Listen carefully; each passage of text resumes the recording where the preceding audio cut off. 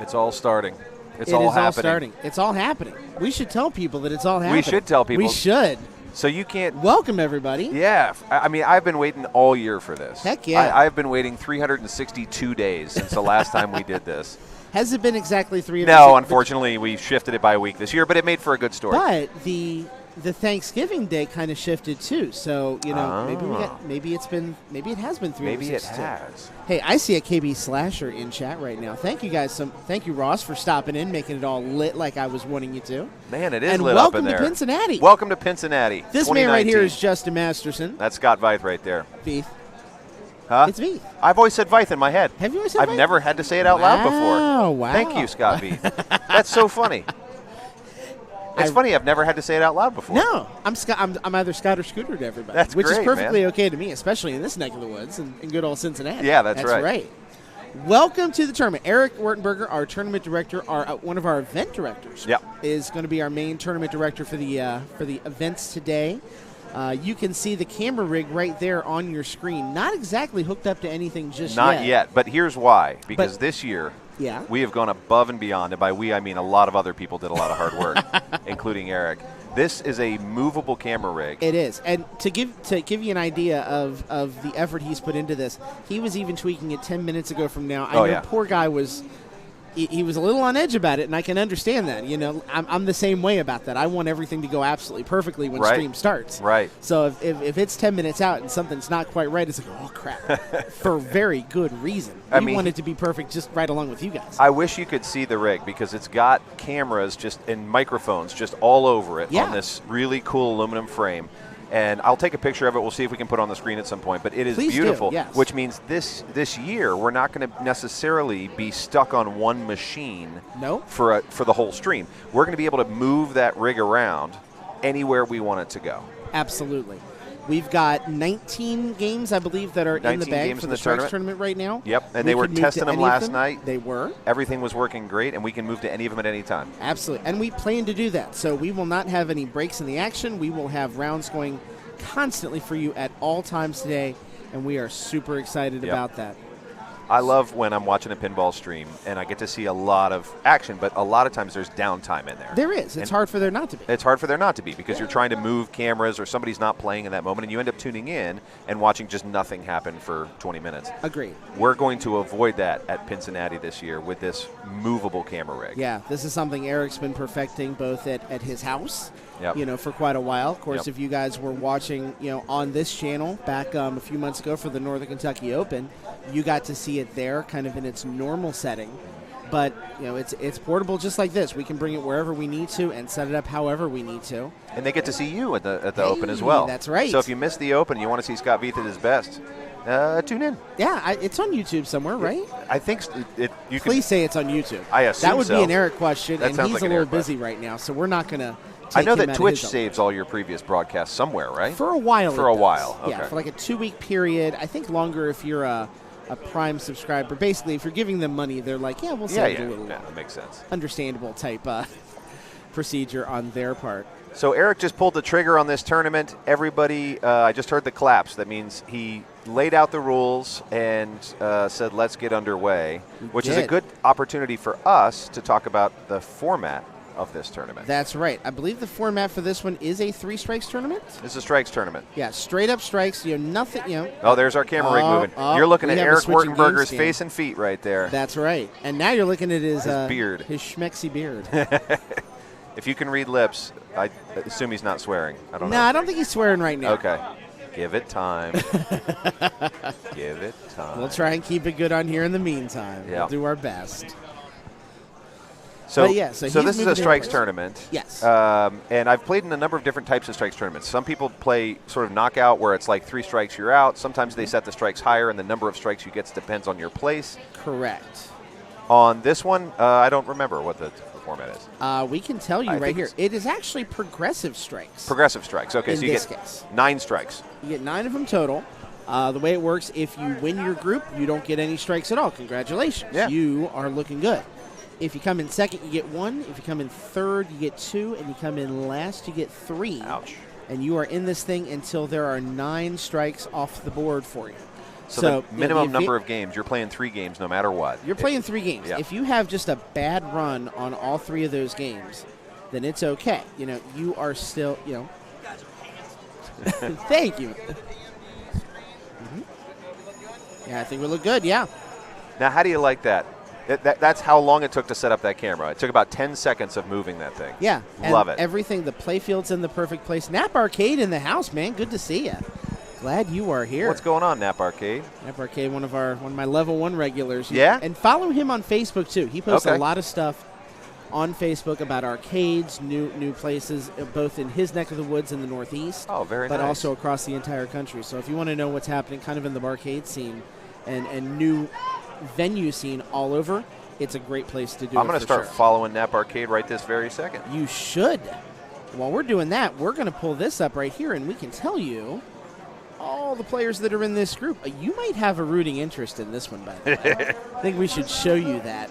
Yeah, this is Tommy Skinner, Joe Embry, Jeff Westerkamp, and the wonderful Haley Masterson. So here's the downside is that Haley had a surprise guest in town this weekend and couldn't make this tournament. She's going to play, I think, later tonight, the women's tournament. So they're subbing somebody else in for my lovely wife, Haley. Okay. And I don't know who that somebody is yet. We're going to find that out on the fly. We'll find out. Yeah. Yeah, but I do have an interest in this either way because I also really like Jeff Westerkamp as a human being. Jeff Westerkamp's a good dude. He's just a good dude.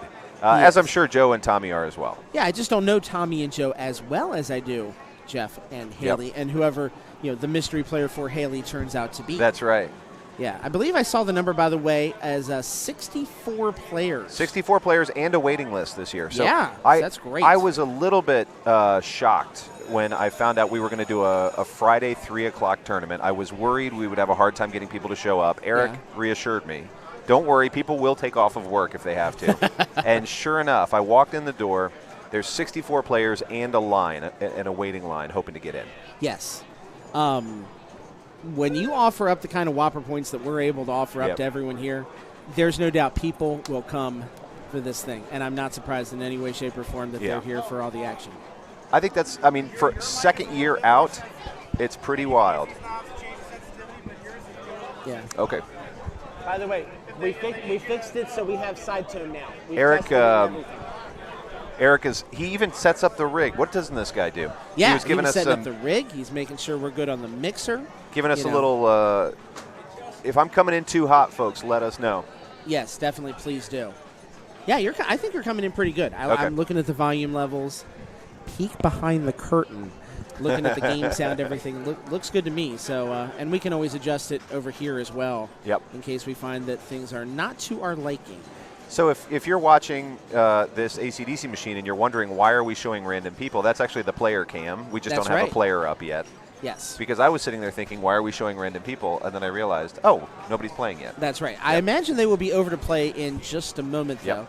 Everybody's getting we can see familiar assembled. faces. I can tell you that much. I see someone who I would consider a potential prohibitive favorite on this machine over on the right side. That would be John Del Zappo. Oh. He drove down all the way from Cleveland for this. Decided to make this his tournament. And to give you an idea of the kind of dominance he has in the Cleveland area, I believe he's a top 30 player in the country as it stands right now. Yep.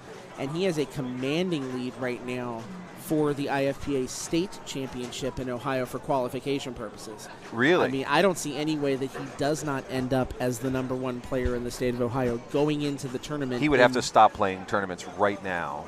And even still then, he'd probably have a huge lead because I believe his lead is over 100 Whopper points. You're I think kidding he has me. 400 just across his best 20 tournaments in the state of Ohio. That's incredible. This year so far. So, needless to say, when it comes to all the events, Jay Dell's, the Juan Del Zappa, as I see him mentioned on Facebook sometimes. So this is what gets really exciting for players like me. So I'm not a top-ranked pinball player. I'm just a guy who loves playing pinball. And so I get to get into a tournament with somebody like John Del Zappo in a place like Cincinnati or Louisville or Michigan, any of the great shows. Yeah. And you get to play with some of the best in the world. You do. Just straight out of the gate. And how many hobbies can you say that about? Not very many. Isn't it amazing? Yeah. You get to play with extremely talented players. You get to, and you have, don't think when you're playing in an event like this, you don't have a chance against every single person in your group. You absolutely do. pinball is a game where even the best players are going to have off games. They might know the rules a little better. Their ball control might be a little better, but sometimes all it takes is one bad bounce, and you drain out, and that's that. I mean, so here's proof positive. Last year, our A-Division tournament winner, Trent Augustine. Yes. I managed to win one game of Argosy against Trent Augustine. Yeah. In what universe does that happen? Well, it's physics and randomness, and every once in a while, Trent Augustine's going to have a bad ball. He is. And I will tell you a little secret about Trent. He is obviously amazing at the Stern games, at anything 90s and newer with the DMD. Sometimes those classic games can be a little bit of his Achilles heel. Oh, that's good to know. So if you're going to take him on, something like If I ever Argosy, get a match play with him, okay. Yeah, you want to take him on in the classic games. It's a bit of an equalizer for him. Speaking of which, I think it's worth noting that the games that we have are a really nice mix of eras. It's an amazing mix. It's one of the things I love about the Cincinnati tournaments and about this show in general, even over shows that might be bigger, badder, however you want to phrase it. Is this show has that amazing mix of modern machines and classic machines. Eric always makes sure there's a perfect mix of those machines across all of the banks for the events, and today is no exception. You could be just as likely to have a brand new machine, something new like AC/DC, or you could be playing Grand Prix in the next round. You have to be prepared for everything in front of you. As we get this rolling, and it looks like Tommy is about to get this started here for us. We're off to the races with Tommy Skinner. He's starting, looks like Thunderstruck mode on AC/DC. He is. Now, there's a lot of different ways to approach AC/DC. It's a deep game. It's a game with a really rich rule set. But a lot starts with the song that you choose. And I tend to be a War Machine guy. I usually start straight up on War Machine, which is an Orbits shot. He went for Thunderstruck, which is a roving shot. So let's see if he can get it. So you'll see the Thunderstruck targets switching as he's playing. So it'll go for a period of time and then move to another shot. And when he makes the shot, that will cause it to switch as well. It's not going to stay in a static place for any major amount of time. So, advantage here. If you feel like everything on the board is reachable, or you just want to kind of play a variety-style game, this is a good mode to start out with. You can get a feel for everything, and he's really off to a nice start. A 5-way combo to get this thing rolling. How do you like that? So starting the multi-balls in this game, a lot of it is in the ramps. Yes. And if you get good at shooting those ramps, especially if you can combo those ramps, you can start a multi-ball right off the bat. And it looks like that's exactly what he did on this Jam multi-ball. Great start for him here on Jam. So, nice early 4 million here.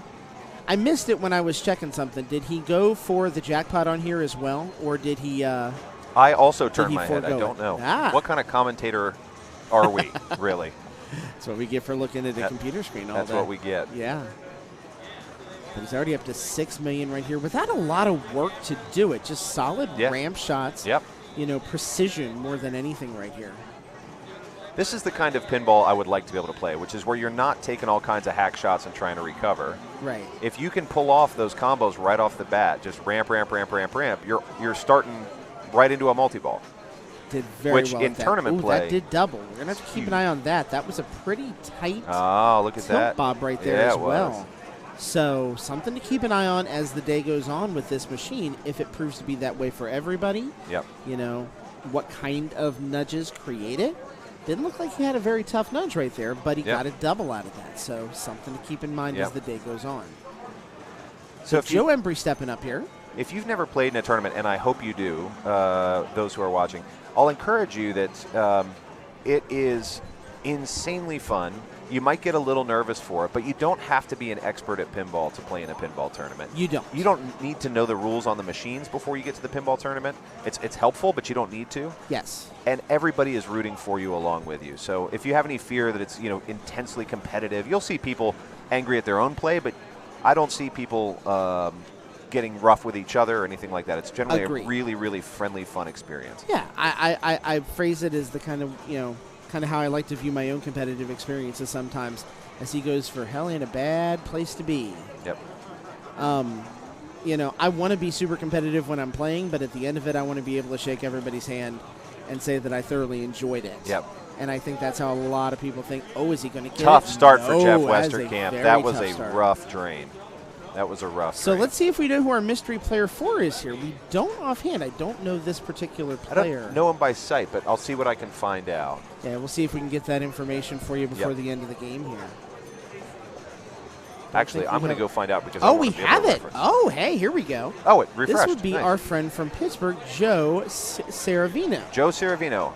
He is 1,500 or so on IFPA. Yeah, so a very good player and actually a very accomplished. I think he does photography.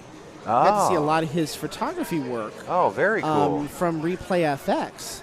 Very cool. Definitely glad that he was able to make it. I actually saw on Facebook he was excited he'd be coming down to the show, and I was that's wonderful. Happy he was. So good for him. He is able to, I assume, grab up one of those waitlist spots and get in the event. Yeah.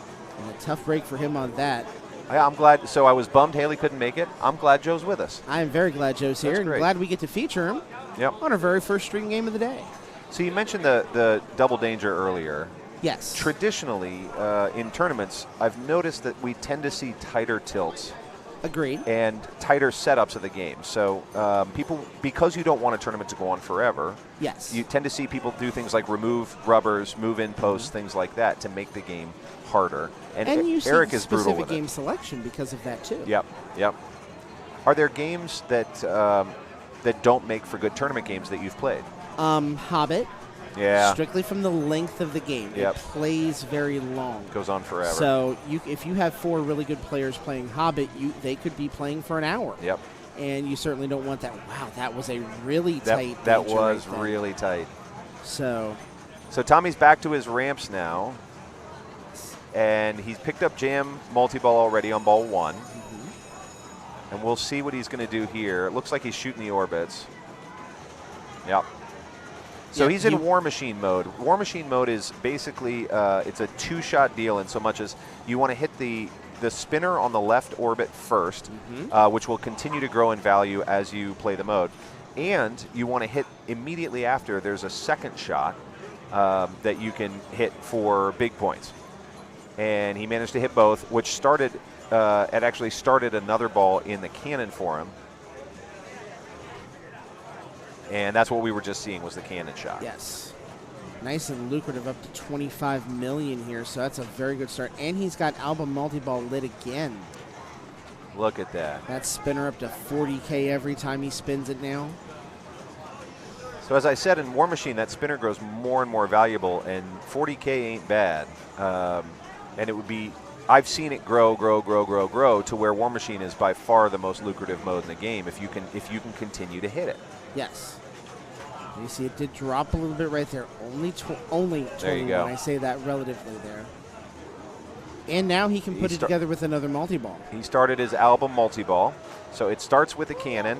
And he did not opt to take the shot right then. I would imagine the play right here is you want to go for the bell because you hit that bell enough times you can activate the 2x play field. Yep. Everything you do in a mode extends the amount of points you get for it. Add a 2x multiplier, especially in the position he's in right now. Mm-hmm. You know, he's playing for the dagger right now. Wants to put this score well out of reach to make sure he doesn't get a strike. And he's got a big lead now, so why not play for it? Exactly. And he used that cannon shot to his advantage there. A lot of folks, you automatically want to shoot for the targets. That's what's on the screen for you. Mm-hmm. But to use that shot to hit the bell is fantastic because it's already starting a multi-ball. You're not going to lose your ball if you miss that shot. And the bell shot is a really dangerous shot. It is.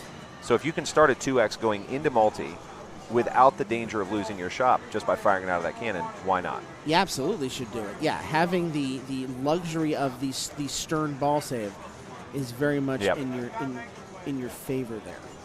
And he's played it well. 39 million here, and Jam is relit again.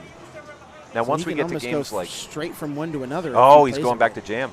Oh, and the drain on the left side. Nonetheless, really great ball. Let's see where he ends up. 6-7-4. Yeah, he's going to be up to about 44 million. Oh, here. Nice. Great job for him. So Tommy Skinner opened up a big lead there. Let's see what Joe Embry's going to say about it. Joe's starting this ball in second place in the group. Starting Jam multi-ball is a very already a double. So yeah, that's tough. It looked like that was an upwards nudge. Uh-huh. Generally, we seem to see those are a little bit more brutal on the machine, anyways. Yep. It looks like that could be extra the case today. Ooh. So starting jam multi-ball is a pretty traditional way to start, but it's easier said than done in that you have to come right out of the gate and start shooting ramps and combos. And unless you know this machine well, and I literally mean this machine, not just any ACDC, it's not as easy as I think Tommy Skinner made it look. Agreed. Jeff Westerkamp is up. He's going to take the cannon shot. Now, he probably is going to shoot right at that target. He's not ready to start a multi. He's not going to take the multiplier yet. He shoots the bell. And it went right down Broadway on him. Yeah. That is why you don't shoot the bell unless you got a safe shot, because it's what it's built to do. The bell in the center will swing back and then straight forward and hit that ball right down the middle. And it's almost unfortunately penalizing you for hitting the shot too well. It really is. If you hit it straight on. Yeah, you hit it straight on. The bell takes all the momentum off and then puts all the momentum right back on the ball going down center. Yep. And we haven't seen anybody be able to nudge their way out of that yet. Hopefully we will. We'll see. I think if they do that, they're going to have to nudge it very early and make movement on it very, very early. Yep. Oh, it's another rough one. So that all combined. Yeah, Tommy is back up. He's got them all combined beat at 44 million. So this ball, with any good luck, he's going to open up his gap a little bit wider, create some more running room. Being in the number 1 slot is a tough place to start, especially when you're starting a pinball tournament. So to have a gap like this to open up creates a lot of comfort. There he goes, starting his third multi-ball. There's his next one. So now let's see if he takes the bell shot. He does. He takes the bell shot. Now you see at the bottom of the screen, you can see that he's got his ball save running, which is a great time to take that shot. Oh, right there. There it is. With our wondrous telestrator. And see how he's going to keep trying for those center shots. He's going to keep trying for that bell. He's going to keep trying for those TNT targets because he's got his ball save going. As long as it's safe, why not go for the multiplier? Agreed. Now in this case, it didn't quite help as much as you'd hope because the ball save dropped off right before he drained his ball. And it looks like even that ball save in multi-ball is set for a pretty strict setting. So yeah, you don't get a lot of wiggle on that. You really don't. It'll be interesting when we get to look at some of the older games like Stars or even Big Guns where there is no or very short ball save. That would be where the girlfriend is right now. Oh, wow. I went to Cincinnati. She went to Florida. I think you made the better choice. Well, she made a good choice, though. Pelicans aside. Pelicans aside. Pelicans are cool. I will say, that's so fun. Yes. Back to pinball. If you offered me a trip right now to Hawaii, I wouldn't take it. This is exactly where I want to be. I appreciate that. This is that where is I high be. praise to say. I've been looking forward to it for a long time. So Tommy is done, but he is done with 60 million points. Offer me a trip Monday, I'd take that for sure. Right? Yeah. I got a lot of work to do on Monday. I don't want to be back at work. I'd rather go to Hawaii, no doubt. Yeah, let's go to Hawaii. Exactly. All right, so Joe is back up. He's trying to make a move on Tommy Skinner. It's going to be tough, but not undoable. But Tommy really does have quite a lead here. And for these other 3 players, Joe, Jeff, and Joe, the key, too, is, you want to be second place. You might lose by 55 million points, but as long as you're in second place, you're only taking 1 strike. At this point, in this format, that's not bad. No, they're fighting out for second. And actually, Joe's score's not bad considering what the other 2 balls did. Right, so we'll see how this comes out. Jeff right now is starting here in 4th place. Needs about 4.5 million to get to second, and we know he's got a heck of a wall to climb to get to Tommy. It is not impossible, though. Yeah. And the skill shot is a great place to start that. Some people are ball 3 players. I can't tell you how many times I've lost to somebody when I had a commanding lead who just is awesome at ball 3. No doubt about it. Daniel Robinson's one of those. If you see him playing on the stream today, he's one of those ball 3 players. Oof. That's a rough one for Jeff. So Jeff's got 3.5. Third place at best. No, 4th place now. Yeah, he is locked into 4th, which means Tommy can do no worse than second, and now it's how far up the ladder can Joe take this? He's starting at 3.7. Needs about 2 mil. Nice save right there. Yeah, good save. So he's going to try and hit his ramps to start a multi, I'm guessing. He's doing the dangerous choice on that bell. Kept it alive. Good job. Yeah, he did. 5.6, about $1 million away now. You can see a little nudging there. I thought we'd see a danger, but he's nudging smart. He is. He's nudging smart. A lot of side-to-side nudging there, which seems to be the more the safer way to do it. And he's got super lanes. The song Jackpot would do it. Yeah, good play. Yeah, go for it. That was Get the right your choice. second place. And now you're really playing with house money. You that know, was you've got the right a long choice. way to go. Oh, that was nicely done. How bad do you just want to see a 60 million point run right here? I want to see just to see it happen. Nothing against our man Tommy, but Nope. I want to see him have to shake a little bit on that one strike. He's got Jam qualified, and he gets the start of Jam multi-ball. So let's see what his strategy on the cannon is here. I'm guessing he's going to try and take the bell, and he does. Falls a little short of that bell, but he's in multi-ball. He's got a ball save, and he might try and pick up that multiplier now by shooting the center. Yes. Again, as long as you've got a ball save going, that's the shot to take because it's a dangerous shot and you wouldn't take it otherwise. Agreed. Oh, look at that. Tough drain, but ball save still running. It is. He'll get that back. He's getting that back. There it is. Actually, 2 balls back. Yep. Did he get an atta-ball when we weren't paying attention? That's he may have snuck an atta-ball in there. Atta-boy. Which, yeah, atta-ball, atta-boy. Yeah. Those are so helpful, especially, you know, we see it a lot of times on, like, Iron Maiden and Jurassic Park now, too. Yeah. Just not only the fact you get that extra ball in play, but you get your ball saver back. So immediately, if you want to take some chances, you can do it, you know, without fear. Yeah, and on many games, if not most, when you start an atta-ball, even if you've already drained 2 and you get an atta-ball, you can get all 4 back. Yeah. I've seen very good players who have a good understanding of the rules just do a ridiculous job of timing that atta-ball so perfectly. Yep. Oh, super lane sub. He's running up to 30. He's on a great run. He's at 30, and he's going to try and make a run. I'm guessing at Alba multi-ball here. Nice job him getting a couple. Oh, he won't rough. get there, but a sensational nice ball run. number 3 for Joe. That's going to get him second place. He's only going to take the 1 strike, doubled the bonus as well. So he got about 2/3 of the way there. 40 million. I have a feeling a lot of rounds in this tournament is going to get you a win. Yeah. Based on how this machine's playing. Yeah, 40 million is not a bad score on not tournament for in ACDC. the least. So. Not only we talked about how the games are set up harder, but yes. the experience of the tournament is, I think, very different than playing, let's say, in your basement or even at the same arcade not during a tournament. It is. The fact you have to play against, even though you're not, it's always technically you against the machine. Yeah. But it's almost human nature that you think about everybody else's score. Yeah. You think about what you got to get to. You start playing in your head. What do I have to do to get there? Especially in a case of that game where Tommy puts up such a good player 1 score. Player 2, 3, and 4 then have that to look forward to. They have to think about that. It's very intimidating when somebody gets up there on ball 1 and puts up 30 million. And it does mess with you. Even though it's technically it's like bowling. It's technically a solo game, right? There's nobody interfering. But, man, when you're playing against somebody, it changes the feel. That is absolutely correct. And it takes a little bit of time to get used to not having that affect you. Or just realizing that, hey, it's okay. I'm going to score what I score here and not to freak out about it too terribly much. And I haven't gotten to that point yet. I don't know about you, but when I start a tournament, I still get really nervous. Yeah. And I don't know if that ever goes all the way away. If it does, you become a little worried about yourself. Like maybe I should be feeling more nervous about it. It's like I'm too comfortable. I listened to the Pinball Players podcast this weekend, and #1 IFPA player in the world, Raymond Davidson, was on. Why, thank you, Darren.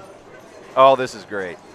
I love it. This is a little pinball pin that says, "Let's start some shit" on a start button. I love it. Oh. Can I say that on this stream? Maybe I can't. I'm gonna allow it. I think it's okay. Okay. Hold on. How close can I get on this one? That's what the pin says. Do you need me to explain the rules? Which more often than not, I probably should not be the person explaining the rules, which makes it that much funnier. That's right. And means I absolutely should be wearing this button the rest of the day. Shall I look into let me see what the next round's got.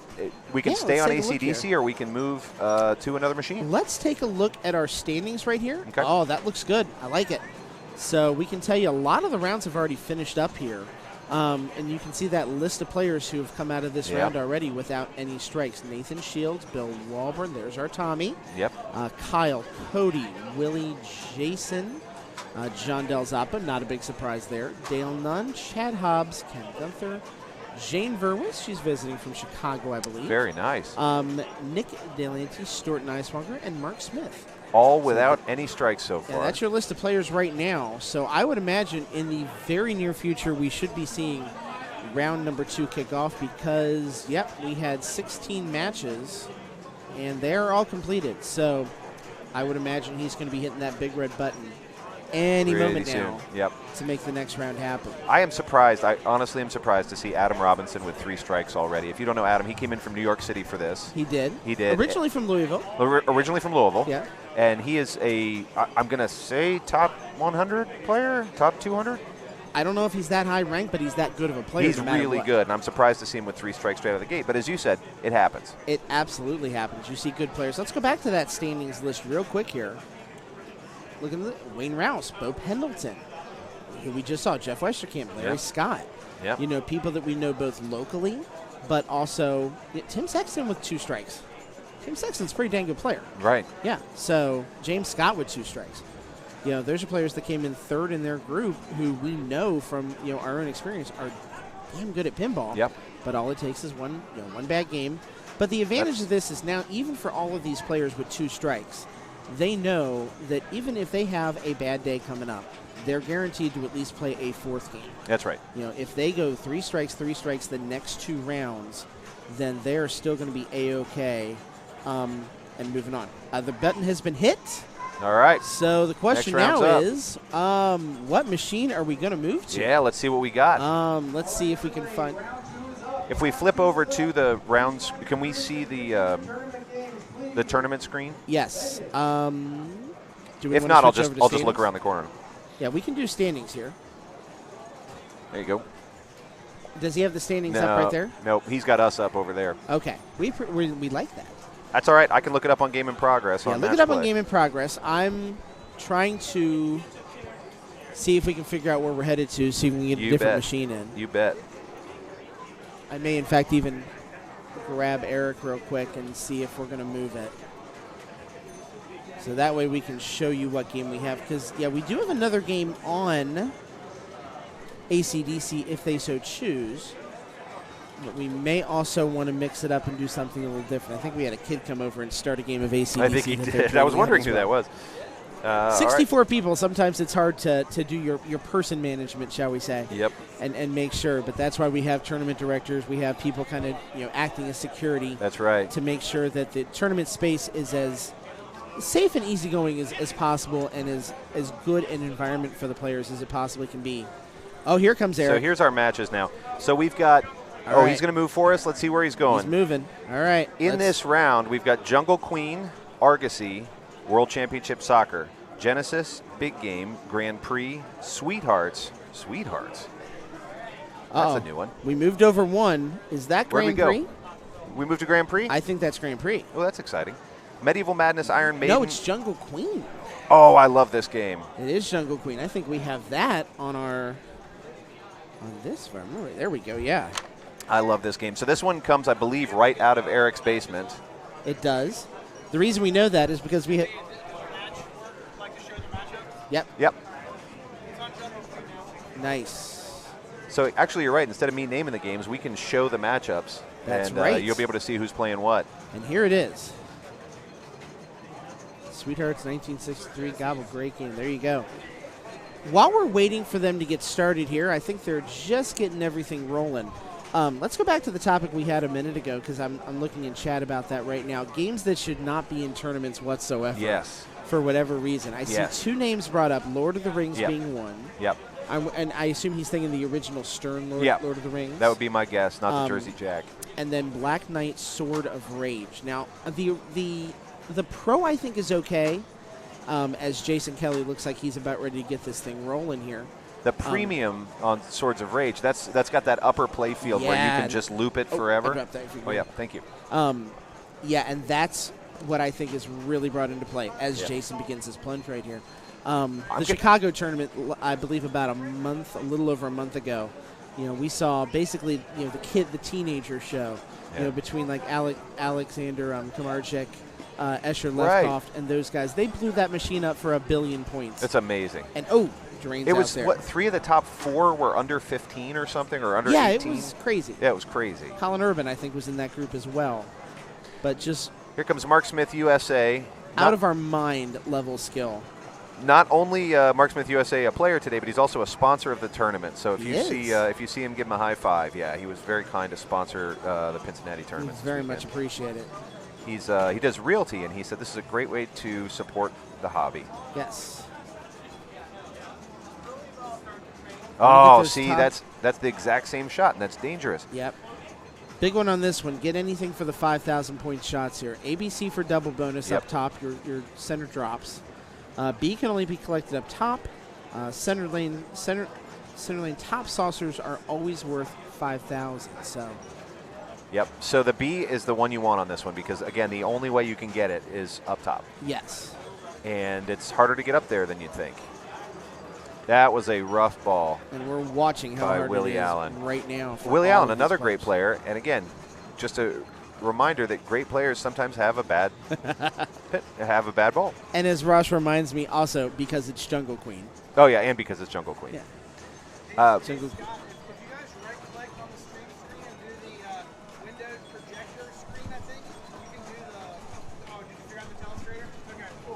Oh, that's cool. Yeah. So if it's me playing this, the goal for me is always to get those lanes up top collected for double bonus first because I don't tend to survive the drops very well. Yes. So I tend to go for the corners. The other reason that I tend to do that is because you've got the two saucers up on the upper left and right are 5,000 points every time you hit them. Correct. And so when I'm trying to work my way back up, that's what I go for. The trouble is, as you can see, the lane separators up top take up most of the upper lane, so it's really hard to get your ball back up there after the plunge. Agreed. You kind of have to go off a corner of a bumper and between those lane separators. Nice stop there. So we're back to Jason Kelly.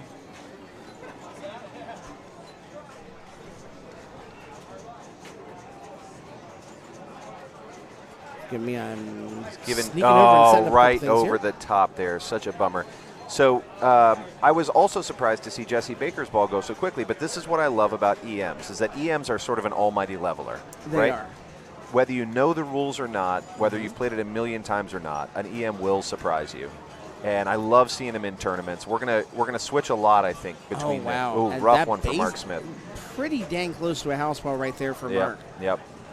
We're going to switch between the EMs, the solid states, and the newer machines, some of the DMDs, and even I don't think we have any LCD screen machines in here. I think the DMDs are the newest we got. Look at that. Wow. These outlanes are just killing him. For Willie. I mean Willie's just had two of those back-to-back. Wow. That's rough. So here's Jesse sitting at about 8,000 points right now. Got 8,000. Jason's ahead at 23. There you go. Got the B shot. We needed that. Back up through those bumpers. You'll see him. So it might seem a little counterintuitive to nudge when you're up in the bumpers on a tournament because you're thinking, what's the gain here? But on this game, those lanes are so important that it's worth trying to nudge to stay in them. It is. That was a good ball for him, up to 26,000 immediately. Just like that, a couple good nudges, a couple good shots. Yep. And there he is in first place coming into ball number 3. Which I believe is set to 5 ball, correct? Yes. Yeah, the EMs are set to 5. And there Jason gets his B lane right there, but again goes right down Broadway. And I will say one thing that may surprise viewers on this one is if somebody gets an extra ball, you actually do play it on this machine. You do. The way the rules are set, that Eric set the rules, that you are playing extra balls on Jungle Queen. So don't be surprised if you see it. Just about almost hit got that top scoop. Saucer. Yeah, wouldn't that have been nice? There it is. There it is. That's 5,000 right there. That's 5,000 right there. Oh boy, that was just missed the other 5,000 there. That was close. Come on, pick it up.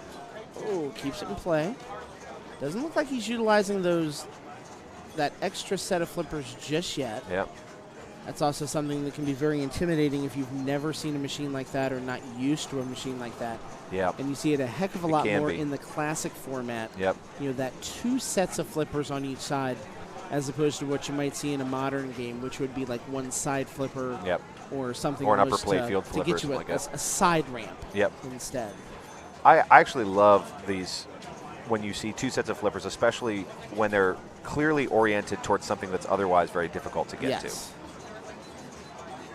so much risk reward in those type shots as well. Like that there. Yeah, that was risk and reward. If you make the shot he's looking for, which I assume is that 5,000 point shot over on the side, it's worth it every single time. Right.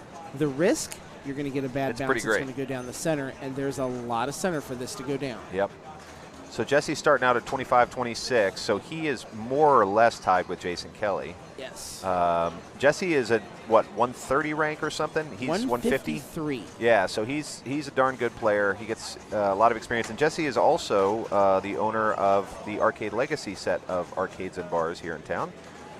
So he gets to play a lot of pinball. And he hosts a lot of pinball. He's been really great for bringing pinball to people who wouldn't normally play. Looks like he is exactly 32,000 points on the dot. There it is. Going into ball 4. So he didn't have to do much to maintain his lead right there, but Jason certainly lowered the gap tremendously. Get one of those 5,000 point shots, and it was worth the ball. Very much so. So let's see what Jason can do here. He's going to try and nudge to keep it in B. Good job, Jason. I don't think we've seen anybody complete ABC, so I'd love to see that. You can see A is now lit on the in lane. So if he can get it over there, that is well worth the 5,000 point reward. Agreed. Or the bonus doubler. That's the tough shot right there, boy. That wants to go right down the middle. There it is.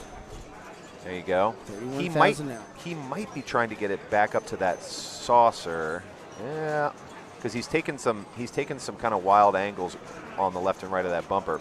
The other thing I want to keep in mind is where his bonus is at right now. He just upped it to 8,000. There's rough drain. Doubled. Rough drain, but. So he will be at 45,000 points. That bonus could become very, very lucrative. It can make the difference. I mean, that can make the difference. So here's Mark sitting at about 26,000, it looks like, based on his score.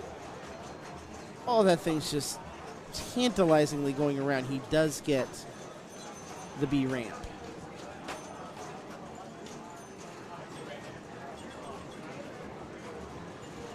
Nice shot right there for 5,000. Yep. Uh-oh.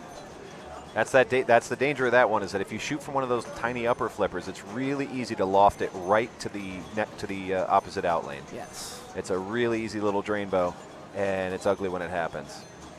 There's the shot that's most likely to get you up to the top. It did not work, but it does look like he cashed in another 5,000 on the way. He's up to 42. 42 ain't bad. So he's suddenly in second place right here, going into what will be his final ball coming up. And remember, you see all these players, none of them have any strikes. They were all winners of their first games. Yeah. And the way that the seeding works for this tournament, the Swiss format, is you're constantly going to see that as the day goes on. You're going to see players with very similar strikes playing each other. So advantage if you play well. Yep. You know, you're going to be playing against very, very good competition, people who also have a very hot hand as well. Really, unfortunately, that time, not so much. That was rough. I mean, if you're not, it gives you an opportunity. Yep. You know, maybe you're playing someone who's struggling a little bit, and you can build your way back into the event. Yep. You know, with a couple of wins. It doesn't take much in this progressive strike format. A couple of wins, rounds where you don't end up with a strike, and you can move up significantly in the standings. Yeah, and it is sort of a gift that way, that as you get a strike or two, it puts you against players who also have them, and I found my way back up the ladder that way. Yeah, nice save, by the way, for Jesse. Yeah, very nice. He just did think he hit the 5 there. So he's going off the lower flippers for those drop targets, and those are the ones that'll send it right down the middle. So you really have to be confident. If you can, you want to go to those little upper flippers for the drop targets, because those are more of a straight shot that'll produce a back and forth and stay away from the center drain. Agreed.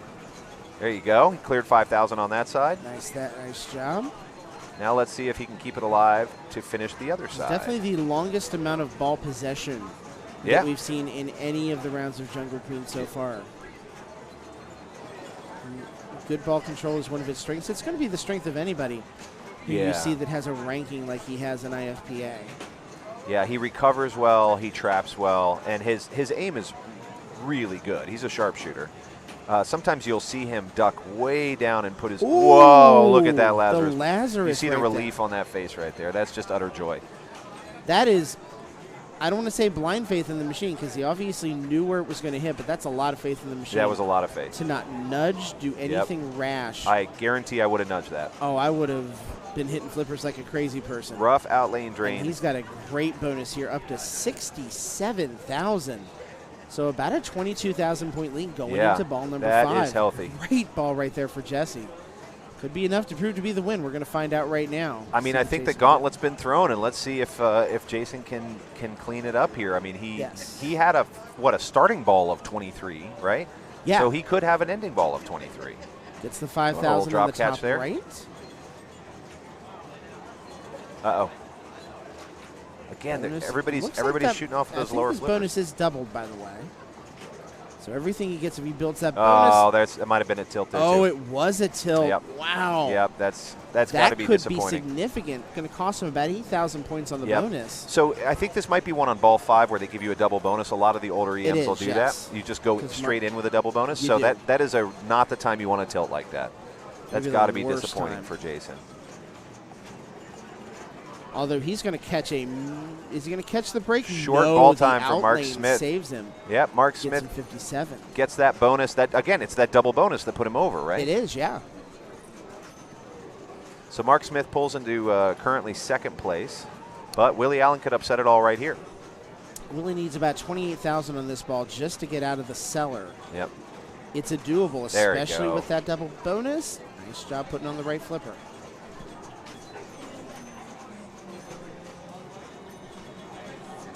That's it. That's why you can't take that shot, but it's so tempting. You see those drop targets there. You got the ball coming to your right flipper. So tempting to shoot him left. Yes. Evan made a good point about Jesse as well. He just came off winning our seasonal tournament up at level 1 on Monday night, and that is not the way to do it, but he didn't have to play that one out. Yep. 72,000, so he's going to go into round 3 with 0 strikes. Good for him. Way to go. On that. So Jesse Baker walks away with number 1, Mark Smith, number 2, Jason Kelly, number 3, and Willie Allen, unfortunately for him, coming in 4th with picking up 3 strikes. That is correct. Let's take a look at the matches right now. See if anything else has finished up. We can tell you Genesis is finished. John Del Zoppo gets the win in that. Boy, that's a tough group. John, Chad, Cody, and Nathan right then. That's a tough draw for all 4 of them. Looks like in Stars, Wayne Rouse takes the win in that. Joe Embry comes back and gets a win in Iron Maiden in Big Game. It's going to be Todd Dennis. Firepower goes to Kit Burke. So great job by her, to take the win on that machine there. So we're starting to see some of those results pour in. And we can tell you right now, based on current standings, John Del Zoppo, Jesse Baker, the only 2 players that have currently come in with 0 strikes after their 2 rounds. On the flip side, very surprised to see Bo struggling here, Bo Pendleton. 2 rounds in a row. Now you can see he's gone into the numbers. Yeah. Well, you hate to see that when you start getting those double digits next to your name. Right. When it stops showing you how many strikes and it just says, we're just going to show you a number by your name. That's not the look you want this early in the tournament. So Bo is going to maybe be one player that is in risk of being eliminated next round, and I would imagine we're probably going to have at least one grouping to see those 6-strike players all up against each other. So we'll see someone eliminated next round. I love those rounds. Yeah. I love the rounds where everybody's fighting for their life. Yes. Those are really fun. So the Bo Pendleton fan club, by the way, is in chat. That would be Meg. Hi, Meg. Oh, hi, Meg. We'll give them extra support. So if you look at the rundown, I'm trying to figure out where the biggest sort of surprises are. You pointed out Bo Pendleton. Yes. I pointed out Adam Robinson. I think Nikki's in there for me too. I'm surprised to see Nikki where she is. I'm surprised to see Matt Goslin. Well, I guess he's only got 1. Yeah, and anybody with the dots, of course, is Meg. We were just glad you I was reading that wrong. I was reading him under 6, but no, he's only got 1. Okay, he's in good shape. And anybody with the dots, their game is still going on. Yep. So we'll switch from back and forth here, see these games begin to end. Of course, now that Jungle Queen score has been entered, and some of the games that are still going on, we're not surprised those games are still going on because they do run a little bit longer than a Jungle Queen would. Yeah. It's just the EMs are always the first ones out, aren't they? They run fast. They run unless fast. You have amazing ball control, like we saw with both, I think, Jason and Jesse in their games. Yep. Or you just trap a lot. That's right. And take breaks and sips of coffee. Take your time. There's nothing wrong with that. We want you to get up to the machine to start playing soon, but once you're at the machine, you control the pace. You control the flow. That's right. However you want to. If you want to trap up and take as much time as you need, dack on it. Take a break. Yeah, as long as you keep a finger on that button, you're fine. Absolutely. So we'll switch and show you here while we have a moment. We want to thank all of the sponsors for Cincinnati right here. Penn Stadium Lights has sponsored some machines, some of their equipment for the stream today. Thank you, Speaker light kits as well. Yeah, Comet Pinball. A couple of great establishments both here and in Louisville. Arcade Legacy here in Cincinnati. Yep.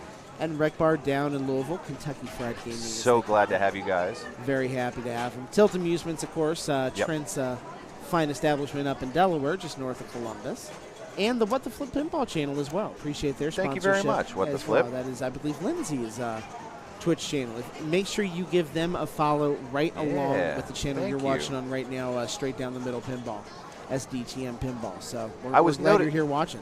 I was noticing, too, some of the sponsors that come have tables here, and so if you're coming to the show and you're curious about something like speaker light kits, go see their table. They're here. Absolutely, and you can talk to them about what they can offer you. As you can imagine, it's mostly speaker light kits. That's right. Or Penn Stadium Lights. Or Penn Stadium Lights. I don't know Lights. if Penn Stadium is physically here or not. I know Scott is. Scott's here. Is he here? Yeah. Nice. Well, at least I kept seeing his stuff, so I hope so. I would hope so, yeah. I hope somebody's keeping an eye on it for him. I haven't seen Trent here this year from Tilt Amusements. Bo Pendleton is here on behalf of Trent, I believe, is playing for his Stern Pro Circuit Life down in Florida. Wow. Because there are Stern Pro Circuit events as well this weekend, both in North Carolina and Florida.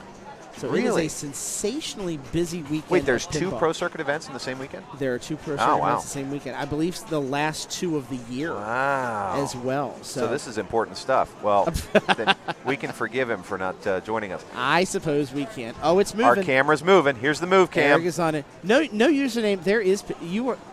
If you want to watch QVC, man, we will happily QVC all of these wonderful sponsors because they are very, very good. We could sell you some stuff. What do you want? We appreciate them. Yeah, we'll sell you pinball stuff. I know we can get a great katana. There you go. I bet some of the pinball machines on the floor are for sale. That's true, actually. That's right. I just sold one yesterday. Hey, there you go. What'd you sell? Sorcerer.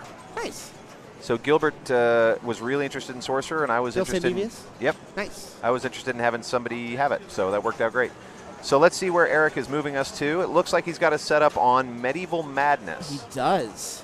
And it looks like that game is in progress. So he moved to a game in progress. That's bold. He did. And I admire it. And we appreciate the players there too. That's not something that we ever expect. Yeah. But we appreciate all 4 of the players on this: Joel, Larry, Josh, and Rachel. Yep. Being cool with us switching over to that game Thank you for on pausing. the fly. Thank you for pausing. That's something we talk about on a regular basis in tournament play. It's hard to do. You have to get used to the pace being a little bit different. Yep. As a result of being a tournament, there are pauses. There are, you have to account for the possibility of a ball, to get stuck. So, all things that you have to consider, and it takes a little getting used to for sure. So, Ace Pinball just reminded us too. There is a big tournament in Sweden.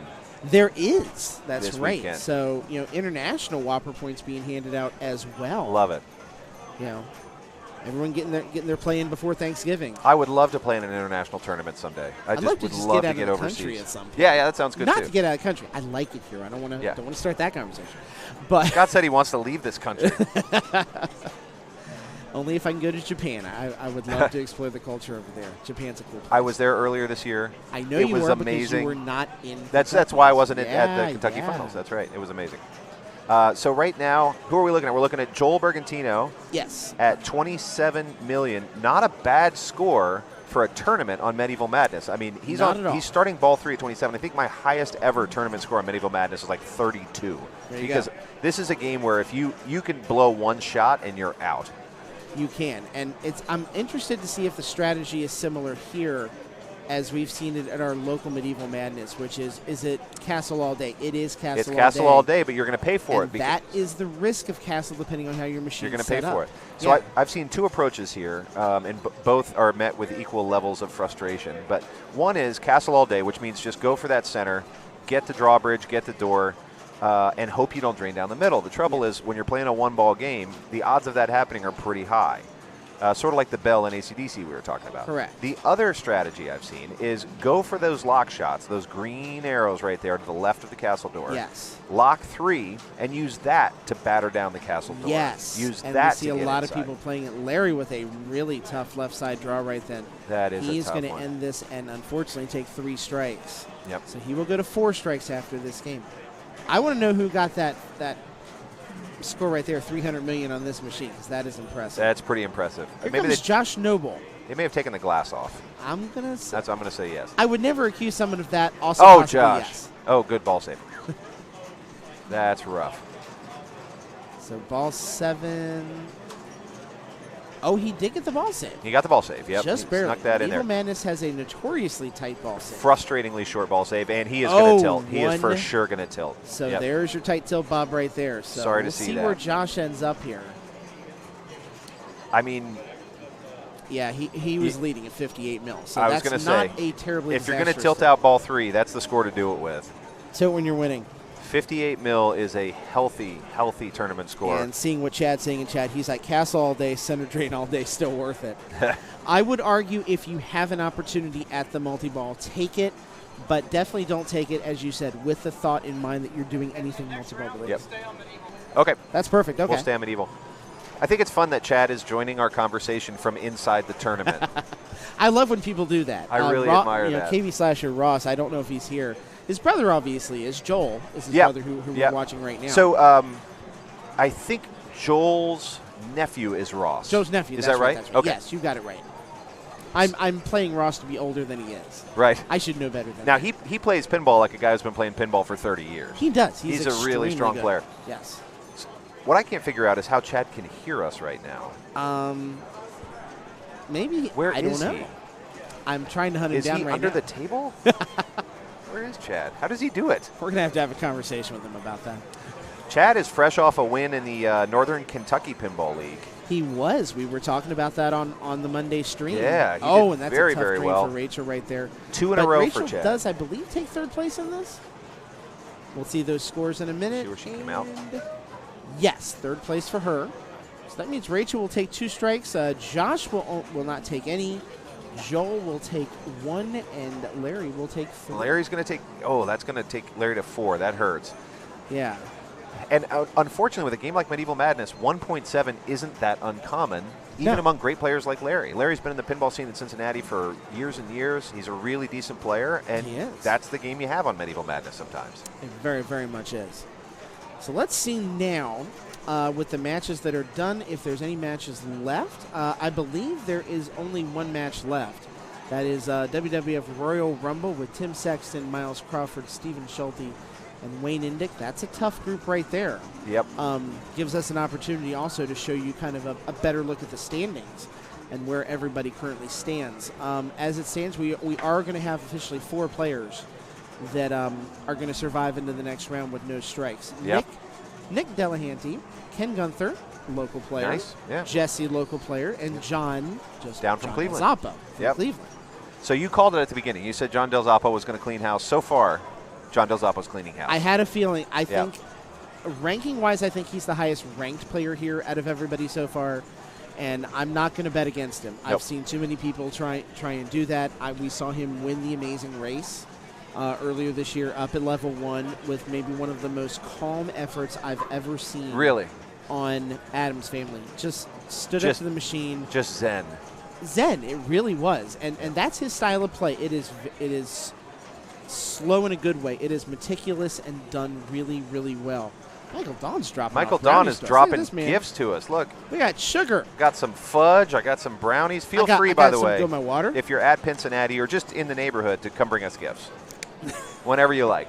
I'm dying for a coffee right now. Feel free to bring one by. Pretty sure it's not a violation of Twitch TOS in this case. Right? You can come bribe us. We'll just say hi. We'll just say hello. You can bribe us for hellos and hugs. That's right. I don't think we're breaking the. Well, maybe a little bit. No, I'm going to go with it. I'm going to go with it. It's okay until someone tells me otherwise. Player 3 is up on Royal Rumble. Pinball Nerds podcast coming in. I'm going to switch to that window so you can see it here. Carrie Zen Wing is one of my favorite Zen players. Yeah, she plays that same way too. Got the Zen vibe? The Zen vibe going on, yeah. How do you do it? I mean, I have never been able to manifest that in a tournament scenario. Is it just years of meditation? How do you get into that mindset? That's a good question, because I don't think I've ever been able to do it either. I don't think I've ever done it. Even when I do this stuff, like I'll get up there, I'll breathe, I'll count to 10, and I'm still twitching on the inside. Yeah. And to be able to do that even further on a multi-ball is when it really, really gets impressive. Yep. You see someone like John have 2 balls strapped on one flipper, one on the other, and have absolutely no fear, no worry slowly about taking these anything shots. That's happening. It's just, I know what shot I want next, and I'm going to hit it. Yep. And probably 75 to 80% of the time, then they do it. Yeah, then they actually do it. Right. Yep. It's one thing to have the patience, then it's another thing. It's next level to then have the confidence to say, I'm going to hit this shot, and it just doesn't matter. Right. I can do it. And they do, every time. Oh, I love it. Every time. For me, by the way, we were wrong. We do have one LCD screen over there. We have an Iron Maiden. Oh, we do have Iron Maiden. We did not consider the Owen machine. Yes, How of bad course. of us. I know. So when I get up there to do, like, let's say I can trap 2 on a flipper. Yes. I'm so excited that I have 2 trapped that third one goes to nonsense. Right. Like, I'm just so excited that I did the thing that then I'll just ping it off something and lose it. And then you have to get into cradle separation, which is another level of play. I appreciate Pinball Nerd's comment. I mostly use craft beer among other legal mellowers. There you go. Since I'm here in Canada. Well, you do what you got to do. How is the craft beer scene in Canada, Pinball Nerds? I would don't like know to know. Answer this because I'm not a beer drinker. I would love to know. I mostly drink whiskey. I'm a wine and bourbon guy. Are you? Yeah. Mixed? No. Fortified? But if someone can come up with a way to combine those into one drink, other than, say, a bourbon barrel-aged wine. Yeah. Which, by the way, those are very good. Are they? Yes, they are. I never drink wine. So when I go to a restaurant and somebody shows, like, do you care about the wine list? And I'm like, I would be the worst at this. I'm just going to order the cheapest one. I don't know what's good. So good for folks who actually know what they're doing. I'm not going to claim I know what I'm doing. I'm just going to say I enjoy it, I enjoy trying different ones. Yep.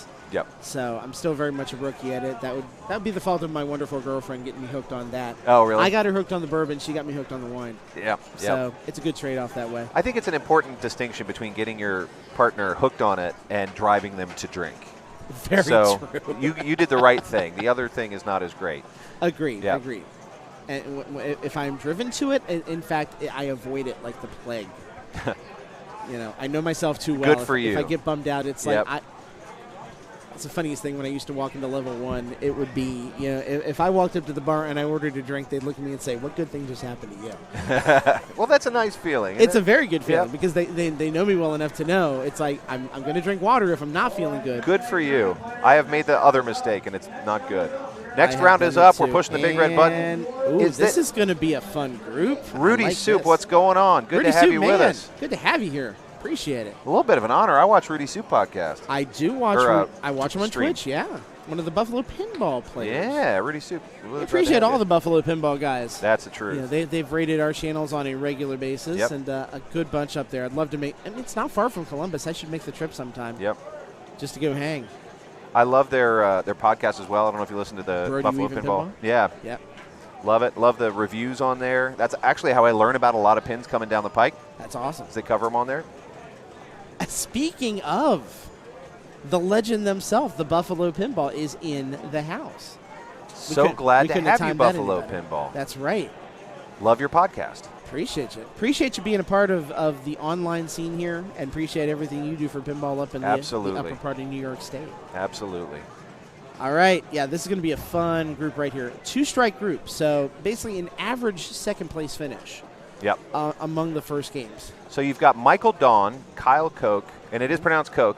Yes. When you look at it, it looks like Cook. I made that mistake, and much like Veith, I had it in my head wrong. Kyle Koch, Matt Goslin, and Tim Sexton. Yep. Yeah. So this is a really interesting. So Kyle Koch is fresh off a win in the B divisions of the Arcade Legacy Selfie League. So he's coming in highly confident this weekend. He is. Michael Dawn put on one of the most impressive tournament performances I've ever seen 2 years ago at the Cincinnati Pinball Championship. Mm-hmm. He hadn't played a pinball tournament in 25 years. Yes. And he walks into the Cincinnati Pinball Tournament, Cincinnati Pinball Championship, and I think I was there for this. I think I played destroyed it. Yeah. Just destroyed it. And you're watching Michael Dawn play now. Now, he likes Medieval Madness. His Achilles heel is that when he gets worked up, he tilts a lot. because he gets very physical. I mean, you'll see him when he loses a ball, he'll jump. You'll see him get physical. So he has to watch out for that tilt because this game is set tight. I mean, we've already seen 2 tilts just at the tail end, or 1 tilt just at the tail end of the last game and 1 double danger. We very much have. But about as talented of a player as you're going to find in this tournament today. Mike Dunn? And been playing for a long time, back into the scene now. Yep. I am pretty sure he is well qualified for the Kentucky State Championship. Oh, he's got to be. I'd have to look and see what the number is, but I'm sure he's probably top 5 in the state of Kentucky. You got to be. And you can see the IAP rank really built over just about a 2-year period. He's already up to 341.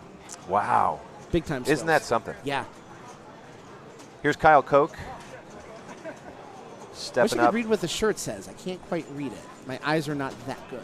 Whatever it is, I bet it's hilarious. So Kyle and I actually work together. We're coworkers, and one night I invited him to play pinball, and he never looked back. It's your fault he's here. Yeah, it's my fault he's here. Appreciate all your hard work, it's the least I can do. He has never looked back. I mean, he's just been all in, and he's been playing great pinball.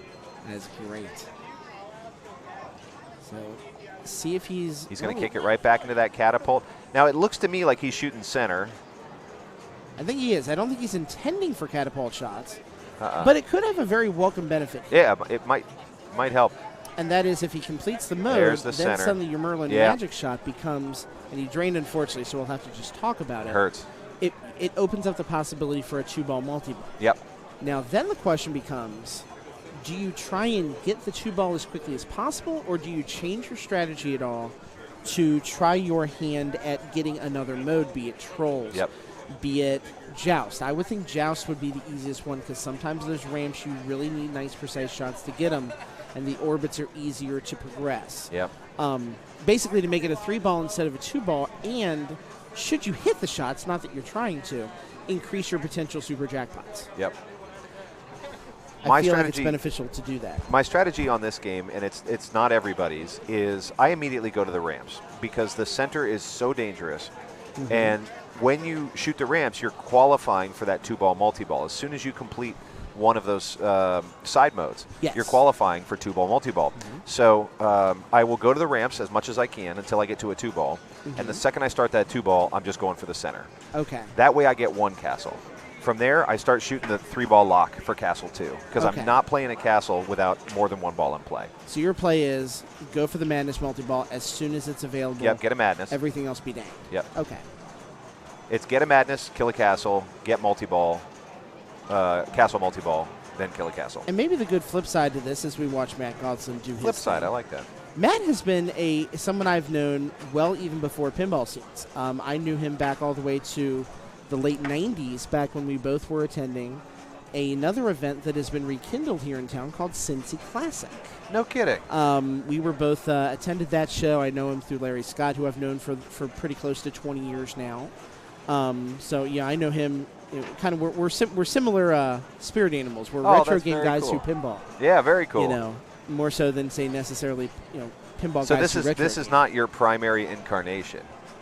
This is the reincarnation. The reincarnation. Yes, because I probably do more pinball now than I do retro gaming. I dig that. But and we it comes back around every year at Replay FX because I help run the console lounge. Right.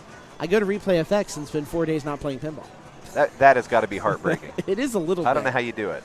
It's heartbreaking when you're halfway across the expo, and that's when you're watching Holly Koskinen win the big women's tournament, seeing your fellow Columbus person do it. Would have you loved don't get to see it in person. You're literally screaming from 200 feet away, going, "Go Holly!"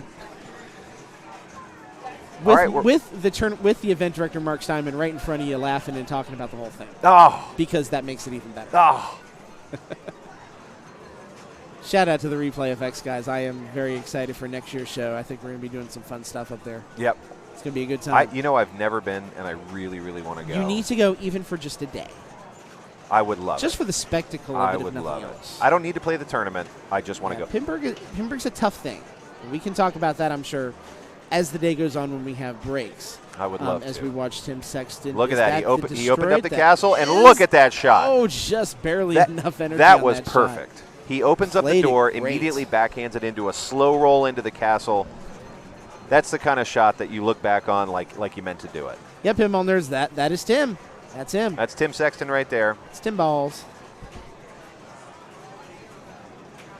ranked 121. So he might be the second highest ranked player in the field. I know Del Zoppo's probably one. I thought Adam was further up than he is, but maybe he's not. Maybe he's in the threes or something. We can check that here in just a minute. A really great player as well. We can be sneaky and check that by going over here to Game of Thrones. He's 509 right now, believe it or not. 500. Boy, I was way up. Maybe I just like him. Maybe I'm just I can appreciate exaggerating his rank because I like him. So Dawn Michael really had that figured out. He knew what he wanted to do. Really tough ball. He got the shot to get the quick hurry up, but wasn't able to cash it in. Those hurry ups they stack. So if you're gonna the hurry up is a really dangerous shot, and I don't tend to take it unless I absolutely need it to win. Yeah. Because you can stack those. You can get more than one madness going, or more than one. What do you even call them? The side missions. The side quests. The little side quests. Yeah. If you complete more than one, you can actually stack them, and they get exponentially more valuable. So I usually wait until I at least have 2 activated before I go for that hurry up, because that hurry up is a center shot, which is a drain shot. We just saw Kyle do it as well. Exactly. It's an absolute third rail to go for that center, and if you touch it in just the wrong way, you're dead. Yeah.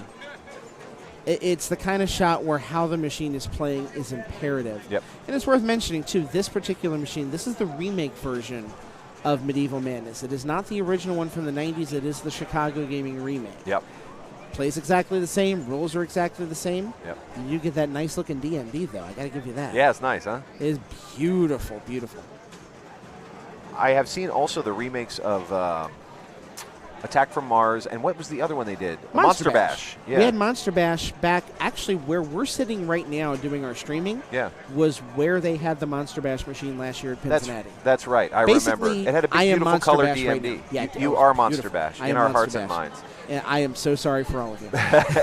Matt Goslin's back up now, and he had I think a really solid ball last time. Let's see what he can do here. He's in first place in the group. He's working on castle number 2. It is not uncommon in a tournament scenario to see a 4 million point win on Medieval Madness. Not at all. It's that weird of a game. They destroyed and there you got go. it. So that will move him up to about 9 million points. Putting, I would say, more than a one-shot lead over the competition right now. Yep. You know, anytime you have basically a castle shot as the only thing keeping you from winning or losing, it's a little bit dangerous. Yep. As it stands right now, that's not the case. Tim Sexton has one castle down, but he is more than that 4 million point away from getting back into this. And he's starting over. He's got his drawbridge up. I don't even know if he's got any hits on that drawbridge yet. I don't think he does have any on it yet. So he's in a tough spot. Yes. Now, the nice thing about the drawbridge is if you hit it, you drop into a channel, you feed your ball back from the left side. It does. The downside of the drawbridge is that once that thing comes down, well, you're shooting right at a really simple drain shot. You are. So he knows he's working on it now. You got your ball too locked. Oh, he was not able to save that. And nice not try. A ton of bonus, but it's nice a low-scoring game. I think you want that bonus right now. You don't want to tilt it away. Yep. Oh, yeah. I mean, at this point, 500,000 points can make the difference. It's not a high-scoring game. Yes. All right. Now, Mike Dawn, this is his chance. I have seen Mike Dawn go on so many ball 3 runs. This could be one of them. We'll see. Again, skipping out on the regular skill shot, trying his hand for the big million-point hurry-up. He's doing the right thing at the last minute. And you do what you got to do. Just, ouch. You know, you never like to claim luck in pinball, but it does exist, and that was a little unlucky right there. For it to be in the in lane, pop out like a three-pointer going in and out of the basket. Doesn't that hurt? And zone down the out lane. So he will end up in 4th place in the group. That'll put him at 5 strikes. Everyone else playing for the top 3 positions right here. Let's see what they can do. Kyle's starting out with that multi-ball lock. And that shot is a fairly safe shot, so, not a bad strategy here. Get the first castle out of the way, and then if he can make 2 more shots in that ramp just to the left of it, then you can maybe go after castle number 2 with multi-ball on your side. I'm going to give us a little bit more sound from the machine. Okay, sounds good. I trust your sound judgment. You're a little better at sound than I am. Sound judgment, I like that. We've been naming podcasts all day. Flipping out, sound judgment. Sound judgment.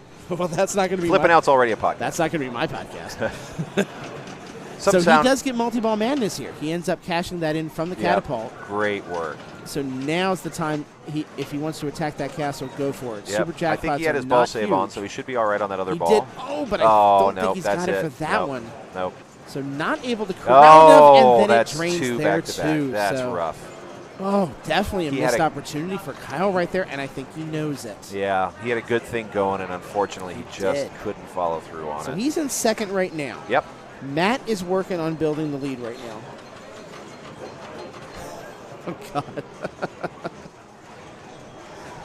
I just heard Ross say Road Kings deserved what it got. I don't know if I want to know what's going on with that. Ross, you're going to have to give me some background on that. How about I bring Kyle over? Do you want to chat with him? Yeah, we can chat with him real quick. Yeah, I think that'd be a lot of fun. Let me see if I can bring him over. Yeah, bring him over for sure. So we'll see if we can get Kyle over here to talk for just a moment or two.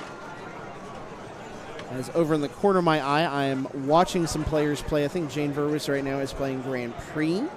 Royal Rumble appears to not be being played right now, but I just saw someone walk up to it. I'm going to assume that is Anna Wallace playing that with 64 players still in this thing, 19 arenas, but 16 games going at any given time. You know, there are constantly games going on, you know, on all but 3 of the machines. And now you add that with the fact we've got all these machines, we've got the rig the way we do. Never a moment where there's not awesome pinball being played. So we're super hyped about that. Matt is going at it now. He's at 9 million. One more shot, and he is now working on castle number 3. 600,000 for every damage, and 6 million if he can finish it. He's getting some nice breaks on that right here. As Kyle is about to join us on the microphone. Talk about that ball 3 in Medieval Madness, man. We could see the look on your face. Oh. It was a little bit okay. Yes. I wanted to read the shirt too. Siri, is it warm enough to wear a T-shirt today? Inside this hall here, it is. Yes, it is. Yes. It's definitely T-shirt weather. Yes. That's my kind of weather. I'm a T-shirt guy all the way around. All right, we're watching Matt. We're watching Matt do his thing. But yeah, you had the setup really nicely on that ball 3 right then. You had the madness. You had the opportunity to go for castles, just couldn't quite corral it, and then that second ball drained on you at a bad spot. Yeah, the catapult madness is what kept me alive, and didn't keep it alive long enough. So now you're watching a little bit of your own strike fade in your hands here. Yeah, watching Tim here. About 1 million points is what Tim Sexton needs in order to pass you. I think he's going to get me, but bare minimum, you know, you're only guaranteed to get 2 strikes here at the worst. Right. So, 3 rounds in, 4 strikes. Not horrible by any stretch of the imagination. I think that's averaging a little better than average. Yeah. Compared to how everybody's doing. So, how do you feel about how you're playing so far?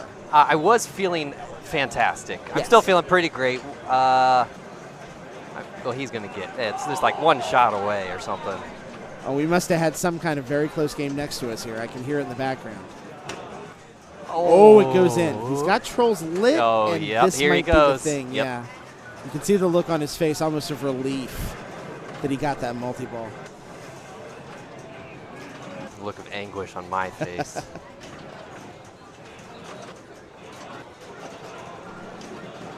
Ross, did you seriously have 2 tilt-throughs at Pinburg this year? I thought I heard you have 1. I did not know you had 2. God love you.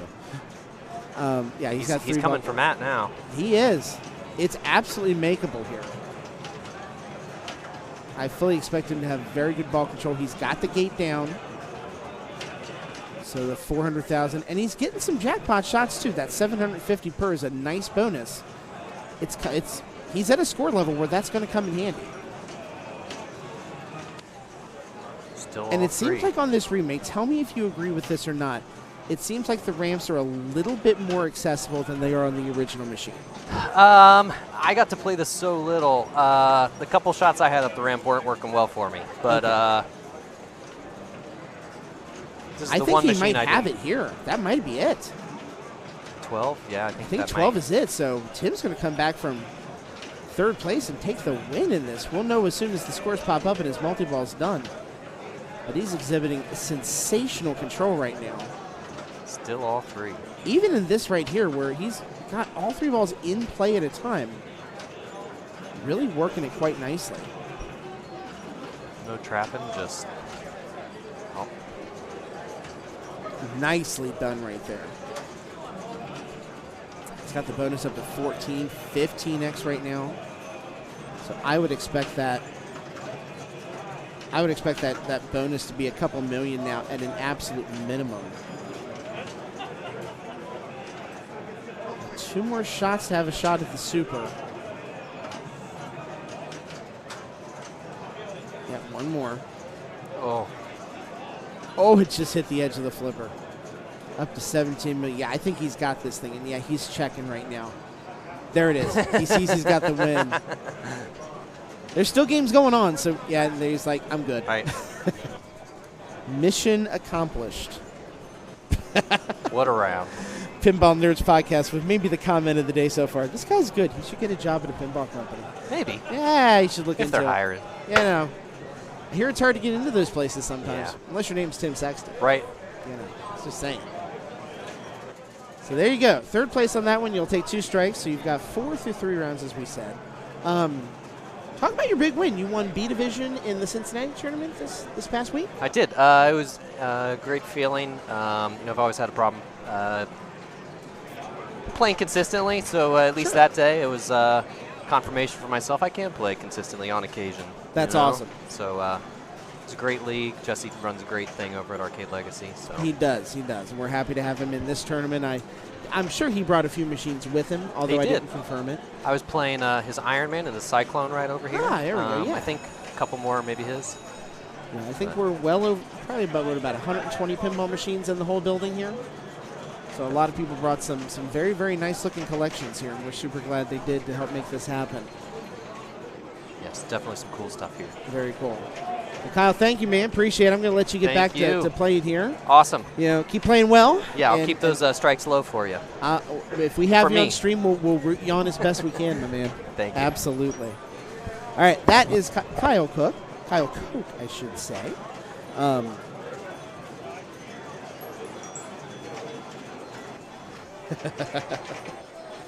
If I could only show you the things I'm seeing right now.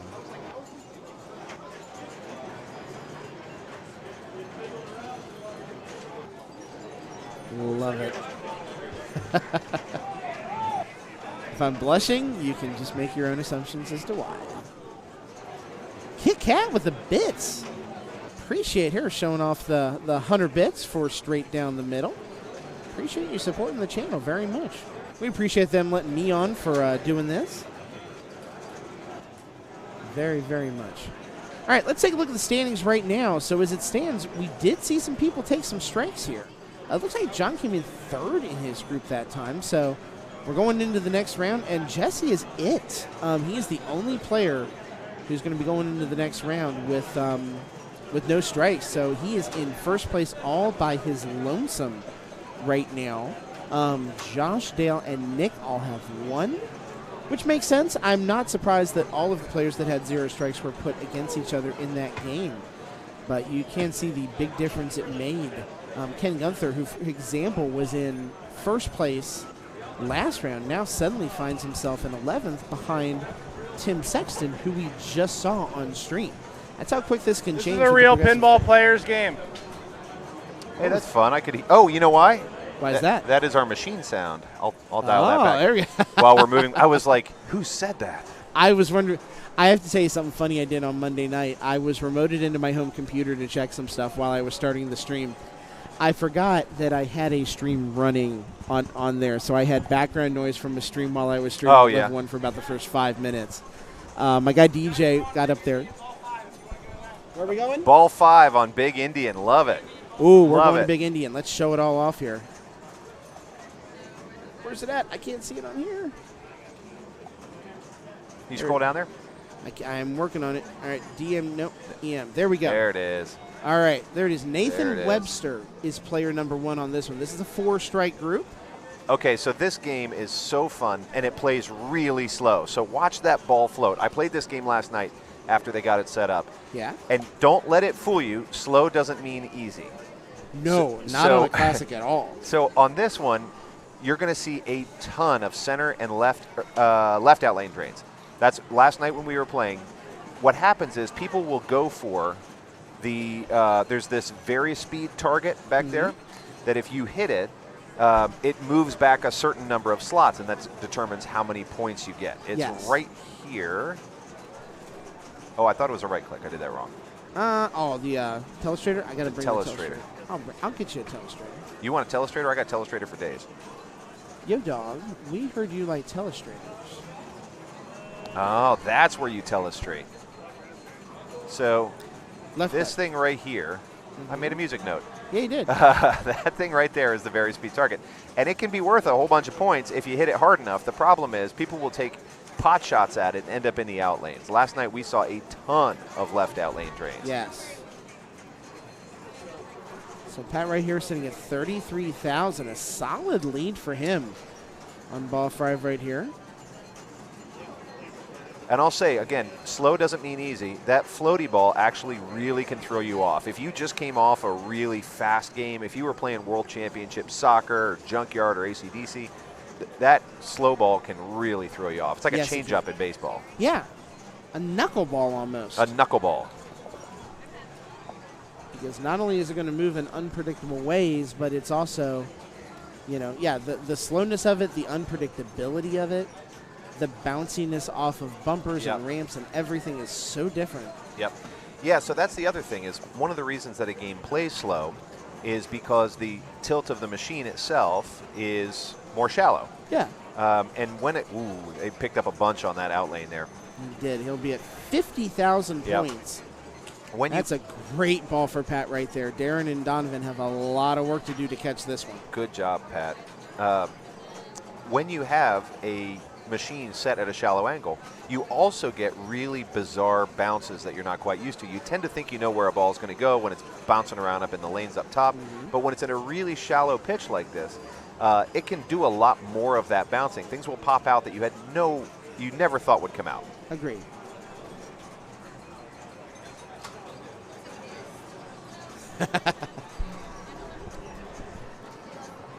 Kanekian coming in chat saying the way the ball is moving around made me think something was wrong with the playfield cam. No, that is the machine. No, we don't have it set to slow motion. No, that's just this machine. No, they're look at that nudge. Full speed. Look at that nudge. Just trying to keep it in that in lane. Darren knew that one was going to be in trouble, and he called it right. Darren's a really good EM player too. I've played a bunch of tournaments with him as an EM player. All right, Donovan's up. Let's see what he can do here. Right now, Donovan's sitting at 7,000. Our high right now is, I think, 50,000, if I'm reading that screen right. So he's got some catch up to do on Big Indian. And I think we're on ball 5 here. We are. This is our ball final ball of the game. He gave it a smart little nudge there to keep it popping on top of that. Sling. Nope. Right down the center, unfortunately. So with those scores, that great ball by Pat Green right there is going to get him the win. Nathan Webster will come in second, Darren Martin in third, and Donovan Guilfoyle in fourth. We've been throwing around an awful lot of names here, but if you're just tuning in, that's Scott Veith. Hi. That's Justin Masterson. I am. And he goes by Justin Masterson. I go by Justin Masterson. And we are at Cincinnati 2019, right here in, as you might have guessed, Cincinnati, Ohio. I would love to know where you are. So shoot us a note on the chat and tell us, where are you watching from?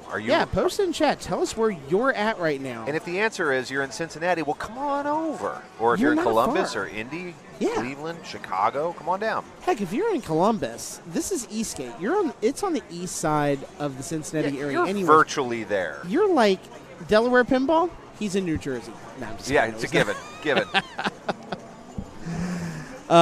Meg's in C-Bus. Make the drive down. If you're in C-Bus from here, if you're in C-Bus, come on. Iowa. You could be here by 6:30. Guess. I think he's in Iowa, no doubt. Iowa? Hey, Delaware Pinball could be in Delaware, Ohio. That's where Trenton Tilt Amusements is located. Good point. You sometimes don't know. You just don't. All the way from San Diego, California. My boss, so glad to have you, Jordan Jones. is in San Diego, California. That's a nice place to be any day, just for any reason. They get more sun in a month than Cincinnati and Columbus get in like 6 months of the year. Oh, for sure. Cincinnati gets 2 weeks of spring and 2 weeks of fall. Switzerland Deadly joining us from Switzerland. That's Thank you awesome. so much for tuning in. So glad to have you. Inside Orbital Albert Arcade, Nova Scotia, Canada. Oh, Love the great. fact we've got some international watchers here. I We have appreciate every I've one been of to you. Nova Scotia one time in my life. I took Yeah. the Blue Nose Ferry up from York, Maine, or from the coast of Maine. Mm-hmm. Amazing. I'm so jealous. I want That's to be awesome. back in Nova Scotia. Maybe not right now. Maybe in the summer. Sure. But hello to you in Nova Scotia. We appreciate every one of you. Send the word out. Share the link in the thread. You bet. You know, we would love to get everybody who is watching pinball. If you're not watching, you know, make sure you're watching from somewhere for sure. Oh, I think the Here rig's comes moving. the move cam. Oh, you know what's going on here? There's a giant HDMI rig moving right There's now. a giant HDMI rig moving. I think he's going to move us over to. Oh, I had it wrong. Oh, he's moving us to Harlem Globetrotters. Are we getting Yes. Harlem? I love Nice, this game. nice. I love this game.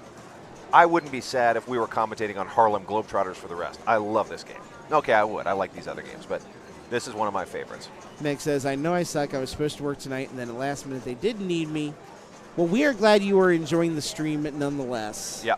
And tell that place to give you better hours so that you know and we know every time you can be here because we want you to be here.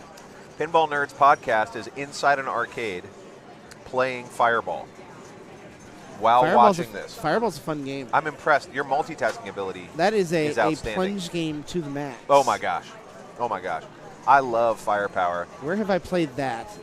How many scissor drains will we see this match? Oh, yeah. Okay. So, all right. So 3-ball game. We have 12 potential possibilities. I'm going to go with 3. yeah, I like your odds. I'm going to go a little bit higher. Wait, let's see who's playing. No, Lindsay knows this. Oh, This boy. is round 3, so we're going to find out who's playing very, very soon. Oh, we don't know. Okay. So These are the people that Lindsay just Rogers played has one of these at home. I have seen her tap pass on this one. Is this her Harlem? Back and forth. This is not her Harlem Okay, Globetrotters. okay. But I have seen her do it back and forth on this machine. That's how well she knows it. Wow. But that's round 3. So let's see for round 4 who's going to play. That's right. I think we're going to see 5 scissor drains. I think it's going to be. Wow. I don't know who's playing yet, but I think I'm just predicting we're going to have a handful of these. Okay. The under Delaware over is Pinball 1.5. has put official odds. So, all right, if we're doing that, I am going with the over on that. I think we're gonna see Absolutely it. the over. Absolutely the over. Delaware And I'll Pinball. tell you the reason why I think Put my so. money. Because we're starting to see rounds where eliminations become a possibility. Yeah. If we get a round here that is 6-strike players, then suddenly eliminations are in play. And if we Yep. look at the standings right here, I think we may have survived round number 3 with 0. Yeah, we did. Hold your tongue. What? Nobody's nobody's got out. eliminated. No one pulled an MXC and got eliminated on us. Most Right, extreme elimination challenge. Right, you are, Ken. Right you are, Ken. Well, we do have 4 players still playing. We have that group. In fact, their group has to report yet. So once that reports, I think the next round will come up here. So we got a bunch of people sitting on 8, but nobody out. How about that? No one is out of the event. All Super right. hyped about that. I think Eric is in the process of hitting the big red button right now Yep. because all of the scores have been entered. And there you go. So John, Daniel, Tim are in that tough situation. Not sure what's up with rough. Wayne here. Maybe Wayne wasn't able to show because I see him getting strikes down here. Yeah, that is strange. I think that might be the case. So Okay. he maybe just wasn't able to be here, and Okay. that is a tough break for I him. checked in with Daniel just a few minutes ago, and I said, "Oh, next round's up." I said, "You know, how you playing?" I hadn't seen the scores yet, and he just gave me that look that says, "Don't ask." Just don't ask me. Gotcha. All right, here's the group. Oh, we're going to get to see some repeat players here. Okay. It's a 5-strike group. Wayne Index, so it must have been his name just got entered twice. Okay, that's I what it think was. we'll call that a match play error. It happens. Yep. You know, we're trying to deal with a lot of people. It happens. Michael Don, we're going to get to see him again. Nathan Webster, who we just saw play some, I think we just missed him playing some Big Indian. Oh, and Larry dude. Scott. All right, man. Well, this is going to be a good This is one. a very good group. So we've already seen Mike Don when we saw him just a few minutes ago. Yes. Playing on Medieval Madness. He had a really rough game. Hopefully he's been able to shake it off and can come back strong on Globetrotters. I hope so. Larry Scott knows this game in and out. We'll see for Nate Webster and Wayne. I don't know how it's going to go for them, but I'm hoping. I want to see a great game of Harlem Globetrotters because I love this game. I want to see long balls. I want to see those drop targets on the right just absolutely destroyed. I want to see tons of spinner action. I want to see it too. So I want to see globes all day. Can you set me up to draw on there? Yeah, we can do that. I need to just learn how to do it. For those of you that don't know, Scott Veith is the engineer behind today's stream as well, so he just knows what he's doing in stream, and I don't. So so there you go. And he's a fine artist. Something like that. We are watching Wayne get this thing going, though. Nice. Yeah, I think that should be okay. There's one scissor drain. There's the first. All right. Got one. My over bet is, oh, God, get off my screen. Get off my screen. Get off my screen. There we go. And this is what happens when we try and broadcast this stuff live. That's right. Yeah, just draw right there. Just up here. Okay. Yes. So what a traditional strategy on this one is there's two really big centers for points. Yes. One is over here to knock down this series of drop targets. Those are your multipliers. Yes. The other one is to build up and then nail these spinners right in the center. The problem, and we referenced this before, is this little scissor flipper setup. It is so easy to let the ball go. Michael tilted it. That's rough. It is so easy to let the ball go between those scissors. It is. And you can't drop catch on this game. There is no in lane to let it run into. If you're drop catching, you have to stop it on a dime. You have to be really careful. You really have to do it more with the right flipper than you would do the left ones because of the potential of the scissor. Yep. On the right flipper, you're okay. On the left flipper, if you try and drop catch that thing, you're going to lose it out the back unless you have an absolute perfect live catch, a dead stop. And Nathan is, of course, taking just a moment here to let the machine calm Smart down. move. This is the time where we won't, you're never going to encourage someone to jump on the machine too quickly right here. Let the machine calm. Let the tilt bob calm down just a little bit. And there is He gets the saucer as well. There's not huge points in it, but it does move your globe letters. Yep. Which is really the big advantage of it. Gets already two of them in there. G and L is done. Right and to it the house out balls lane. on the right. Right to the out. Nonetheless, the machine's playing brutally enough that he's in first place at 22,000 points. Yep. Here comes Larry Scott. Do not let Larry's IFPA ranking you see on the screen right there fool you. It's simply that he really only plays in Pinburg and local tournaments anymore. Yep. He's more of just a casual player at this point. I'm glad you mentioned that because that's a great reminder. We do get really focused on IFPA ranking, but that's a function not just of how good you are, but also how many tournaments you play that are IFPA ranked tournaments. Exactly. Larry is a staple in the Cincinnati pinball community, and he and Pat bring machines every year. They host parties. They play tons of pinball. They just don't necessarily play the IFPA tournaments. Right. So it's easy for me to get hung up because sometimes I look at even my rank and I go, oh man, maybe I'm not a great pinball player, and I'm not a great pinball player, but I play a lot of pinball. It's just not necessarily ranked pinball. Exactly. So I know Larry has many wins in Cincinnati. Yep. I know he has taken trophies a couple years ago in B division in Pinburg. Yeah. So he has big wins to his credit. So Don't sit on just the ranking and think that, I can beat this guy. He's as good as they come in town. For sure. He's very, very strong.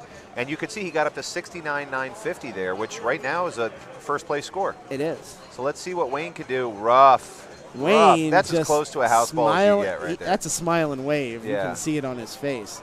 Now, Mike Dawn tends, as I mentioned earlier, he's a physical player. If he gets one of those, he jumps. You'll see him jump. Yeah. But he has to watch it. This has got a really tight tilt on it, and when he plays physical, he can sometimes accidentally nudge the machine. So, great. Ends up right back in that saucer. Right, very nice. Completes globe. That's like a 30,000-point win right there. Yeah, you can see that drop him. I'll put him all the way up to 90,000. Yeah. It looks like he needs that right spinner right now. No, now the left one. You see it changing. I don't know how many points globe awards, but it's a bunch. I think it was 40,000. 40,000? I saw that correctly. Okay. Nonetheless, he's already up to 102,000. Beautiful little tap. Yeah, there is no stopping that ball right now. It's just go, go, go, go, go. Yeah, this is not a game where you're going to see much trapping. It's just too hard to do. Yeah. You can't do it on the right side. Great little dead flip there with a nudge. Your best bet is if you got a ball coming in hot to the left is to dead flip it and then try and trap on the right. But you got to be careful with that because if you end up back rolling off the edge, not a lot of ways to save it. There's his second multiplier shot down. He's got 2 to go. Very nice. Yeah, as we talked at the beginning, you want to get those multipliers up to make that make all that work worth it. I believe with that second shot that gives him a 2x. Yep, nice job. Should still be pretty nice. Nice job. So he has bounced him to 170,000. So a really nice bonus right then. Later corrected me there. 50K for Globe is the right number. Thank you. And Pinball Nerd says, too, about IAP rankings. Like I said, like me, I'd probably be top 10. Oh, okay, maybe not top 10. We love you, Pinball Nerds. I don't know how good you are, so I can't comment on that. You might be. Instead of 2,000th if I didn't live in the freaking sticks. Yep. Yep. And Nathan, not much better than a house ball right there, so he's sitting at 34,000. Let's see what Larry can do right here. It's almost 70,000 points now. It's right about 100,000 points to catch Michael. It's very doable, and he's one globe, one saucer hit away from it. Oh, it just went around the saucer. That is a 50,000 point rim shot right there.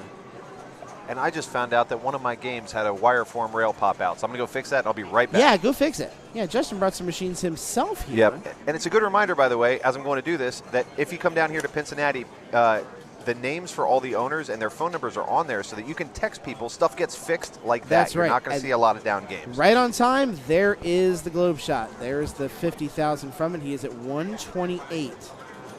So now let's see what route he goes. Does he start working on globe shots again, or does he maybe work towards the multipliers in the top right side? We haven't seen enough of this machine to really see if it's leaning in one direction or the other just yet. That will help, though. That saucer up top is a really easy way to build up your globe letters very, very quickly. It's not the only way, but it's maybe the most reliable way to do it. You can definitely see a focus. Okay, there's the first one. Every shot after that should grant a multiplier. Nice save right there. I think bonus. All right, he's got 2x, and that's granting globe letters as well. He's already 3 of the 5 there.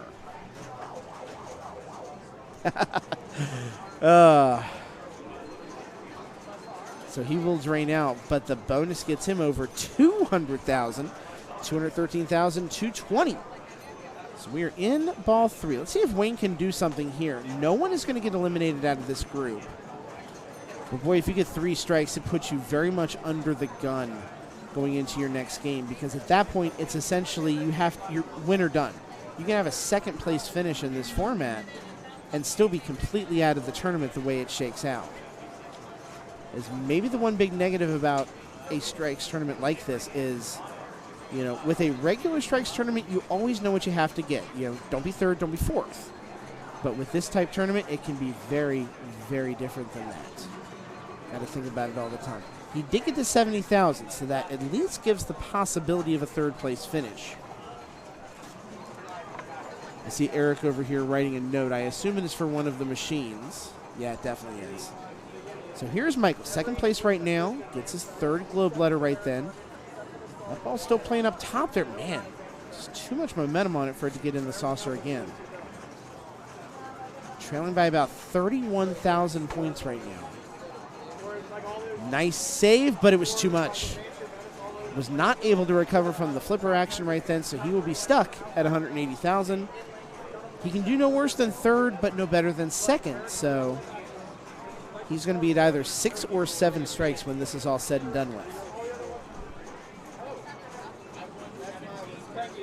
And Pinball Nerds makes a good point, too, when we talk about the IAP rankings, and it's very true. If you want to be a top 100 player, you need to either travel a lot or you need to be somewhere where the scene is super, super active, especially with tournaments. Cleveland, Columbus has a good scene. Cincinnati's scene is very good. Jesse and Stuart Neiswanger have really built a lot of their ranking on building the tournament scene there. That is huge for Nathan. That's going to get him into 3rd place as he gets the globe points. So now it becomes about playing a little add-on pinball right here. Looks like he's going for the multiplier shots on the right side. And he's going to trap up on it, taking his time. Almost feel like there may have been a backhand possibility. And there is the scissor drain. All right, I'm calling a win. I took the over. That's all I'm saying. I took the over. That is number 2. And here comes Larry. He doesn't have to play it. He's going to just, I think he's going to goof around long enough to see if he can get a globe. He does not. So he'll let that drain, and he will take his win in game number 4, and he will stay at 5 strikes, which at this point now looks very, very good to have a just under 2nd place finish across all of your tournaments here. Scores have already been entered, in fact, so you can see now where everybody stands at. We'll see if we can get Eric to give us a new machine here in just a minute. In the meantime, we'll take a look at the standings right here, see what else is finished. In fact, Harlem was the first finishing game of the day. So we'll see if we can get it on another machine here in just a second or so. Do you think Eric can switch me to another machine? Angie's going to give us a little help there. Yep, over wins on player 3, ball 3. So, Delaware, can we get some channel currency for winning that? I don't think we can bet anything else and have it actually be okayed by Twitch. Any more than that, they might find that just a wee bit on the questionable side, shall we say. We will take a quick look at the standings right here. As we said, Jesse is the only player, and all of the players, Dale, Josh, Nick, and Jesse. I'll take all the action. There you go. They're all in the same group together. The 2-strike players, 4 of the 6 of them are in a group together. So, yeah, you can see those groupings coming together here. And interesting on the back end of it, too. You can see the group over here of Joe, John, Daniel, and Tim. The 4 of them are in a group together. There's a possibility that 3 of the 4 players in that group don't move on, depending on how the finish goes. There's also a possibility only 2 of them are eliminated, or, 2 of them will be eliminated no matter what. That's what can happen in this type of format where it's progressive strikes. You can be in a position now where Wayne is at as well, where all it takes is 1 round and you have to win out the rest of the way to stay in this thing. We're going to see that as this thing goes on as well. There is one thing I'm going to check real quick, and I think it's in the rules. Maybe that's something we can even check on.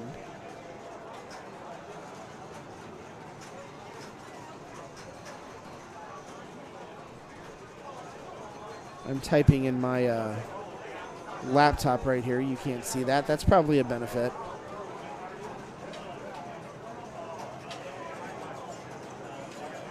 Friday Night Strikeout Tournament. There we go. And that is one thing worth noting. Oh, I think it's on the move. Let's take a look. Yeah, it's definitely on the move. That's an EM. So we have switched over to the Tim Sexton game. Which game? Surf Champ? Surf Champ. All right, there we go. Surf Champ is the game here. You can see a lot of similarities to Big Indian right there. And this is a high-end group. James Scott, who we know had a very tough start, but has shown himself very well since then. He's in round 4 with only 3 strikes. Joel is in this group as well. Your nephew is rooting on. Rollover targets you can see there for 1 through 5. You can see as well. Tim doing a great job of keeping this in play. He's in second place right now with 17,000 points. Those bumper shots worth 10 each, not big points there. He's got a nice bonus, it looks like, too. That's going to help him. I think that might be enough to propel him into first place right here. And it is. So 33,000. That would be a win for Tim if he can get it. Joel's working up the ladder for everybody right here. 6,000. He's got about 5,000 for first. And then he's got a lot of room to go for second and first place right here. But it's doable. Just don't let that happen. And now the key here is to build that bonus up too. The more points, the better. Up to 4,000. Now he's up to 5,000. So he's going to get at least third place right here. Just on the strength of his bonus play. A lot of saucer work right there too, but there's not a lot of points in it. Now there is. Now he wants to get it back up into that saucer as quickly as humanly possible too. He's in at 13,000 right now. Bonus at 6. Ooh, he's trying for it. He wants that top right shot. Very, very much. Is that going to drain? No. Gets the end of the flipper right there. So Joel doing a good job keeping this in play. More lights on the top right side here. Keeping an eye on everything here. Yeah, ball 3. That's right. This is a 5-ball game. Good correction right there. So we're not done yet. And here's James Scott for his ball. There it is. Ball number 4. So 22,000. That does put him into third place right here. Very competitive among the top 3 spots right now. Thank you, Loader, for that reminder. Appreciate it. And this is a play all extra ball game, too. So if we do see one of these players get an extra ball, they will be able to utilize it. See what James Scott has in mind here. Keeping it in play. Good job there. Completing all of those drop targets, by the way, it looks like it's a 5,000-point bonus. He is only 1 away, it appears.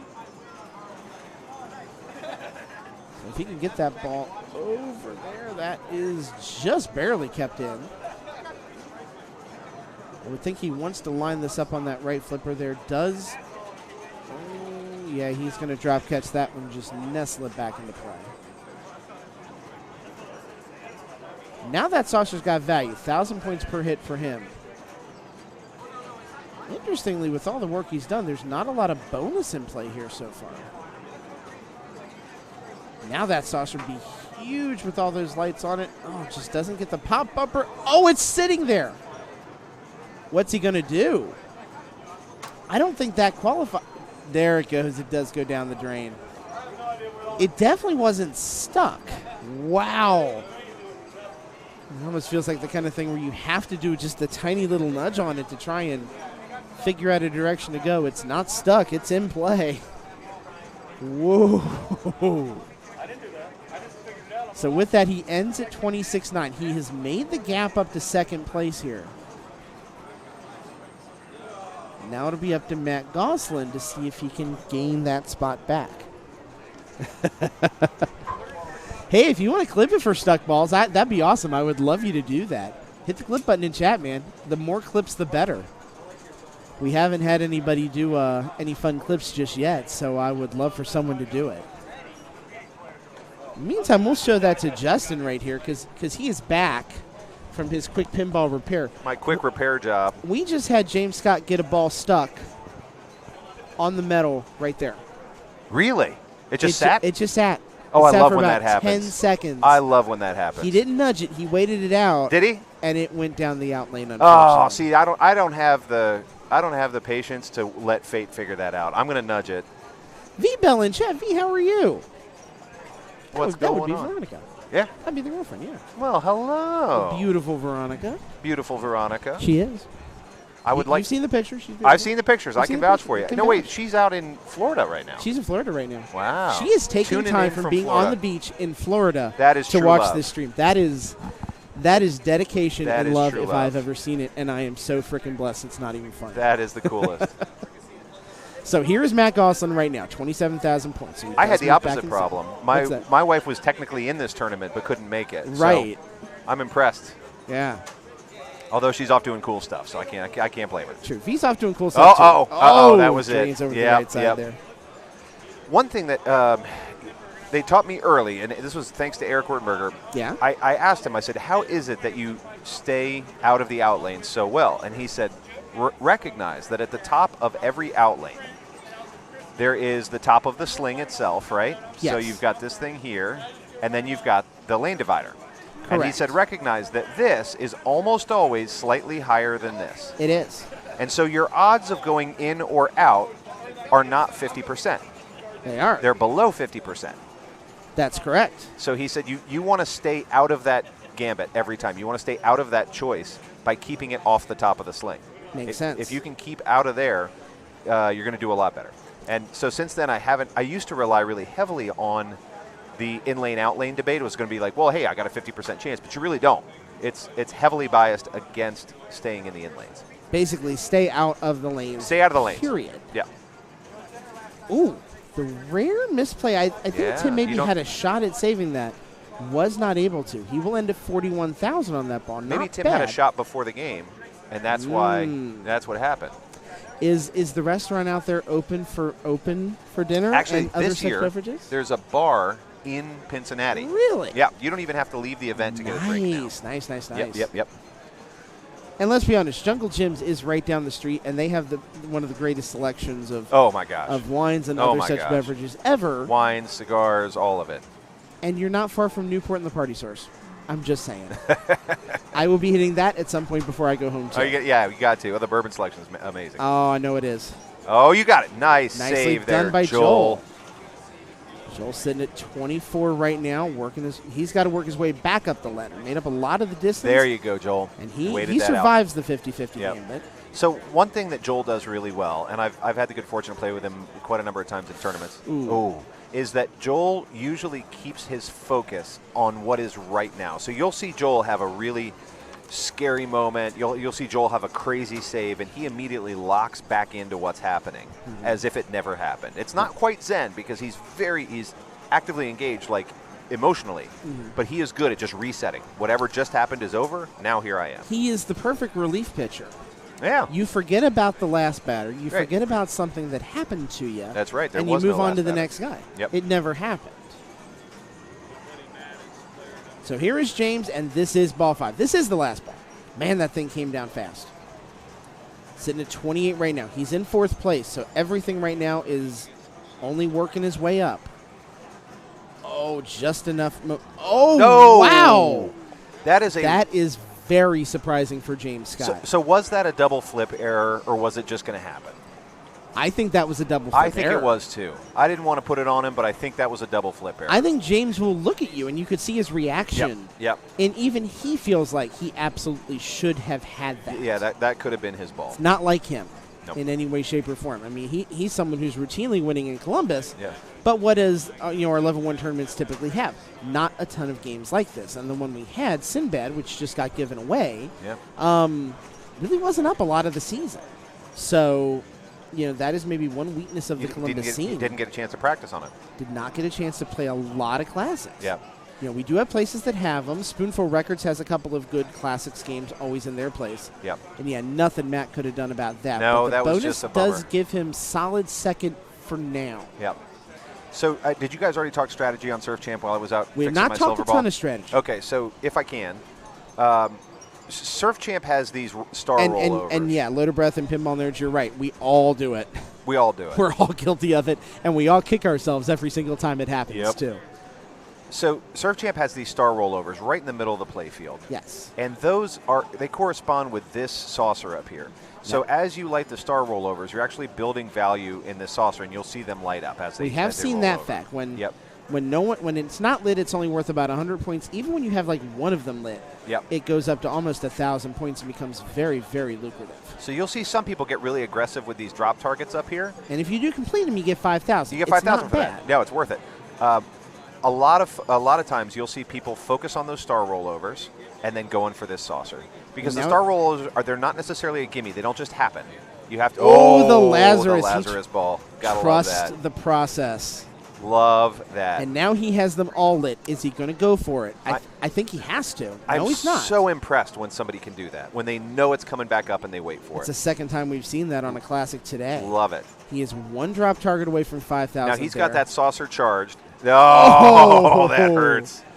See if you can get it back up there. It's not a direct shot. If you take a direct shot 4 times out of 5, 9 times out of 10, it's going to pop out. Yes.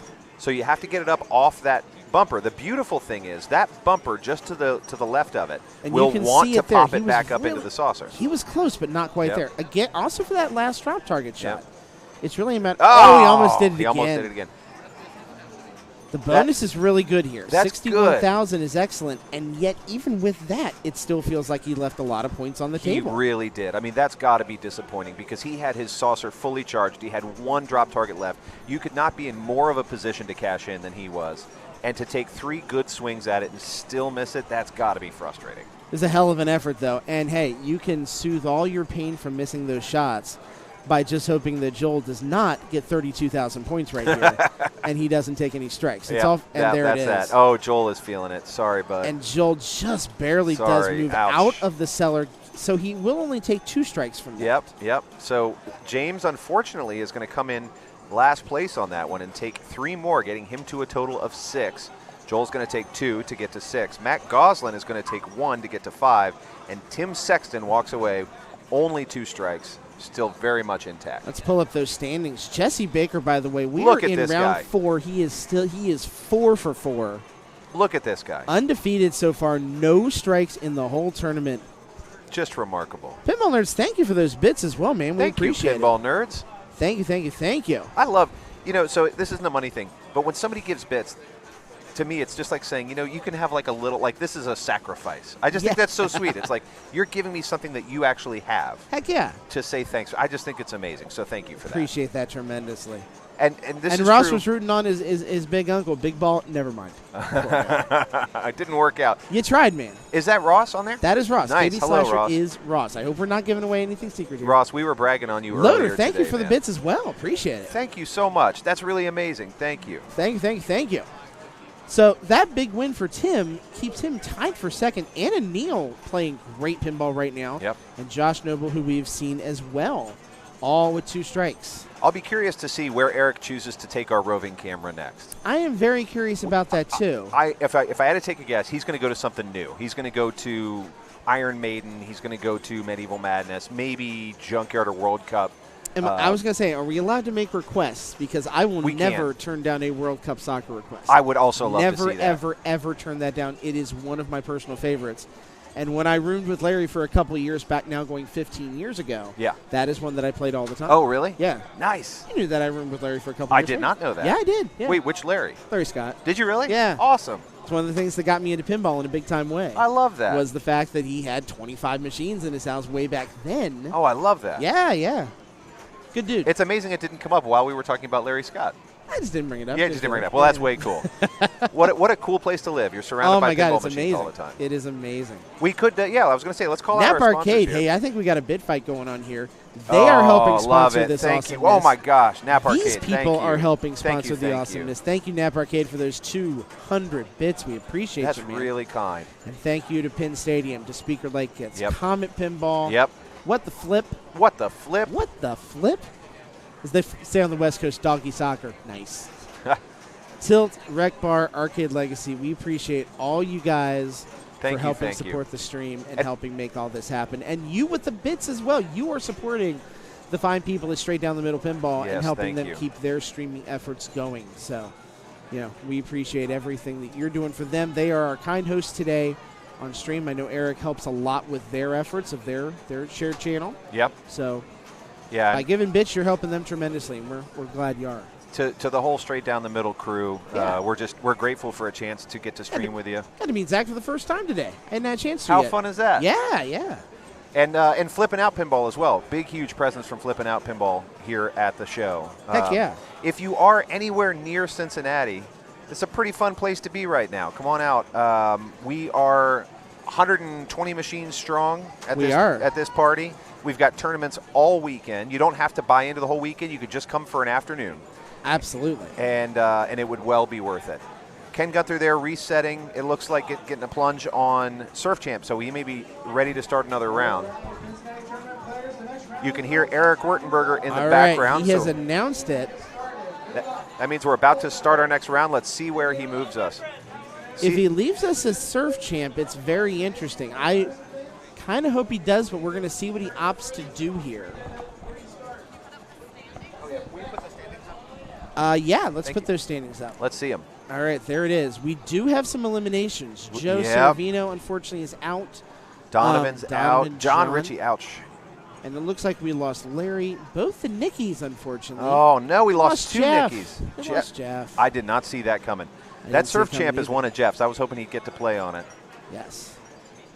Wow, Larry Schmidlin and Jeff Westerkamp both out already. Yeah, very surprising. How and about I think that? we are moving, which means it's time for the Wertenberger cam. We were rooting for you, man. It's the Werten cam. Yeah. Dude, Ross is rooting your butt on big time right now in chat. Yeah, Ross is rooting you on big time in chat. Yeah. Joel just stopped over to say hello, and he says hello back to Ross. Anna says hello, too. Hello, Anna. I'm trying to say hi to Anna. Oh, they're smart there. So there's no time. So now we got the high end. We're good. This is the amazing thing. Cincinnati is only in its second year. Yes. And we already are up to filling 3 tournaments before we ever started filling 3 tournaments. Heck yeah. We've got 120 plus machines. We've got a waiting list to get into the tournaments. I just feel so lucky to be a part in just the second year of something that is, I think what it speaks to is not just the incredible work by Eric and Jerry and the people who put it together, but it speaks to the hunger for pinball. It does. Cincinnati is not a huge town. There's what, 250,000 in the urban core, maybe 1.5 million. Two. Maybe two? It's two. Okay. Especially if you count Northern Kentucky. So it's, I mean, but it's not Chicago. It's still a burgeoning area, I think, as far from a pinball community as well. Yep. There's a lot of good hotbeds for it. You know, the Arcade Legacies, the Comics to Games, places like that. There's a lot of good places to play in town. Yep. But, you know, compare it to a place like Pins Mechanical, for example. You know, Columbus that has like 3 Pins Mechanicals now. Right. You know, Level 1. Yep. Arcade Super Awesome. It has places that have really, really significant pinball collections. Yep. And Cleveland as well, that has the long-established scene. Yes. Between your Super Electrics, your Kid Force Collectibles, your places like that. Yep. So Ohio really is a great pinball state. It's really an amazing is. state, and you know I would be remiss to say out of the 3 big cities that Cincinnati is number 3. But it's still number 3 with a heck of a lot of pinball to be played.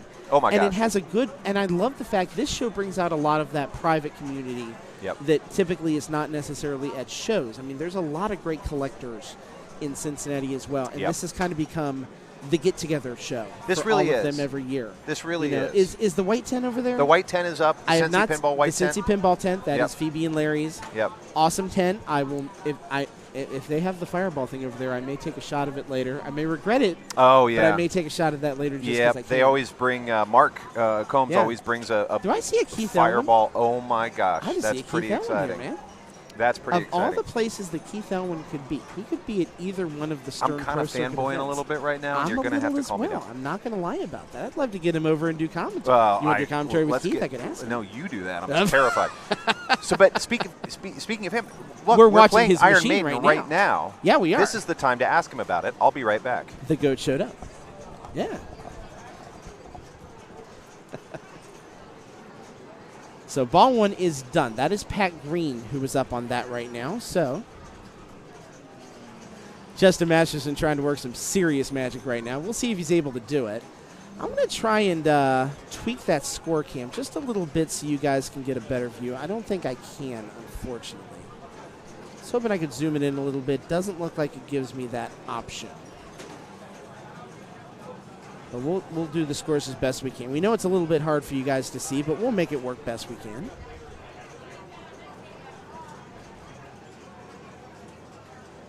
As Kyle Koch is doing his thing.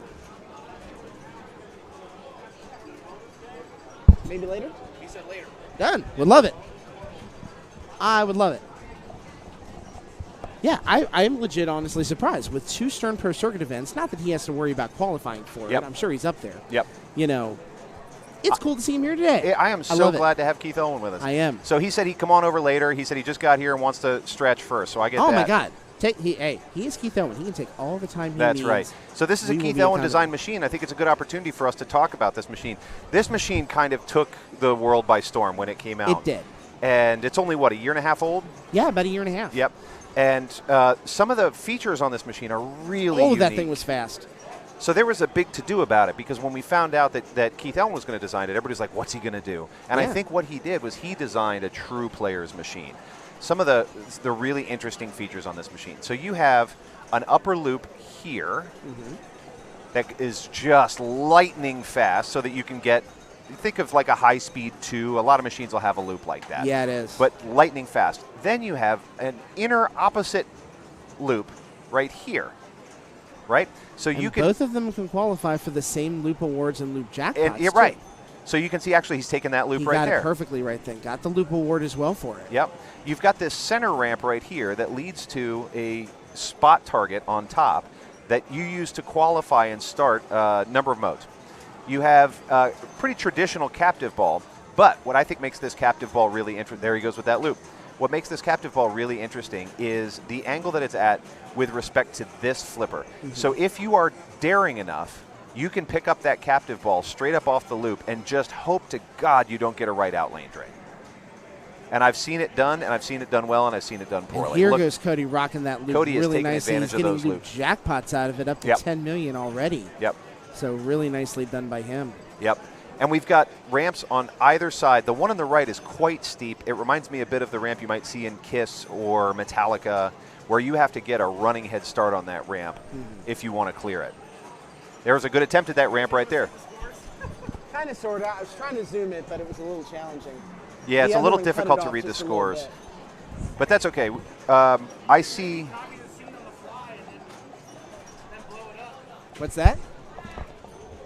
Now we can try that. Yeah, we'll try. Like, make a copy of it. Okay. Blow it up, and then you won't have to revert back to it. You can call it made it. Did you see Pete going into it? Yeah, I see it was myself. I never heard of it. I didn't either. I was like, go over to the table. He's like, no. I was like, cool. He didn't seriously say that. No, he didn't say that. He did. Keith is awesome. We love Keith. All right, I'm going to work on. This is going to be interesting to do on the fly. You know what? Nah, we'll wait till the next. We'll wait till the next ball save right here. Yeah. So a great comment on the stream there that the upper loop seems easier than it is from Nap Arcade, and that's so true. Watching it here, it looks similar to, let's say, the one in Beatles, the Stern Beatles. It is not an easy shot. It looks like it would be, or like the Sea Witch loop. It looks like it would be. It is not an easy shot. No. So the fact that they're getting that so consistently means you're looking at a good pinball player. And there's a little bit of risk Martin. reward in it too, because you can lift up that top left flipper, and if Nice you lift nudge. it up, I believe that the loop is easier to get, but you get less points for it. The game realizes that and The upper left changes flipper, your yes. points. Yeah. So that's the Which other. is amazing that something like that, minute but super significant, can be put into the game like that. Absolutely. The nuances like that, I think, are one of the things that have made people really like the Keith Owen machines. Yep. The multitude of super secret skill shots. Yep. The combinations. You see that with the Mr. DNA shots in Jurassic Park. Yep. That attention to detail. Oh, the combo super secret skill shots in Jurassic Park are so much fun. This skill shot is bizarre. So the super secret on this one, if you want the most points, is to come here and left out lane drain, which is exactly what Pat might have been trying to do there. I don't know. He might, but I think he got the in-lane one for $6 million. Oh, also man. not bad, as he is playing his ball too right here. Is it C? Yeah. Control C, yes. And so even when you're trying for it, you don't get it. There's like consolation shots. Yep. And the other thing it gives you, added ball save time too. Yep. So, for being a little bit risky, it rewards you and says, we'll give you another couple shots to play around with, have some fun with. I've really enjoyed in the last couple of years, there's been some use of ball save as sort of as a game feature, as a reward. So if you play Total Nuclear Annihilation, for instance, ball save is half of that game. Yeah. Figuring out how to get your ball save going. And I appreciate that it's gone beyond Pat, just... That was quick for Pat right there. Yeah, it is enough to hurts. put him in first place right now. It's $16 million. Oh, there you go. Kyle Koch stepping up on Iron Maiden. He's at $3 million now, so he's got a little climbing to do to catch up to Pat. But Knapp said it. If you hit those in this is the tournament ball to do play, it. it's a super advantage. He tried, just not able to get it. You tried that he skill didn't shot. hit any if you don't hit any switches, you get another try at that. Oh, he almost got it. Almost got it. You got to admire Nice that. thought and play there, just not able to do it. Yep. Kyle has really had his focus today. It's been fun watching him play. Kong's actually around here, it seems like more places than not have Good it save. on for competition purposes. He was saying he's surprised to see the skill shots on for competitive play. But like I said, more places I see around here have it on for that than I have don't. seen it, most of the time. Yeah. But it's a good point. I mean, it's a what is it, like a 20 million point shot or something? Oh, it's 20 mil if you hit that outlet. It's worth a lot. Huge points. It would be more than any player has so far in this game. Yep, it's a huge shot. So he does drain down with bonus. He will be at. He will not make it to 10 million just yet on ball number 2. He's going to come a little short. So here comes Cody. Cody's up right about the same spot. Cody's a Columbus player. Seen him play quite a bit. He's repping level 1 right now. He is repping the level 1 shirt I've on. got my hoodie on my. Oh, do you? Right back there, yeah. Another wonderful thing about pinball, and I don't know what it's like in every state, so I'll only speak for Ohio, but like Jesse Baker, for instance, owns a number of arcades in town. Yeah. And then he goes and plays at other people's arcades. He does. People from level 1, like yourself, come down here and talk about the great arcades. Yeah. So it doesn't matter if you have a financial stake or a personal interest. Everybody is just into making pinball bigger and better. Man, that drained fast That down hurts. there for Cody. That hurts. everybody wants to see the hobby. The look on his face makes him think he should have had that. I think that was maybe just a little fast. I'm going to give him benefit of the doubt there just because of speed. I love it when all of these different pinball institutions are working together to try and grow the hobby, right? Oh, yeah. It would be tempting to see each other as competition. Everybody is just seeing it as collaboration. Yeah, and nice super skill right there. He did get $5 million for that. Yep. And he is working on his mummy shots. Did he complete it? No, he's got sarcophagus lock lit. Oh man. Yep. So this is the downside of that ramp, right? That ramp looks like a cakewalk from here. But if you rattle that ramp, if you either half ramp it or rattle ramp it, it's going to come right back down the middle. The center drain on it is really tough, and you do need a solid shot to make it all the way up that ramp. It's hard to tell from this angle, right, because we're looking down on it. But that ramp requires a little energy to get up it, and a half ramp or a rattler is tough. It is. There's that inner loop. Pat was not able to get the skill shot. So you just saw Pat do 2 loops, one in the outer and one in the inner loop off the same flipper. Another part of this brilliant design. Sorry for another center drain on Pat, but he made good use of the time he had up there. It was just too short. Yeah, there are very few pinball places that I will say that I will not go to, and if there are, I better have a darn good reason not to go there because I want to play the game. Yeah. And everyone that owns it is generally very, very, very cool. Isn't it great? Yeah. I mean, you see the owners are all supportive of each other. They come out and play. They you see arcade owners showing up at each other's arcades and talking about how great they are. I love that about this community. Yes. So we are ball 3 time. Right now, Kyle is in last Kyle's looking place. for that super secret skill. He knows. He knows. This is almost a traditional strikes game with everybody at 7 strikes. First and second live to see another day. That's Third right. and fourth do not. Yep.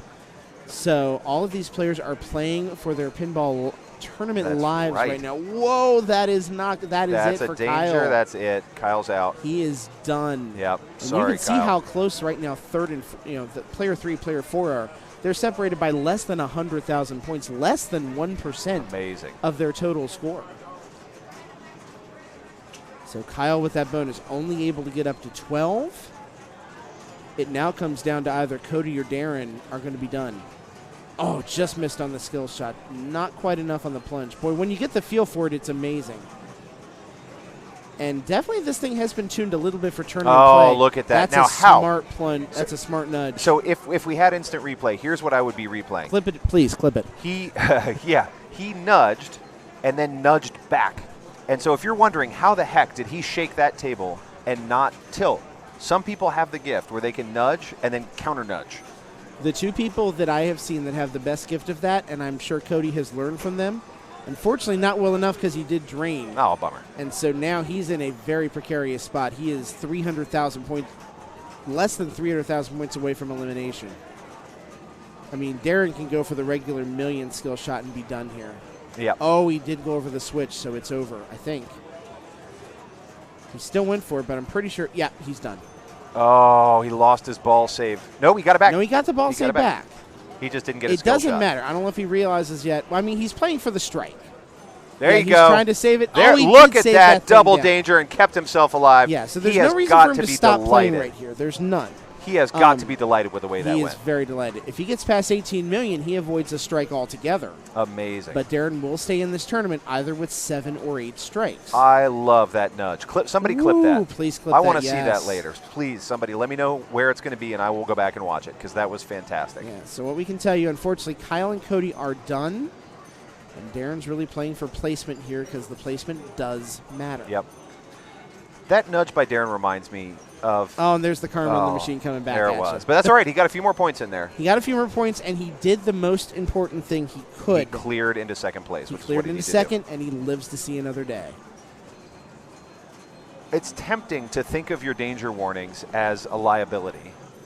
Remember, danger warnings are an asset, just like the next ball is an asset. You have them to use, and it's really tempting to think of them as, oh, God, I've gone too far. The question is, how will you use your danger warnings? Absolutely. Are you going to use them at the time when they need to be used, and are you going to use them judiciously enough that you don't go over, right? And that was a great use of that double danger by Darren. He was willing to do what it takes, knowing he had 3 to go. I guarantee if he'd already had 2, he wouldn't have made that nudge. No. And in that position where... Dude, we're clipping that save. That was amazing. I think 3 people clipped it. God love you, Twitch chat. Thank you so much. Nap Arcade. I want to shorten this table to build a path so that you can. Oh my God! People. Yes, I would love that. That was incredible. Darren, do you want to talk about it? No. He said he didn't want to come over. Man, we're having a hard time selling people on joining us at this booth. Is it the smell? Is it me? No, is it me? Do I smell? You do not smell. Okay. Or maybe we both smell, and that's why we can't smell each other. That's a very good point. We're nose blind. Allergies. Streamies, do we smell? Can you tell from there? Is it the bald head? Is it too reflective? I got one of those. Yeah. I'm just keeping it under this cap. Amen. We go to the same barber, buddy. The one where they take it all off. That's right. All right, let's look at the matches now. Let's see the matches and the standings. Looks like we've got about 2/3 of the matches done. Looks like in that big match, Josh Noble took first place. Jesse Baker took fourth. No. So he is going from 0 strikes on all the way down to 3. I never would have called that, not in a million years. I wouldn't have either, not even a little bit. He has his own ACDC. That may be his ACDC. Yeah, I think it might be. That is just remarkable. Just remarkable. Clean players watches. God love you. I want to know what happened. Thank you, Pinball Nerds, for the bits, by the way. Appreciate it. I want to know what happened there, too. Looks like we have Nick Delaney winning Big Game. Rob Smith on Harlem Globetrotters. Ken Gunther on Big Game. Wait a minute, we had 2 games on Big Game? Wonder if we had a machine go down or something. That might be why there were 2 marks there. The Medieval Madness remake goes to Caleb Weisgerber. Rory Ritchie takes Surf Champ. And the Stars game goes to Daniel Robertson. S. Daniels with the Twitch Prime sub. Joe Soap with the bits. Guys, thank you so much for all of the support today. Thank you for that sub as well. So much appreciative of what you guys are doing here. Sorry we don't have the alerts going for all this stuff. We will certainly call you guys out because we appreciate everything you're doing. Oh, my gosh. Yeah, if you have Twitch Prime, you can sub to this channel, sub to somebody's channel. Yeah, sub. But we are appreciative that you subbed because of Cincinnati. Thank you so much for supporting straight down the middle pinball. Yeah, thank you so much. And those bits, man, they really appreciate it. I was saying earlier, I don't know if everybody was on, but it's a heart thing. When somebody gives something like that, like the bits, like that's a personal sacrifice. No doubt. And it just speaks to me. So I think that's a real heart thing for me. I just really appreciate that. And you're supporting, we're not making money on it. You're supporting pinball is what you're supporting and streaming. So thank you for that. We're really proud to be here. And so proud to have you with us. So we have 3 people have clipped. I think Darren's amazing nudge save there. There's Thank a clip you in for chat that. right now. We will go back and look at all of I cannot this wait to see it. So it's interesting now to look at these stats and see things start to shake out. We have some games going on. It looks like we have eliminated we're probably looking at about 20 players eliminated after this game is done, after these games are done. Yep. But some of the surprises that I'm seeing right now. Yep. John Del Zappa, who got off to such a strong start, now at 6 strikes. That only takes 2 bad games. It takes 2 bad games to do it, and he may well have him. James Scott at 6 strikes right now. Man. And now, looking at that top group, Josh Noble leads by himself at 2 strikes. Jesse Baker, Nick, and Anna at 3. Tim, Rob, Joe at 4 strikes.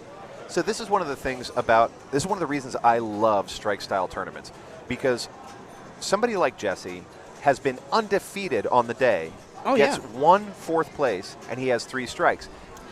Those 3 strikes look exactly the same as somebody who got 3 second places or a 3rd and a 2nd. So it's a leveling kind of format. If we were doing a double elimination or a straight strikes tournament, not a progressive strikes tournament where you just get 3 strikes and you're out, we wouldn't be in this position because Jesse would have 1 strike along with anybody else who lost 1 game. But position matters in this one.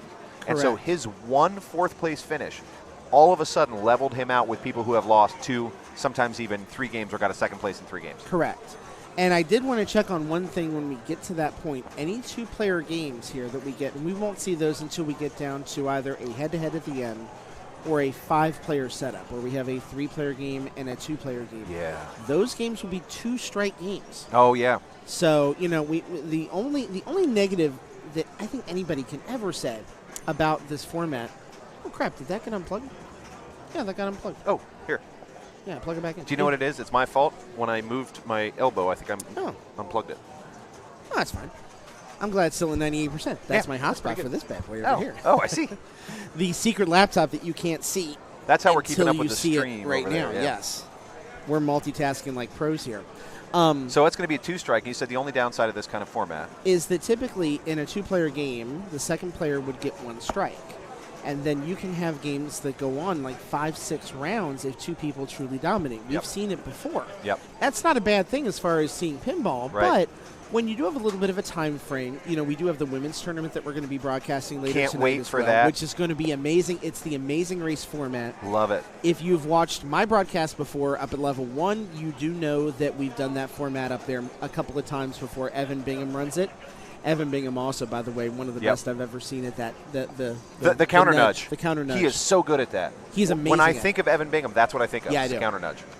Wait, so can you go through the Amazing Race style format? Amazing Race style format is like this. I don't know if we'll be having any preliminary rounds tonight for the women's event or if we're going to be going into it. Well, I'll check the rules on that in a minute. Okay.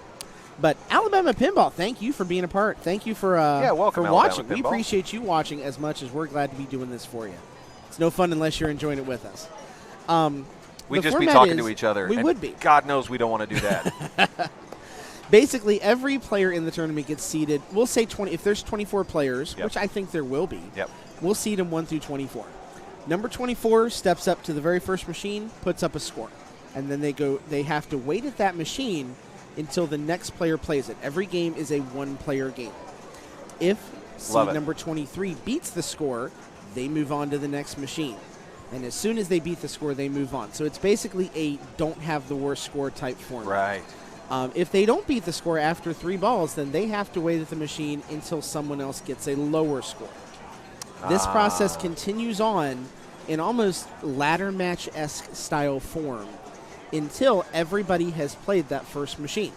Whoever has the lowest score when it's all said and done, whoever is basically left at the machine is eliminated and would finish 24th place. We go through this process all the way down through all the machines. Are they happening simultaneously? They are happening simultaneously. You have 24 machines happening at the same time. Yeah, and or you're as just many basically machines rotating. as you can hold and have going at the same time. We've got 19 machines in the format right here. Amazing. So if we have more machines than that, we'll actually have multiple rounds of it, which I think we will. I have never played this format. It's fun. It sounds like a frenzy. It sounds like it's. Is it just a madhouse of people running to machines to start the next one? It's organized, but really the tough part is scorekeeping because none of the traditional scorekeeping tools handle it yet. We really use like Excel and Google spreadsheets. I was thinking like a whiteboard, like over each machine. Like how do you keep track? A spreadsheet. It must be complex. It's almost like a diagonal style spreadsheet where you have 24 names, and then it just goes up 23, 22, 21, 20, just like that. But yeah, it is very frenzied. The action is quick. The strategies change so much because instead of feeling like you have to have the highest score, suddenly then it's the lowest score. Say someone puts up 20 million on World Cup Soccer, and you realize you have 3 balls and 20 million is what you have to get. It changes what you shoot for, because then suddenly you're like, if I do this, if I get one TV award, I'm done. I can move on to the next machine and do nothing. So the way it changes the meta of how people play a game, I think, is the most important thing. That totally makes a difference. Yeah. If I knew that all I had to do was I need 10 million points on this machine, I'm going to play it totally different than can I get the highest score possible. Oh, yeah. So as soon as you're done, as soon as you've cleared somebody, the lowest person, you're done with that machine. You are. So we're going to a break. We are, very soon. Right after this round. But don't you take a break because we're not going anywhere. Absolutely. We have tons more pinball to play. Scott and I are going to be here with all of the coverage for you. That's right. So just because Cincinnati is taking a quick break in the tournament play doesn't mean we're going to take a break. I believe our break will probably be about 20 minutes or so, I would imagine. Yeah, it tends to be. Yeah, and I think after that we're going to go into the Amazing Race probably as soon as this tournament is over. That would be my guess. Because I believe the scheduled time for that is 7:30, although I can see us going straight from one into the other. I could totally see that happening. Yeah.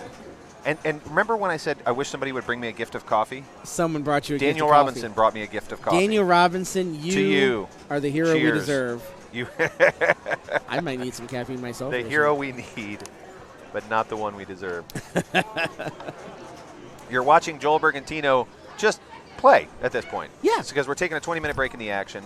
And I think it might be a good time to share a little bit more about Cincinnati, about what's here. Absolutely. Let's switch over to our cam real quick, and we can talk about exactly that. Yeah. So if you've never Eric's been free, can we get Eric over here? You guys should talk about it because you're connected to the show so well. Let's do it. I'm going to see if I can get Eric over to talk for a few minutes about the show.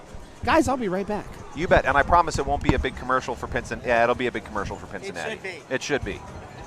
But we'll get Eric Wertenberger, one of the principal arrangers and the main organizer of the tournaments, to come join us here at the booth. If he can be bothered. Let's see. Hey, Eric, can you come talk about the show? All right, he said he'll be over in a minute. One of the things it's hard to overestimate is the amount of cleverness and work that goes into a show like this. And it's when you get to something like this, so this is our second year doing it, when you get to something like this and you look around the room, by the time somebody like me buys a ticket, everything's already been figured out. But there is so much brilliant work and legwork that goes into getting to this moment. I wish we could say it's as easy as, hey, collectors, just bring your machines and show up at this time. But it is the rest of the year doing things to prepare for something like Cincinnati. So we're going to have Eric over here in just a minute. In true tournament fashion, Eric is fixing one of the tournament games. But we're going to have him over here to talk with us as soon as he frees up, because I want to get a little bit into what it takes to run something like this.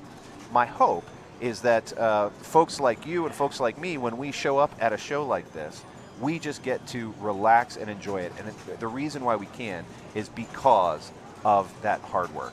So we'll get him to talk about it a little bit. I can tell you a little bit about the show. Again, this is 2019 is the second year of Cincinnati. It is a collector's show. So essentially you have all these collectors, whether it's somebody who owns one pinball machine or somebody who owns 40 pinball machines. They all bring them together into one giant conference room, convention center. A conference room doesn't quite do it justice. And so we have 120 machines out on the floor, all set to free play. And all you do is you pay an admission fee, you get in, you play for free all day. The other thing is that the tournaments, those you buy into, but the tournaments are going all the way through the weekend.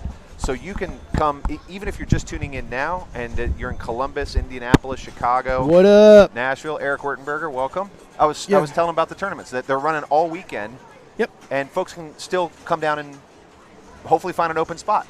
Yep. So I just talked to a player who didn't get on the wait list, but we have some last-second movement right as it's starting because people don't show up that are on the wait list. And so I just try to spread the word of show up if you want to play. Yep. And just hope for the best. Yep. If you just because you don't have a ticket yet doesn't mean you won't make it. You come on in, get on that wait list, and you might make it in.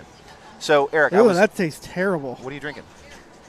So we have a local brewery that does these seltzer waters. Is it gross? And the blood orange one is terrible. Is it gross? Yeah. We won't name the brewery or the water, but so that was the opposite of a sponsorship. That was like an anti-sponsorship. Yeah. Yep. So, Eric, we've been bragging, frankly, about Cincinnati. We're in our second year. Yep. And one of the things that I wanted to give everybody a sense of is what does it take to make a tournament, to make a show like this? A lot of help. Like what goes countless people. Countless people. If you don't have people willing to help, willing to bring games, people that don't even own games come out in droves for us to just help people set up games. Yep. There's probably at least 75 to 100 people that help without being asked at all times this whole weekend. I'll tell you what. So if you don't have enough people to help you, then there's no way you're going to get games, and there's no way you're going to get it set up. Like, it's just tough. You got to get lucky. Yep. I mean, I've seen them. I've seen all weekend. I've seen people who didn't have games, who don't have a stake in this other than they want to see good pinball fun. Yep. Show up. Guys like Kyle Koch, who came yesterday and just helped me move pinball machines. Or Mark Smith, he didn't bring any. He just called me out of the blue and said, you want my truck? Can I help you move? It's awesome. And if you've never lifted a pinball machine, I'm telling you they're heavy. That's a big offer. If somebody says, can I help you move your pinball machines? That's Take them up on that. That's your close friend. Yeah, that's your close friend. But yeah, also, somebody just commented in chat that people who also tech and TD, that's huge. We have so many people in the tournament and outside the tournament walking the floors at all times, being available to help fix games. We have so many awesome techs in the area. They're just fantastic, and they're just ready to jump on and fix anything that needs to be fixed. Yep. Ron, what's up, man? Ron Dog from Connecticut. What up, Ron Dog? Nap Arcade, by the way, has been on with us the whole time. Hell yeah, Nap. Been so cool. Thanks, Jason, for watching, man. Yeah, man. Yeah, so, I mean, you can just see around here people helping each other out. I had my sorcerer machine went down earlier. I walked 10 steps to Mark Combs and said, Dr. Pin, can you fix this thing for me? Yeah, he's awesome. He's one of the biggest contributors from a tech standpoint.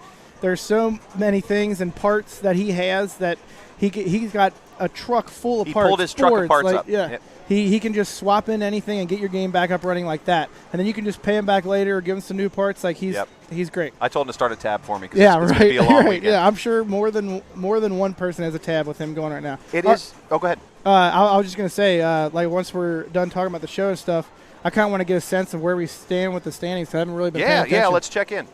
So I am not so gifted with the. Yep. So if you go to strikeout standings, there we go. All right. That's what we're looking at. All right. So we had one player that I screwed up adding. So that's Wahane. Yeah. All right. So Jesse Baker. We were talking about this earlier. Jesse Baker was 0 strikes until that game. Yep. 4th place. I just talked to him. I was like, I see you got some strikes. He's like, yep, I got all of them. All of them at once. Yep. Josh Noble has been holding on 2 strikes. Then you've got Nick. Is it Delahanty? Yeah, Delahante. I'm not really sure, okay. But yeah. And Anna Neal right behind. We've been watching Matt Gosselin this whole time. He's been doing really well. Oh, funny! Like we just keep picking the games he's on. Yeah, we see a lot of Matt Gosselin. We haven't actually, I don't think, watched Gilbert play today. But great player. He's a great player. I will He's really try fun to watch. and rectify that when we come back from the break. And then now the proud owner of a new sorcerer that I now need to fix before he takes it home. I walked past him playing your sorcerer last night, and he was up over 9 million. Oh my gosh! And then, I've owned that thing for 2 years, and I've never broken 7.5. and that's so mad. And I just thought it was hilarious that the moment after he had that game, I think he came right up to you and worked out a deal to buy it. So that's hilarious. I love that. Okay, I caught him on a high note. I should have double charged him. Yeah, it's like, hey, you're clearly pretty good at this. He's ready to fork over the dollars. Yep. But yeah, I know you gave him a good deal because I remember you saying you got a new play field with it. That's awesome. Yeah. Okay, so Josh is who I wanted to touch on. He came all the way from Minnesota, so that's huge. It was like an 8-hour drive. Yep. He's making it worth his while. Heck yeah, he's doing good. What is the prize today?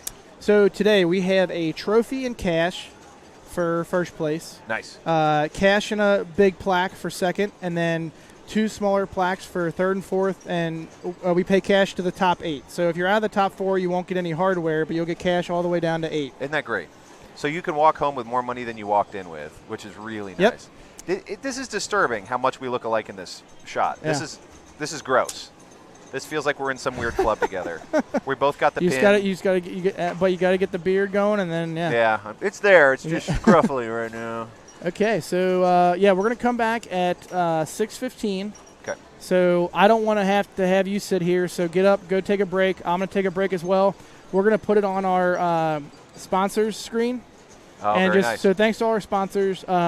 Anyone who's out there who doesn't know about these companies or things like that, I can touch on them real quick. Penn Stadium Lights, everybody should know who they are. They get their name out there very well. Yep. Tilt Amusements is Trent. He's a distributor up in Ohio. Please contact him if you need a new game. He's got to be the busiest distributor in the Midwest. He's got I see his stuff everywhere. In the world, probably. He's got to be. What the Flip streaming, please follow What the Flip on Twitch. Yep. Kevin and Lindsay do a ton of awesome streams during the week, like midday, like early evening streams. They do this really cool Name That Pinball tune. Lindsay's a very gifted musician. She conducts and performs her own versions of pinball songs and themes. I love it. Try and guess them. It's hilarious. Speaker light kits, everyone should know Speaker light kits. Yep. They're amazing. They mostly do newer Sterns, but very beautiful light kits you can put in your games. I have to hand it to them for most clear business name. You know what they do, right? Yeah, there. right. Yeah. He's right to the point. Yeah. Comet Pinball, all your LED bulb needs, they're incredible. Their prices can't be beat. Their customer service cannot be beat. Please get with them. Arcade Legacy is a very awesome local arcade here. He's got 3 locations. Please look up Arcade Legacy if you're in the Cincinnati area. Yep. If you're in our neighbors down in Kentucky, visit Rec Bar in Louisville. They're amazing. They got hundreds of games between 2 locations. It's insane. They have expanded. If you were there last year, you don't know Rec Bar. They opened up a second location that's bigger than the first one. It's insane. Incredible. So please support all these people. They were gracious enough to be sponsors for the tournament. Please support all them. We will be back around 6:15, so everybody hang tight, and thanks for watching. Yeah, don't go anywhere. And if folks pop in, let them know we're coming back at 6:15. We'll see you then.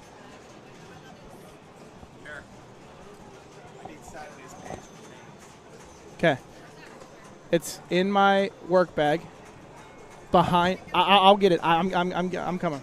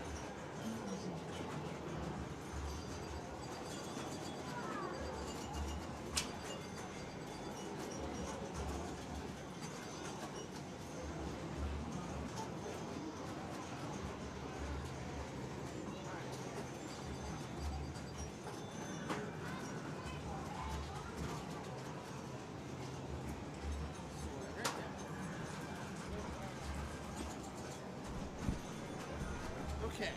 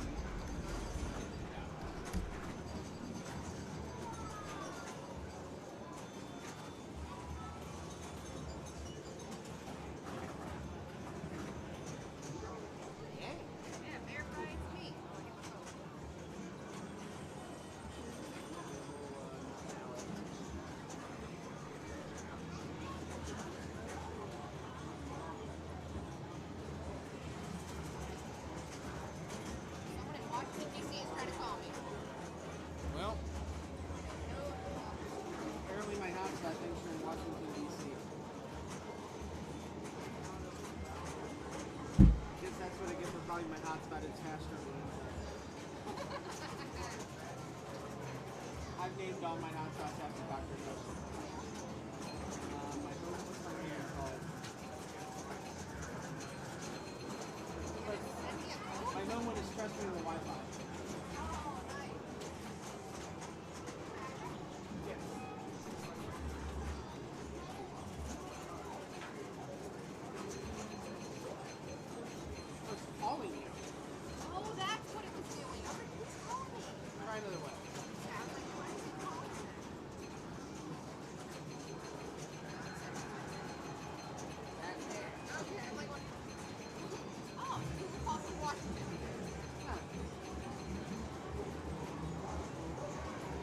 Hotspot is called timey-wimey hotspot. Yeah. I did timey-wimey in a paper one time, and someone marked it off, and I was like, no, it's a word. Confirm. Okay.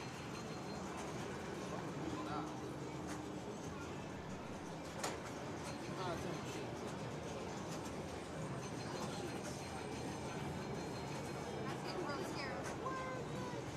Okay, cool. Do you need to share it with me? Well, we need to edit it because change the game. Okay. The game list is all the stuff here, right? Yeah. No. Oh. Where are we doing it? Well, we're doing it here, but it's not all of it. That's okay. But we're doing it in order, but we're skipping the screen. Yeah, so we're starting at Game of Thrones. That's the beginning of what order we're going to do. So we're going to do 8 games. It's going to be an 8-game list. We're going to go just down the line. Game of Thrones, then Big Gun. Genesis. Firepower.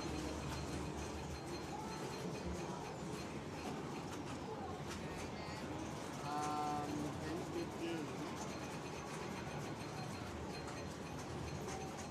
Then World Cup Soccer. Then Junkyard. Then Argosy. That's it. Alright. And then rinsing the feet. Yep.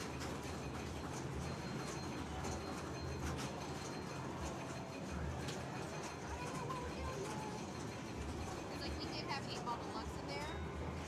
8-Ball Deluxe was over there. The tilt wasn't working last night, so we had to take it out.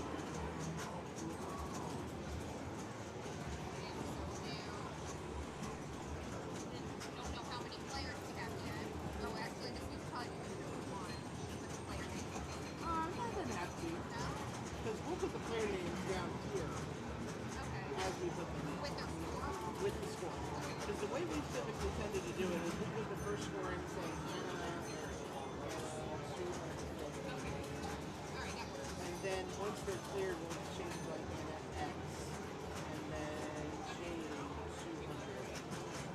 And that's kind of our go-to. And then you do, it's very manual. It's not pretty. I know. But I don't know how you do it. I would love it to be in match. there's not a way. I hope Evan will make it happen. What? He's in the bar. Getting food. But yeah, that's how we tend to do it. So I will share that with myself, so I don't have to be logged in. Did you hear with another person who's the same time? Yeah, who? Lexi. What's your email address? Lexi. No, Alexis. There it is. Okay. Yeah, it'll be on her. Does anybody else need to edit? Corey is entering too. Who is? Corey. But I'll probably give her. Yeah, I mean, it's nothing wrong with getting more people that are racer. Yeah. Oh, wait, you said you have another iPad? I do. Just give her one of the iPads. Plus, yeah. I'll have an iPad on each one of those two tables. And obviously, even if you have the app on your phone, you can do it. Yeah. It's not pretty. I don't think I even have one on my phone. Download for what you need. My phone is. What is it in 5?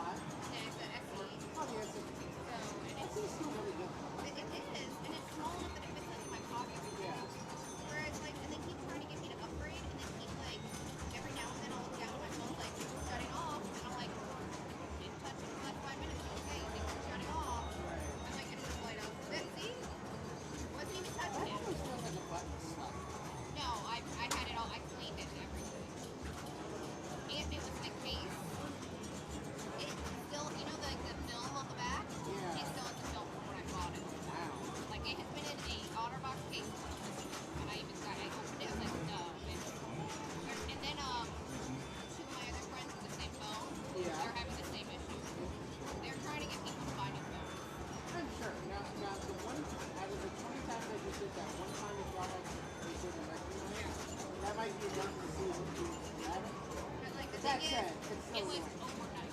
Right. Yeah. And I was like, don't think so. They're trying to get people to buy new phones. Alright, so do we want to give free access to, or what's your You know what? I think I should be able to give people access once I have access to it. Who has access? And then editors, we're going to do that. Yeah, I can add people once we do that. Alright, so done. Match play portion will be easy because it's on match play. Alright, done. We need to say, can you talk to Mitchell? Who? Talk to Banks? Mitchell. No. I know. Yeah. This is the first I've seen it since. Yeah, I haven't had a chance. I haven't barely got on from her at all so far. I kind of figured it was going to be that way, which is fine.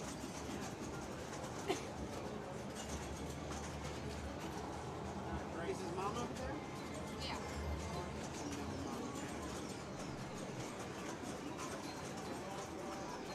I saw Tom, I saw Tish.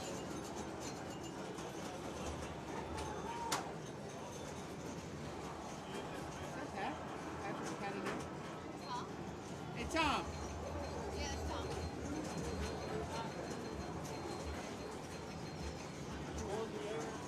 Not right now. Is that Pat? That wasn't Pat O'Neill that you were talking to, was it? His name is Tom Miller. Tom Miller. Okay, I'm thinking of someone different. I'll probably see Pat over the weekend. Old buddy of mine down this way. Yeah. Well, I was just I'm scared. dreaming of sending your way. Do it. Go play games, because I cut you off. Sorry. Alright, so I can log you out. Do you use a tool called Session Box? I actually saved this. I can delete it now that it's working. But I can save sessions. So I could even send this to you. It actually saves sessions. So now that we know this is working and it's shared, I can nuke this. It's like you never logged in. But it did not mess with any of my sessions. It's logged in too. Like you can be logged into to two Facebooks or two Twitters Yeah. at the same time. And then it shares it across computers. So like if I set up, everything on one computer, it works on another one next year, which is really cool.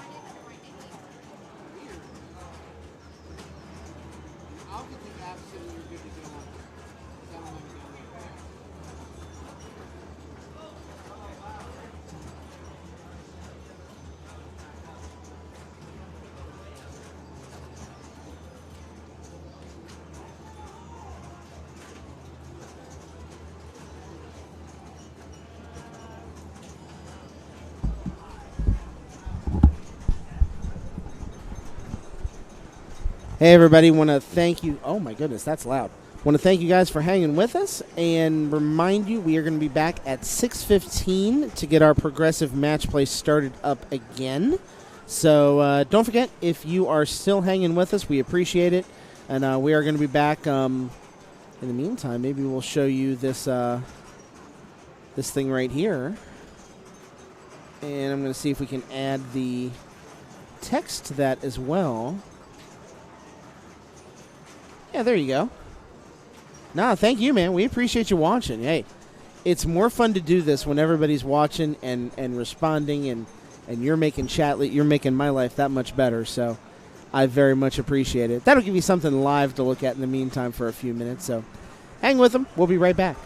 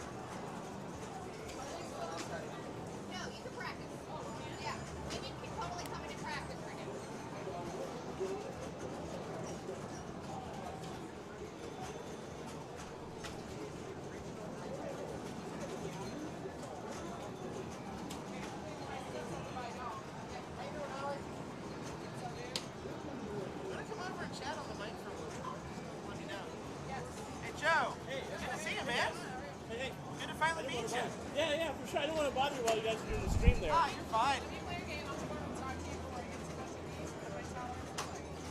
I understand. Very nice. You guys are on lunch break, I guess? Yeah. Yeah, doing a little bit of a break till 6:15. Cool. Gives everybody a chance to get some food before we delve into what's going to be a long but fun evening between this and the women's amazing race. We're going to be playing for a while. Yeah. I was just happy to sneak in just under the wire. He did. I still find him. Like, whoever came to the table first was in. And I was like, chosen. And I'm like, running I appreciate it. I went that way, and I was like, he was right behind me, but out of my sight. And I was like, where'd he go? Yeah. This one's always consistent, right? I appreciate Right, it. tomorrow's is the one that got both the 70s. Yeah, tomorrow got bumped to 76 if you're here, but you're going I'm going up with Tommy. We're going to pick up a game and wrestling show up in Chicago. But then we'll be back What the hell? Sunday. It's At a crazy. wrestling show. Yeah, no, after, not at a wrestling show, but after. Okay. He's doing like double duty, so he's going up to Chicago for the wrestling show. He's also picking up a game to bring back here on Sunday. So I'm just along for the ride. Huh? Are you going with to get it? Pardon me? Tommy Skinner. Okay. Tommy from this Flippin' Podcast. Gotcha. That guy. Yes. Really nice guy. So yeah, just I'm along for the ride and just Awesome, doing man. things, Glad you're here. Yeah, glad to be here, man. Thanks. Yeah. Shake your hand. Shake your hand, man. Absolutely, man. So wait. I don't want to bother with the punchies. I want to knock over all the school kids. That's the only challenge of being over here. I see everybody, but I don't get to talk to them. Yeah, for sure. I mean, that's why we come up to these things, so we can, meet in person and stuff. It's great. Tell that Pinball Nerds podcast guy. Tell that Pinball Nerds podcast guy I said hi. Say hi to Albert. Orby. Yeah. Good old Orby. Where is that camera? Pretty sure I can hear Jim for a There little. you go. Yeah, they can hear this. It's a hot mic, but we're having fun, so it's all good. Where is that camera? That camera? Yeah. Over there. Oh, it's pointing. Wait. Where's it? No, wait.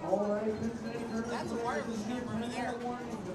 The whole rig is wireless, except for that camera that goes on us. Wireless HDMI, the whole thing. Oh, it's bananas.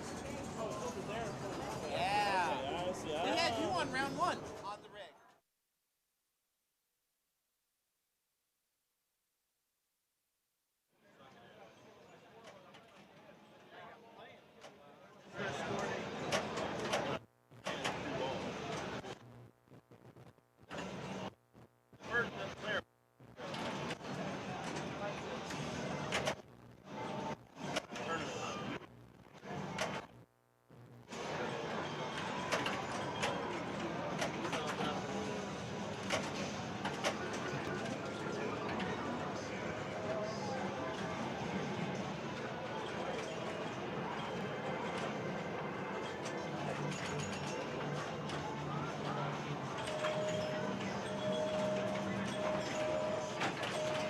Do it again.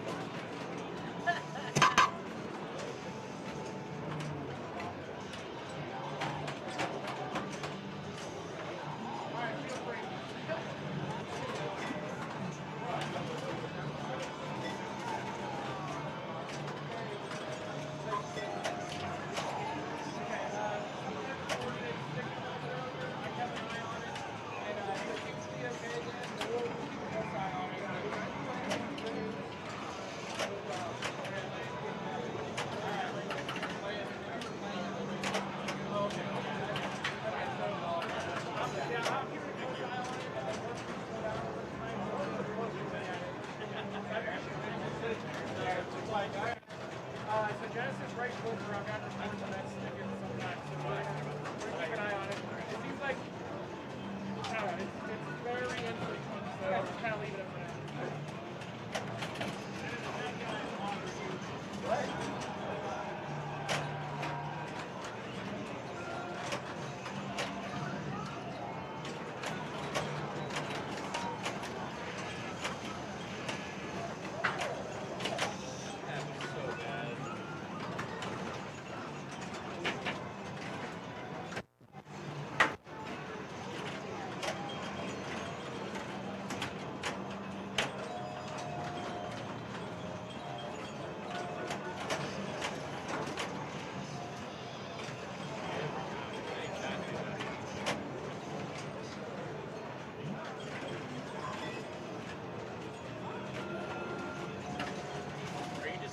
Gate, I said, are you just going through the gate on that mini eagle, or are you trying for locks? Okay. Well, I was on locks. Now that they lowered the bridge off.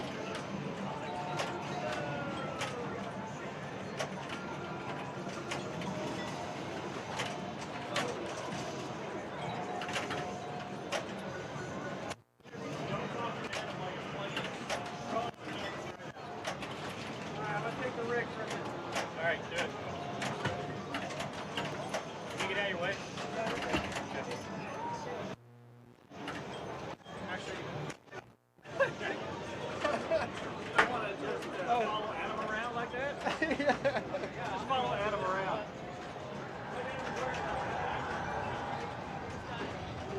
Excuse me, coming through. Guillotine coming through. Big guns player. Excuse me. I need to come right over top of you. Over your game. Sorry. Do I need to stop? yeah, if you don't mind. Yeah, 'cause we're about to get the tournament back started. Sorry about that. There you go. Okay. It was my best game yet. Oh, sorry. Oh, you just started multi-ball too. I feel terrible. I'm sorry.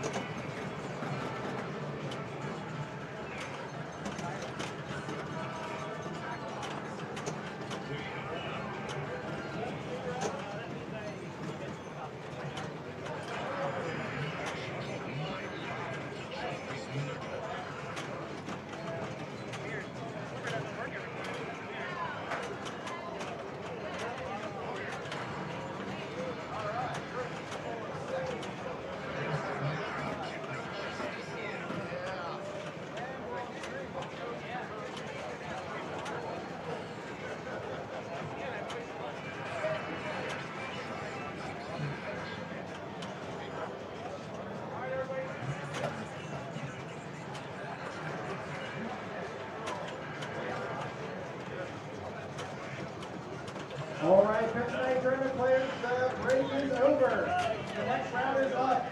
Please come to the tournament area and find your groups and your games, please. Thank you. Again, tournament players, the break is now over. The next round is up.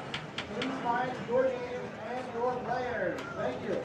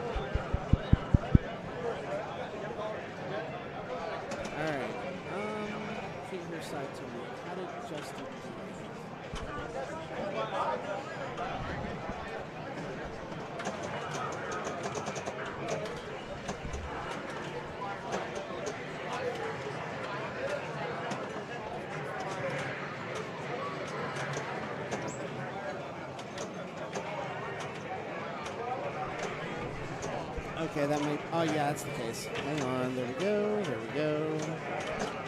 Holly, can you hear stuff in the microphone even slightly? I can hear you a little bit.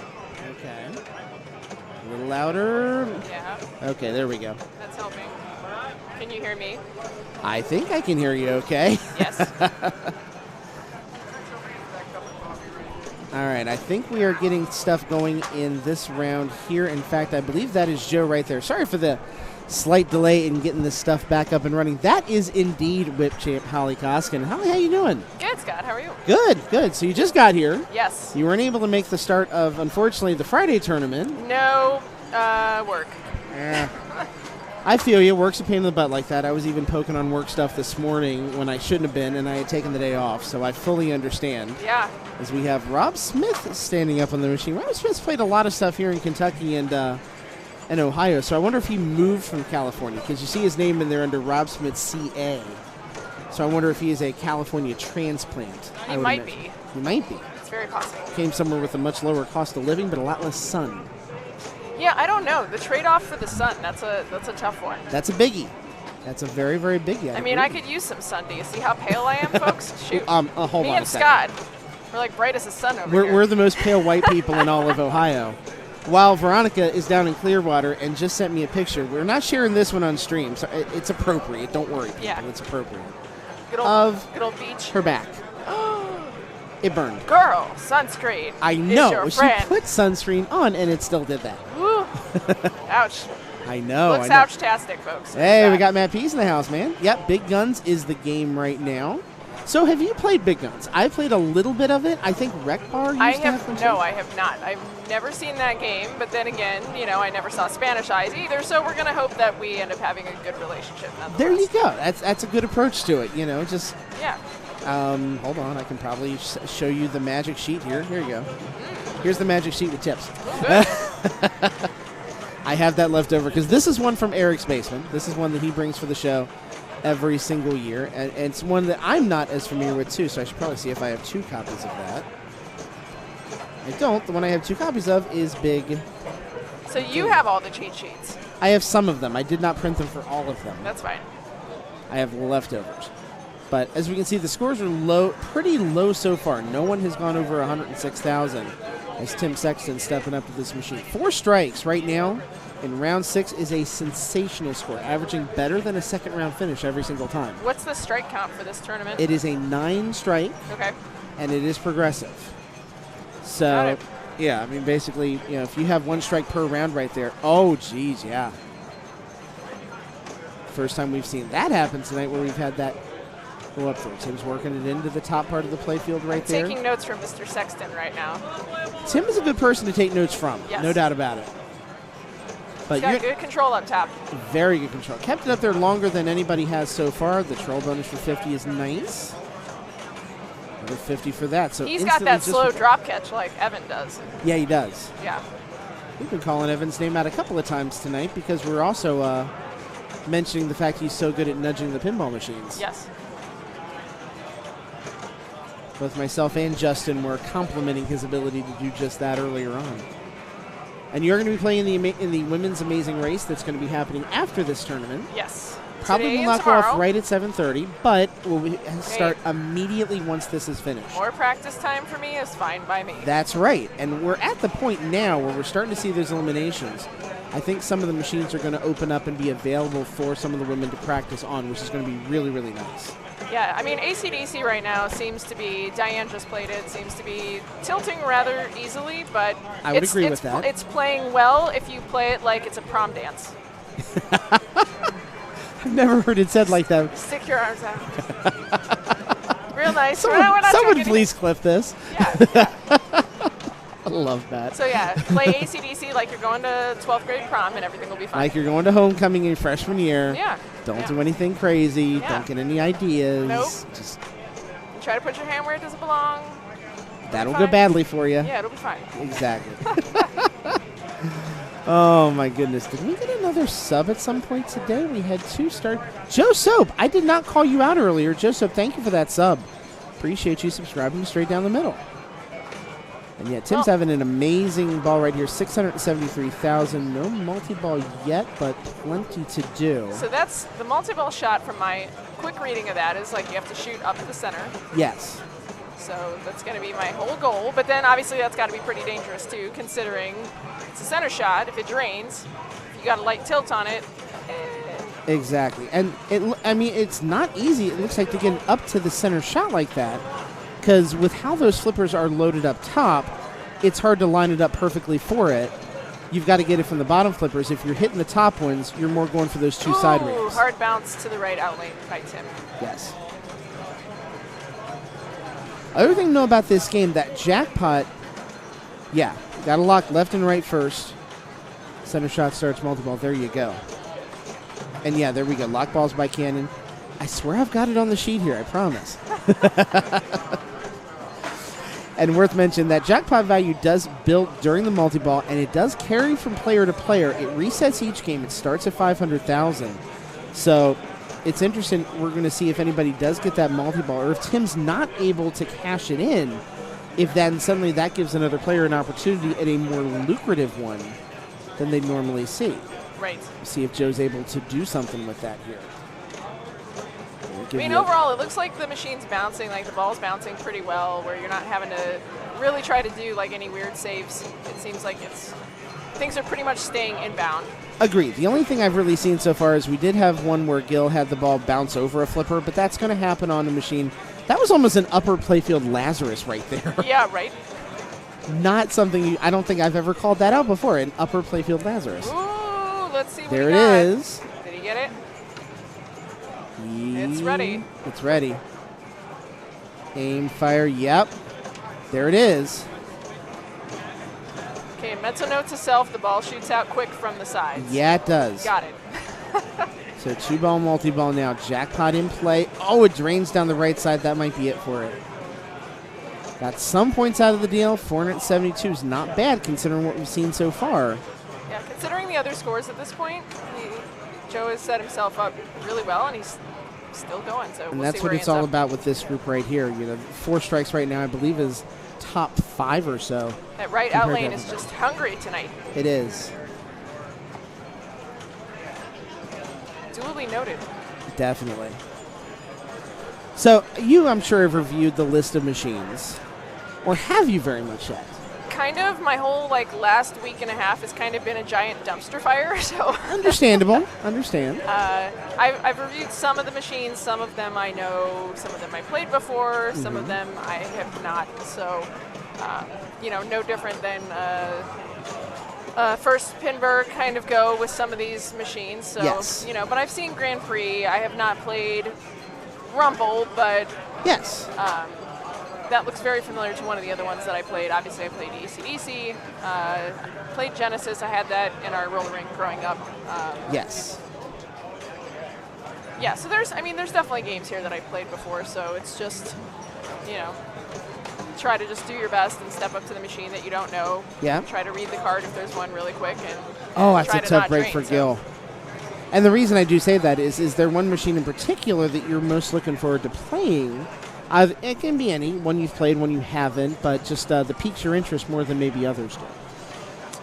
I don't know. I'm curious because I guess I wasn't expecting to play.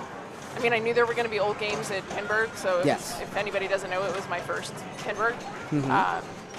So I guess I wasn't expecting as many old games, or I wasn't also expecting to do as well on those as I did. So, pretty much just trying my hand at making sure the old games go really well, and I kind of use that same, gentle nudging technique that I used at Whipped.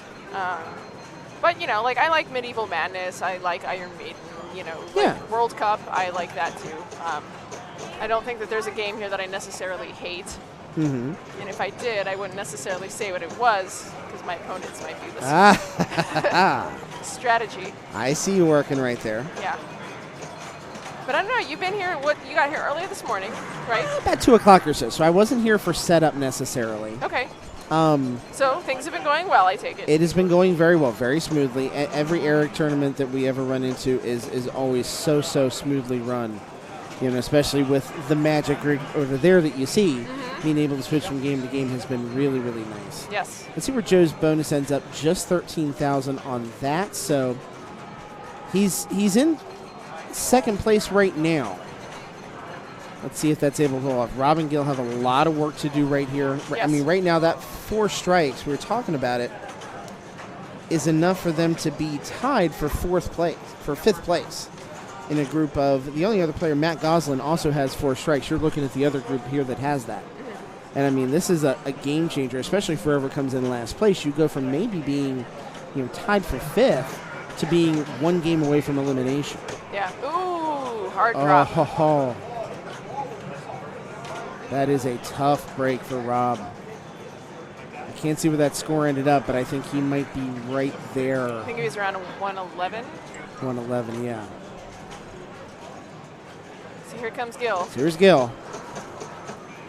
Gil, one of the regular Arcade Legacy players, so he knows a lot of these machines well. He's probably played this big guns in other situations at Eric's house well before now as well. Yeah, he's at 81,000, so he needs 30,000 just to get away from the seller point. He's got the first cannon loaded down. Yeah, that ball flies out of that shot, so you've got to be ready. If you're not, I don't think you're going to get a good drop from it either. He's trying to do He's trying like heck to post pass over. And it doesn't look like it wants to post pass very easily either. No, is he going to keep trying, or is he going to? Yeah, he's being. See, usually if I try to do things like once or twice and they don't go, I just let it go. I go somewhere else, kind of regroup. And that was not a bad strategy change right there. You switched the gate open, got in the upper playfield. Yeah. And as a result of that, now he's at 200,000. So he's guaranteed himself third place, and that's where he's going to be. Yeah. So that means Tim has a walk-off on this one. Great job on his part. Nice job to Tim for the He'll win get on the this. win. Yep. So he will stay at 4 strikes. Joe, I believe, will be second. He'll go to 5. Gil will be third. Did Gil get second? God, I'm losing my brain right now. Gil got third. Gil got third. He'll go to 6, and Rob will go to 7th. So that's a tough break for Rob. Extremely highly ranked player, so you don't expect to see that kind of game from him right then, but it did happen. You could tell he was pretty disappointed with how that last ball, he didn't get a grip on it. Yeah. And had a house ball in the last ball, which was unfortunate, but just did not happen. seem to agree with him. So we're gonna. I see Eric watching the rig right now. So we're gonna see if maybe he's gonna switch this to another machine. I would imagine that's a possibility. I do see, interestingly enough, I wonder if this is going to affect things. Genesis looks like it's down right now. It looked like that when I came in about 15 minutes-ish ago, so Yeah. I don't know. I wonder if Genesis might be out of the rotation now the rest of the night until someone is able to take a look at it and fix it up. We'll have to see if that's the case. See, and I remember playing Genesis as a kid, so like, if you guys don't know, I grew up in, I was a competitive athlete for almost 20 years in my life. I was a competitive artistic roller skater, so kind of like what they do on ice skates with the jumps and spins, and your partner puts you up into lifts and throws you around kind of thing. Yeah, just on roller skates instead. Yeah, so I'm like, I did that. But, you know, so I pretty much lived my life in a roller rink 4 to 6 hours a day, 6-7 days a week. So, Correct. yeah, we had, you know, we had Genesis, we had Twilight Zone, we had Funhouse, we had Roller Disco, we had TX Sector. Oh, nice. So we had a good variety growing up, but it's interesting how much more difficult Genesis seems now than it did when I was a kid. That's right? interesting. There wasn't as much pressure because you're just playing for fun, and now that you're actually playing for things and money and adult toys and what have you. Right. So that's a fair point. Yeah, gets a little pressure. Changes the way you think when suddenly there's money or there's prizes, even Whopper points. Yes. Essentially prestige in this case on the line. It does make you think and play maybe just that slight bit differently. Trying to get to the point where I just like have my veins turn into ice. That's what I'm going for. It's just like Iceman. There you go. So let's pull this back up here. We'll take a look. Yeah, Tim did have like a 5-second multi-ball right there. You're right. Yes. Loader Breath goes, this was one of the few games that was kind to me at Pinburg. I got to play it twice, won both times. If only the rest of my Pinburg was anything like that. Well, that I can feel those sentiments because that was pretty much like my Saturday. I get it. Yeah. Like I qualified for B. Yeah. And then I thought, oh, like I qualified for B. I really got to, you know, I've got to step up my game. So I was like, well, you know. Oh, he nailed it. That rig is on there perfectly. Yeah. And we are switching to Game of Thrones Premium Edition. We'll switch our sheet there right now. This is the top group right now. These are all of the 2 and 3 strike players you're watching. So best of the best so far today. You're seeing them right here. Gotcha. Just trying to look where everybody's ranked. Interesting. Quite a wide variety here. Yeah, I'm not surprised looking at Jesse's score in this game. This is a machine that I know he can absolutely dominate. And 866 million on ball number 2 balls in would certainly be an indication of that. We'll give you another view here. A little bit bigger screen. So let's see what Josh is going. Try by Jackpot building up.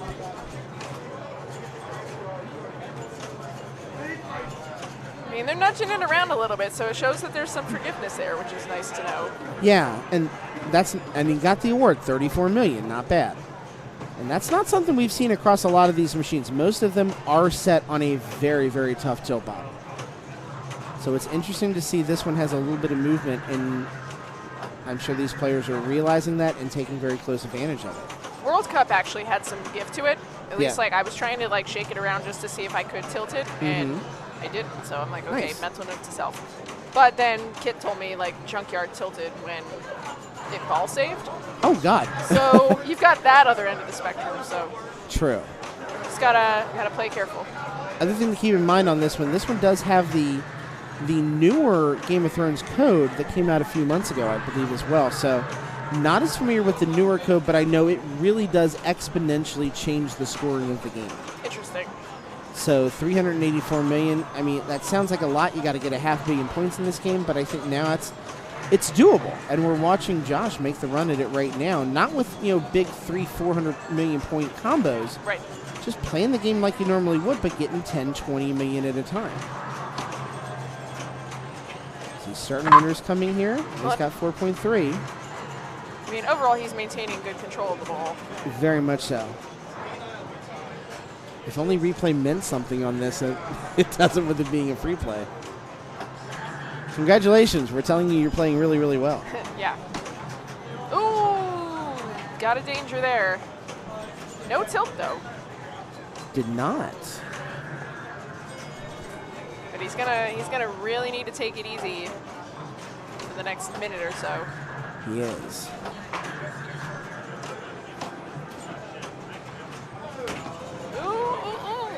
Able to do anything nice with it? Save there. Got it, yeah.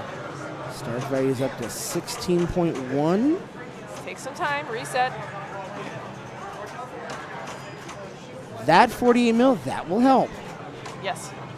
He's got hand to the king ready and got it on the first shot.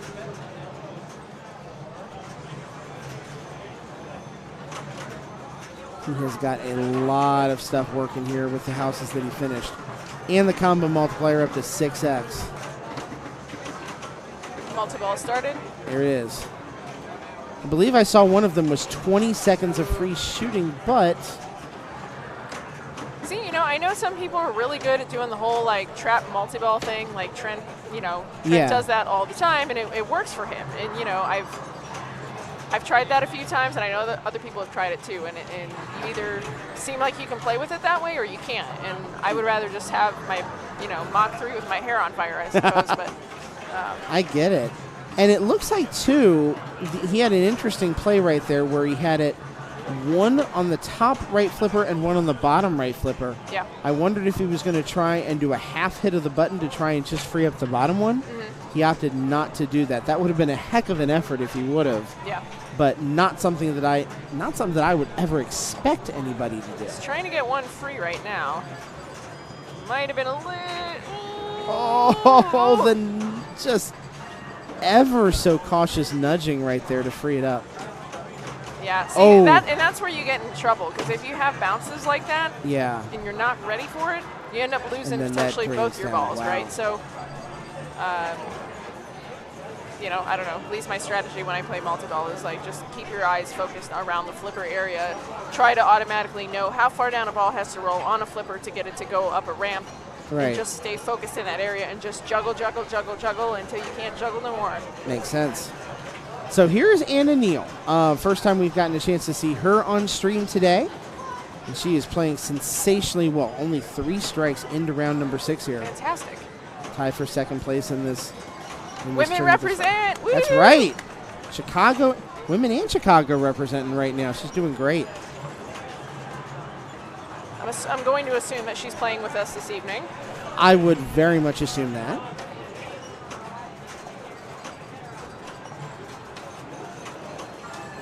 And in this game, definitely trying to get... Oh, man, that was a tough break.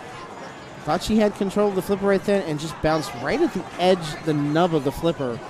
Bounced over right into the green. So, tough break for Anna right there. She's going to have to run this thing back. That's the worst, is when it's just too late to save it, and you're like, damn it, I should have hit that. Yeah, and there's when almost nothing you can do. Yeah. And even for everyone except Josh in this game, it's a dangerous spot because you're still 2 games away from potential elimination. Yes. Whoever comes in 4th place right here is going to have 6 strikes, and suddenly their next game, they're on the gun. They cannot finish last. Yeah. And obviously, all of us like to play with a safety net. When you lose that safety net, that's when it gets real sketchy. Real. No doubt. Mm-hmm. So what mode is Nick going to go for here? And it is still ball 2. Anna has plenty of time to make this up and get that space back. The real question here, especially too, is Nick going to be able to put up some points on the board to, at bare minimum, ball 3, so we got a multi-ball going here. To at least build some distance for 3rd place, a little bit of a comfort zone. Because I would agree, there is a huge difference at this point in the event just between being in 5th with 5 strikes and 6 strikes. Yes. Now see, he is trying to do the more captive approach, but he still is kind of letting things free at the same time. So he's kind of trying to catch the ball, make a shot, let it go, not really hang on to it too much. That was a nice flip with the right flipper there. And he got a ball at it, so that should make this 3 ball. And Martel had a ball as well. Outlanes and hungry. Yeah, so we're at 3 balls right now. See Michael Dawn waving. I appreciate him bringing the brownies over earlier today. That sugar came in very handy. I just heard another knock, and that was 35 million. Lannister for 119.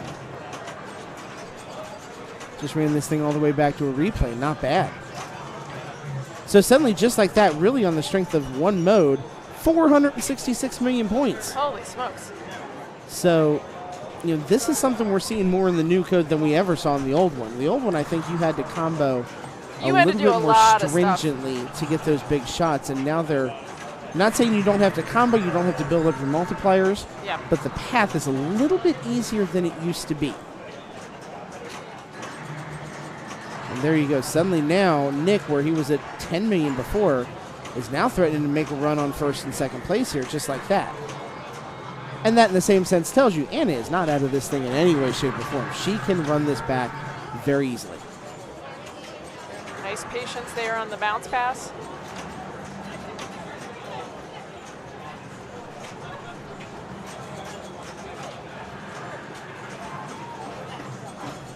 Spinner shot right there. That house is now lit. Oh, he didn't dead bounce that one. So. And he tried to. Just a little momentum there. Almost disaster, but not quite. Nice backhand shot there, too. Yes. So Winter is coming is now lit for Nick. He looks very relaxed, very controlled. It's a good sign. He is fully in control of what's happening right here. And this group, he is it's a pretty darn good group as far as the IFPA rankings go, and I think Anna plays a lot better than that 1162 would lead on to as well. Yeah, I mean, considering if you're this far into the tournament with only 3 strikes, like, you're doing something right. Let's face You're doing a lot right. You're a damn good player. Simple as that.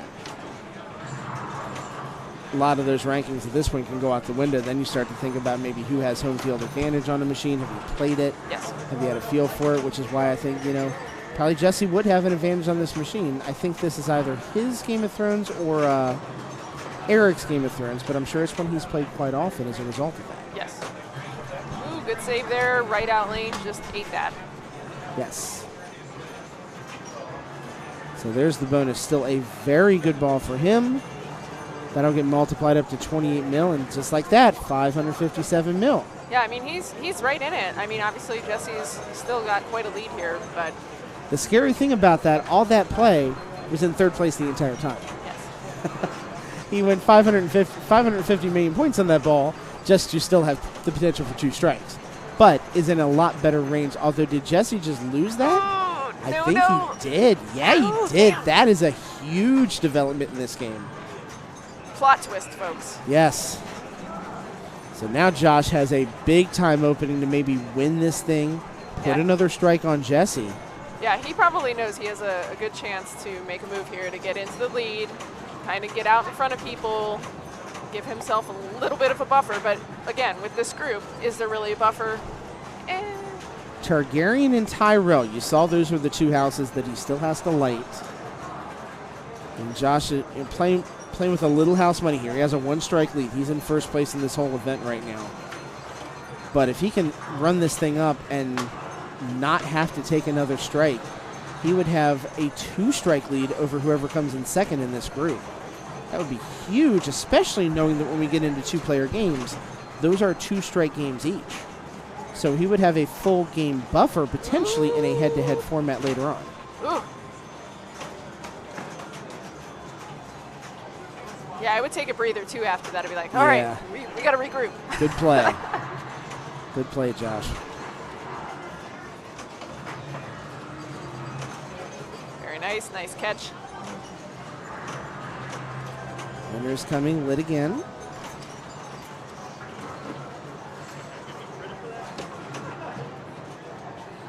Ooh. Oh, and it drained to the right. So that opportunity will not happen, and now it opens it up for Anna. Yeah, he didn't really make too many gains on that last ball. Not at all. So we're still sitting in the same area. And now Nick has a great opportunity to get into second place, only about 70 million down here. Depending on what Anna does here.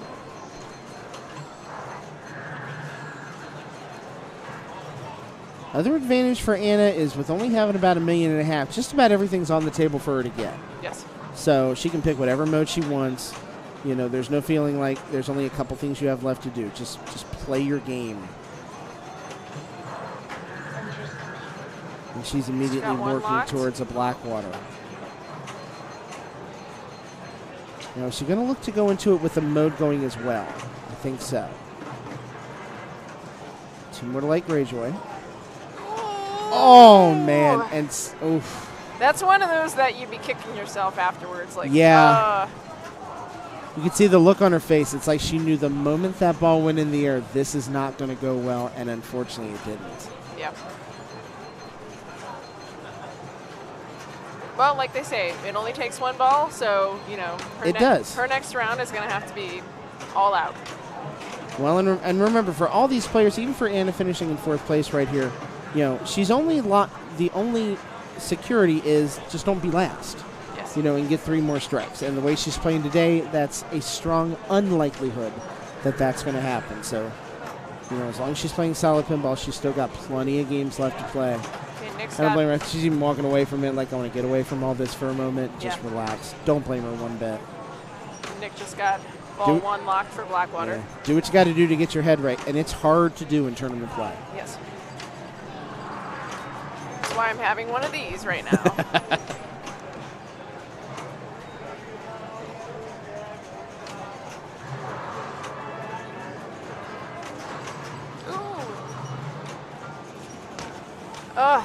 Man, that right out lane this round was just and there killer. It is. So no one able to make any big moves on ball 3. I'm a little surprised about that. I figured someone would be able to.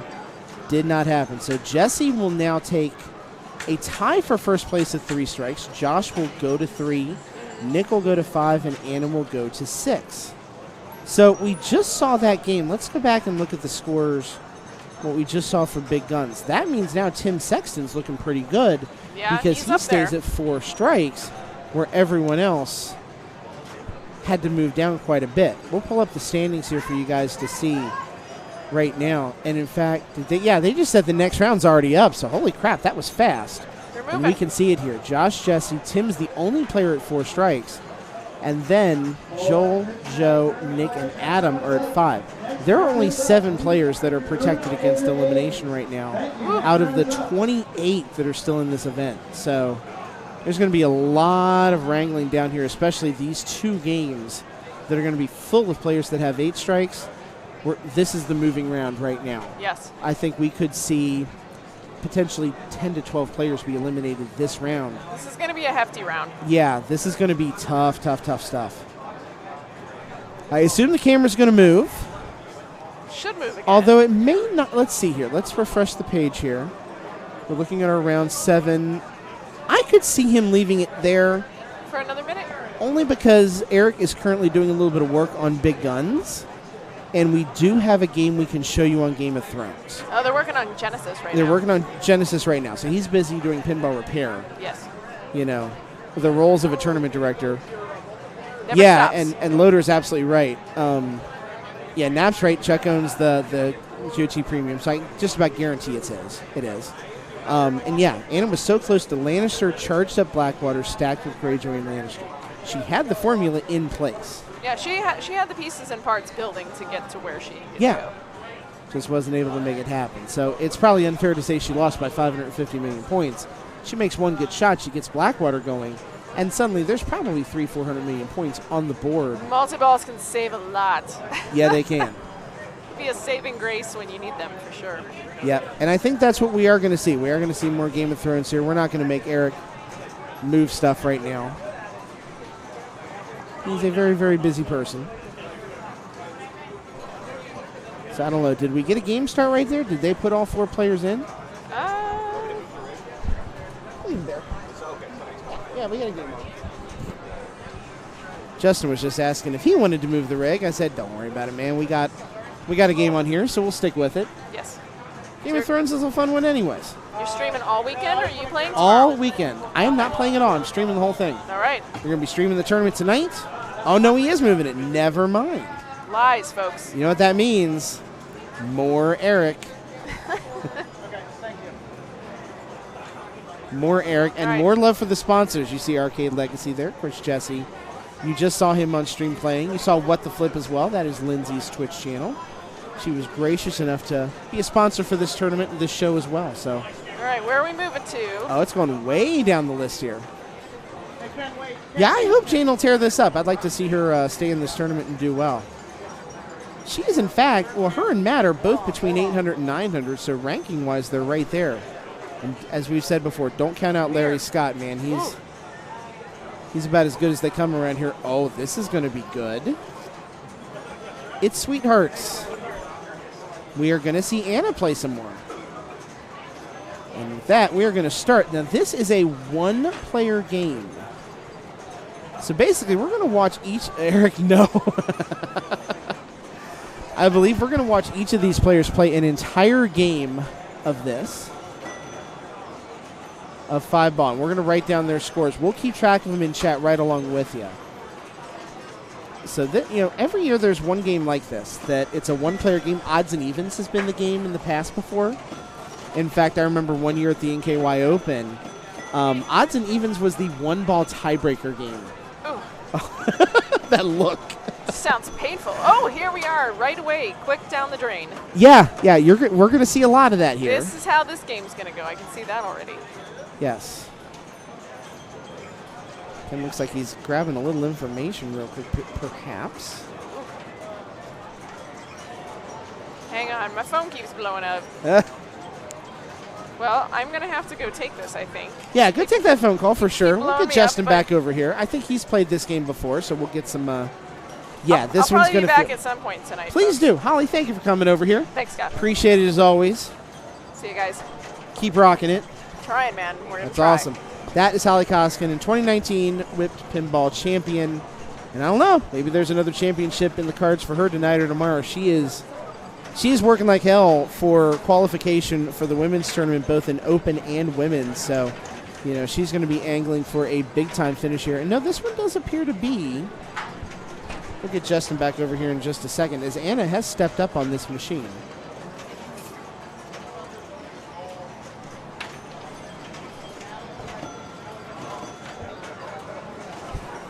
Yeah, the gobble holes agree. That's a good play. And we'll get some feedback from Justin on this one right here. Yeah, I think Ken had finished his game at 799 points. This is a single player, correct? From what we're looking at here? Sweethearts, yep. So I think Ken ended. I'm gonna write down Ken 799. Yep. Correct me if I'm wrong on that, but I think that's what I saw. Playing these one-player machines is always a little bit of a psychological game to me because it's just you and that machine, 5 balls in a row. Yeah, and especially now. Oh, that thing's gonna fall back in. That's a tough break for Anna. And usually a tilt will end game. It doesn't just end ball. So you have to be particularly careful. I am trying to read my information right here to verify just that fact for you. Now you're seeing that classic sort of EM bounce there where everything is a little bit slower and the bounces are a little bit more pronounced. And yeah, to call this machine floaty would probably be nice. Nice fortuitous bounce right there, but then it went right back in. So is Anna done? No, not yet. That's ball 4, right? She's taking a break. Or ball 3. Yes.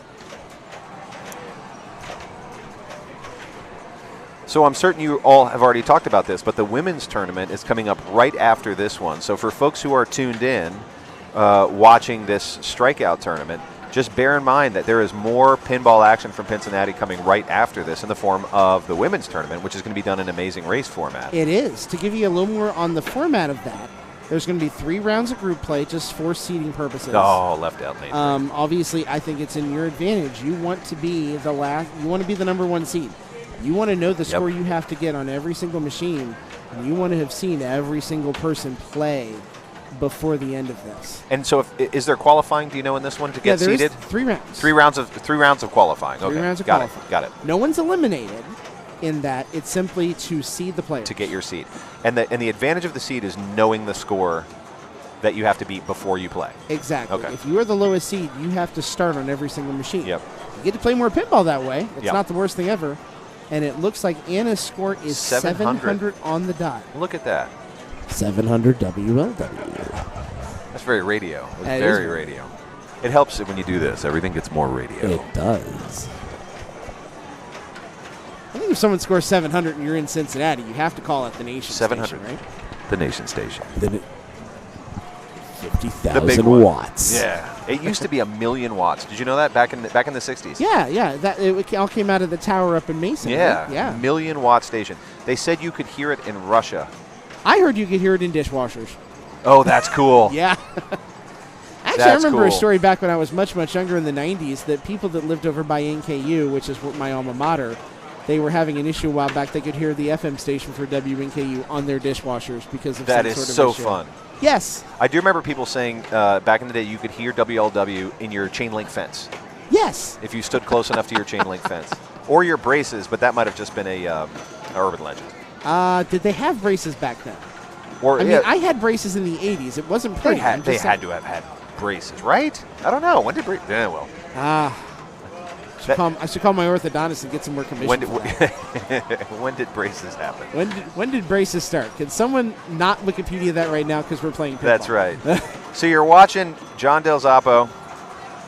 Hopefully tear it up. Yeah, he's had a couple tough rounds here, but still 6 strikes. Yep. Over 6 rounds. That's averaging a second-place finish here. Yeah, this is ball 4 coming up here. He's only got 318 points. With these lane separators, right? I mean, it's a very strange setup on this pin. You have lane separators virtually crossing the playfield in the center of the playfield, not something you normally see. That in the vertical center of the playfield, you'd have all these lane dividers. But they make a pretty effective barrier to getting back up in the pops, which is where all the points live. Your shot has to be almost perfect, because even if you get it past that, if you're hitting those side posts, it's going to block the velocity of your shot. And he is done at 400 points. This could be the end of John's day. That would be, I know, a surprising and disappointing finish for John. Yeah, especially with the way he started. He started so strong, but this is the nature of progressive strikes, man, and especially a game like Sweethearts. Yep. You can have a bad round. Yep. This is what can happen. It's one of the things that makes the Cincinnati tournament so unique. You have to be good on such a wide discipline of machines that it's going to show, I think, who the best all-around pinball player is. That's right. It's certainly not something like, we're not going to tell you who the best Stern player is today. Nope. We're not going to tell you who the best Williams player is today. Right. You've got to be the best all-around pinball player to win these events. And it really does test the strength of every player, because you might be fantastic on an EM like this, but the second you get up to a really complex rule set, maybe you don't have the strategy down. Yeah. Or you may be one of those who just plays lightning fast reaction times, and you can save a ball. But when you get to something like this that has these shallow slings, it's going to make life a lot harder, even if you're fantastic ball saver. It is. It's going to make life a lot harder for you to do that. These little tiny flippers make life hard. Agreed. Now, in all fairness, Bill has less of a quotient for failure here than anybody else does with 7 strikes. He does not have to just beat John. Yep. He has to beat Anna's score of 700. Now, the good news for Anna is she's guaranteed passage through, as is Ken, on the basis of John's score right there. Yep. So this is ball 3, 305. 305 on ball 3. This could go either way. I mean, just the way he's averaging, it could go either way. It is. He's averaging about 150 a ball. That would be 750 at the end of Right, this. that would put him in a good spot. Ken's 799 is hard to beat on this game. I mean, it's a slow count on this game. But look, and Anna's 700 is now showing really, really nicely. Yep. He's hanging in those lit pops. That's going to be really nice. It eventually drops through. Up to 509, so now the score's looking pretty good.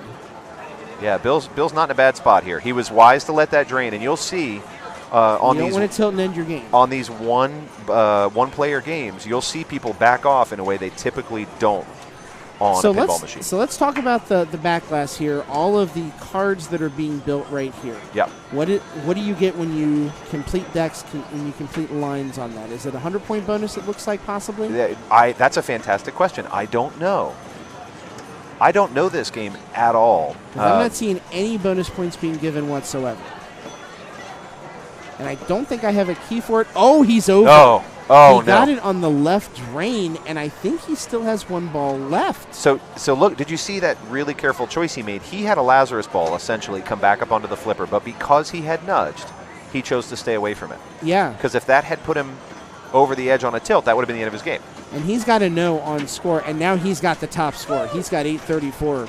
That, I believe, is a win. Yeah, that's a win. And Ken is, in fact, writing it down right now. That so takes that discipline is and huge class. For Bill. Very nice job, Bill Walborn. We're going to write down that 844 score in chat here, so it's noted for the world. Yep. Great job by Bill. He will come out of this round with 7 strikes, and John Del Zoppo is done. That, I will say, is a major development. That is a major development. Surprise. That's got to be a heartbreaker. That John is going to end this tournament probably in the 20s. Yep. As far as position goes. They use that expression in football, any given Sunday, and I think it's so true, especially in pinball. Any given pinball event. Any given pinball event. There's no guarantee that the best players are going to even break the top 50%. Yeah. Now, in aggregate, you tend to see overall that the best players come out on top. But in any given competition, any given foursome, or any given game, who knows? It is a wonderful exercise for anybody who plays pinball on a semi-regular basis to go through and take a look at your head-to-head on your IFPA standings. Yeah. And on one level, you may think this is just going to depress me because you're going to look at yourself against someone like John Del Zoppo or Trent Augustine or Carlos de la Cerda, someone that you play on, 3 people that I play with on a somewhat regular basis. Yep. And say, oh my God, I'm 5-30, or I think against Trent I'm like 2-28. Right. Something like that. Yep. But the reality of it is that if it was another sport or competition where you view it as having that kind of difference, you might not have 2. It would be Trent would win every time, or John would win every time. And the reality is they're going to have bad days. And you absolutely have an opportunity to have a better tournament finish at any event than really, really good players do. You always have a chance. Yep. So, if you do that, I don't look at the fact that I might be 2-28 against Trent as a negative. I look at it as to say, I have shown before that I can have good enough finishes and play well enough to beat him. I can do it. That's how you have to think about it going in a match against somebody like Trent, right? Yeah. You know you can beat him. Yeah. And you have beaten him before. Yeah, and on the average, you may not most of the time, but you go into every match believing, I can do this. I know it's possible. No doubt about it. A lot of folks, when they first think about playing pinball, maybe they've not played much, they tend to think of this as a game of chance, that it's just luck. And I understand why, and I think that's pretty natural when you look at it. And we will certainly say there is a little bit of luck involved in it. Yeah. It's not full, but a little bit. In part. And I always tell people it's half skill, half luck, in so much as you see games where you have amazing players who get a bad break. Yeah. And that doesn't happen in bowling. Mm-hmm. That doesn't happen in tennis, right? In that way, there is luck involved, which I think keeps the game fun and accessible because a guy like me can wander in and have a game like that against Trent or Carlos. And I would argue the better you get at pinball, the more you play it, one of the things that happens is that percentage. Look at that, Loader Breath. He's 10-29-1 against Trentar. That's a pretty darn good percentage against Trent. You should be proud of that one. Wow. Man. Very proud of it. Yeah, I wish I could claim the same thing. I cannot claim it. In fact, I could probably pull up my laptop. My laptop's still sitting here as I look at a couple of random things here. I'm not even close. I am a billion and then 1 win, but not in a whole tournament, just 1 game. I know I beat Trent in Xenon before. I seem to remember that very well. Yep. And there you go. Hipsmart's 11-1. You've tied him. Yep. We're going to call that an accomplishment. That's a win. And I know we're giving Trent a lot of props, and rightfully so, but I bet there are 10 players here that I've never beat. I believe that too. No matter how many times I've played them. Oh God, my ranking right now. 37-75. I should maybe play more. You and I are about in the same place. I need to play more tournaments and commentate less. Although I wouldn't trade this job for anything. I think I have so much fun with it. I kind of enjoy this job so much it's hard to change it. And by the way, my record, I'm better than I thought. I am 4-32. 4-32. Mine Not that bad. makes me sad is that I am 1-29 against Carlos. Wow. I just received a phone from the #1 standing Joel Bergantino. Wow. Yeah. KB Slasher, are you in chat right now? Looking good. Ross, can you drop some banana emotes in chat right now for your come Uncle on. Joel, because he's in first place at this exact moment. He is doing some good work right now. We should look at the standings. We'll bring those up. Let's take a look at those now. So looking at that here, we are there waiting he is, for Joel one game Bergantino, number we're one. for 2 games to finish it. A couple here. Yep. Yeah, Joel's in first place right now. Joe Embry has really stayed in it. He has. Same with Adam Robinson. Remember, he took some hits early on. He did. And he has been holding tight for, what, 3 rounds, 4 rounds now? He has. Josh Noble still in a really good position there. He is. 3 strikes. He's playing. I'm trying to see what he's playing right now. They're playing Iron Maiden. Yep. So it's possible that game could go a minute. Yep. Jesse, Joel, and Tim all have fewer strikes than Joel does. So it's possible, or sorry, Jesse, Josh, and Tim have fewer strikes than Joel does. So it's possible that at the end of this game, at least 2 of them could come out ahead in the rankings. I'm doing really quick math in my head, which is really dangerous, to tell you how many players I think will be left after this round. 1, 2, 3, 4, 5 are gone so far out of 29. 5, 6, 7, 8, 9, 10, 11. There's going to be 11 players that leave after this round. Yep. 10, yeah, I think it's just 11 for sure. Yeah, we're reaching that proverbial cliff now. The where cliff people is start, happening. Yeah, so we're at 29 off. right now. Okay. We're going to be down to 18 or 19 by the end of this round. Wow. So it's going to drop pretty significantly. So, yeah, I mean, that tells you John, for example, is going to be tied in this event for 24th, 25th place. Yeah. That's a shocking finish for him, and it shows you how quickly things change. They really do, and especially in this strikes format, right? If we were doing a 3-strike, elimination tournament versus a progressive strikes tournament, you would kind of have a sense as you were going. But here, this is all of a sudden these strikes add up. People start dropping off like flies. They do. So we're looking at the games remaining right here in this round. Game of Thrones is still going. Not the least bit shocked about that. I see Larry Scott is playing that right now. I can't tell what ball they're on. Iron Maiden, definitely not within our range of view. And looking down the list here, Game of Thrones we talked about. Surf Champ is way on the bottom there, so we definitely can't see how Rachel, Steven, Rob, and Stuart are doing at that game. Yep. So, a lot to worry about with that in the very near future here. Someday, I will look forward to the days when we have so many of these rigs set up that we can just switch between games. Oh, my God. As they're going. But as it is, being able to move every round to move to a new game is just amazing. It is. I absolutely love it. Did we lose the player cam? Uh-oh. Yeah-oh. I just assumed they were standing very still. I thought those guys had been playing for a while. Yeah, I think he's going to move the rig. I think that it might just be out of range, huh? Well, that might be an issue outside of our cam link. That might be an HDMI connection issue. Oh, okay. Because remember, give you guys, again, behind the scenes here, all of the rig is being done through a wireless HDMI setup. So there is a transmitter, there is a receiver. So the fact that that came back up as quickly as it did tells me that the issue is probably not on our computer itself. It's a connection issue with the wireless HDMI. And we're going to have a move it in just a minute. There's a possibility all of the stuff on that rig too is everything's run off USB. Yep. And it's run off USB batteries. And batteries, right? Yeah. Yeah. So it's possible we lost a battery. Yeah, we've got 7 giant we should be sponsored by Monoprice. That's who should be giving us some money right now, because we have enough Monoprice batteries right now. These things right here to sink a ship. If you wanted the that best, one? Yeah, here you go. Here you go. Where's the camera? Right there. Right there. We're prepared for doomsday over here. This is only a 10,000, so by their standards, it's actually kind of tiny. You could run a killer vape off of one of those. Right? Isn't that kind of what they look like? Actually, we should plug this in. I'm not seeing a lot of power come off of it. Let's see what I can do. Swap it out for another one. Let's see what I can do. Yeah. Oh. What do you got there? My wife Haley brought me a beer. You ready for one? You ready? No, I'm good right now. This stream is sponsored by beer. If anybody wants to bring me bourbon, though, yeah, I will happily have a bourbon on the rocks. Last time I wished for a drink, it happened. That's how I got that coffee. Yeah. So I believe in this. So if you're just joining us, you might have tuned in to see the women's tournament, which is coming up in just a little bit. But first we have to finish the strikeout tournament, and that's going to be coming up after we finish this round. We think we'll have, about 18 players left?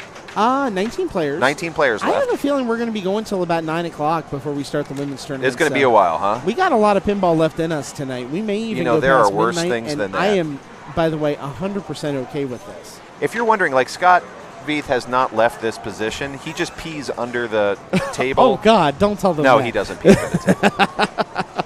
But you've got, I think you've got the endurance record for streaming. And well, because I've seen you do this for like 6 consecutive hours without stopping or getting up, and I don't know how you do it. I'm taking a couple of breaks. Yeah, we got a little stretch in there. Breaks in, so we're okay. Now, I know there's been times I've done like the amazing pinball race up in Columbus that I've gone back and looked at. It's like that's a 10, 11-hour day, and I don't remember getting up from the system very much. Wow.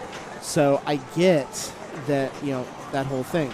That camera did change, by the way, before it. It did. It became very green. It clicked in for a second. Yeah, you can see that's not a pretty picture. Not of what Jesse that's Baker supposed to right look there. like. Hold on. This is when the ectoplasm started. Everybody got covered. We don't have a. I mean, this is not sort of a Slimer situation. Oh no! Where's my telestrator? I wanted to show off Jesse here. Won't let you telestrate it. Won't let me telestrate it even. That's not good. I wanted to telestrate Jesse right there. I'm disappointed. Oh, it telestrated here. Oh, geez. So there's a hairball we drew for you. There you go. See, that look for Jesse. Never mind. So I'm going to look into seeing if we can move this camera. So we and I think Eric might be on the move right now. Oh, he's on the move. Okay. So I think we've got it. We're going to leave it on this view right now. Apologies for anybody's vertigo. Yep. This is not what we intend right now. And we're going to see where he's moving this thing to and see if we can get the player cam back up and running. That's really fun. Try and deactivate and reactivate the player cam again. It's not on that part. Okay, do it again. Okay. He's sure of it. I'm not as sure of it as he is. I'm just going to tell you. There it goes. Never mind. I'm going to shut up now. This is why it's his setup. That's why his mine. rig. Yeah. That's right. All right. So we're coming up to stars now. Because it was so far down there, I noticed the HDMI transfer was losing connection. It was an HDMI transfer problem. Well, there you go. Let's see what we can learn about stars. So These are lessons I'm learning in case we set this up in another place, wherever that place might be. Stars is an early Stern solid state, and this is absolutely my era of pinball. Like these are the machines I would collect. These are the ones I get most excited about. I would love to have this game. So this was, I think, a similar era to Meteor. Yeah, it would have been. So Meteor, I have one of those. That's an early Stern. It also would have been up there with Flight 2000, perhaps a little before Flight 2000. Yes. But let's see if we can learn about stars. Early 80s. Yep. And we did just have a game on this machine. It looks like that game, the result of it, stars, where's Levi? I don't know where Levi is. And it looks like Caleb took that game. It knocked out Lindsay, Pat, and Darren. Oh, I hate to see that. Good players knocked out right then. Yep. So this was 1978. It was actually before Meteor. So Meteor was also 1978. Was it 78? Okay. Yep. And I only know that because that's when the movie came out. Believe it or not, Meteor was based on a movie. Ah. But it is the first, I believe, the first movie licensed pinball machine. Oh, wow. Yep. Didn't know that. The movie was weird. It was essentially a story about the communists in the U.S. and who's going to blow up this meteor that's coming in. Okay. So when you see the back glass on Meteor, you can see the missiles USSR and USA. Yes. It was a neat movie, but most people haven't seen it, so you don't realize it was a movie theme. But I think it was the first movie licensed pin. Correct. By the way, we are still waiting on Game of Thrones and Iron Maiden. Not exactly shocking. No. Looking at the quality level of players that we have, that we're waiting on those two machines. If you know how to exploit the rules on those machines, you can play them forever. Go have a lot of fun. You have a lot of fun. You play them for a long time. You are. Yeah, you're looking at the numbers for it right now. Yep. So March of 1978 is when Stars came out. I'm going to guess that Meteor was a little bit later. Josu, thank you for those bits, man. Hey, thank you so much. Thank you. So I will say, having owned a Meteor and having been with other collectors who own early Sterns, these things are workhorses. Yeah. They will they will run forever. Now, it's not that you don't have the occasional problem with them, but compared to the other machines that I've had, Williams and Bally alike, these Sterns, man, they are built to last. Nice. Yeah, they're very serious workhorses. I mean, to say that they're never going to break down would be crazy. That's a insane. 41-year-old machine. Yeah, that's insane. Yeah. But that's the amazing thing about it. That machine is slightly older than I am, and it runs better than I do. How old are you? Most days. 40. 40? Yep. 39. 39. Nice. When's your birthday? August. So you got me by 6 months. Well, I think it shows. Yeah. In all this gray. Veronica has been commenting on the fact this has been getting more gray. I think it's gotten more gray in like the last 6 months than it has ever been before. You're only getting more distinguished. That's what she tells me. Oh, really? I choose to That's believe good. her. That's nice. I choose to believe her. No, my wife Haley says the same thing. She says she likes the gray, and I'm like, that's good, because that's the only choice I have. I'm glad it works for you. Yes.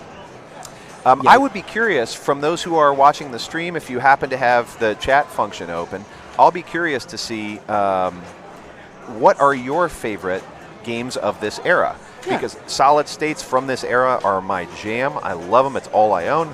I would love to know what are the ones, if you could play or collect, what would you get? We got one suggestion from Co-op Graphics that said, check out Pinball by Stern. Very similar game, came out a year before Stars. We might have one here. Really? We may. I remember that game. I have heard people trash that game. I have heard people love that game. But I thought I saw one yesterday. This is the amazing thing about this show. There's so many pinball machines. I haven't seen all of them. They're in this room, and I haven't seen all of them. Yeah. That's how many there are. We have a vote for Flight 2000. I will give you mine from that era. Yep. It's not a Stern. It's a Gottlieb. Joker Poker. Joker Poker. Yes, nice choice. Because I grew up on that machine. My dad owned one. Yep. So I have a sentimental value to it, and plus I super enjoy the game too. Gottlieb had a sort of a weird arc where they were producing some genius machines. Yeah. And then somewhere in the 80s, I don't know if they just ran out of money or what happened, but they started producing some real dog rockets.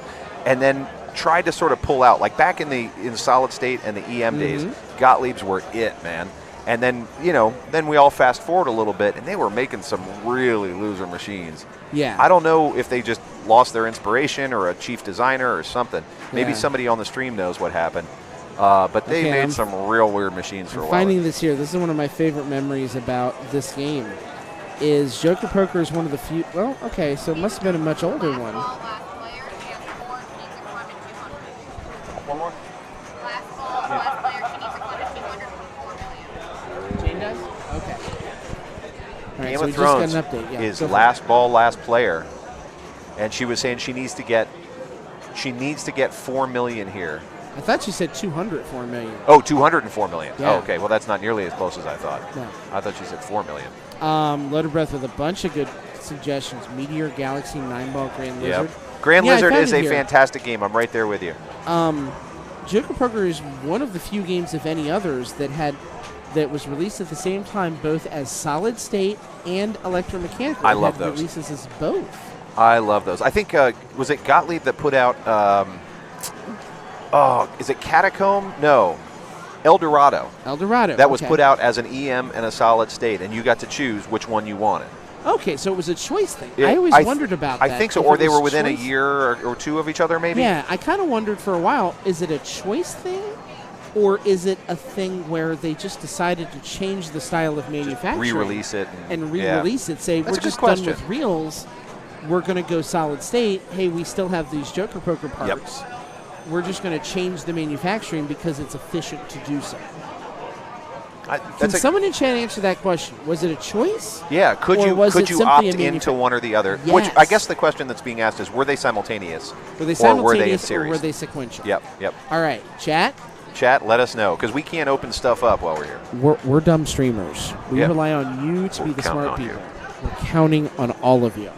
Help us, streamers. You are our only hope. And I don't think Jane got it based on that reaction. It does not look strong. She does not look happy. She got Blackwater multi-ball. Looks like total bonus of 3 million. Is not enough. Ended up just shy. Yeah, that was a game where everybody went over 180 million, it looks like. No wonder it went on forever. Yeah. HipSmart says Stars. Very nice. We're about to see that one. Blackjack and Stargazer. Good picks. I can honestly say I've never played a Blackjack. I want to know more. So there are your points. Larry Scott takes that game. Matt Goslin stays in this thing. Dan Donnell and Jane Verwis are done. And it is moving again. Eric? There's the Eric Cam. Eric Cam. We need a blinking, flashing Eric Cam insignia. Hold on.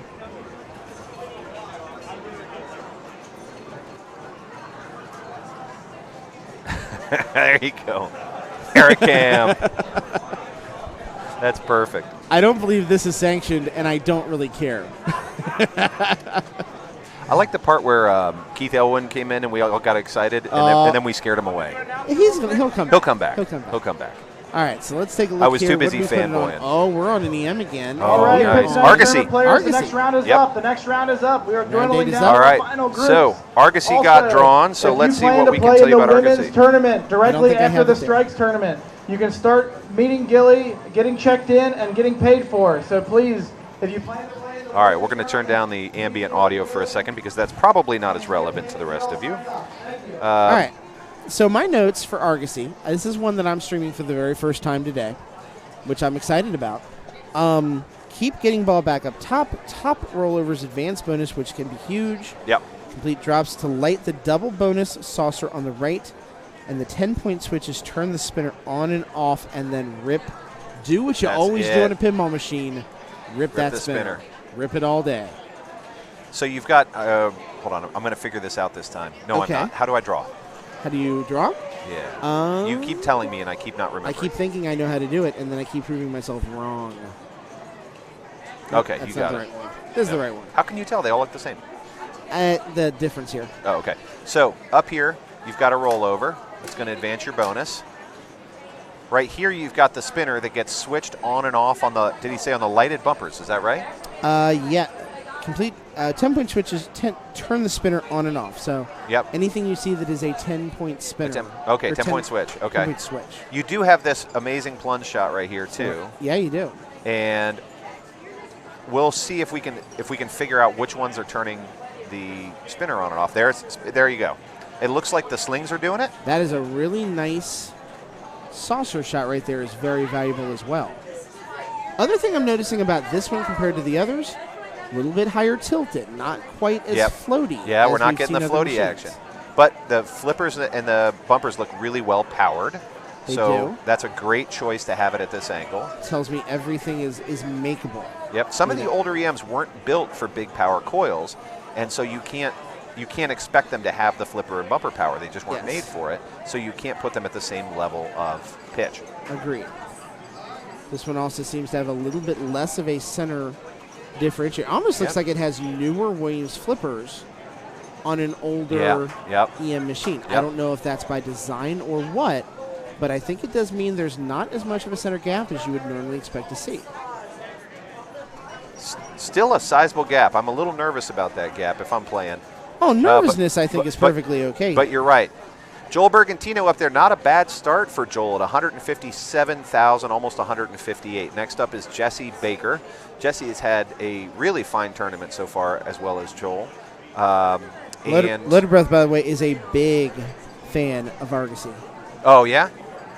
By the way, fun Cincinnati fact, the casino in town named Argosy. Used to be called Argosy. Is it still Argosy? No, it's Hollywood now. Oh, it's Hollywood now. Someone bought it. Oh, wow. That is bizarre. I think that had to have been a malfunction. I'm wondering. I've never seen Jesse do that in many games of playing with Jesse. Let's keep an eye on that. Yeah, I think he might be queuing a TD here just to look for potential malfunction. Yeah. It is just not.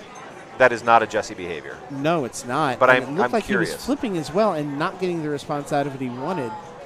In fact, I'm trying to see who he was talking to about it. I can't tell. He might be looking for Eric right now. Yeah, he might be looking for Eric. Because I don't see Tim stepping up to the machine. Yep, I think there may be a possible malfunction there. We might have an issue here. I see Tim coming to the machine. Now, I will say, I don't think this would if you can't replicate the problem, I don't think it'll qualify as a major malfunction. If the TD walks up and doesn't have the same issue, they're just going to declare that a dead ball. That ball died. Tim's trying out his flippers. He doesn't seem to be having any trouble there, so he's going to keep playing. We're going to keep at it here. I'm sure this is something where we'll keep an eye on it as we go. Keeps hitting that rollover. He's juicing that left side drop target value.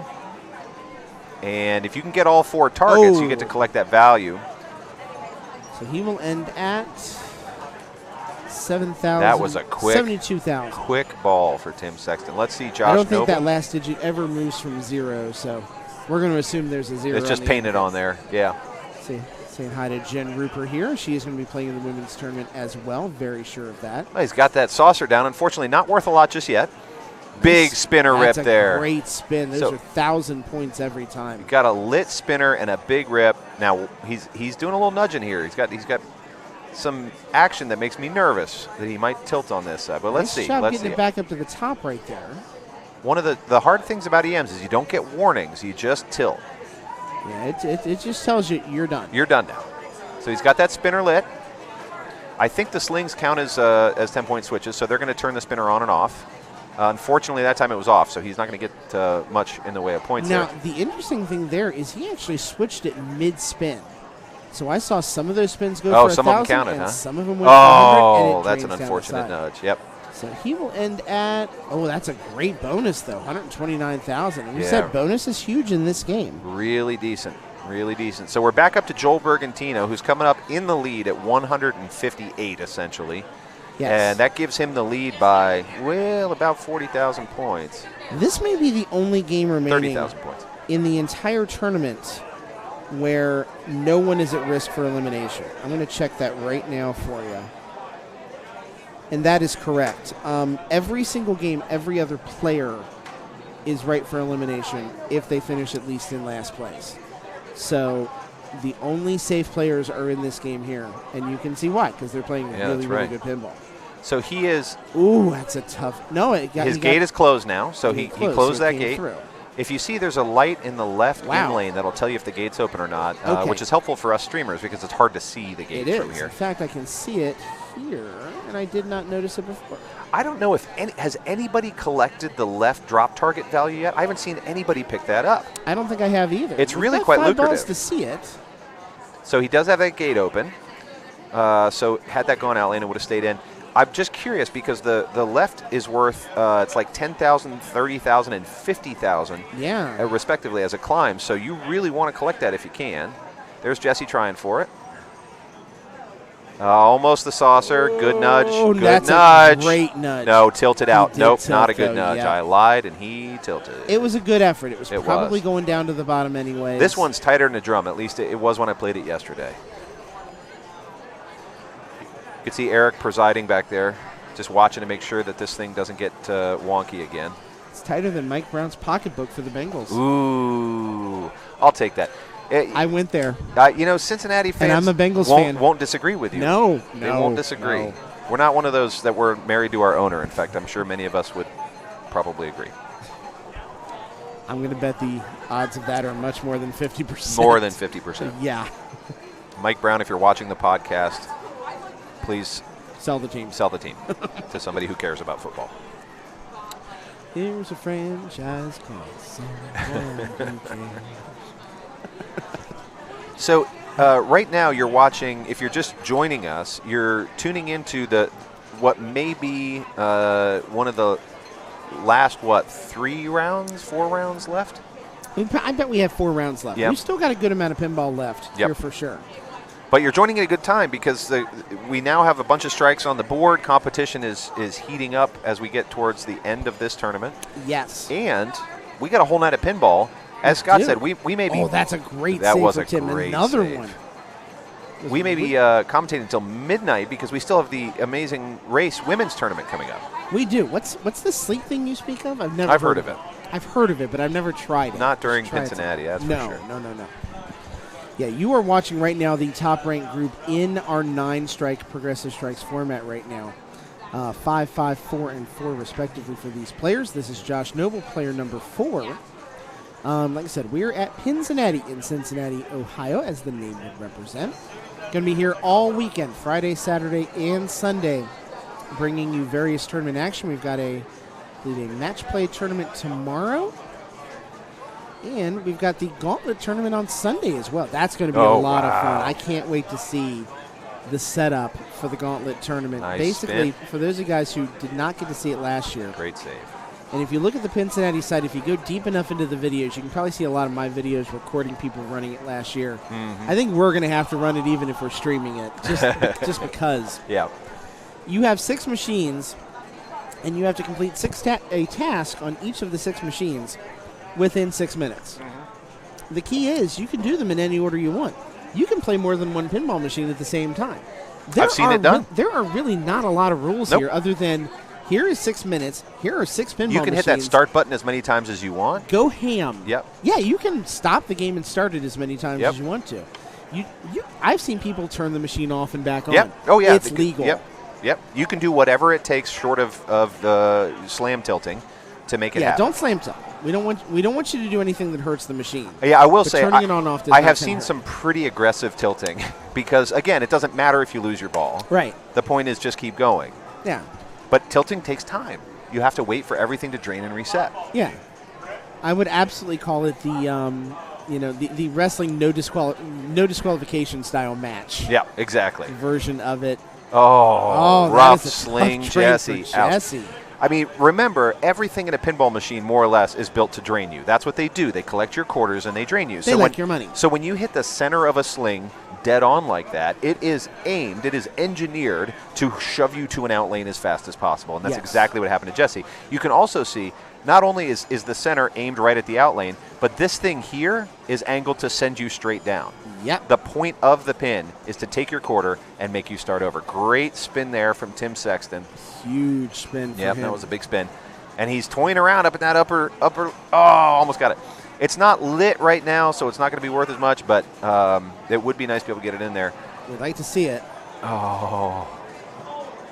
Just hits the end of the flipper right there. Yep. And there's the not 50-50 odds that we were talking about earlier with the out lanes. If you hit that side bump there, the odds that it's going to go back in, I mean, it's made to deaden the ball. It's not made to bounce. Exactly. It's not made to give. It's made to just say, you're done. Yep. And this angle, again, remember, is made for doing this. It is. I don't know what that other line was. I don't know. I don't even care. It's a bad line. We don't want that line. I like the telestrator. The telestrator. I probably need to stop playing with the telestrator, but I really enjoy it. No, you should not. We're going to get you a touchscreen next year. Oh, hot dog. We're going to have you a draw. You know what we're doing next year for sure? Instant replay.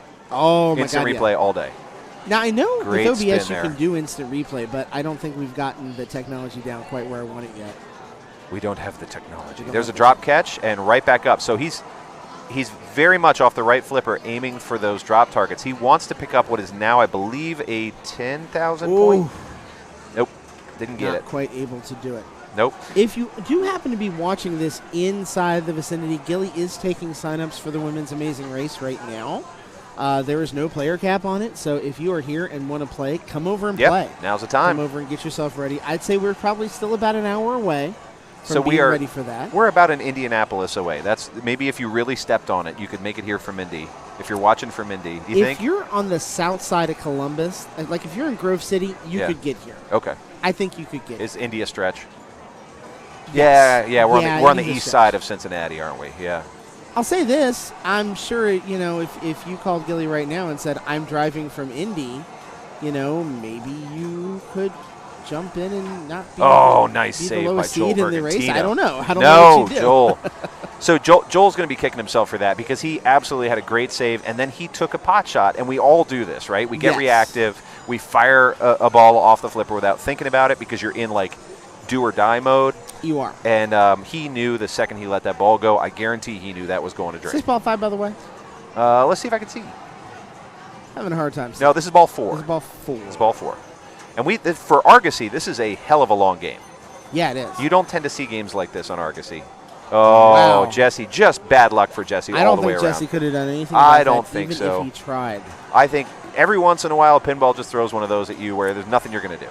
Him and Tim are very close in score right now, both around the 180,000 mark. And that could prove to be very, very interesting considering where they're at strikes. Tim has a little more of a room for error here, tied with Josh at 4 strikes right now. Tim's been at 4 strikes for quite a while. I think we saw him like 3 rounds ago at 4 strikes, so he's on a good run at the moment. See if he can keep this up here. He's got some work Look to at do. that. Oh, that's going to be dangerous. There it is. Kept it in, though. Not bad. And he made a really smart play at that corner drop target. There he goes. He picks up his 10,000. He gets a reset, and now we're up to 30. And that is a good spin. That was 1,000 for a lot of that spin time. Yep, he's going to do well on that. Watch that. Look at that wonderful save. Done. And one thing he did really well there was he didn't just save it. He saved it and then got control. And that's hard to do. Nice to do. Rough bounce off the sling. Good again. bonus, though. 300,000 as of this point. 310 is the current high. So that puts him into second place. Yeah, and gives not him bad. a very good chance to make a run here on ball number 5. All right, Josh Noble is our current leader at 312. And he's going to try and keep that lead, as you can imagine. Going into ball 5. Now, it's by no means a runaway. I mean, he's got what, 309 sitting right behind him. So he needs to do something on here to open up this gap. A couple good spinner rips. There would you be go. Highly Nice advised grab. Right now. And bad luck. What's that? Bad luck. Holy moly! What's that? We're gonna be here a while. How many women are registered for the tournament? 35. 35 women registered for this tournament. Freaking 5. I love it. I love players, you rock. You rock. You freaking rock. We're gonna be here a while. Yep. Here's what we should do: All right, guys. While we transition over to the women, 2 shots of bourbon now. Yeah. You know what we need is we need women commentators. Oh, we absolutely need that. I need to get out of this seat. Actually, I think. And we need. Do you want to take? We should Bree commentate. Absolutely. I'll take a break. Do you want to take a break? Sure. Okay. It doesn't matter to me. Okay. You take a break now. Bree, come over here. Talk about this. This is freaking amazing. It's amazing. I know. I went to Gilly and I was like, I'm gonna go listen about it. Hold on. Hold on. Time for some Lord Shack's voice. This is amazing. Hi, Bree. Hi, friends. Hi. You're going to be helping. You're going to be assistant TD tonight for this too, right? I am. Yeah, That's I'm helping awesome. run it. I'm super excited. Oh my God, 35 players. I So know. Let's talk about that. Talk to me about how the qualification will then work for totally. the Amazing. How many people are going to make the Amazing Race? Everybody? No, not everybody. Okay. I was going to ask So that the way question. that this is going to work is we are going to do 3 rounds of match play. Yes. So that is 3 games. 3 full games. Per round. 7-5-3-1. Thank Yep. you. 7-5-3-1. And then we're taking the top half. The top half women who make it forward are going to make it into that awesome Amazing That's right, Race 'cause format. You have to only take half because that's the IFPA rule for finals. We want to make sure that TGP for everybody is as high as it possibly can be. That's right. Good call. Yep. And then So in that case, if we have 35, we would go 17 in that case. I think you have to go under. Yeah, you do have to go under. You have to go under, so that'd be 17. Yeah. So and then we that's know the super Amazing awesome. Race format. Yes, We've we talked do. about that on here. So yeah, I'm super excited. This will be the first time I've run it not at the Amazing Race tournament at level 1. Oh, so it'll be nice super save by What Tim right there. a good Nicely save. done. I believe he is at 320 right now. Saying hi to Rita as well. Yeah, 320. Got to get to 360. And look at that score right there for Joel. 324. It's that close right now. What a close game. Holy moly. So, I mean, unfortunately for Joel, he's had a decent game, but he's going to end up in 3rd place. I don't think he can do any better than that. He'll have 7 strikes when this is all done. It's really a Tim and Josh show right now. This is great. Just keep staying up there. Yeah. That's Nice a spinner. nice rip. Oh, it was 1,000 for most of the time that it was ripped, too. It's up to 354. The bonus is looking really good, too. He keeps lighting his bonus. He's got the bonus up to 40. He's going to pass him. Now it's just a question about how much is he going to pass Josh by. So Tim and Josh are going to continue to be our top 2 players here no matter what. Gate was open, so he takes advantage of that. Did he get the drops? Oh, I thought he did. No, I think he's got one left. He's got the far right one left. This is quite the show right now for him. There it is. Did he get it? I thought, no, the left one's still lit, too. Oh, tricky. My look eyes like are they're failing done. me I know. tonight. Trying to look at this. Yeah, 35 players is sensational. It is great to see we're getting so much participation for this night. I am very excited for us to start this thing here very, very soon. Me too. And in the Yeah, I meantime, can't we've wait. got amazing pinball to watch for all these players right here. So That's right. And he is over 400,000 now. So with that bonus, I think that bonus is up to 100,000. There's He's the going to last be at shot target. 500, No? Yeah, 440 now. All right, and finally, no, gate was open again. He doubled it. This is amazing now. This is the ball 3 that Tim had to have, and he's having it right now. Nice drop catch. What a job. Oh, there's another round of targets. Sorry, just checking something here. Here we go. All right, we're back. Kind of. So are you enjoying your time here at Cincinnati? I am enjoying it. I have been staying very busy behind the broadcast station here, myself and Justin. You're doing a great job, so thank you very much. We appreciate you. And that might finally be it, but wow. Let's see how the bonus goes. That double bonus is going to run him up over 700,000 points right here. Wow. He is now doubling the score. That was an over 400,000 point ball on ball number 5, more than anybody has had in their game up to this point, period. That's clutch. That's how you win tournaments. Yeah. Is with really, really clutch ball 3, ball 5 play like that. That's right. I know Tim was super excited because he got it into all 3 tournaments this weekend. Yeah. He was a little nervous because he was on both wait lists, but I was like, you should come anyway. It would be really fun. Yeah. And I'm really glad he did. So I'm glad he did too. Glad to see him doing well. Star-studded cast here. We got Keith. We got Tim. We got some good Stern representation here. Happy about that. So Josh does end up in second place right here. So I think the strikes should be updating. There it is. Tim is now alone in first place. Josh with 5, Joel with 7, and Jesse now with 8. He's on the border. He's got 8 strikes. And so now with 1 game remaining, we can kind of give you an idea how many players are left. And depending on how this game goes, depends on how many eliminations we're going to get here. We've got basically at this point 7 players safely through. Yep. And out of that game, I don't think we're going to get more than 2, more than likely. There's a possibility it might of be 2. 3. Yeah. I think if everything shakes out correctly.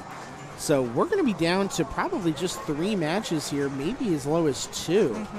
You know, so within 2 rounds, we go from 29 players to 8. That's crazy. Simple as that. Hey, What the Flip is now hosting the channel too. Thank you so much, What the Flip, one of the sponsors. I was in that 29. Yep, a lot of people. Chandel Zappa was in that 29. I you know. Can see it right there. James Scott too. James Scott, there's a lot of good players that got eliminated right at the end there. Yeah. And of course, your placement does depend on the number of strikes you have when you're eliminated, so that does make a little bit of makes the placement a little bit easier to figure out, which is nice. But wow, it is definitely happening very, very fast and furious right now. And with the amount of strikes these players have, there's no reason to think it's not going to continue this way too. You know, 2 players now, Tim and Josh, still have a 1-game buffer. You know, they can finish last place in any of the games on this tournament and still make they're going to be okay. They're not going to be eliminated just yet. Everyone else is going to be in a position not only where they can't finish last, they can't finish 3rd. Yeah. So, my last game I had to do 1st or 2nd. Yeah. And, I mean, basically it turns it into, for you, a traditional strikes game that way. Yeah, absolutely. You have to play it like you normally would. It's true. So that one, needless to say. And I got put up against Lindsay and Jane. Oh, God. I was like, come on, girl power. I don't want it like this. The random number generator is not nice to anybody. It's definitely not my friend. If you ever listen to me and Scott, we both play Pokemon, and the random, not number, I guess, in that case, but I cannot get a shiny to save my life. The last shiny I got was only because the game did a special research to give me a shiny. I can't do it. It's too much. I've just given up. It's fine. I think I've managed to catch one with the Pokeball before. Don't ask me how the heck I pulled that one off. That's impressive. Which reminds me, I should be catching it with the Pokeball right now, and it turned off, and I haven't cared. Because I'm having too much fun. Pokemon Go on my Switch, or Let's Go Eevee, and I don't know if you know anything about the rule set, but you pretty much play. Yes, Match Play does do Swiss pairing. In fact, that's the setting that we have on it right now is the Switch pairs. Looks like the last game is Junkyard. That's a good group play in Junkyard. Anna, Ken, Larry, and Matt. A lot of good local players, and then Anna, who has been playing really, really well today. She, I believe, is the last female player. Been playing really great. She's been playing great in general, but she's also been playing great in this tournament. Just a couple rounds ago, she was in the top group. I know. You know, just a tough run on Game of Thrones right there, which we hated to see. So there you go. I mean, we're down to 15 players right now. It's going to be more like 7 or 8 when this round's up. So a lot happening fast and furious right now. Yeah. Within the tournament. And I'm also interested to see what game is going to come up next, where our rig's going to be. We've had a good run lately of the classic games like this. You can see Larry Scott in the background right there kind of following along what's going on here. We'll switch their game up on... Do I have their game up? Yeah, there's Junkyard, so you can see their strike levels. Anna and Matt have to win. That's the stress on them. Ken and Larry have to come in first or second. So that's why we say depending on how it goes. You know, if Larry wins and Ken comes in last, I believe we would have 3 eliminations in this group. So it could turn into a little bit of a bloodbath. Meg, you missed a lot. We missed a lot of people get eliminated from the event, and it is final now. Looks like Ken won and Larry got second. So that does eliminate Matt and Anna from the tournament. The newer DMD and the newer LCDs have not been nice. The newer DMD has not been nice to Anna today, unfortunately. Where are we moving? All right, we're moving. All right, hold on. It's Eric Cam. Hold on, let's pop it. Eric Cam for everybody. I hope he sees that too. Here in the top. All the Eric Cam.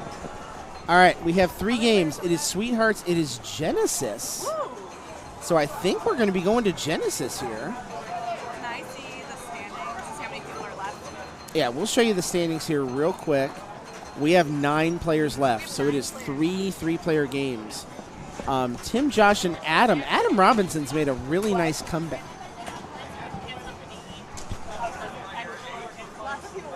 Adam Robinson's made a really nice comeback in this tournament. He got off to a really, really tough start. All right, hang on. Okay, so you can see the body. I see the support up below.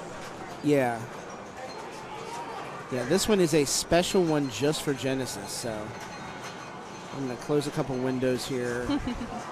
Oh, Genesis. For the sake of my sanity. Yes, Genesis has to be a little strange. I love all those old Gottliebs. Yeah. I think they're so much fun. I really do. I'm always super excited. I'm like, ooh, Genesis, nice. Yeah. Or yeah, like this is specifically class our of Genesis setup right here. Look at how the camera sets up right now for Jesse right there. And look, I'll have to pull up the window projector right here of it. It almost looks like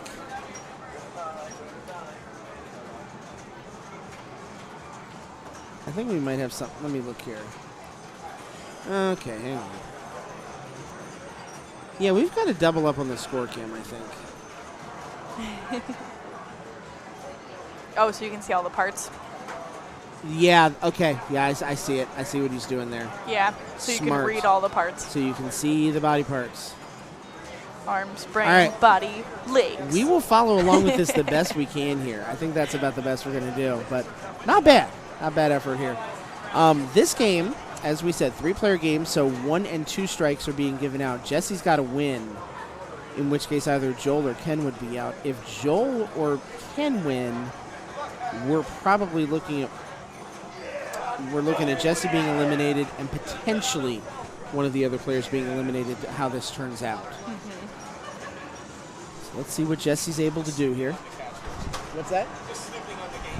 How you doing, by the way? I am in the last round here. The last 9. Very nice. I know. So I'm a rules person, so I'll just fill the silence with rules. Please do. I do not know so the rules as well as this. Larry Scott saying hi. Old really roommate Larry Scott, by the way. What? Old roommate Larry Scott. Yeah. Yeah. Very cool. Yes. Genesis is a really unique game. Going up to it, people think that they have to spell all of the body parts, but in reality, just go for arms. Always go for arms. Because if you go for arms, you get a multi-ball. And when you have a multi-ball, you can do so many other things. That's true. But yeah, the name of the game, go for arms. Once you do that, spell the other body parts, you get a nice bonus. So yes. Yeah, it's a very unique game. It's pretty fun. Yeah. The first time I saw this game was... Was it based on the band Genesis? In Cleveland. I don't think it was. That's all speculation, though. Okay. But yeah, it was in the Cleveland show 2 years ago. Yes. And I was like, this is cool. Mm-hmm. Oh, look at these. I got a few left over from previous times. These are cool. Yeah. Let's see. Now, as you said, part. once you've collected the body part, it increases the scoring by 1. So, yeah, once you've collected, if you've just collected legs, you have 2x scoring. If then you collect another body part, you go for 3x. Yeah, and if so you hit those drop targets in the middle of the board, they'll give you a letter for a body part. Yes. And you said drop part, if you got to hit him in order to do it. Mm-hmm. If you hit him out of order, you have to clear the drops to try and get the next number in sequence. So it almost has a mouse and around feel to it, except you have to be more precise than mouse and around. Mouse and around simply doesn't register it if you hit it out of cycle. On this one, you have to actually, if you hit it out of cycle, you have to basically hit shots to correct your errors. So Joel right now, player number 2, 153,000. Backhand. That's a back. Eric just. I think Eric just learned something right now. That's the happiest I've seen him all day. It's like I didn't know. That was really good. That was an amazing shot. Meg, it is. She was saying the progress has been going really fast. It feels like, we've hit a cliff, and suddenly after that, everyone's jumping. Everyone is, either jumping off the bandwagon because they're hitting that 9th strike, and it's all happening all in like one fell swoop. Oh, and Joel wasn't able to save that. Still a good first ball for him, though. Mm-hmm. Almost 300,000 points. Not bad. Here's Ken.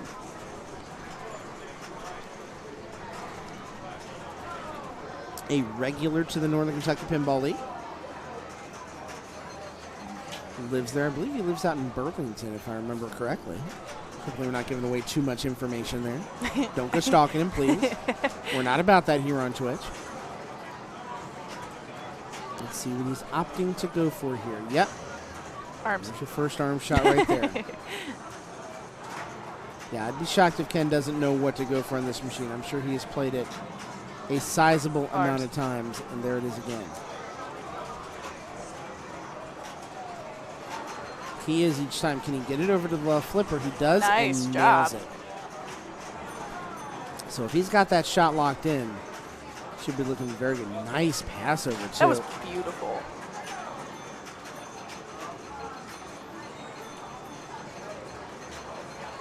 So the other question here is, once he does start that multi-ball, is he able to progress on the other body parts during multi-ball, or is that cut off? And I don't remember the answer to it, and I don't remember if I wrote it down. I don't know. I think so. Okay. Here's Jesse, 3rd place right now. Remember, he has to win this group. He has AR. That's going to be M. Yep. So. It's in a similar place to where Ken was on this. Mm-hmm. Ken got himself up to ARM, 1 shot away from it. Jesse's trying to desperately post pass. But it's harder just on these Gottliebs. Yeah. Oh, that was favor, an end though. of the flipper shot, really nicely done. So that gives him arms, which also means his score multiplier, his multi-ball multiplier is up. And he's still flashing for brain and legs, so I think it does still count for progress. But it switches, so you see how they keep switching. So that was one for legs, and et cetera, et cetera. Nice save. And you can see the points just begin to build up right here. He's already over 400,000. That's the multiplier. That's the score multiplier now. Everything is just so expanded on your point score. That should be legs right there. Oh, no, one more. Sorry.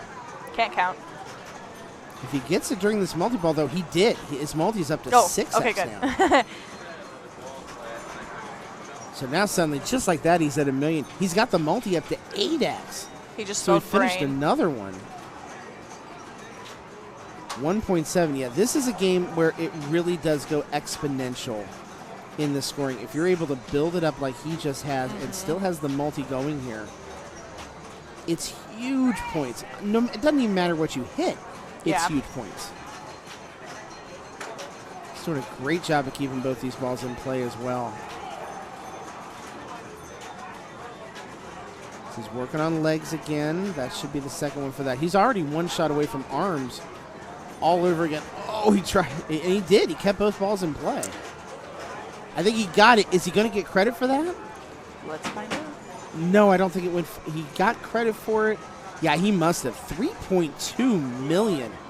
That is a great multi-ball for him right there. But, and I believe his scoring should still be 5x, or at least 4x. So he's going to reap the benefits of this the entire ball until he drains out. As he should. Yeah. He's got to play, I don't want to say perfect pinball, but he's got to win every game from here on out if he wants to win this event. And there's a lot of Whopper points, certainly a lot on the line for him right there. He can, if anybody can do it, he can. Yeah, he's played these machines enough. I know he could do it. He's local. He knows it. You look at all of those advantages right now. They all work in his favor. Mm-hmm. He's at 4-1. Yep.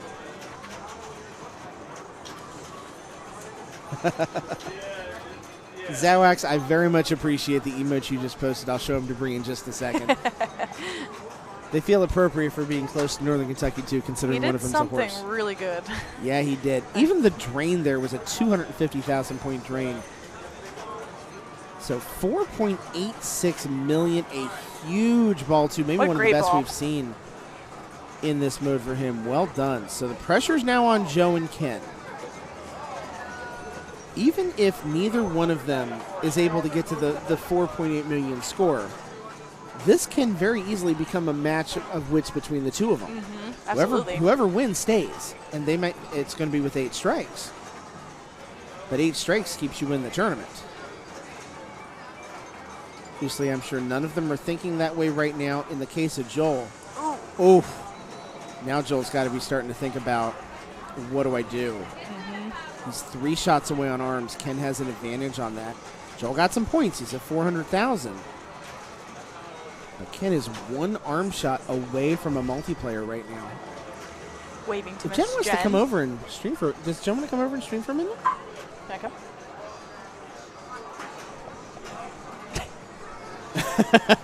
I'll take a break. I can use a little break. Go for it. Yeah. I'm going to take a break. Jen Rupert's going to come in and call this action for Ken right here. I'll be right back. Listen to the wonderful tones of Jen Rupert. They sound much nicer than mine, trust me. There you go. Yes, appreciate it.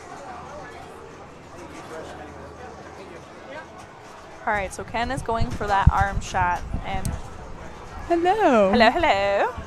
Hi. What are we watching? We are watching Genesis. Ooh, I love Genesis. I do too. I think it's such a fun game. I really do. Especially when you get it to open up in the center. Yep. Like, Jesse just did that. oh, I missed it. No. There's that last shot for arms. Oh, did I miscount? I was going to say, were you able to see it even though there's it looks like there's a little bit of a glare? Oh, you could see it. Oh, you could? Okay, yeah. Cool. Good. That it's so rewarding when you get that too. Oh yeah. I did it. So this is the top group, correct? This is the top group. Okay. Yes. No, because Tim has 4 or 5 strikes. Oh, okay. That was a quick ball for Jesse. He needs to win this to stay in, so I'm sure he's not feeling too comfortable. It is reachable. Yes. I mean, he did that all on ball 2.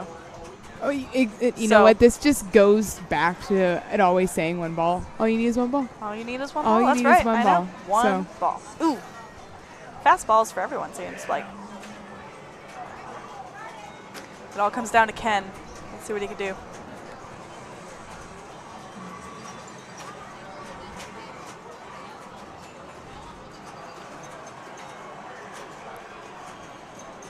Do you feel the pressure? I always hold my breath when I'm watching people. I know. It's fine. I'm like, oh no. We'll let it out after this ball. So this is one thing that's a little bit difficult, that we can't see the top of it to see which. Oh, we can. Oh, you can hear. Can. Oh, I can hear. Okay. I wasn't looking at that. Oh goodness. Oof. So to see what he had in. Jesse is moving forward, and looks like Ken as well. Let me see if the score will come back up. I do see lots of kicks from Stu over here. I know.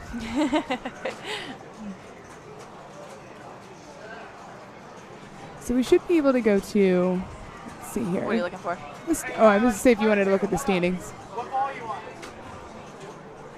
Oh, it looks like we might be switching up the cameras and getting onto Royal Rumble. There we go. All right, so we're moving the camera. Oh, wait, I can move the camera. I'm not as fast as Scott. Sorry, friends, but I did. We have a little thing that says Eric Cam. Oh, the Eric Cam? The Eric Cam. Oh, it's the one where it literally shows like Eric moving the cameras. It's beautiful. Yes. Yes. All right. So guys, if you look, there should be one called DMB. Click on that one and see if that looks okay. All right, we're going to have to wait till he's done. I'll move it up a little bit. Okay. We can't see Eric standing in the background, as well as me saying hi in the background on 2 different cameras too. So this is a fight for the death. All of these people have 8 strikes. Oh. And it looks like I think we might be on ball 2 right now.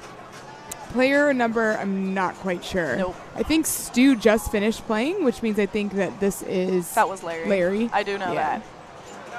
The beard cam. Good. It's good. Yeah. Yeah.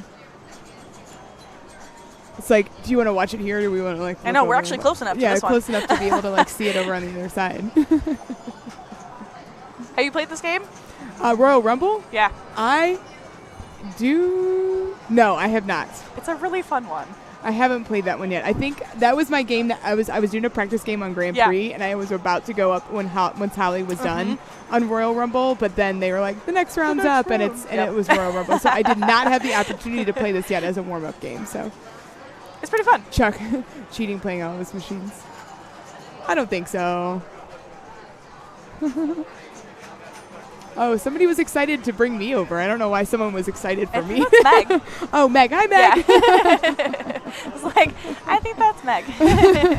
I know it's like most of these machines came from Eric's basement. I was like, is there anything in your basement right now, Eric? No. Now's the time to clean.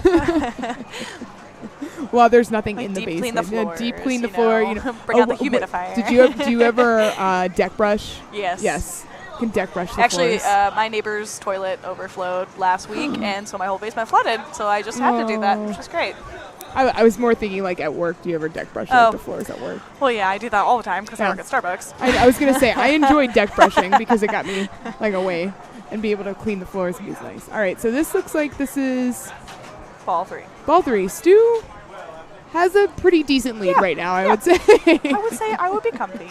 But I would be comfy with that lead as well. But, again, like we just talked about on the game on Genesis, all it takes is one ball. Absolutely. So, especially with this game, all you have to do is collect the wrestlers, get the multi-ball, and then you can load up on points. See, this is where you teach me how to play the game now so that when I get it in the women's tournament.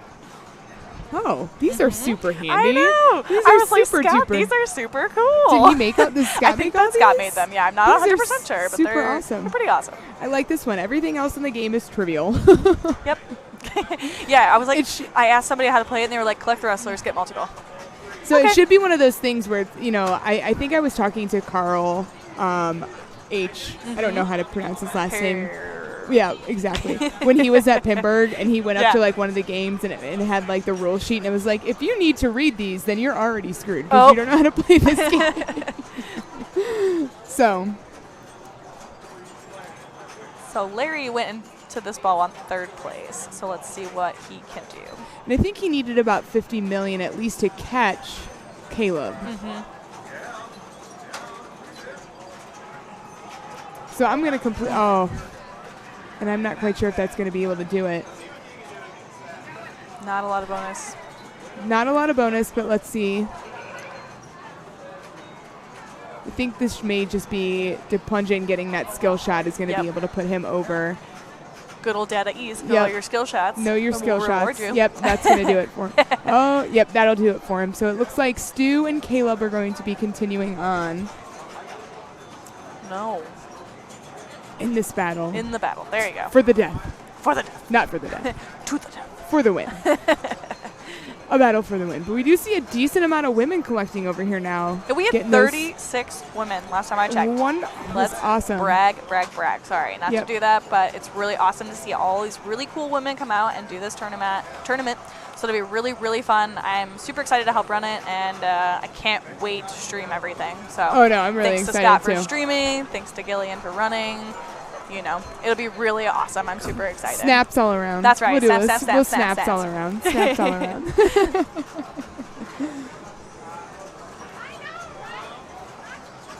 So let's see if I can mess around with this a little bit because we still got Caleb that's playing. I'm not quite sure. If you go to matches, it'll show you like what they finished, and then if you go to standings, it'll show you how many strikes everyone has. Strikeout standings. Yeah, that'll show you how many strikes. All right, let's go to standings. So it looks like we were waiting on this game, which means let's go to this. Ooh, goodness. I can't interpret this. There's a lot of people on here. They're in the multi-ball. They're in multi-ball. Go back.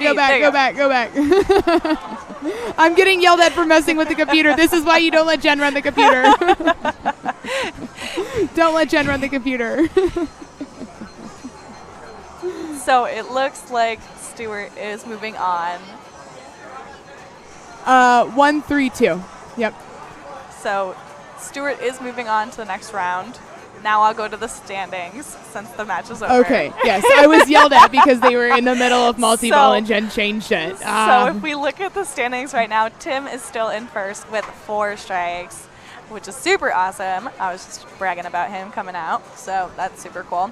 If we look at his match, he ended up getting first, Josh got second, or third, and then Adam got second. Those numbers are super tiny for all of you. I think they might be able to see it on their computers, but like on this screen, it's just because it's like half tiny. the screen. Yeah, it's super duper tiny. I'm like, holy moly. So. Okay, let's see. Can I find the Eric cam? Ooh. I totally can. There we go. Yay! Nope, can't type. Fine. So we got the Eric. Right, I like it. Where are we going? I like it. Where are we going? Ooh, it looks Grand like we are Prix. going to Grand Prix. Hey, look at me. I can figure out computers sometimes. Okay, but Jen just gets yelled at when they go multi-ball, so don't let me touch anything. Don't let me touch anything. I'm going to refresh this. Yeah, so I was going to say, what do we see? So can we go to the match play standings? Hold on. We got to go over here. Well, no, I meant can we see it without changing this? I already put it on there. It looks good. Yeah, it looks good. I can figure out computers sometimes. Right. I know, right? We're all nerds here. It's okay. Nerds are welcome. Nerds are cool nowadays. Nerds are cool. I'm gonna pass things back over to Scott. Yeah, I'm gonna pass it back over to Scott. All right, so it looks like we have Tim, Sexton, Josh, and Jesse on Grand Prix, and we have Stuart, Ken, and Adam. A big thank you to Jen for her help in commentating there. Appreciate Big Indian. Sweet. Oh. This should be fun. I am going to hop off because the women's tournament is starting. So they are going to go ahead and start the women's? We're starting. Okay, cool. We will try. Thanks for having me, guys. Absolutely. We will switch everything over standings-wise and everything to women's as soon as that starts. In fact, I may even work on some of that while we're going here. So, yeah, we will do our best to keep you guys up to date on the women's tournament at the same time while still bringing you the finals of this. So hang tight. We'll stick with it as best we can for you here. Could be a little interesting, but we'll make it happen. Giving Holly some love here. She is getting ready to compete as well. So, Big Indian is the game here. We're going to switch over. Round 10, Big Indian. There we go. This is not what I was expecting here. What do we got? Oh, no, Grand Prix. We've got Grand Prix up. So this is super interesting here. This game, 4, 7, and 8. Tim Sexton still has a 2-game buffer. I mean, and if he keeps winning, that buffer could be as much as a 3-game buffer when we get to head-to-head type formats.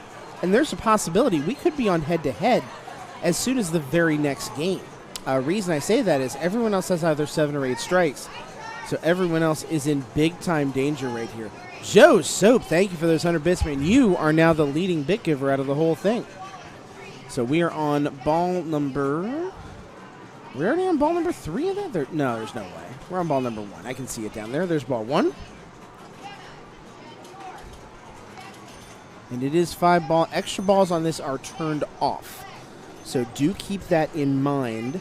Forgive me if I'm looking at another screen for a little bit of the time right here. I am spending a little bit of my time here making sure that the match play stuff gets set up properly for the women's tournament. We're going to keep you, like I said, in the loop on how that is going all at the exact same time. So make all this happen for you. Certainly a little bit busy right now, but boy, it's busy in the best possible way. You know, this is what we want. We want there to be all kinds of action going on right now. I may have to ask Gilly. In fact, I'm going to try and... Gilly, send me the match play whenever. That's one way to do it. Tim is back up. We're looking at the scores right here. Yeah, no one came close on this one right here. He's at 270,000. No one else is over 30. He is zoned, and that's probably putting it very, very nicely. Yes, Chuckwort does rock, and so does Grand Prix. Thank you for those bits. Pinball Nerds Podcast. Appreciate it. There's another really nice, and there it is. 326,000. I don't know if anybody's going to be able to knock him off, because if he keeps this up on the pace he's at, then suddenly it's if Jesse comes in second and Josh comes in third, then Tim's the only person that comes out of this group. He's it. So there's the drain, but nonetheless, this is going to be a nice bonus as well. See where he ends up right here. It is a high number, 452,000 points for him. That game is literally right behind us right now where I'm watching Josh Noble do his thing. And he houseballed. No, did he? No, he hasn't played yet. I just looked and saw him step away. They're looking at something on the machine, though. I'm not exactly 100% sure what they're looking at here. And I'm certainly not going to bug the players about it. But, yeah, Jesse and Josh are both walking away. So something they must think is amiss. We don't know what it is yet. Josh is coming over. What do we got going on here? Okay, it's more of a just rule check here to see if something's acting the way it should be, and that is that right now Josh has 25,000 bonus on the left side. He's asking Tim about it too, so without jumping in too much and making sure there's no issue. Yeah, Eric's coming over to take a look at it right now.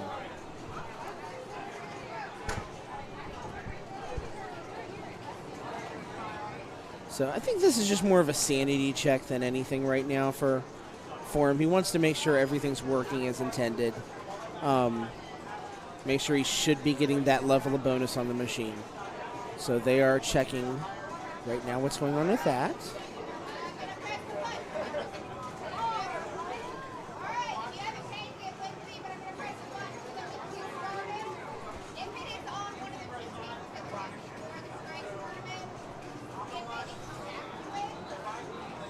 All right, we are continuing to work while this is happening on setting up some stream assets for you for the women's tournament.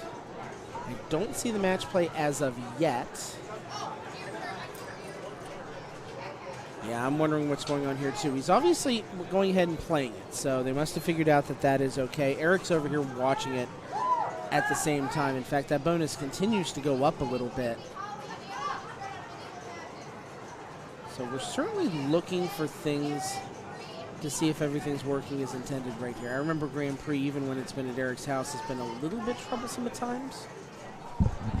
So hopefully we're going to get they're playing it out. I mean, he's playing this like a normal game right now, but I'm sure Eric's there to double check the machine, make sure it's playing as it's intended to. So hang tight on that. We're watching it right along with you here.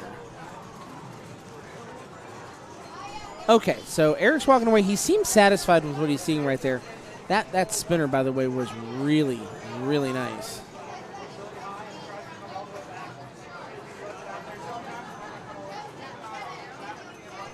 Talking about it right now, can't seem to get a grasp on what we're seeing right here.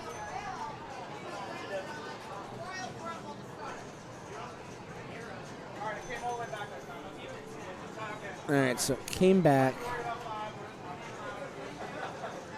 So after that ball, by the way, Josh's score ended up at about 78,000 points. So I think the assumption here is we're good. They're going to call this a play on. I don't see anything to indicate anything to the contrary right now, but we'll keep an eye on it for you. That is a nice spin too. Oh, and he got it turned to thousands at the last point there, so that was excellent. Just that single one, even though it was not a great ball for him, 110,000 on the strength of the spin. So nice comeback right there as we begin to see the women's tournament come into play. A lot more activity happening around here. Hopefully we'll have that information for you very, very shortly.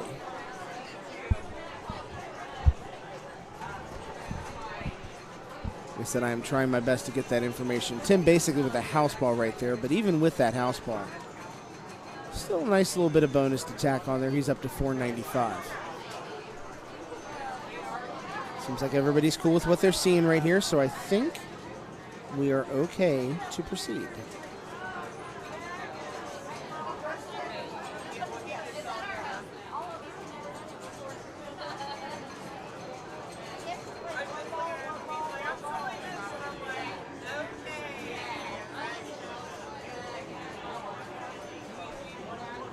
Just changed it.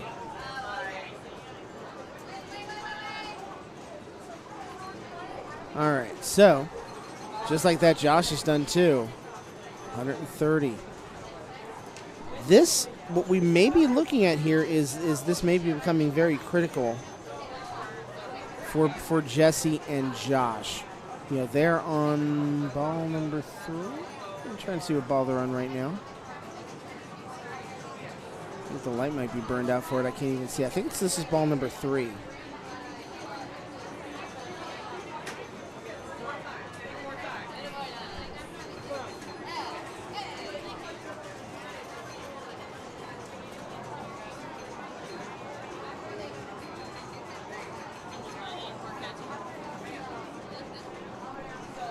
All right.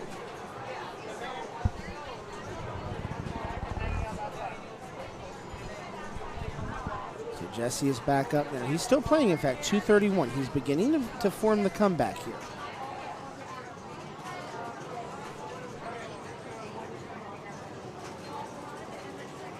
Nice spin, but still only 100 per. Does get it switched at a decent point there. So his last few spins were worth 1,000. He's at 249. He's about halfway there now. Also, his bonus is looking like it should be pretty good. He's got the bonus worked up to about 65,000. But he only got the left side bonus, didn't get the right side. Remember, this game, the side that you have lit does matter as far as the bonus you are given at the end of a ball. End of ball bonus is determined by that. Ball 1 to 3 is left, ball 2 is the right. This game being a 4-ball game, I would imagine, yeah, it's still determined by the big red arrow. It just zips a couple more times around. I'm going to ask someone something. Hey, Michael. Michael. Can you find me out the net? No. What? Can you ask Bree to find me I need to find the match play link for the women's tournament. The what? The match play link, if you can find it for me. So just like that, yeah, Jesse is done. So here's Tim. They're on ball number 4.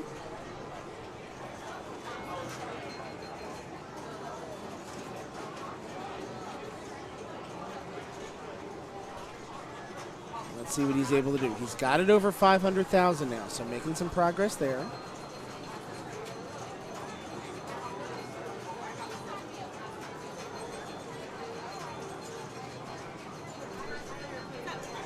I need a match play link.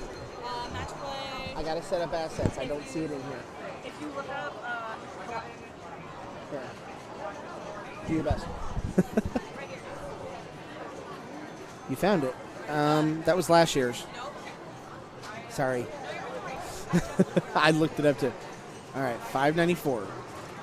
That was a nice spin, and he got it turned into 1,000 really quickly there too.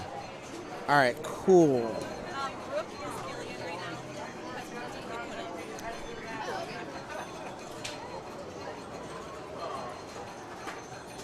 Actually, it looks like the match play with this is doing a little differently than I thought. Each group is playing 3 games. So each player is going to get to play 9 games on this machine before we do that. But we'll have that information for you here very, very shortly. I'm not sure how we're going to do the matches side of things yet. We'll figure that out as we go. You guys get to maybe watch me do some stream hacking in real time here. I would be more than happy to do that for you. You know, that's what you signed up to watch, right? Yeah, we're ball 4 here. He's almost at 700,000. So now it is critical for Josh here to make up this ground on Jesse. If he's not able to do it, Tim is the only person that moves out of this group. And it becomes a head-to-head where Tim has a 3-game, basically has to only win 1 game. Whoever plays him has to win 3. It's a 4-strike lead, and that is brutal right then. The bonus is going to help him quite a bit. In fact, it gives him a lead of under 1,000 points. So with that bonus, he's made it up. Right side bonus is what Jesse's looking for right here. That's going to help. So Jesse will continue to hold the lead after this ball is done, but he needs to get some points and build that up. Those saucers help. Oh, that was almost a really tough draw right there off the saucers.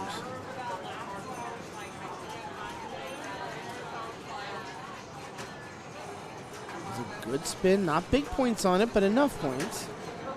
And he will drain. So 335 right now is his total. And Tim will play this. Tim has to play this out. He is not in any way, shape, or form guaranteed first place. And if one of these other players were to come back and give him a strike, that would absolutely be critical in later rounds right here. Do we maybe have it again? We've got it again. Yeah, the 25,000 issue has reared its ugly head again.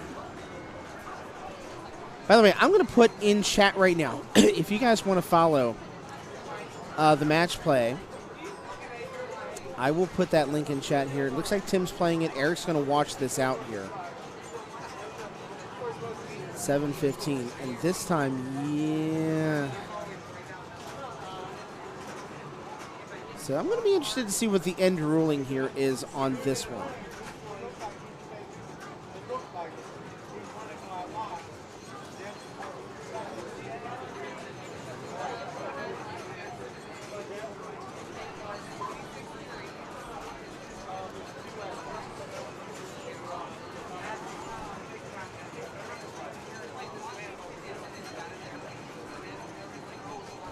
Got that link for you here as Tim is still going here at 800,000.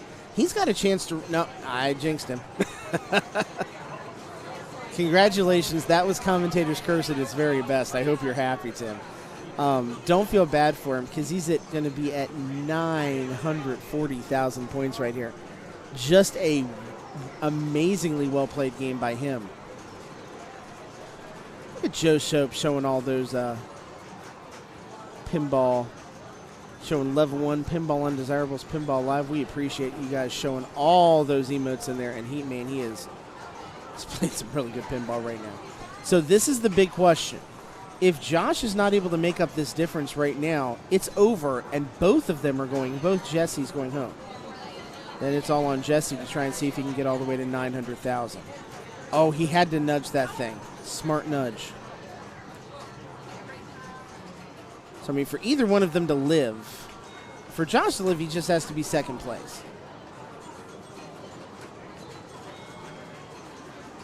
His bonus right now is trending, it looks like 30,000, and he claims it.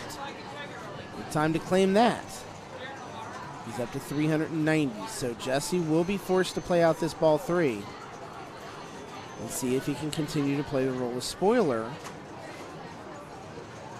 And he drains. So now Josh's tournament life rests in Jesse's hands. Jesse's got to run it all the way back. He's got to get up to 940,000. Wow. So his target score is about 605,000 points away. Josh, to stay alive, oh, that thing stayed in play. That was important. Really only cares about where this ends, and Josh is going to live. Josh will only get a single strike, I think. I don't think there's enough bonus there. There's not. So Jesse is done at 10 strikes. And I believe we're going to be down to a 3-player final with Josh at 8 strikes. We're going to have another player at 8 strikes. In fact, we can tell you that's going to be Stuart Niswanger right now is going to be in this thing. Ken and Adam have been eliminated. Great comeback, by the way, by Adam Robinson after everything that he did. So there it is. Tim has an enormous lead. And the interesting thing here is this can still end right now if Tim wins. Because this is a 2-strike game, because this is a 3-player game, it is 1 strike, 2 strike. The rules definitely change a little bit here. One more time for a little bit. We got ourselves some Eric Cam. That's right. Eric Cam is live and in charge. And yes, that is me clicking the button by hand so you can have it flashed on your screen. Because I have no shame. All right, there's Genesis. We've got it up on the screen for you. Looks like he's got a little bit of configuration to do here. Oh, no, it's Big Game. I wonder why they moved it to Genesis. We may be in a waiting state right here. Big Game may have been chosen in the women's tournament. so I'm going to refresh this page and see what we have here. In the meantime,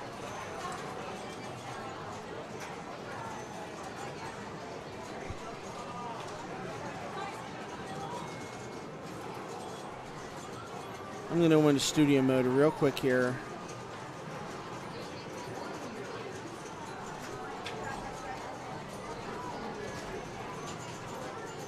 And play around just a little bit.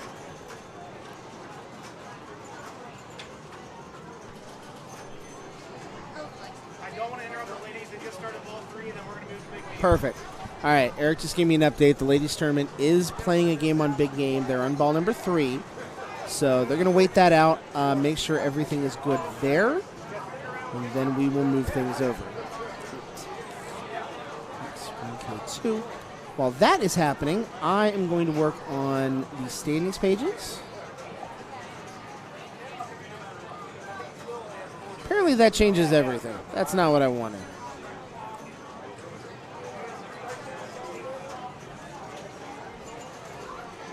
We're going to have to do this on the fly afterwards. That was a nice thought. Sturt and Kapow are remaking Big Game into a CCR pin. Okay, CCR, help me out here. I should know what CCR is, and I don't know what CCR is off the top of my head. So give me a little bit of insight on that. That will be tremendously helpful for me. All right, so matches. I'm looking at matches right now.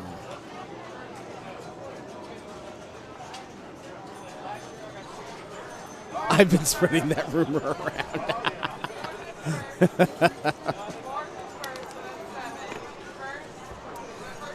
Jason, is your custom company called Kapow? I think we need to learn these things right now and see if that is indeed the source of our leaks here.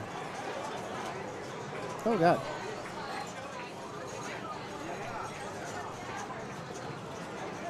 You may have stopped recording on me right there. Let me fix that real quick.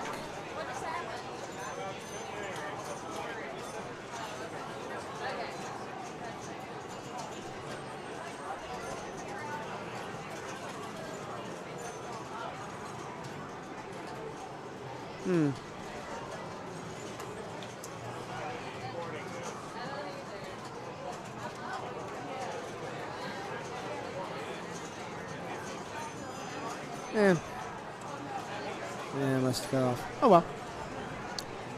'Tis okay.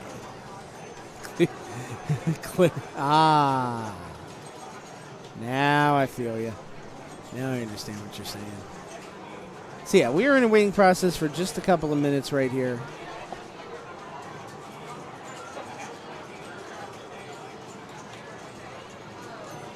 Waiting on this to hit a point of completion.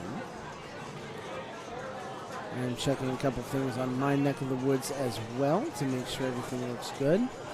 And I think we are moving again. Yes, the women's game is done on big game, so we are going to get everything switched over. In the meantime, don't forget to go support twitch.tv/whattheflip. Go watch them when they're live. They're one of our fine sponsors today. Arcade Legacy in the house as well. See Jesse playing in this tournament. Go see all their locations in Cincinnati and Northern Kentucky. They're one of our fine sponsors too. Rec Bar down in Louisville, Kentucky. Actually, the Jeffersontown area part of there. That place has got so many machines in it now. It is crazy, crazy, crazy how many machines they have. So with that, for the first time tonight, we bring you Big Game. First time we've had a chance to see this. First time we've had a chance to see the tic-tac-toe boards for you. So to give you guys an idea, if you have not seen this particular machine before, yeah, I think we're good to go. And again, by the way, I don't know if Delaware Pinball is back in chat right now, but our talk about how many scissor drains you're going to have, it's totally in play once again. And I'm going to go, if the over-under on a 3-player game is 1.5, which means we have 9 balls to play with, I will still go with the over. I think 2 of them will drain by scissor here. Mostly because of the stress involved in this for both Josh and Stuart. Josh and Stuart, I think safe to say for both these guys, this is going to register on their top 20 tournaments with this kind of finish. Tim will have to see. I got to think it probably will as well, but when you're ranked 121 and you've got a heck of a lot of Whopper points, then it does make you wonder. But here we go. This is potentially our last game of the Friday Night Strikes tournament if Tim wins it. Let's see if he's able to do it, and let's see what he's able to fill in on that checkerboard and how many BIGs he's able to get. If you collect big at those top lanes, right spinner is 1K a spin for the rest of the entire game. So we could see a lot of people doing that. Also, if the X card is lit, the left spinner is 2K a spin. So as you would expect with games of this variety, it's all about ripping the spinner. Yeah, I mean, I'm not going to say either one of these guys absolutely could come back, but Tim has been playing so well as of late that that's an interesting one right there. Nope, it did drop successfully. Whoa! That was was that an over the flipper Lazarus right there? I don't think I've ever seen that on this machine before.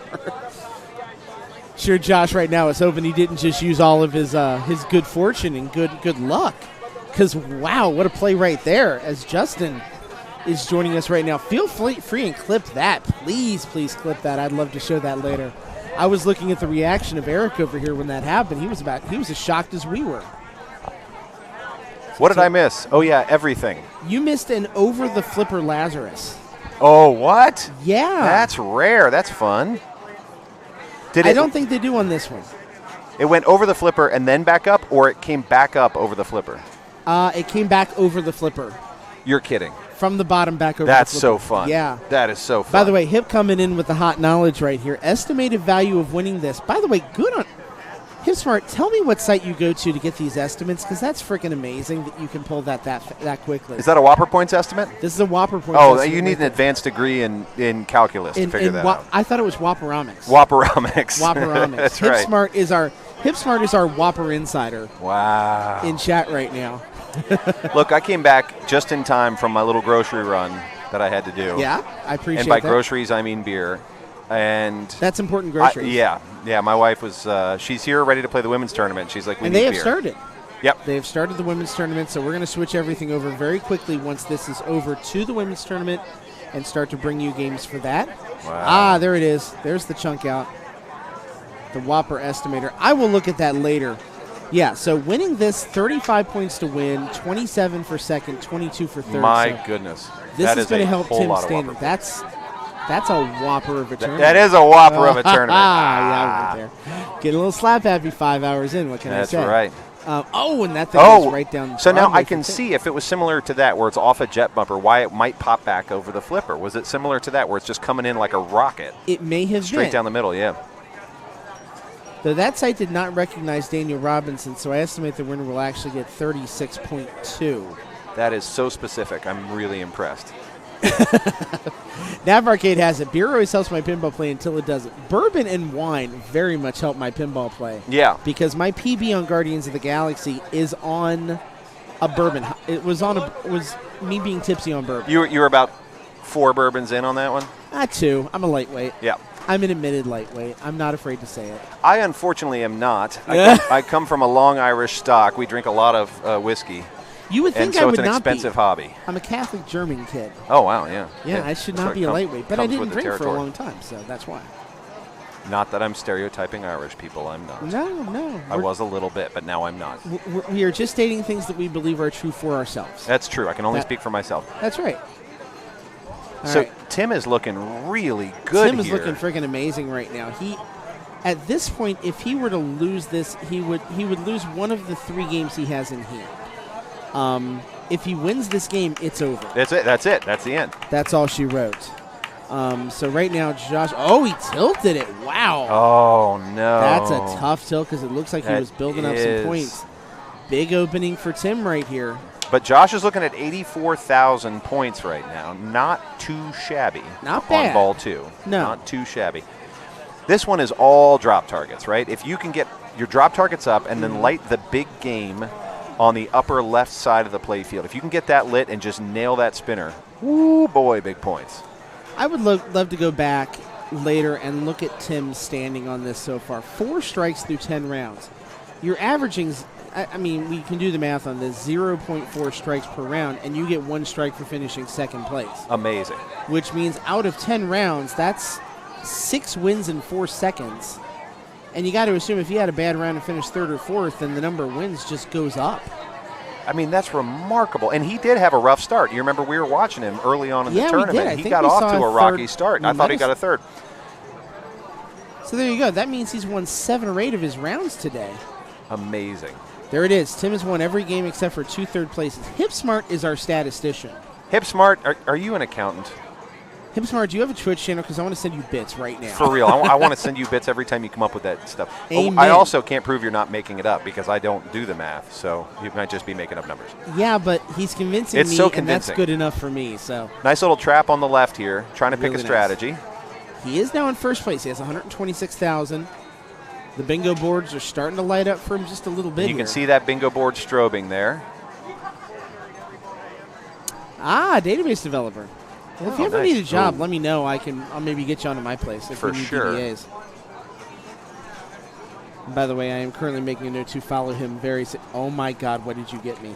My friend, we are going to toast the amazing players of pinball. And specifically, oh my God. I want to toast the amazing women of pinball. I want to as well. We're about to get to celebrate and enjoy their playing. What kind we got here? Okay. Yeah, without doing a promo, this is Hotel Tango, ready to drink bourbon. Nice. Never had it in my life. I've never had it either. But I went out and picked it up. To the amazing players of pinball. To the amazing players of pinball, the women of pinball. Yep. The wonderful Cincinnati players, as Stuart is trying to be one of those wonderful players right now and had a bad ball 3, ball 2. So this is it. Josh has to at least beat the 157,000 point score or he is done. That's it. This is a lot of pressure on Josh Noble. He's played a really good day today. You're right. All bourbon is ready to drink bourbon. But I do like my bourbon over the rocks, and he got some ice. So, that's good stuff. Drinking it, you want to see a face. It's me drinking it straight drinking up. Drinking it neat, yeah. Yeah. All right. So let's see. He might be waiting for the strobe. He might be waiting to end up on the card he wants. He was. Yes. And he's looking for that 2,000 per rip spinner. Yep. Let's see if he can time it up again. There it goes. That big is nicely spin. done. Big spin. So almost over 100,000 points for just one rip of the spinner. Yep. Our Twitch viewers can't see this, but there's a big crowd of people just to my right watching him play. Yeah. But watching it on our Twitch stream on this TV. Yes. Yeah, the cards are in. You're right. There you go. There you go.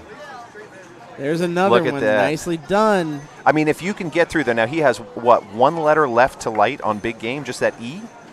And if he can get a really great rip and land it in that saucer after that, he is looking pretty. Look at that. There's the E. Beautiful. This is his chance to rack up He got the E. Look at that. Points right here. Put a ton of pressure on Tim. Make this thing go. All right, nice trap. Round. Good control. He's going to wait for that spinner to light, and then he's just going to go for it. No, a miss there. That's okay. He's going to trap it again. Back. Car the Hobbit, thank you for those bits. Thank you, Car the Hobbit. Is he Car the Hobbit? That's Adam Robinson, Car the Hobbit. I did not know he was Car the Hobbit. Yep. Thank you. Thank you, my man. Yep. He gets a hug later because we like hugs. I like hugs. Consensually, of course. Yes, yeah. We'll ask him first before we go randomly hugging him. Fair. Oh, okay. I mean, you got to hand it to him. He is taking his time. He is being patient with this. It's very tempting to just go for that big rip the second you get the ball back. He's waiting for the light. He's pausing and looking for his opportunity. Absolutely. He's already got everything lit in a really, really nice way right here. Oh, didn't so quite it's get like, there. Don't risk it. He might have been going for that inner spinner. There he goes. Yep, going for that inner spinner. It was lit. There you go. Good points on that rollover. Good points on that spin. But let's see if he can get the big spin. I think that's what he's looking for. He's trying like heck to get it right now. Hasn't lined it up yet. Good save. Oh, wow. Another nice save. Now he's got big up at the top lined up, so he can go right side if he wants to and have 1,000 points and have 1,000 points per rip. But he's playing big. That wasn't a big one, but it was still a rip. Worth about 15,000 points right there. Seems to be just a little off on the timing of that. Not far. Is Haley not approving? No, I don't know. Was it good? Is it good? Oh, okay. No, okay, we she's approve. Okay. We Oh, figured look at she that was little stiff. tip pass back over. He's had several of these where it's just chaos for a second. He pulls it under control. And one thing that Big Game does offer you, because they're not those scissors flippers, he's got a chance to trap more easily than you would on a traditional standard two flipper setup. That's right. Because look at Hipsmart playing the math game again. 101 bits. Thank you. Oh, thank you. You can trap it right in between there. Oh, that was a nice save. Thank you, Hipsmart, for those bits. There you go. That's not bad. He wasn't lit, but look at it counting down. See how it's counting down those and letters. He was getting 5,000 points for each of those rips, wasn't he? Yep. He's nice really little tip there. up. He's doing a great job not nudging too hard either. Oh, it's got to be tempting. There's the drop back in. There you go. Nice drop catch. He gets a drop catch into a trap, looking to go back up to that spinner lane. He's got his strategy down. He seems to be picking up the drop targets as sort of incidentals here and there, but he's mostly just timing up that spinner rip and collecting those big game letters. He wants that X bingo card lit. When it's lit, the 2000s game, and there's the drain.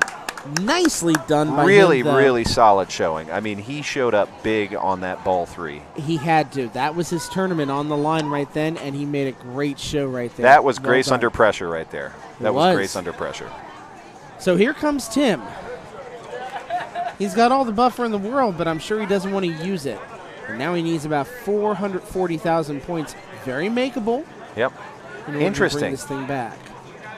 I'm surprised he took that shot. And there's that. So we're going to have at least another round of pinball here. Yep. We got another game now coming. The question is, can Stewart pass up Tim's score as well? Somebody's Stewart going out has here. to go all the way up, though. Yep. You know, at this point, Tim's score to him is inconsequential. And it's really inconsequential to Tim as well, because at 5 or 6 strikes, it doesn't matter. It's still 2 games. Yep. That he would have to lose in order to lose this. He's giving up one of his 3 games now. He's given up some pad in the middle, which it's got to be a little disappointing, but I think he knows that he's got some room to run and can recollect and play that next game. What you can't do is take it for granted, right? And he certainly didn't. He played a good game. He played an excellent game so far. So Stewart, realistically, his goal here is 530,000 points. Yep. By the way, that is good bourbon. It's good, isn't it? I like it. I like it too. Car the Hobbit, 102 more bits. Thank you very much. I didn't even see him get out his phone. Thank you, Car the Hobbit. Did he give us 102 bits through mental telepathy? Telepathetically did it. Telepathetically did it. Isn't that? I love it. I think what is that? There's a pin where she talks about telepathetic. Oh, it's Elvira. Yeah. Telepathic power. That's right. There you go. Elvira has that power over all of us. Let's see. There you go. Right. Just trapping that up. Gonna wait your turn, and then go for that spinner shot. Can you get it from that top flipper though? No, but he let it roll down nice. Try and get it from the second one. All right, Stu. Stu picks it up with a little bit of a tip save there, and nice. That was really well done. Did he get the 2,000 per? He did. Oh, bad bounce. Oh, but the drain to the side. Bad bounce. I mean, that was tough. He had to get it under control, and it was just a little bit too nuts. So Stewart unfortunately will take 2 strikes. He is done. Josh Noble wins the round. He will stay at 8 strikes. And Tim does only take 1 strike. Although, as we said, it does mean now that we're in a head-to-head situation, he has a 2-game lead. Yep. So this is simple. We're going to have basically as many as 2 games. Yep. He'd have to lose, 2 in a row? He's got to lose 2 in a row. That's what has to happen right here.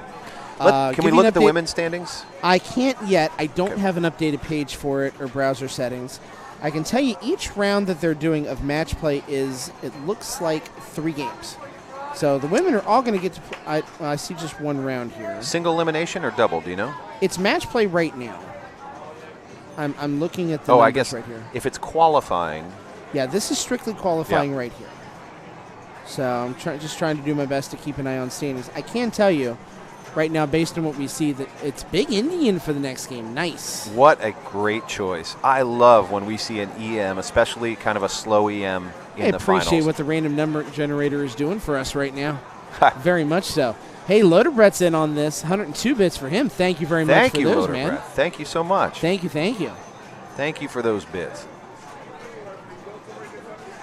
All so right. we're watching Eric Cam. We are. And Eric is getting set up with Big Indian.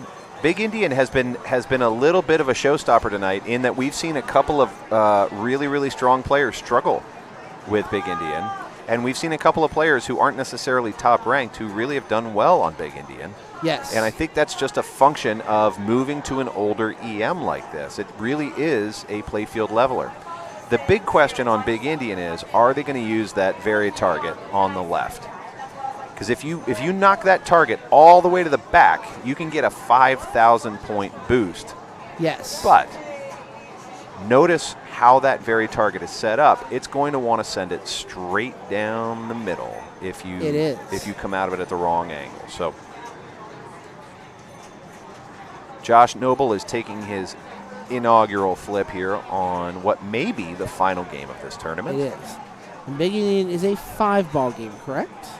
It's a 5-ball EM. It is. I think we're playing on 5. Yep, it's a 5-ball EM. Yep. And I'm working on a couple things over here, so don't mind me for just a few moments. Yep, and Josh is going to trap up and choose his shot. Let's see what he's going to go with. He is avoiding that very target like the plague, which is probably a good move, especially with a game that's on the line like this one is. It's just too much variability. Yeah. You don't see a lot of those varied targets. They show up only really in the older EMs. Later, you did see some innovations that were kind of like them, where you'd have, for instance, a captive ball system where you're trying to hit the ball as far as you can back, but not too much with these varied targets. They didn't really survive. You saw that ball do a little bit of a weird rotation there. That's usually due, especially in an older machine, to some of the variations on the playfield that naturally come up after 50 years in service. So just because a ball is looking like it's going to go, cleanly to a left flipper or a right flipper, sometimes it'll hit a little bit of wood planking or a raised or lifted insert, and then it'll change trajectory and drop right down the middle. Correct. So as I said, just checking a couple settings here real quick. Josh was a little on the fence with that one, but he managed to pick it up with a tippy tip of the flipper. Back up to the top. I assume he's trying to complete those lanes, which would make a whole heck of a lot of sense. It would.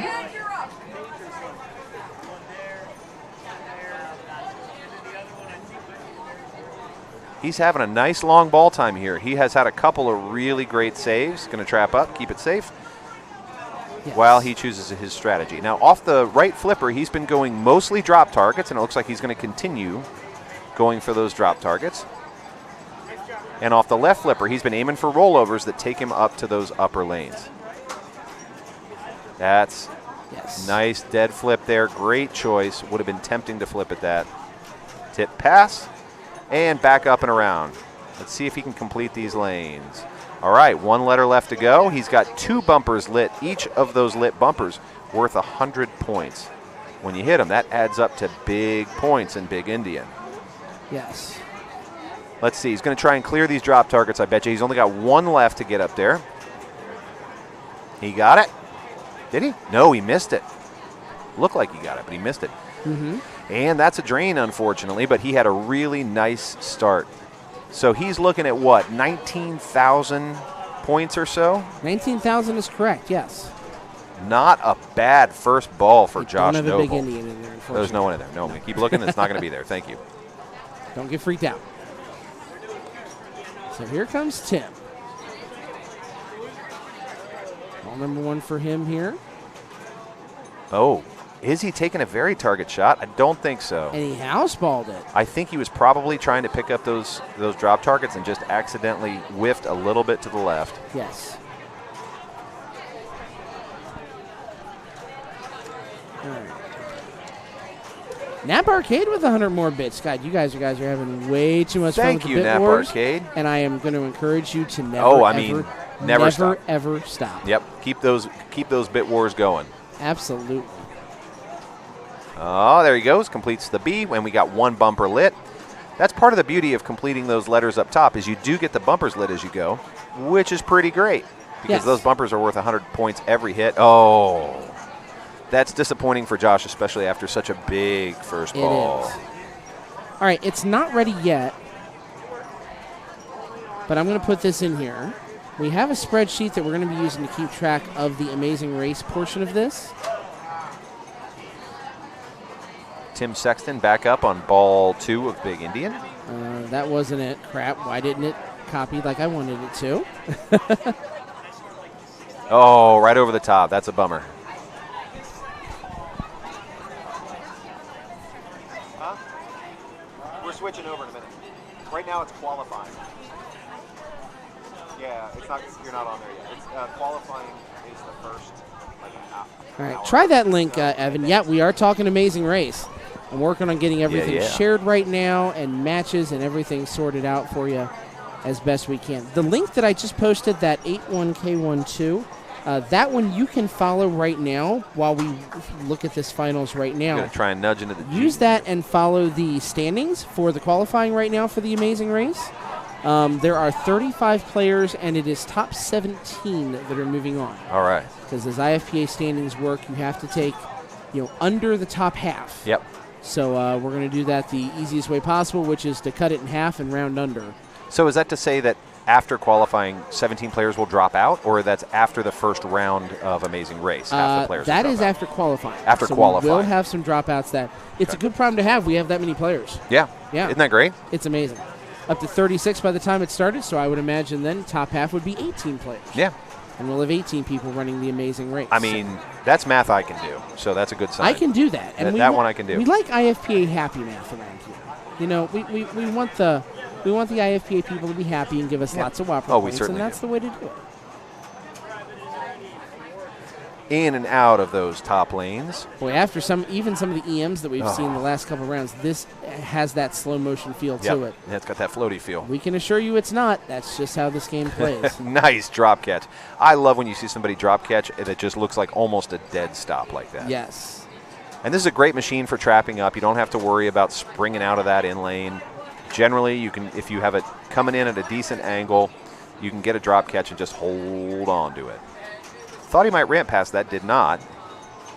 And the trap, I believe on this one is easier on the right, but I can't swear to that. I remember having a little bit more flipper angle on the right. Josh Noble trying to get something done there. Didn't do, I think, as much as he was hoping, but still sitting at 22,000 to Tim Sexton's 3,380. So a wide lead there. We'll see if Tim has been really, Tim has been really courting that very target on the left, and I don't think he's going for it. I think he's just accidentally sort of nicking it on the way by, and almost every time he's touched it, he's had a drain because things start to get crazy. So we'll see if he can avoid that, get the more clear shot to the upper left. It reminds me of the snake pit shot on Gorgar, where it looks more open than it is, but the actual angle you have to hit off the right flipper, pretty narrow.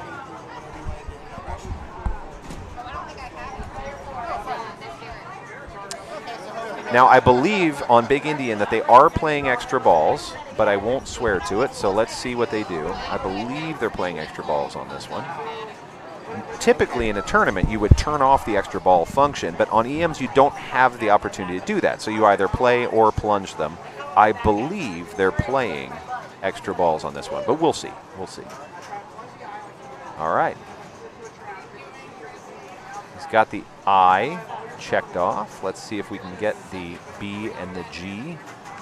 Little sling tennis there, and ran the danger of being up and over on that one. You can see him prepping with his flippers, just in case. Kissing that very target, and he goes for the very target. Really? He got it.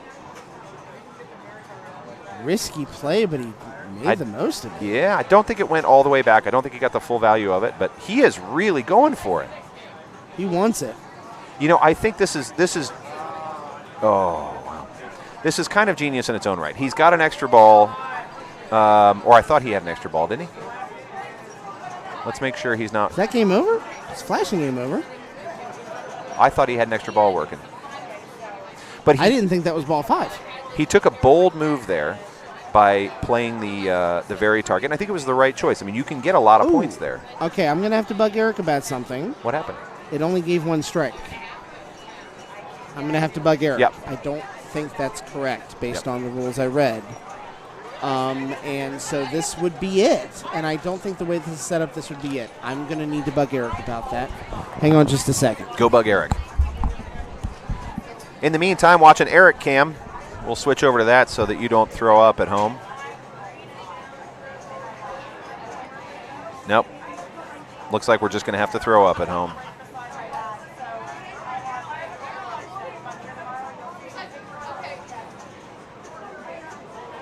Here, we'll switch off of that for just a moment while he moves the camera so that we don't all get motion sick. But as it looks, we're going into a third game that could theoretically put either of these contestants, either of these players out. And that's pretty exciting. All right, I got the answer. Okay. Don't sweat it, guys. Match play simply is incapable of giving 2 strikes for that. Okay. So the answer is, and by the way, it's on firepower. Firepower. We have not seen firepower all day today, so that's EMSS, right? I'm going to let you run this. There Done. we go. There it is. Firepower for everything. So, God love Josh. He has run this thing back. And by the way, that should say 7. Don't worry. Eric will make that change. This is it. This is it. This is our final game. Somebody's going home. Oh, nice That's the try. second time we've seen that. That is just third time we've seen that. That is just today. bizarre. Yeah. That's just bizarre. Yeah. So what Something in the Eric air has to today. do for match play, give you guys, he has to go in and manually assess the second strike. So it's 7 to 8, which It is means 7 to 8. either player is going out if they lose. This is the final game. This is the true finals, and it's firepower, and it's 2 players. I mean, this is the exciting part of pinball, Yeah, right? and We had a see this coming 2-game with how comeback. Tim has been playing all day. I know. We had a But he's 2-game a comeback tough by Josh. run. Tim has really struggled. The question is, can he pull it together and kill this momentum that Josh has built? Yeah. I do apologize for the glare on the screen. There's not much we can do about it. There's one big overhead light in this area, and it just so happens it's directly over firepower. Yes. Meg with the 500 bits. Holy crap, I just saw that. Holy Thank you macaroni, so much, Meg. Thank you. Meg just said, heck with all of you. I want to be the one. I'm going to win this bit war. I'm going to win. And I think so far she has. Although, winning. I'm not going to close the door if anybody else wants to try and beat her. Never, ever close the door just in a good saying. bit war. Thanks for supporting pinball streaming. Yes. Thanks for supporting pinball. Thank you for supporting Straight Down the Middle. We appreciate so everything you guys are doing. If you've never played Firepower before, the basic idea is these very tricky little targets up front that he's shooting at. They're in a really just got the last one, but then it drained. But he's going to start, I think, with a ball lock. I was going to ask that question. I don't remember 100%. Do they carry over from ball to ball? I think so. But, hey, you know what? Well, I've been proven wrong already 15 times tonight. So the goal is every time that you complete one of those banks, you get a little prize. And if you do them in order, you get a big prize. Let's see if he can do it. Oh, no. Strictly outside. So that is ball 2. He's only at 27,000 points. The prize 22 here for Josh. Oh, look at that! Yeah, the prize that you get is a ball playing out lock. of order here, by the way, based on what we can see. Let me refresh and see if it changed it. It didn't. They seem to be cool with it though, so I think we're cool with it. All right. I don't know what you would do in a situation where literally both players are doing it wrong. I don't know what you do. Oh, rough ball. I think in this case we assume they're playing a legit game of pinball. Okay. Yeah, they just started ball 3, so this could be really, really This tight. is going stunningly fast. Ball 2, yeah, they're flipped. They're flipped. Well, that's maybe the answer then. Hold on. Hey, there we go. There we go. Got everybody back. That's because HipSmart knows what's up. There we go. They're playing. There you go. Look at that little drop catch. Put it back into control. Putting it back up into the top lanes. If you complete fire, which is the top lanes, and power, you get all kinds of points. Going all the way around. Now, that is a super dangerous shot, and I'll tell you why. There's a gate up there that can stop the ball, but if the gate is removed, it doesn't stop the ball on the plunge. And if you shoot all the way around on the orbit, it just drains right down the center. So that was a dangerous shot, but it turned out okay. You also have a 1,000 when lit spinner and a really nice little spinner rip, and it's hard to see, but there is a lock shot at the top. If you, see, that's the issue right there. There it is. That's the issue. Good ball though. Yep. And the bonus will be all right. 156,000. So it all comes down to this. This is it. This is the tournament right here. Josh has got to score 130,000 points. And this is a low-scoring game of firepower. It's this is very reachable. Yeah. Looks like he's calling over Eric to see if maybe there's a scoring issue or something. I don't know. Let's see. Are we getting a weird light? Let's see what we're looking at. Oh, he's going for the toolbox, it looks like. Uh-oh. When Eric goes for the toolbox, this is something's going on. This is not what we want to have in the final game. The final ball of the final game. The final countdown of the final game of the final ball. We'll try and see if we can get some information from someone over by the TVs over here as far as to what. Let's see what I can find out. Still Tim's ball. Yeah, Tim is still lit up on this.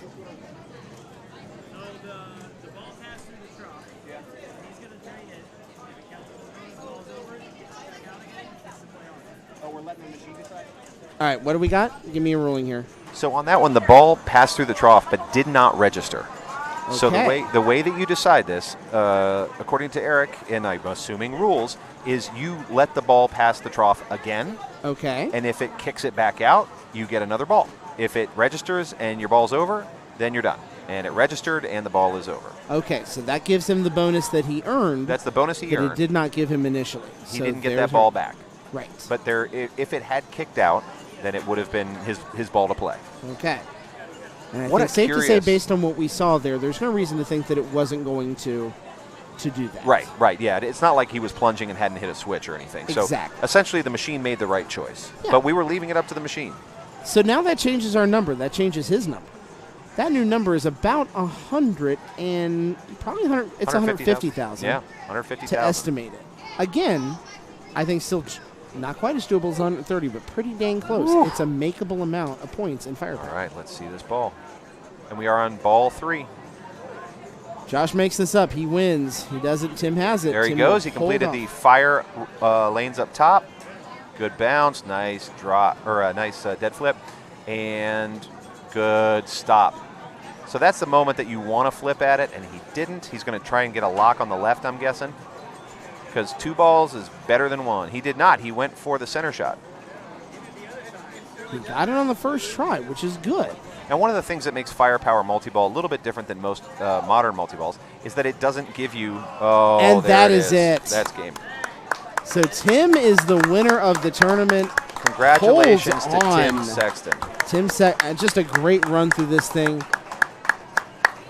Won this last game of Firepower, so he will take home the big Whopper points, some prizes, some cash. That was as close as a tournament gets right there. Yeah. Came down to 1 ball. We didn't think it was necessarily going to be that close. Nope. When he had a 4-strike lead, and as it turned out, it came down to a final game. Isn't that fun? Winner take all. Yep. So. Yep. And it was totally reachable. If it had been a runaway on Firepower, we'd have felt it, ball 2 coming into ball 3. Yes. We might have felt like, what's the big deal? But that was totally reachable. That was a low-scoring game of Firepower. So we'll get Tim Sexton over here to celebrate with us in a moment. We will also switch over to the women's Amazing Race tournament in just a few minutes. I assume, really, we can get a camera over for Eric right now if we can get him to put a camera on a game that's going. You bet. You bet. Or even if there's games that the women need to play on Firepower, we can leave it there and make that happen. I'm kind of just eyeballing the list here. Most of round 1 has completed. But yeah, we'll see if Eric can get us a game. We're going to wait for a little bit of a break in the girls' tournament, so about 20-25 minutes, and then we'll do the top 4 announcements. Cool. Do you want to move the camera to a women's machine?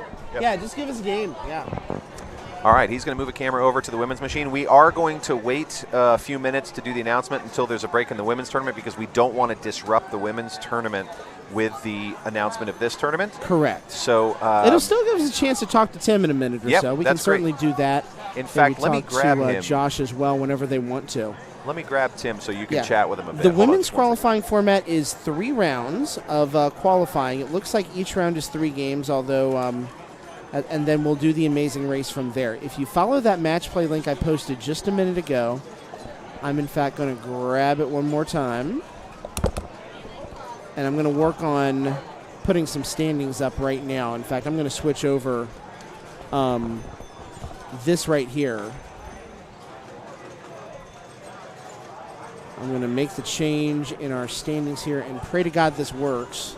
Oh, great. I think I just lost my hotspot there. That's no good. 8x 1K2. Okay, this is good. You can now see the standings as we go along here. And as we said, there are 36 players. It is not target match play. Gilly opted to do it a little bit differently here. So, that was her option. All good. But, yeah, we've got 36 players. We're going to have the top 18 move on. So if that stands right now, it looks like the only player who's gone perfectly through round number 1 is Michelle Brown, who won all 3 of her games and has 21 points. Lily Nunn, Nikki Carlton, Emily Vining playing very, very well as well. But in the meantime, while we wait, we're going to get, I think, the game on Game of Thrones here, so we'll switch over and show you that.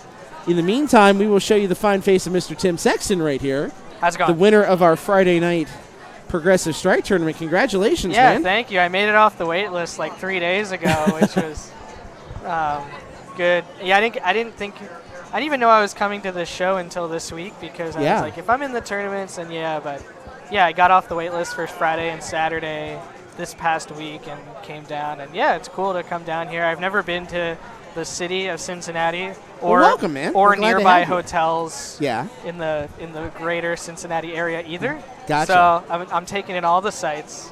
And, I got the victory. I'm happy about it. It's a fun little area. I mean, even though it's not the most exciting place you think of, go across the street to Jungle Gyms at some point before you leave. Okay. There is so much crazy stuff over there that you don't see in, like, any other grocery store.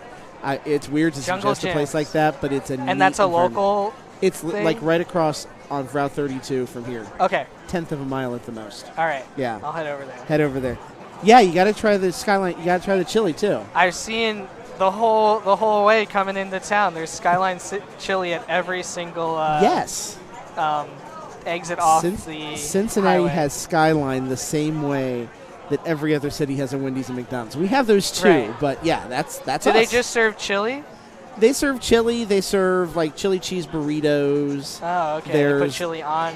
There's other obviously things. the conies, the hot dogs with the conies, and the mound of cheddar cheese on top of it. So Okay. you got to try a little of everything. Are they the only chili chain in the United States? Well, there's Gold Star Chili around here as well. Oh, there's which is competing local. So chili there are chains. competing chili chains. Wow. And there's a lot of little, kind of indie restaurants as well that a lot of locals are big fans of. I don't think there's any around like this vicinity right here in Eastgate though, so can't help you much on that part, unfortunately. But yeah, you got to at least try Skyline or Gold Star before you get out of here. All right, will do. Thank you so much for telling me about the local culture here in We'll do our best. Cincinnati, Ohio. Well, the rest of the culture is the Bengals, and we sure as hell don't want to tell you about that.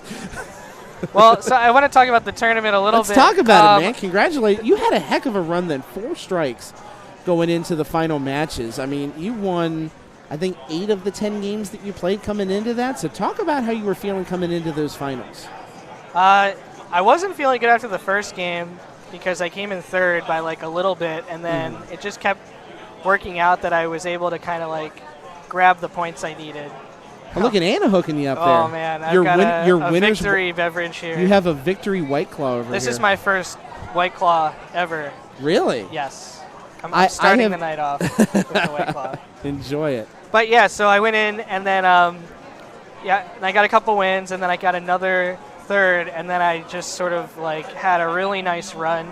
A lot of I played a lot of really good ball twos and ball threes when they were, like, moving the camera onto me too, so I was it was fueling me, the stream energy. You know, I miss streaming so much that I think that's what it was. It brought back the performative like instincts in me, like I gotta put on a good show here. I gotta make some good saves. And my saves in the outlanes were much better this tournament, and I was really struggling on the last game. It's a big game.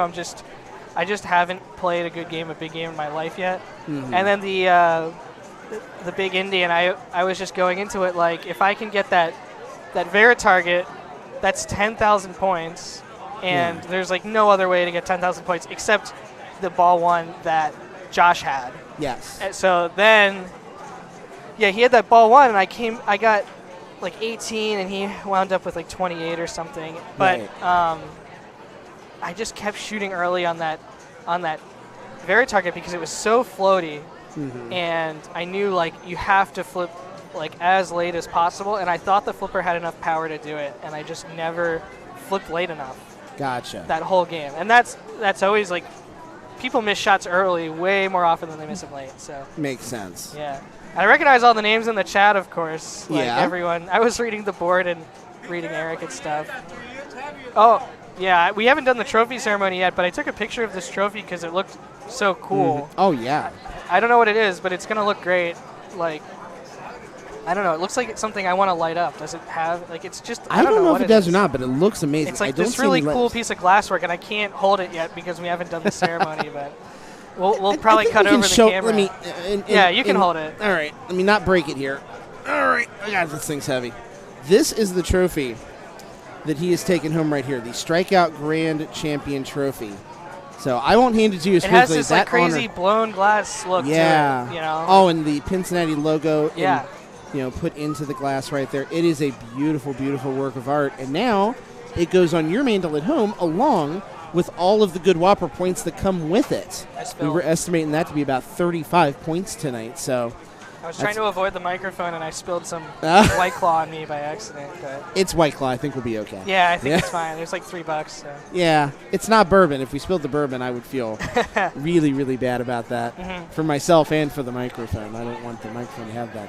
So am I cutting into time for the commentary on the women's tournament here? No, we can talk. Let's talk about some Game of Thrones right here. Yeah, sure. So this is the new code on Game of Thrones. Yeah, this is Nicole Miller playing right now. You can see the group standings for this round. On the match play right here, it looks like Nicole has the lead in the group right now with 12 points. Wow, they've got those out lanes wide open on this one. Yeah, they do. Okay, and it's a premium, and that Castle multi-ball is worth a lot now. Yes. It used to not be worth too much, and then Dwight did a couple code updates, and now it's worth some really good value. Yes. And you get that like one freebie shot up top. You can just hit the left orbit on like a one-time shot, the left little turnaround at the top, and then that gives you a free castle progression.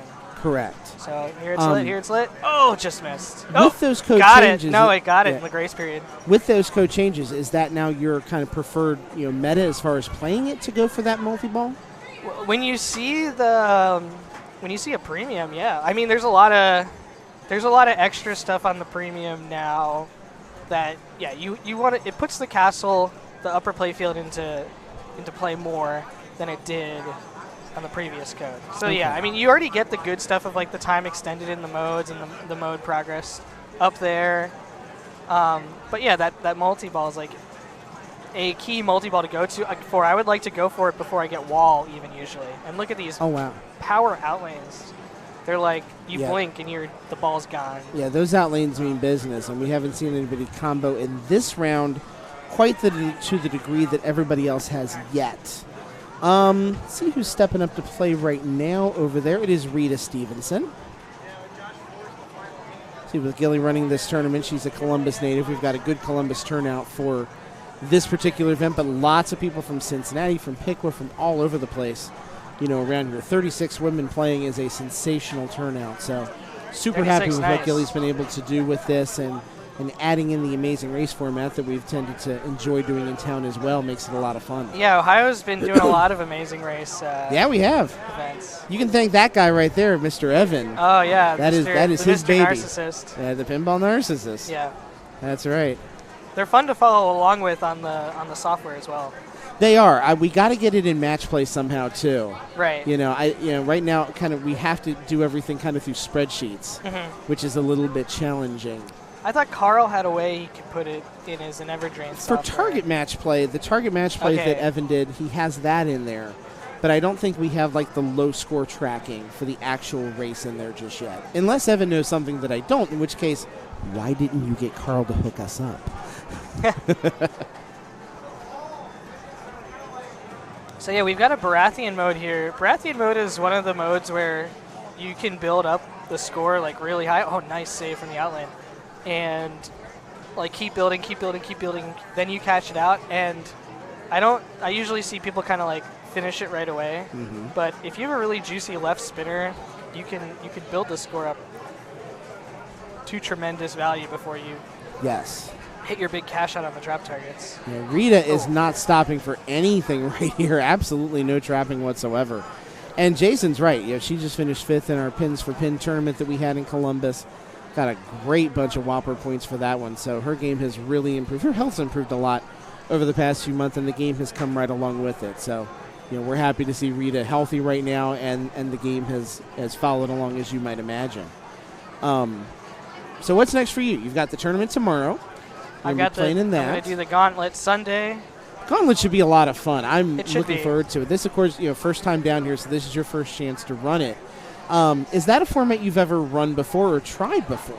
Only in like a small sort of garage tournament situation. Never under the lights and cameras and SDTM pinball streaming prowess of streaming a Gauntlet. Man, you need to go back to the traditional camera format where you've got every game and you can just swap to each one. Eric has promised me he's got a really interesting format for how he's going to do the cameras for that. Okay. And I'm very interested to see Maybe how you it have looks. 2 rigs and you keep swinging them behind people or something like Hell, that. if he's got 2 rigs, can I borrow one of them? That'd be great. I would love that. Just take one back home with me and be like, I'll caretake it until you need it again for next year's Cincinnati. That'd be just fine. So someone mentioned the Black Knight Topper. Yeah, the Black Knight Topper prototype is here. Mm-hmm. It is on the opposite side of the room as the tournament. But there is I will announce there is new speech.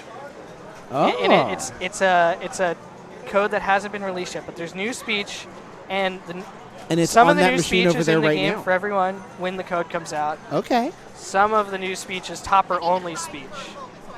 For instance, speech like "you look puny" from up here is only going to be on the Topper. And there's a lot more call-outs. Steve went back to the studio. So the game recognizes if the Topper is plugged in. Nice. And makes deliberate comments about, God love you, from Steve. the perspective of a Topper.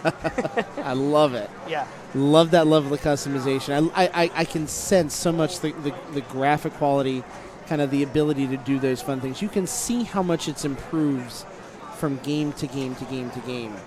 I haven't had a chance to play the Elvira game yet. I'm anxious to because I want to see what new things have come into that game. Yeah, there was a code update yesterday, Nice. or 2 days ago for it. So I know there's more stuff. I haven't worked on that project. There's so much stuff going on at Stern now. Yeah, Stern's a busy place, and you're a busy guy. Right. Yeah. Of course, I'm a busy guy. It's a good problem to have. That's good. It's a good problem. Very good problem. Amen. I'm with you.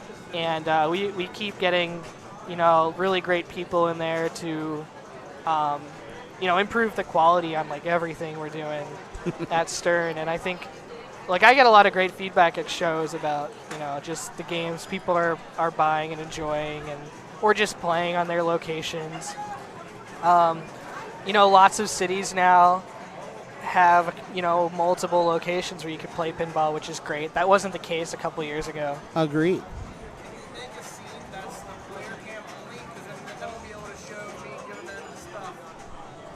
Yeah.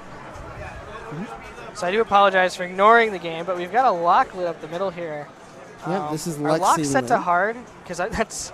They may well be. This is tournament mode, so nothing would shock me there. Mm-hmm. So actually, those software changes, and Eric set this up, I imagine. He's done a great job posting the software changes on the backs of the games. Yeah. So you can see exactly what everything's set up as. That would almost every machine multi-ball here has some sort of document on it to tell you what's going on, which is excellent. Even how many balls, if it's 3-ball or 5-ball. Yeah, Eric does a great job of setting up these things, so that even if you've never played in a tournament before, and even if the machines are set hard, you at least have an idea what you're doing. Oh, there's the Lazarus from Lexi right there. Great job. And she's got the second locklet plus 3x playfield, plus the mode running. The Martel mode could be pretty big. Oh, and the drain there. That's a bad time for that drain, unfortunately. I think just the points there, 20 million that took her. So that will assure her at least second place. Right. It all depends on what our last player does. That would be Rita. She needs about 9 million here in order to get the next points. I don't remember where Nicole played in order here. We'll have to go back and check that here shortly. So she could go for a mystery award that would, I don't know how much gold she has, but that would be a good option if she shot the right orbit. Or also just going into the mode. It's 3 shots. Mm-hmm. Oh, she is Lannister lit as well. Okay. And the charge right there was $7.5 million, which is going to get her most of the way there just by itself. So, yeah, now you have to hit a target, and then if that's not enough, you have to hit one of the shots that light next to it. Oh, so this shot right up the middle wins her the game. See if she gets it. Actually, it might be over already because of the other target hits. Oh, no, 19 point yeah, something. that might be it. There it is. 1.5, yep. That's going to win the game for her. Nice. So she'll get 7 points out of that one. It's a good win for her. And she gets a multi-ball to go with it. Yeah. We'll see if there's any games still going on here. Yeah, I think Lindsay is over there playing a game of Genesis, which I imagine is in tournament play. So speaking of what's been keeping you busy at CERN, what is the most current thing on your plate that you're allowed to tell us that's not NDA'd in some way, shape, or form? It's an interesting question to answer on camera. I've got to think of exactly how I want to answer this. So most recently that someone's seen. Let me think about that. So I did a little bit of work on Jurassic Park. A nice ball for her, by the way. Got all the way up to 78. There you go. And I can't remember if I don't know what code release I've got. But anyhow, I did some T-Rex animation work for the premium, just some extra like T-Rex movement and stuff. And then I also did like kind of the groundwork for a couple of the wizard modes. And my question is, like, I don't know exactly if those wizard modes are in the game yet. Gotcha. I went on to other stuff, and Rick went back to tweak them, so it's not like I didn't do like start to finish anything. I was just kind of lent as a helping hand on that project. Sense. Either way, super excited you get to work on Keith's machines. Of course, or Keith is the here topper with us is really today. the big thing, actually. Like the topper, plus there's so there's a code release coming because right now there's topper speech I'm telling you about that's going to be added for it, and adding the new speech, stuff like that, plus some gameplay tweaks and bug fixes. Like, it's imminent. People have been asking me when the topper is coming. My best answer is soon, and then the code as well soon. It's a standard Blizzard-style answer. When's it coming? Soon, and when we're ready. Yeah. I think you are being called to go take that trophy and hold it in your hand. So, Tim, thank you for coming over. Yeah, appreciate everything you do up at Stern. Glad you came out, and looking forward to see how you do tomorrow as well. Should be fun. Oh, So Tim Sexton, everybody, a winner of our Friday night Progressive Strikes tournament. Congratulations to him. We are going to turn. We've got the player cam up for everybody right here. So we'll just make that our switching games channel right here. Great job for him. As I think Rita's going to stop over and say hi for just a minute as well. I'm all for that. Rita, and we'll talk to her about her Game of Thrones game right then. We'll hit the refresh button on this. That'll update. So in her group, she ends up in third place with 11 points. Very evenly balanced group, 15, 13, 11, 9. Stu was in third place. He came in third, so he's going to get a big bunch of Whopper points for that as well. Rita, how you doing? Doing good. Good to hear. Good to see you there. I think Justin will be back over here in a few minutes as well. Maybe I'll take a break so he can jump in. In a few. We're going to do this first. What's that? Yeah. Justin's giving me bourbon. He's my best friend. Oh, I love bourbon. There's Stuart with his third place finish. That's pretty awesome. Yeah. That trophy for today is sensational. I haven't seen it yet. You're about to.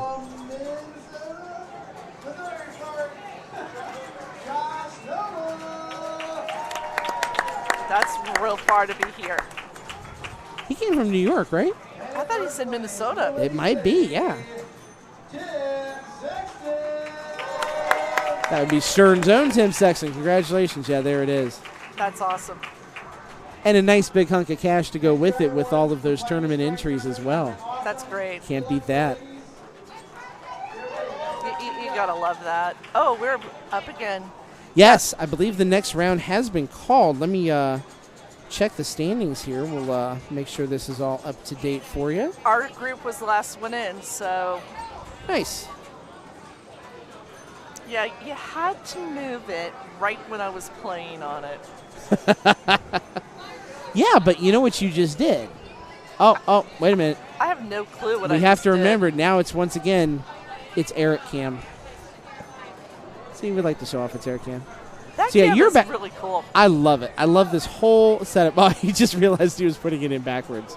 I love this. Hold on. Now it's Eric Cam. That's what we're talking about here. Oh, how fun. Please someone clip this for Eric and show it to him later so he knows how much fun we have with that camera for him. By the way, thank you so much for coming down and doing this. Absolutely. I love doing it. I love, helping out everybody as best I can. Big Game is going to be back on target here. So let's check this. I guess I should go find out where I'm at. Yeah, we should find out what group is up on Big Game. I'm going to guess it is group number 9. Yeah.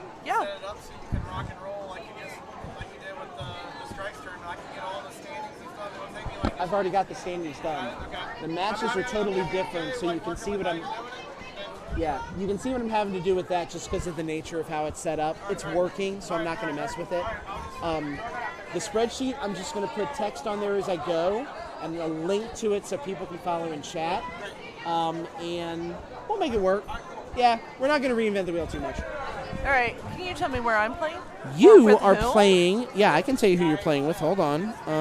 Why is it not giving me internet for this? Why do you hate me, hotspot? That's okay. Here, we'll pull this back up. You are playing with Tish. It's a Hall Columbus group. Oh, Tish, I Rita, love Kit, that. and Jen. We're on Firepower. I would head over to Firepower right now as your game number 1 indeed. That's perfect. I'm excited. Absolutely. All right, Rita, congratulations on your recent finishes. Good job on Game of Thrones right there. That was an excellent comeback for you. I have no clue what I just knew I was hitting what I needed to hit. So. Well, and you had a stern employee calling that game for you.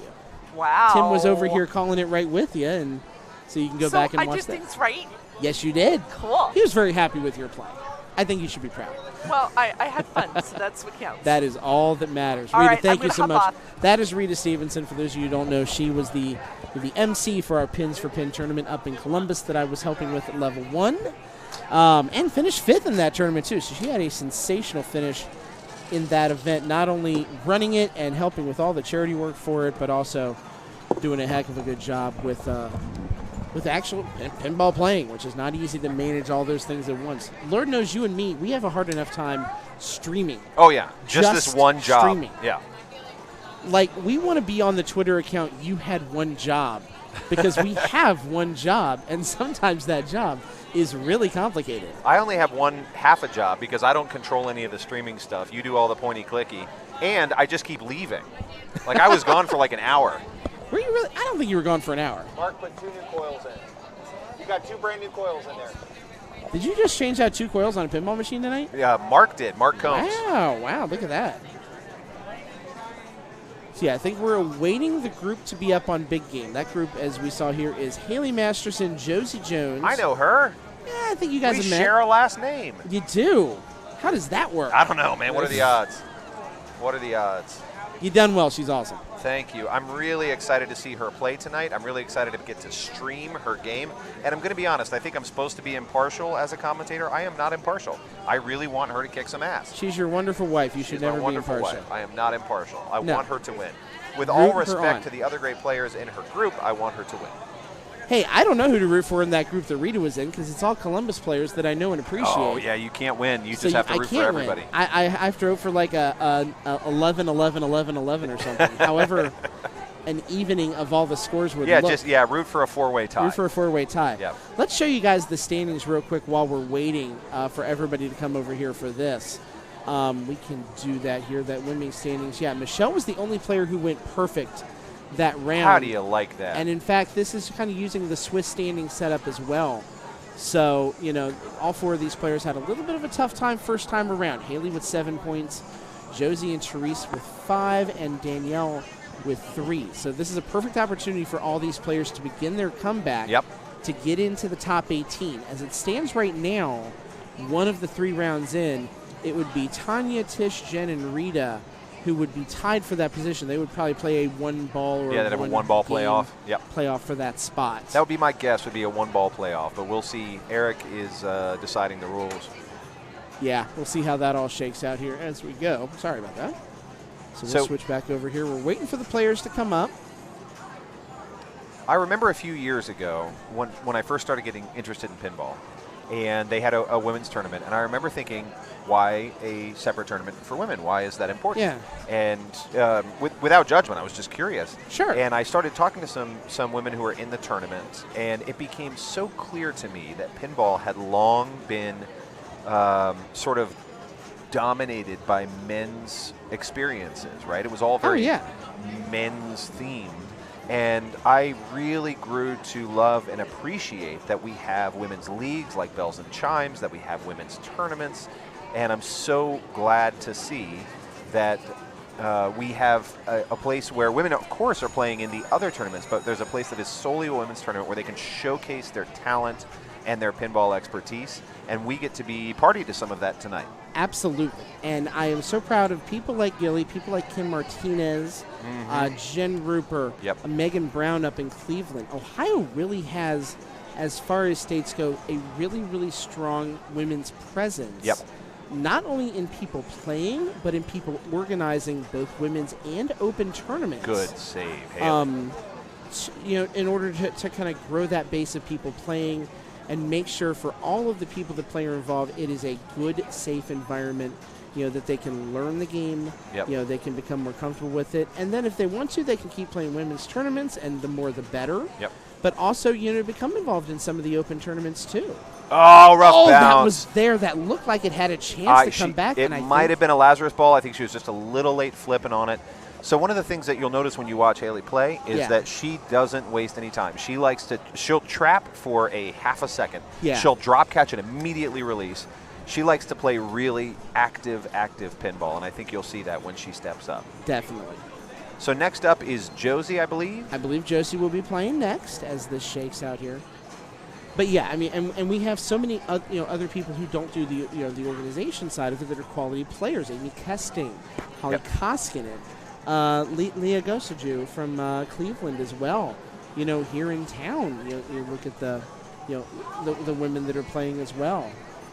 Brooke Spradlin as well, that plays out of Piqua, helps out with Crazy Martins up there. There are a tremendous amount of Jen Rupert too, who does both tournament organizing and playing too. We can go through these names. Yeah, we could go forever. Naming the amazing women of pinball who have made this hobby what it is. One great example is Phoebe Smith. Phoebe, yeah. I can't believe I didn't talk about Phoebe. She has... Her artistic talent. She revolutionized restoration. Yes, she did. In playfields and back glasses. Phoebe, and she's walking by right now. I am sorry I did not bring up your name much earlier. I just don't see her playing enough tournaments. I have not made it down to her place in about a year or so. Oh, man. That is a crying Her and Larry have shame. built an absolute palace of pinball. It's in fact, mecca. They met over pinball. That was how they became acquainted, I think, was playing pinball together at a local bowling alley. Oh, wow. And they got married, and their home is filled with pinball machines. They built a little pinball annex for all the machines they couldn't fit in their house. Every year, they bring a bunch of games to the show. They do. And you see some rarities. They have a Starlight, a Williams Starlight, which is a really rare machine. They have a Joust, the two-player machine. Yeah, they do. They have a Rat Pack. Yeah. They have some beautiful examples of pinball machines you just don't see anywhere else. What's the stand-up machine they have? I can't think of the name of it off the top of my head. Farcon. What is it? Farcon. Yep. Yeah. And you I have seen don't that get in to play places. that anywhere. Replay FX and Phoebe's house. Right. That's it. Right.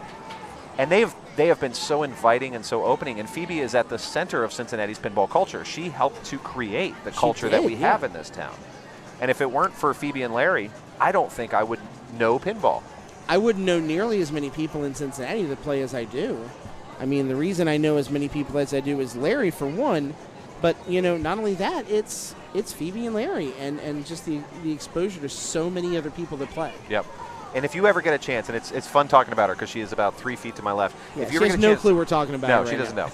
She might not even like it. I don't know. But she probably does. If you sit down and talk to Phoebe about her history in pinball and some of the amazing artists, designers, players that she knows, If you go to a pinball party at Phoebe's house, chances are 50-50 that the person who designed that pinball machine is at that party. Yeah. She was close friends with Python Angelo, who passed away a number of years ago. She's still, when you go to their house, you're meeting designers of the machines that you're playing on. You are. Because she and Larry have made those kind of connections. So we can't do enough to celebrate the amazing women who have made pinball what it is, and I think having these women's focused tournaments is one opportunity to pause and say, isn't this a remarkable thing to celebrate? No doubt about it. And we're honored to be hosting a tournament of this size, of this magnitude, doing something special with it. And I appreciate the work that Gillian's put into this as well. Yeah. That Kim does for her events and Megan does for hers up in Cleveland. Everyone here too is wanting to do special events. It's not just, a head-to-head or something. It's, we're trying to find different rules and tournaments and ways to make it truly special. So, and I hope the end result of it is that, pinball continues to become, more open, more diverse. We get more people from more different walks of life playing the game. If that's happening, even in a very, very small way, we're succeeding. We've done something right. And after years and years and years of what amounts to pressure and discrimination against women in pinball, not necessarily at a corporate level, but when women would show up to tournaments, they would get all these nasty comments and terrible things said to them. And that's still something we have to look out for, and we work on, monitoring very, very closely. And the fact that these women have continued to blaze these trails in the face of that kind of discrimination and that kind of treatment, it just, I think, speaks to the strength and character of the women who built pinball. Agreed. And people who've had to go through some crap. Oh, yeah. That I don't even want to think about and still do. And I won't get too political, but I remember showing up a couple years ago at a tournament, and they had just released the AC/DC Lucy edition, which had a very scantily clad woman. It was just a throwback to this 70s misogyny in pinball. And I was thinking, how do you show up to these events and see this nonsense and still continue to do what you do? And the answer is they are stronger than that. They enjoy pinball that much. Yeah. So we're looking at big game right now. We're waiting on, I believe, Danielle to come up. We for are. ball That one. might be her right now walking over. I hope it is. We'll find out in just a minute. I think we got a little unlucky with a group of people that were maybe not 100% ready to go. They weren't quite. Weren't quite ready to go. No worries. For a lot of these people here too, and this is a statement for what Gilly's doing, and really what some of the other players are helping with too. I'm sure for a lot of these people, this might be their first tournament. Oh, yeah. Yeah. Yep. So it is, learning how to, when to be ready, what's happening, how to keep track of things. That's not something that people, immediately understand. No, you don't necessarily intuit that, right? Like it can be quite confusing, especially when you have a qualifying round followed by an unfamiliar format. Yeah. So I made that mistake and still do sometimes, that I don't quite understand when is it my turn, when is it not. I might go outside, I might go get a drink or play another game. Yeah. And so it totally makes sense. Now it looks like Danielle is getting ready to play. Checking in with Gilly, the tournament director. That's what I'm thinking. I'm trying to figure, they're talking about something here, so I'm sure they're hashing something out or figuring something out. Maybe it's a daughter of her that's playing right now. I'm not sure what we have going on.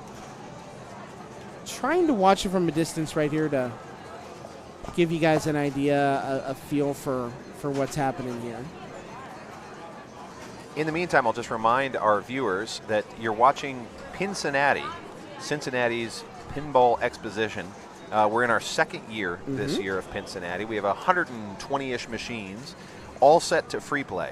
So whether you love pinball or you're just for the first time thinking about pinball, which I'm guessing if by the time you got on Twitch stream, you probably already love pinball. But if you're just sort of wandering into pinball, this is a great way to get to learn the game, because you come down, you pay your entrance fee. It's a relatively nominal fee to get in, and then you're playing free games all day. And in fact, if you buy a weekend pass, you're playing free games all weekend. Absolutely. Meg says, I love Phoebe. She has an amazing setup at home. Isn't that the truth? If you ever get the chance to get invited and you've never been, cancel your plans and make it happen. It's worth your time. It is amazing to go there. It is a palace. It is. And it's not just great machines. It's artwork, it's history, the whole bit. Yeah. It's machines you're not going to see anywhere else. Sling in action conditions. rough. Oh, that's a tough break for Danielle drain. right there. And yeah, it's not only that. It's not only machines you won't see anywhere. It's things you'll see in conditions that you'll never see anywhere else. There are Zaccaria pinball machines, the Italian maker, that are just beautifully redone. And those Zaccaria machines are impossible to come by. Yeah. And these have been restored and are in perfect condition.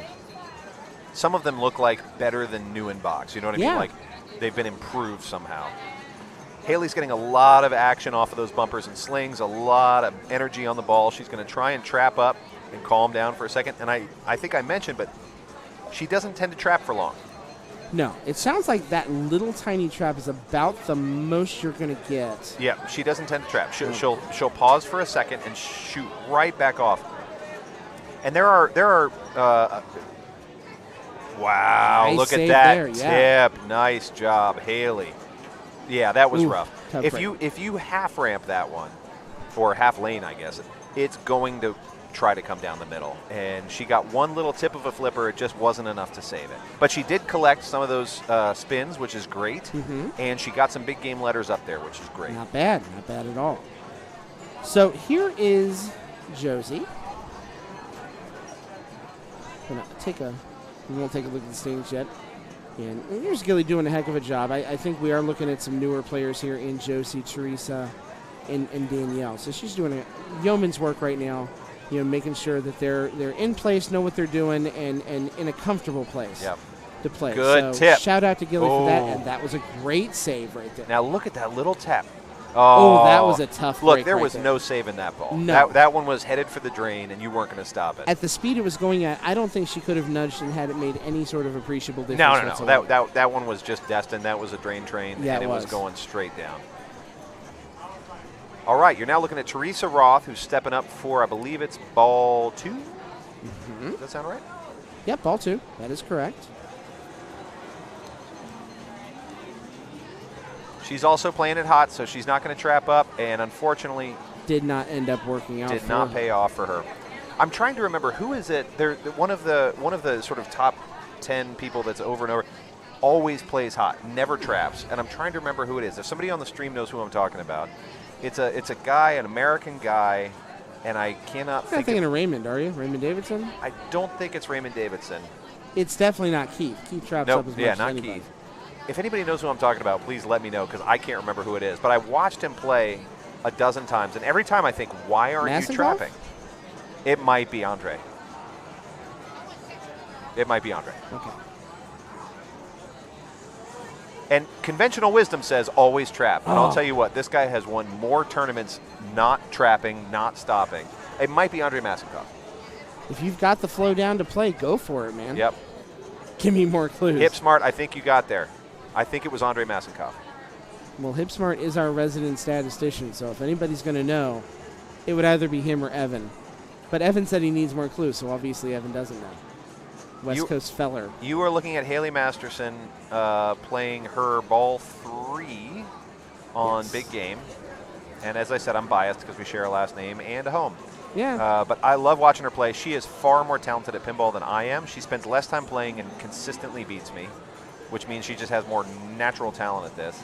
And she makes smart choices. You'll see, again, she doesn't tend to trap up, but she knows what she's aiming for.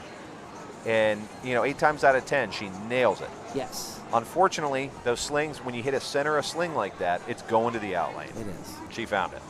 So with that, stepping up is Josie right here. Josie at about 20,000 points right now. Now, right now, Haley is in the lead with 183,000. She's looking pretty good, but there's one more ball to play, so let's see what Josie can do. Josie's sitting on about 40,000, so she's got 140 to make up. Not at all undoable in a big game. She's able to roll this out. Oh, no. She won't make just it. a little late on that right flipper.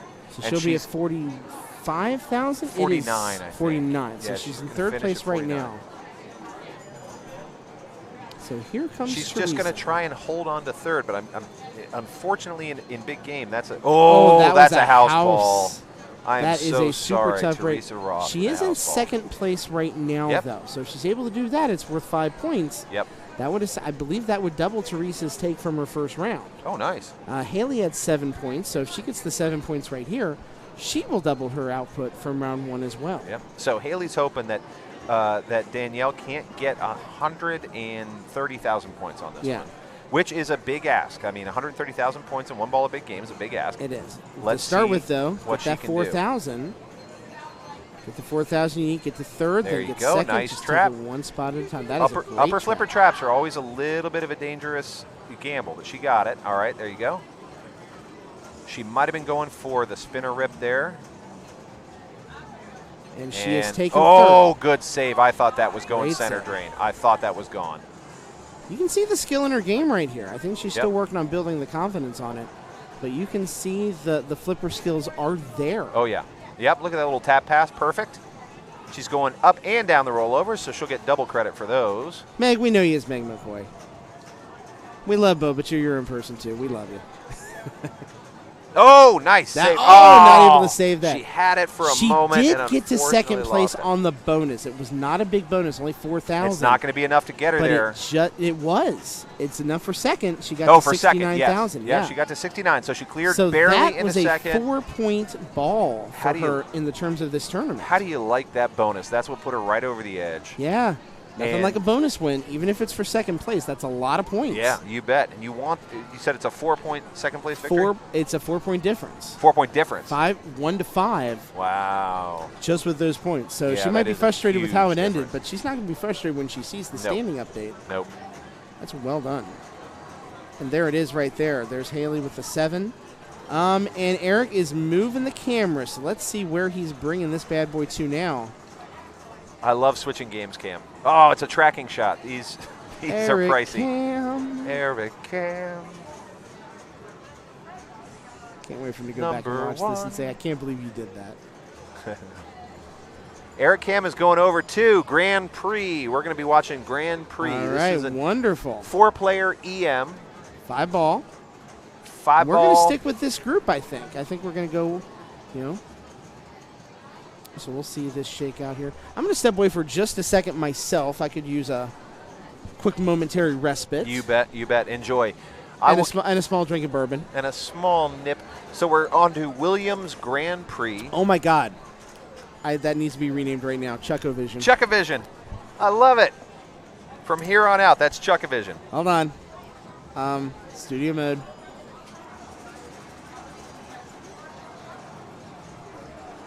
Chuck. Oh. There you go. Next time we get the Chuckovision, Cam, we're doing it. Chuckovision. I love it. It's done. It's done. It's so done. This is what happens when you leave geeks in charge of the chat, people. That's what happens. I'll be right back. Haley with a big #1 finish on that big game. So she picked up a bunch of points for that and earned every bit of it. So she's now looking at, she got 7 points on that one, and that puts her not in a terrible spot. Let's take a look at the standings for a moment. So you can see a lot of games in play, a lot is yet to change. But Haley Masterson went from 34th to tied for 21st. Again, she's trying to make the cutoff, the 18-person cutoff. Everybody is vying for those top 18 slots here in the women's tournament. And if you do get into the top 18, then you go on to the Amazing Race format. I got a briefing on the Amazing Race format. Never having played it myself, I'm going to let Scott be the expert on that. But he can brief us when he gets back. All right, let's go back to Haley Masterson, the winner on that last big game. Congratulations. Thanks. That was wonderful. Thanks. How did it feel, that game? That's probably the second or third time I've ever played big game, and every time I play it, I get more comfortable with it. It's bigger than like the normal play field. Yeah, yep. So it's a little bit hard to get used to, but it's actually That kind of wide body format. Yeah, and it's kind of slow moving though, so it's not so difficult. So did you have a strategy, here's what I'm going to try and do when I get in there, or did you just play it hot? I don't know the game that well, so I couldn't really come up with a strategy beforehand. I just went with, in the moment, what looked like a good shot. I tried to trap it as much as possible. Yep. We were noting, actually, that when you trap, you tend to trap and release very quickly. You don't mess around. It's like trap, fire it off. Well, yeah. You don't want to think about it too long. Yep. And it worked. I mean, that was a big game, a big game. Yeah. You won by a sound margin. Thanks. So now you're going into Grand Prix. Yeah. Do you have a strategy for No, because I don't know how to play that one either. Okay. My strategy is if there's a spinner, go for the spinner. That's always the win. Shoot the spinner. If there's not a spinner, just don't trade. It's probably against IFPA rules for me to coach me? No. I mean, yes, but I mean to say whether or not that's a good strategy in my account, but it doesn't matter because you're winning. Have you and told I'm the not. people, I'm sitting at the commentator's people table. Of Twitch, the Twitchiverse, that you know me? Yes. Good. They know that we are married. And oh, fantastic. Because I was going to say. I think you're up on Grand Prix. Okay. Good Bye. luck. You want to wear both of these? No. Hey, we touched microphones. That was fun. Married with microphones. Married Bye. with microphones. All right, let's go back to the cameras. You know, the thing that we are here for. Which I will do as soon as I figure out how that happens. I'm gonna do that thing. There we go. All right, here's Haley Masterson playing on Grand Prix. Now, I can't tell her this because I'm pretty sure there's a rule about it, but her spinner strategy would be my strategy as well. Unfortunate drain there just to the right, out lane, up and over. But he collected a little bit of bonus there, but not a ton. I'm guessing that wasn't the ball you were hoping for. Nope. No. Not at all. Nope. But good effort. I really enjoy this game. How do you feel about Grand Prix? Do you know that game that we played at the barbecue place that has cars in it? The Getaway High Speed 2? Yeah, I like that one. Yep. I like that one better, I think. Like between the car theme ones? Yeah. Yeah. Yeah. This one's a bit slow, which gives me too much time to think, and then I start doubting myself, and then I get really weird. But like if something moves more quickly, I do better. See, I think you know your strategy. Your strategy is don't stop and think about it. Yeah, because then I'll lose it. Your strategy is just play. If you ask me how to flip the flipper, I'll lose it instantly. I know this feeling. You sit, you ruminate on it, and you end up messing up. Yeah. Yep. I know this feeling well. I try my best. I'm similar. I try my best not to overthink when I'm playing. I just need to relax, go up to the table, and have a good time. Yeah. Easier said than done. Yeah. And you're in a group with Josie, Teresa, and Danielle. Yes. Danny. Danny, thank you. Goes by Danny. Goes by Danny. Danny's actually up. I've noticed that you've all been really supportive of each other up there. Yeah. So it's not necessarily something you see with every foursome. I mean, you all are congratulating each other and cheering and those kinds of things. I think that's really cool. Well, that's something quite unique to the women's tournament. I find that there's a lot of rough one for there's Dan. a lot of just right down the middle, chipped on the right flipper and then under the left. That was such a bad house ball. I hate when that happens. That's rough. Turn All around. she's got to do is smile. Next ball. There's next always ball. the next ball. You're watching Josie Jones right now. Get one ball. Another center drain. Boom. Grand Prix is just house ball eating city up today. these players. It's All hard. right. There's a pretty wide out lane, or a pretty wide center. I am drain. concerned that we might be out of order right now. No, we're not. Are you sure? I'm seeing. Yes. Okay. As long as you're sure. It goes Haley, Danny, Josie, Teresa. Okay. I just saw Danny, and then you were with me after Danny. No, Josie played a very quick ball. Okay. As long as you feel good about it, I feel good about it. I do. So what I was saying is there's something very unique about the women's tournament, which is there's like a No, I'm real certain we're out of order. Sorry. Player 4 is up, and that's not Danny playing. No, player 4 is Teresa. Player 4 is Teresa. This is just an old. I need to update this thing. Yes. Okay. Thank you very much. I'm telling you, I know it. Oh, I believe you. I was looking at the wrong thing, and that's on me. So anyway, the girls' tournament the women's tournament is wonderful for that. There's an instant camaraderie that sort of happens in the foursomes, and it happens uniquely in each foursome and in a different way in each foursome. But there's just a lot of support and love, and it's wonderful. That is really cool. And Not that I don't have a wonderful time in the co-ed tournaments. It's just that there's something really unique about these tournaments, and I always appreciate them. And you said that feels really unique to the women's tournament. Yeah. Yeah. It does. Yeah, that's really powerful. There's just something rough drain. wonderful. So All right. this is where it's on me. Bye, guys. I can see now where the order is on Grand Prix. Thank you very much for correcting me. You're welcome. And good luck on your ball. Thank you. I'm going to send one of the girls in, okay? Okay. Okay.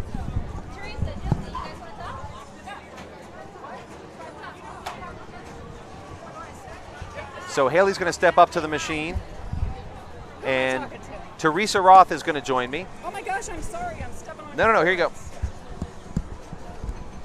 So you're watching Haley Masterson. Teresa, how's it been in this foursome as you're doing your qualifying rounds? Oh my goodness, we've been having so much fun. That's what she was saying. The ladies here are so friendly. Everybody needs to come out. It's good for the family and everybody. I love to hear that. Yeah. She was saying there's a sense of camaraderie. There is. So it's competition with camaraderie. Definitely.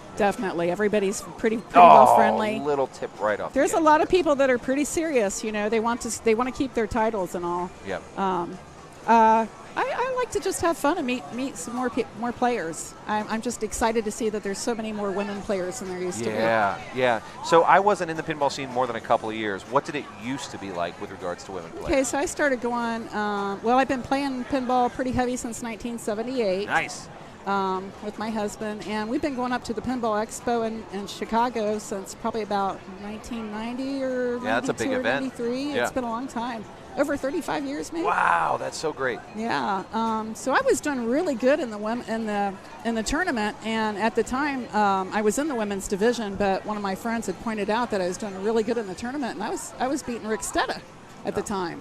And I thought, well, hey, if I'm beating the men, I want to win more than a T-shirt. I come up to win a pinball game. Yeah. So I said, I went over and I said, I want to be moved to the men's division. And they said, well, we've never done that before. You're kidding me. No, I'm not kidding you. Were you the first woman to play in the Chicago Expo tournament? I was probably not the first woman to play in the Chicago Expo tournament. There were a handful of other ladies, probably about a dozen, maybe One less. of the first, yeah. But I was the first woman moved to the men's division, as far as I know, because that's what they said at their table. They'd never done that before, and they had to discuss the matter. And they said, they come back and they said, okay, we'll do that. We'll move you to the men's division, but you can't go back to the women's division. I think they meant just that weekend, right? Yeah. And so I said, fine, no problem. Well, I realized what I did after it was too late, because really my only concern was I wanted to win, a new game. You want a pinball game. Yeah, we had a black night at home, and I'd been playing on the roller games, and we had it, and we'd been practicing, like I say, since '78, pretty heavy. Well, there weren't very many women up there at the time. It was probably about several hundred men. So the men weren't used to the ladies beating them.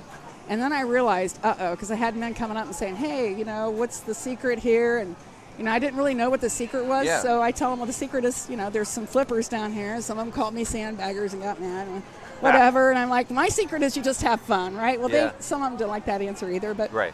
So it took him a little bit of the weekend, and Rick finally beat my score. And so I joke him and say that's my game at his house. He got my gosh. Yeah. You didn't get the game. Cue ball wizard. I was so excited for you. Cue ball wizard. I'd learned how to get the bank shot. I decided that all these targets were up here, and I thought, well, if I could get them all bank at shot once. Yep. Yeah, instead of one at a time, Yep. like we'd been thinking old school. I got them all at once, and I went, you got the bank shot. And I thought, well, that was pretty fun. It come around the left and up on the right. Yeah. Gotta love it. And I kept on getting that roundy round. I love that game. I think you might be up on Grand Prix, but come back. Let's talk. All right, thank you. Yeah, let's talk. I love this. Bye, everybody. I've only been in pinball for a little time, so I need more stories. All right. Teresa's going to go kill it on Grand Prix, and I want to hear more of those stories.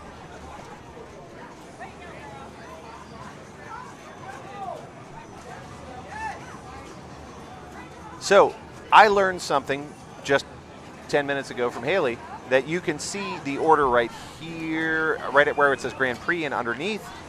So we are currently watching Teresa, who is in the player 4 slot. So you can see her score at player 4, currently just crossing the 30,000 point threshold, which puts her really quite distinctly in the lead. She's got quite a lead there. Oh, thank you. And Teresa is trying to get in that saucer. A little nudge, didn't quite make it, but she is off to a killer start on this game. And remember, she's in the 4 slot, so everybody else has already played their ball. So we're on ball 1 here? Not bad. No, we're on ball 4 right now. Ball 4, okay. yep. Just started ball 4. Yep, but she has opened up a wide gap at 40,000. So her next closest competitor is Haley, I believe, who's coming up next. All right. So let's see if Haley can close that gap. She's got about 29,000 points to make up. And no small order that, but... Now, Haley's familiar with this game. She's played it before. Yep, she knows Grand Prix.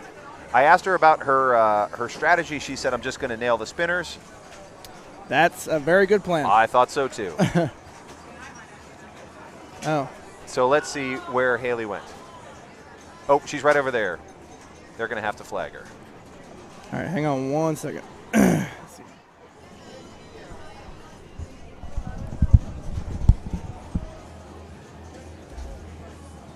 So there is so much, I mean, Haley spoke to it, but there is so much camaraderie happening here. I wish I could show you on the camera, but you're seeing support, you're seeing clapping, you're seeing hugging. Everybody is just being great to each other. And that was actually, we saw a lot of those wonderful traits in every tournament here.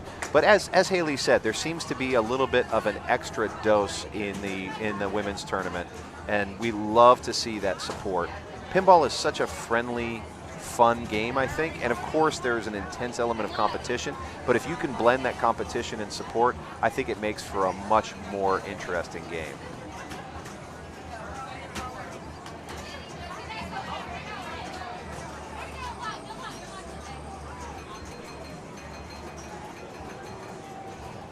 It looks like they may have moved on. Maybe that was the end, maybe that was ball 5. They may have moved on to a new game. And let's see what comes of it. I'm going to go back to, I should take a minute while I figure out, it looked like I thought they were on ball 4, maybe they were on ball 5. That might have been the end of that game. In which case, Teresa would have walked away with that victory. Let me switch over to our sponsor screen. Minus the Chuck-A-Vision, although I'm going to leave that on there. I like that. We do want to thank all of the sponsors of our tournament. And we have a ton of great support here in the Cincinnati area. Some of the folks who sponsored us through this tournament. Pin Stadium Lights. They make stadium lights that do all kinds of amazing things. They can change colors. They can respond to the game. You can control them from your phone. That's Pin Stadium. Speaker light kits. I'm sure you have seen their work already. If you haven't, I recommend you get on to speakerlightkits.com and check out what they can do for your machine. All kinds of beautiful custom speaker lights. Comet Pinball making some of the best lights in pinball, LEDs, all kinds of lighting options from Comet. Arcade Legacy is a local group of arcades and barcades run by and owned by Jesse Baker, who you may have seen earlier today. Tilt Amusements they've got to be one of the biggest distributors in the Midwest, if not the country. Run by Trent Augustine, who in and of himself is a bit of a pinball hero and a remarkable player. And Tilt is proud sponsor here, and they do all kinds of great sponsorship all over the pinball world. What the Flip is a really fun pinball stream. If you haven't watched What the Flip, we were talking about it earlier. One of my favorite elements of What the Flip is that you get to see folks who are, you get to see Lindsay, who is a musician professionally, remake pinball songs and play Guess That Pinball Tune. And she will play it for you and see if you can guess what game it comes from. And of course, Wreck Bar, which is down in Louisville, Kentucky, and has been fantastic. Working with this show, bringing up their own pins, and they have expanded to a couple of locations now, just hundreds of pinball tables. If you're down in the Louisville area, it is a destination. It is worth getting to. So thanks to our sponsors. Let's go back to our camera. And I'm going to go ahead and refresh this so that we can get a sense of what we're doing.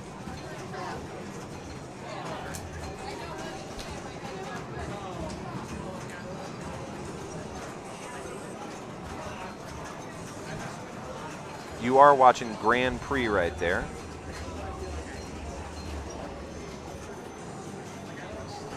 And let's see who's up.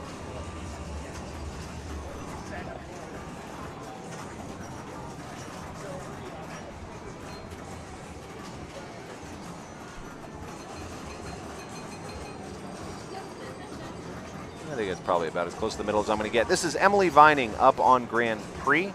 She is player 3, currently at 6,500 points, and quite a deficit she needs to make up here.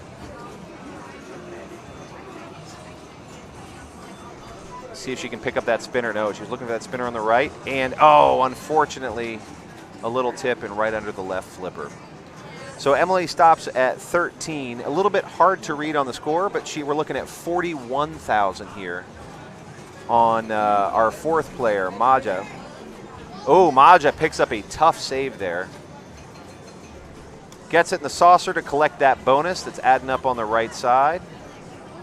Big ol' spinner rip. Now watch that value grow. That left spinner just maxed out in one good spinner rip. And you can see the points are coming. Look at, just to the out lane. So you're building value on that spinner, and you get points for the spinner itself, but if you build the value, you can get it all the way up to, I think it's 5,000 points or 50,000? 50,000. 50,000, yes. Yep. Hi, everybody. Well, hello, Scott Beat. Hi. Welcome back. I heard there was bourbon over here with my name on it, and I think I need to drink it. And we should talk pinball while I drink some bourbon. Please do, by all means. Bourbon, I'm glad you're pinball. back because our poor viewers had to settle for my non-existent skills with this computer. I managed to more or less get it back to its original state, so I feel good about that. Okay. Oh, do we need to? Who's playing right now? Okay, so is it the Jenna group? So right now you're on Jenna Daly, who is our second player on Grand Prix in round 3 of our qualifying. Oh, God, let me switch that up here. Perfection. There we go. And our poor viewers have had to deal. You can see our viewership drop by at least 25% while I was alone. People, support my man, Justin. You know what it is? They come. I got my ball count wrong, and so I was like, why is everybody leaving this machine? And, well, it turns out the game was over. And I had totally just missed it. We have been on the air for 7 hours. I mean, and there is a level of fatigue that consolation. comes with that. I understand. That's why we've been taking short breaks when the opportunities present themselves. Oh, that's a drain for Jenna. It looks like ball 3? Yes. Ball 3 on Grand Prix in round 3 of the qualifying for the women's amazing race. A lot of bumper action there. Checking off that B target and building value on those spinners. Oh, rough drain. I mean, they're all rough, but that one hurts because I think she was going for that spinner, trying to rip it. So who we have stepping up right here is this, is this Maja? That's Maja. Maja Raskovich. Hopefully, I hope I've pronounced that correctly. My apologies. Maja. We should ask her because I don't know that I said that correctly. Try and land it in that scoop. Nope. Second chance, though. She's going to do the third. Not quite. Yeah. But keeps the ball in play. Uh-oh. Lobbed it right up and over. I do that all the time. The worst feeling in the world so when you frustrating. feel like that happens and you feel like in your head it's like, that has to be a preventable error. Yep. And sometimes it is and sometimes it's not. A lot of times it's just instinct that creates a shot like that. Yep. And it drives you crazy when it happens. It really does. So here is Jane Verwis. We saw her in the Open tournament play very, very well. Yep. Oh, big. Too much. Too much of a tilt there. Tilted. It was a little much. She had a wry smile on her face when she walked away from that, like, daggone it. You know what? She had to save that ball, and she wasn't too far into bonus territory, so if you're going to tilt, that's the time to do it. She was not. So she is at 72,000 points. Oh, and that is Jenna Daly, and she's got a significant lead, though, if I'm looking at these scores correctly right now. 430,000 points. So Jenna's having a good run at this. Way ahead. She's on an absolute tear. This is game 3 for the group. Emily is in 4th place right now. If the standings stay as they are right now, Jenna would win this group with 15 points, which would be sensational for her standings. So we're on ball 4, and this is a 5-ball EM. So we've got a little bit of room left to go, but with a 436,000-point score, I got to say I know where I put my money. But Emily says, no way, I'm going to step up and change the game.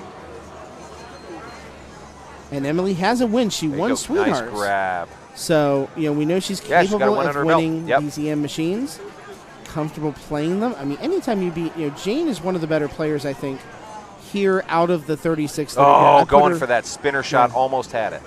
I'd put her top 5 of the players that we have here. Jane, top. So if anytime you beat her in a game, that's a good accomplishment.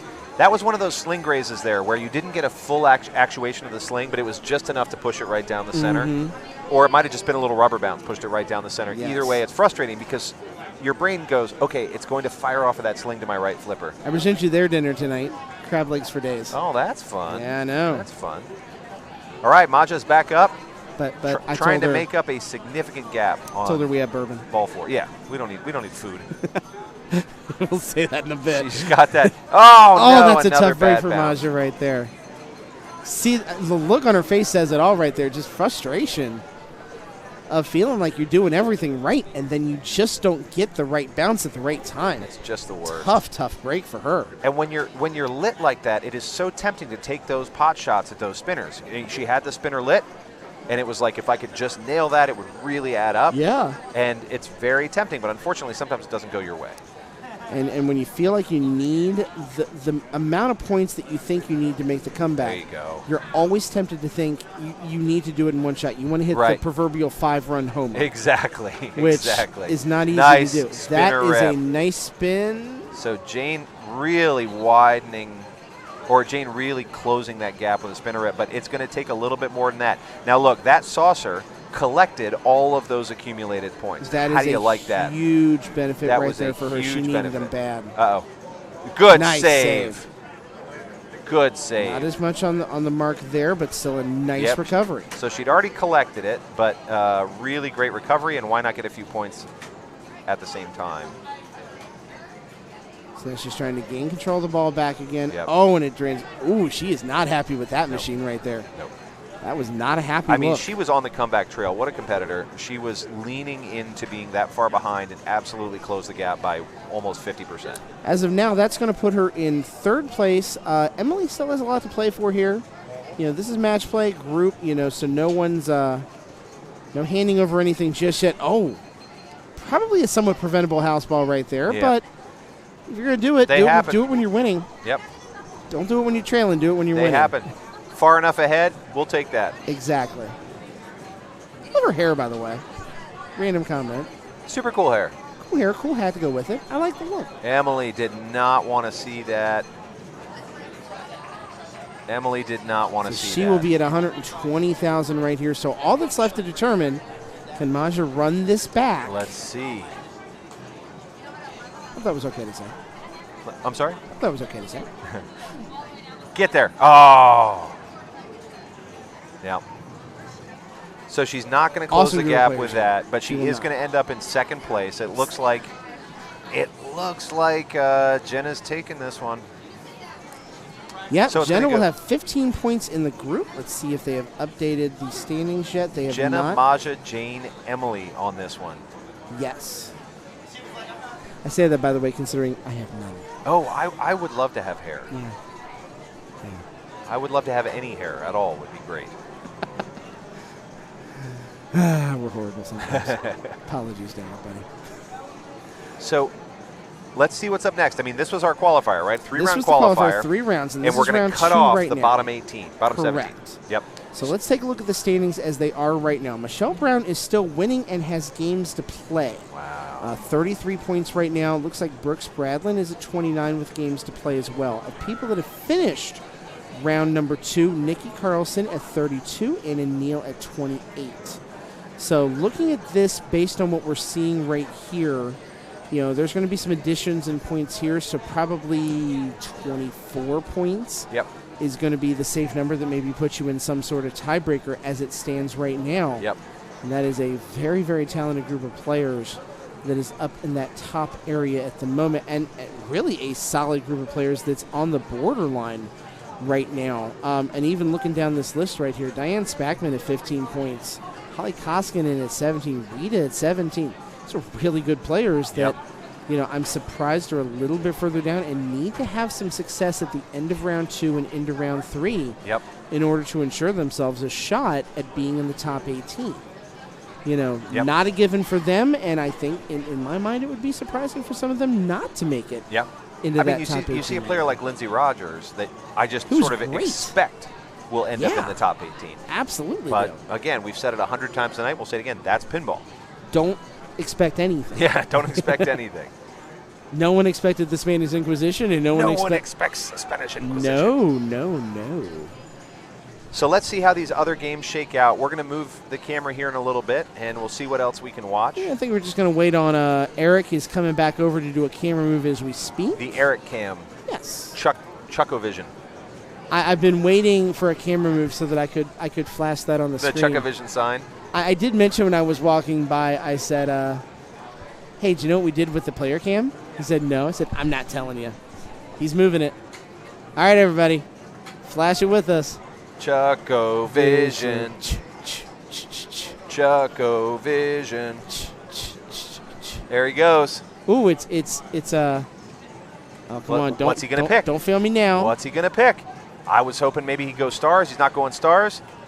Genesis is out. No, Genesis is out. Looks like he's going right by Firepower right now. Big game is How out. about World Cup? World Cup, Stop maybe. World We're getting Cup. a little Stop. tour. No whammies. Junkyard. No whammies. He's going Junkyard. No, he's not going Junkyard. No, he's going past it. Harlem Globetrotters. Please be Harlem Globetrotters. Looks like Harlem. Please be Harlem Globetrotters. There's only one way to find out, kids. It's Harlem Globetrotters. Man, do I love this game. All right, so I think we're going to be watching this group right here play Harlem Globetrotters. Globetrotters? Yeah, it's brutal. Yeah, Globetrotters is brutal. It's those scissor flippers, man. So we need new over-under on the scissor flippers. All right, 4 players. I'm going to go. We're going to keep it at 1.5, and I go over because I think there'll be 2. I'm going to say 4. I'm aiming high again. Wow. Last time we had 3. I'm going to say 4. God love Jen. She comes over like, the camera okay? No, the camera's always okay because Eric's doing it. Yeah. The camera's it's amazing. Always perfect. It's always amazing. Look at the camera. All right, so let's see what we got here. We're on ball 1 on Globetrotters. We are. And it looks like Jen. No, who's up? This is Therese Edwards. Therese Edwards, all right. Therese Edwards, one of the OG people in the Columbus pinball scene. Been around in Columbus for a while. She's been around a long time. In fact, she was one of the first, public league proprietors, really. The Copa League, Columbus, Ohio Pinball Association. Oh, very nice. It was really the thing that got me back into pinball once I moved to Columbus. We talked about the women who made pinball, and she's in that list. In every region, there's one. There's one. There's one. Oh, you hate to see it happen. Those scissor flippers are just a bear. My rule on that is always flip away. It doesn't matter what a great shot you want, what a great shot you think you have. Always flip away on the left. A better player than I am can actually work out the timing and get the shot they want. I can't do it. So when it comes to my left flippers, I'm flipping away every time. If I get it on the upper flipper, I'm shooting at those drop targets to increase my bonus X. But if it's on that lower flipper, no way. Tough break for Jen right there. Thought she had an opportunity to get that shot and wasn't able to do it. So she's sitting at 20,600 on ball number 2. And Rita's on her way up. Now Rita right now is in the lead with just under 50,000. Good start for her. She was commenting to us when she saw that we were putting Harlem on stream, talking about the fact the machine was playing very challenging. I believe her word was evil. Evil. It's being evil. I can see that word. I think there's only one Harlem that I can think of in Columbus, and I don't even remember where it is right now. It is such a classic. It's one we've played a lot. It's been in previous pinball races, I think, that Evan has put on. So we maybe had it show up from private collections before, but not one we see on a regular basis, and just a fun machine. One of the better ones in the era. So much fun. I'll tell you that the best Harlem Globetrotters I've ever seen is the one that Lindsey Rogers and Kevin have. Yeah. Amazing. And this is not that machine. Stream that. This is Eric's machine, right? This might be Eric's. Yeah, no, Eric has one. Yep. So Rita with a tough break, but she did enough right to get 67,000 points. So sometimes even in the midst of a ball that doesn't go your way, that's right. You just have to do enough. Yeah. You put one good shot together. I didn't even see her finish globe. I don't think she did. So suddenly, bam, 117,000, doing well. Now the globe shot is worth, or if you spell out globe, 50,000. 50K. Which is, in a tournament, those are big points. Huge points. Yeah. Every time you get a saucer, you get a globe letter. Yep. I know there's other ways to do it. We probably can pull that up right here. And it's a relatively rare 3-spinner game. Yeah. You've got the 2 spinners just towards the middle there, which you can see kind of the crisscross pattern. Yep. Then you've got the spinner on the left, and that spinner takes you back up to the saucer where you can pick up globe and those 50,000 points. And I've seen the strategy of just shooting globe all day because it's a much safer shot than the spinners or the drop targets. Agreed. Good. Right through Evan, that I'm glad spinner. you were a Washington Generals fan. They just never seem to win They enough. never, the Generals just have not performed. I bet on them every game. Yeah. Oh, there's 2. Oh, there it is. It's the reaction to her. Another scissor flipper death. It is so tempting to try and catch that ball. Yeah. Because as pinball players, we spend a lot of time learning how to do that. It's reaction. It's and habit. You can't do it on Harlem Globetrotters. You can't. Scissor flipper games will punish you for doing the thing you've spent your entire pinball career working on. So here's Tish. Jumps there right it is. Flips it into with love that. Got that bonus up. If anybody is going to do great on this machine out of the 4 people that are playing right here, knowing them all, look at that spin. I would expect Tish to really rock this. Nice save right then. Nope. You know, she has the experience that she's played this machine. I think she's owned this machine before. Wow. One thing you might do. 1 letter left for Globe. Yep. Not yet. If you're wondering why didn't that spinner rip or even that one count for much, why isn't it driving the letters up? Well, if you look, there's a little lit circle to the right or the left that tells you the one that's lit. You want the one that's lit. If you hit the one that isn't, it's not actually going to drive up those bonus points. Correct. All right, so really good effort there, but unfortunately not enough to take the lead. So we are back to Jen Ruper, who's going to try and pick it up here from 20,000 to try and get up and over top of Rita Stevenson's 117,000. Check a setting real quick here. So we're going to build some bonus there. Nice. Spinner rip on the right side. That was a backhand rip that got her all the way around the horn on those points. And if you look below, if you're wondering where all her points went, if you look below, you can see the little sort of billiard-shaped triangle down there that will tell you how the bonus points are coming along. There's a 50,000 point award for completing Globe right there. Great use of the saucers. Really nice save.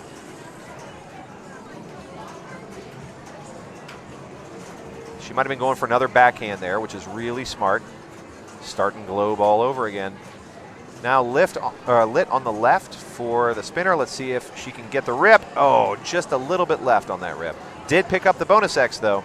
And those bonus X's at this point are going to make a huge difference for her because she has had just so many bonus points.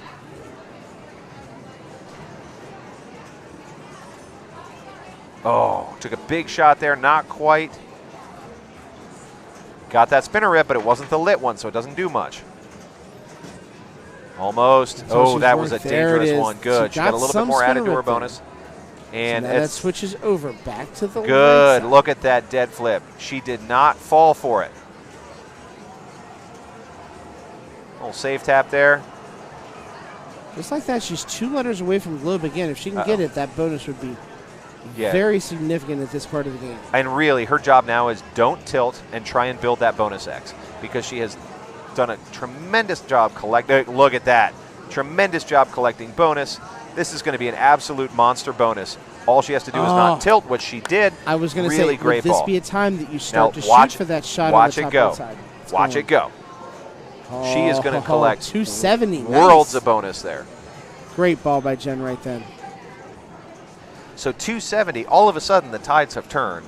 A commanding lead on ball It's a whole different game now. And the pressure is really on Rita. Jen wins this. She will have 17 points in the group. She will win the group. Yep. And where will that put her in the standings? It will help her tremendously. Yeah, man, thanks. Water if you got it. Water if you got it. Oh, no, actually, there's a whole cooler right there. Yep.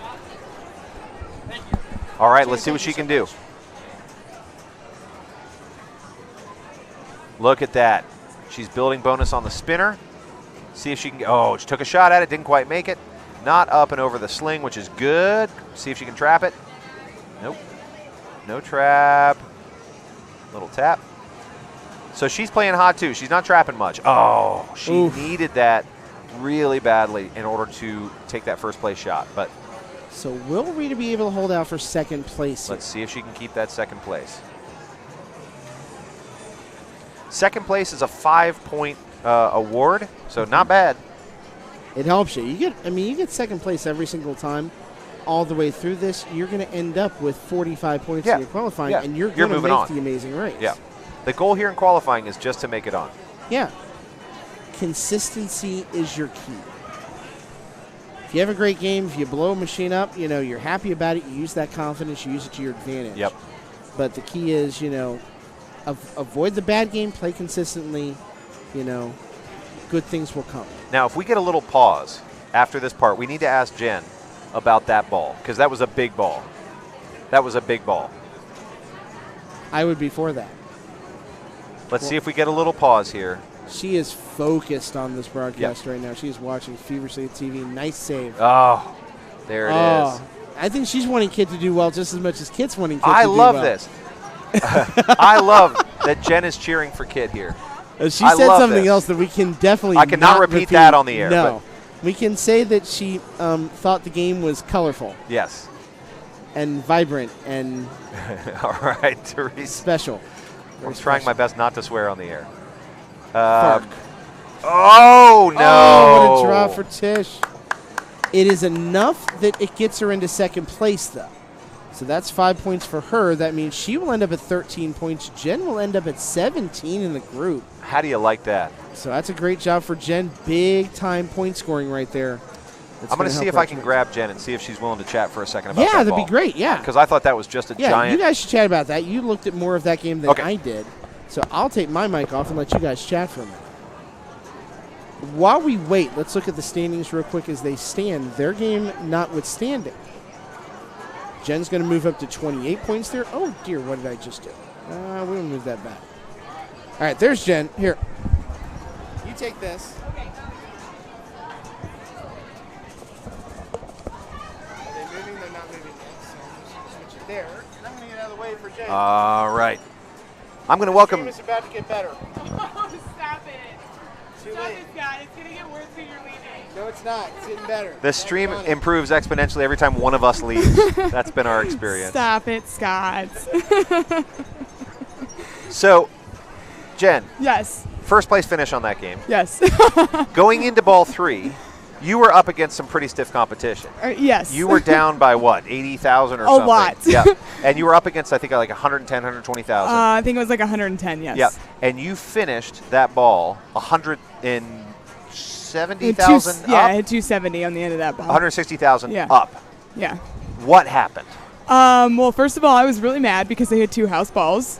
Yeah. So you guys missed my ball 1. It was a house ball. Was it? Okay. Ball 2 you saw was a house ball. We were lamenting that with you. So I was very upset that I was like, I know Harlem Globetrotters. I know what I need to do. I'm like, get in the scoop, hit your spinners. Yeah. And that was literally what I zoned in on trying to do, was getting it in the scoop, hitting especially up that left orbit spinner, getting it back into the scoop, and trying to light the Globetrotters. So you had an unbelievable backhand on the right spinner.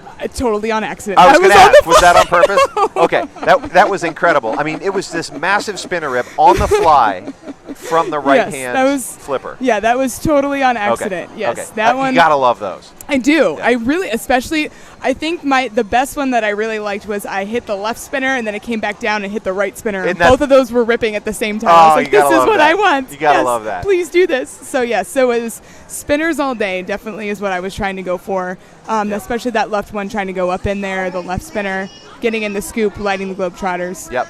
To try and to build those up. So going into ball 3, we've been talking, Scott and I, a lot today about how this is a psychological game as much as it is a physical skills game. Yes. You were not in an advantage position coming into ball 3, not just score-wise, but after 2 house balls.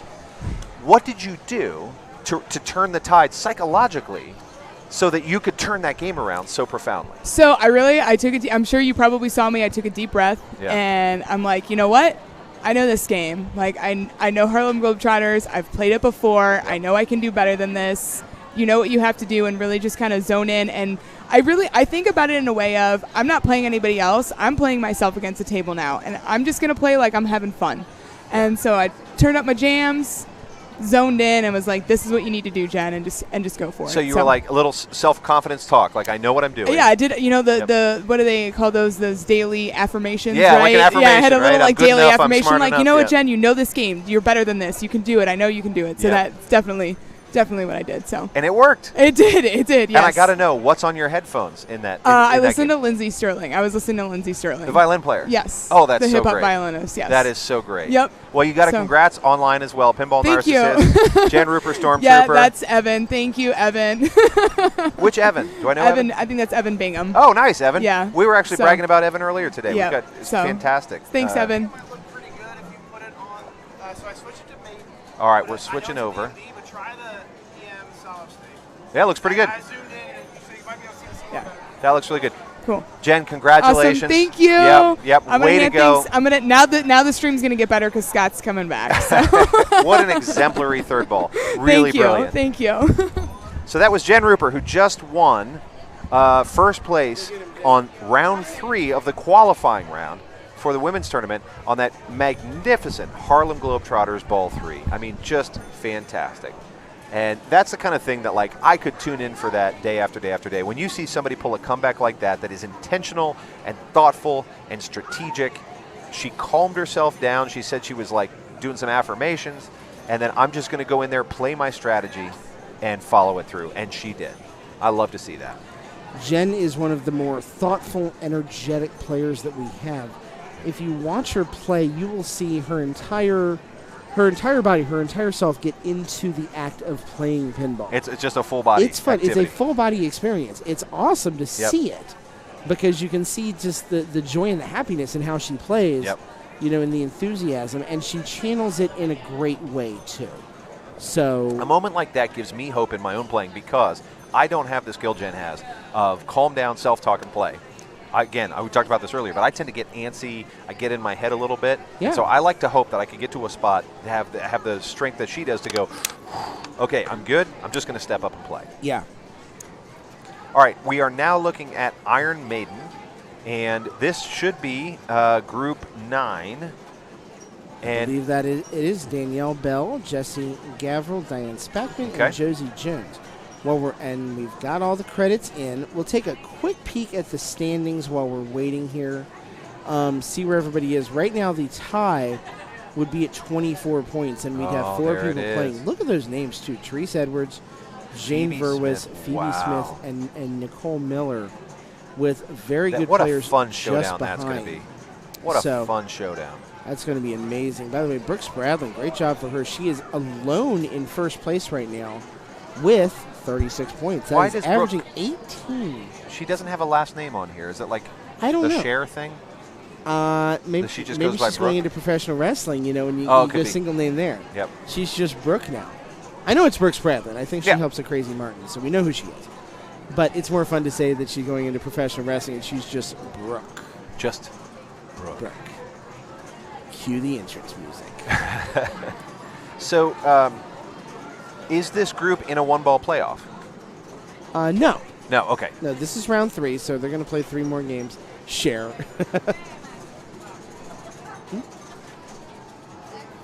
All right, let's see what happens in round 3 here. Yes, Danielle looks like she's going to be stepping up first. We saw her earlier. Yep.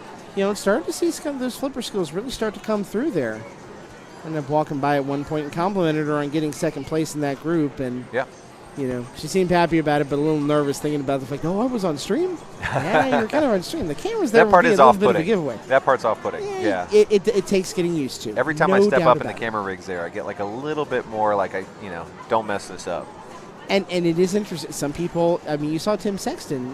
When I talked to him about it, he felt like he played better with the stream on him, as opposed to maybe, and I tend to play okay with the stream on me too. Yep. It doesn't bother me. Maybe it's the whole being behind the camera right here thing on a regular basis. You get kind of used to it. So you're used to the fact there's a camera stuck in your face at some point or another, and it's just you deal with it. But yeah, it doesn't bother me tremendously. Nice skill shot, by the way, for Danielle. Yeah, Danny Bell starts off strong, and I was hoping she might get all 3 drop targets there. Didn't quite get it. So let's see what she's going to put together for a strategy here. Yes. Some people try to go right to the mode. Some people start to build mummy right away. We'll see what she goes with. She's got 2 lit bumpers. I feel like the best strategy between those two is kind of in between that. If you can have mummy multi-ball going and a mode with it. That's just the best. Rough bounce. Not much she could have done with that. Not horrible for ball 1, though. 5 million. Has some stuff started pretty close to a mode start here, so there's some good things working. The question is she going to be able to do anything with it? One of the tough things about games like Maiden and Star Wars is that you can get a massive points disparity if you stack the right 3 or things. Yeah. Because sometimes you don't necessarily know how you're doing it. Yeah, for sure. I mean, you can end up with a 300 million point ball accidentally by starting the modes, starting the supers, starting the multi-ball at the same time, and then you happen to hit the right shot, and all of a sudden you're sitting on 300 million on that ball. I feel like if we get Keith Elwin over here, I should just talk to him for 5 minutes about the art of how to maximize your power jackpots. Oh, for sure. Because that is the one thing where if you can sometimes get it and have it be a few points. Yep. You know, Good 2-3 million, and other times I've gotten them, and it's like I just got 100 million points on a power jackpot. That's right. My game has just changed for the better. There's one right there, kind of snuck up really early in the game right there for Jessie. 4 million points, not bad. She got it right there into that in lane. I thought that was going out. Really nice. And she is lit for the inner loop. Let's see if she can lock it there. Nope. Would that be the Trooper multi-ball lock? No, Sarcophagus lock.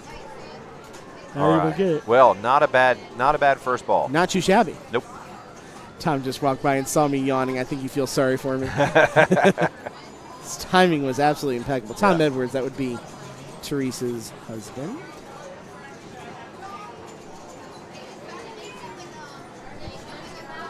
All right, Diane's coming up to play next. And let's see what she can put together. Now, one of the things that confused me right off the bat on Iron Maiden when I played was which mode do I select before I plunge? It turns out it doesn't matter. Mm-hmm. You're not selecting modes. Those are just songs. Yeah, but I it's still just what have you want to hear. I know, but I still have I have a habit. I know which 3 it's going to be. I go to aces high when I need to pull something impossible out every time. I go to what's the other one? Flight of Icarus. Flight of Icarus. When there's a points disparity I need to make up, but it's early on in the game. I just have a couple of things that this is going to be my song. There you go. Same with Metallica. I know what I'm going to go to when the time comes. I don't think it has any impact on the game at all, but it's like it's mental. Yeah, it's mental. You know, whatever you have to do to get yourself right mentally. Oh, Diane's going to get a ball save there. She will get the ball save right away. Yep. Actually, she didn't get the ball save. I think it didn't hit any switches. Oh, we'll take that. So it just gave a replay. We'll take that. So up and around. Look at that. So she gets the combo points for that. There are big combo points in this game, and when Keith Elwin was designing it, I know that he had sort of the players in mind and wanted to reward behaviors that really are difficult, and so he built a lot of combo specials in there. We're on Flight of Icarus mode now. So this is going to be left and right ramp. Combos are worth even more, and if you can get it done, you get a big ol' award. Let's see. Let's see what she can do. Oh, nothing because of the tried right to shake outlane. it out of the out lane, but no dice. Couldn't get it.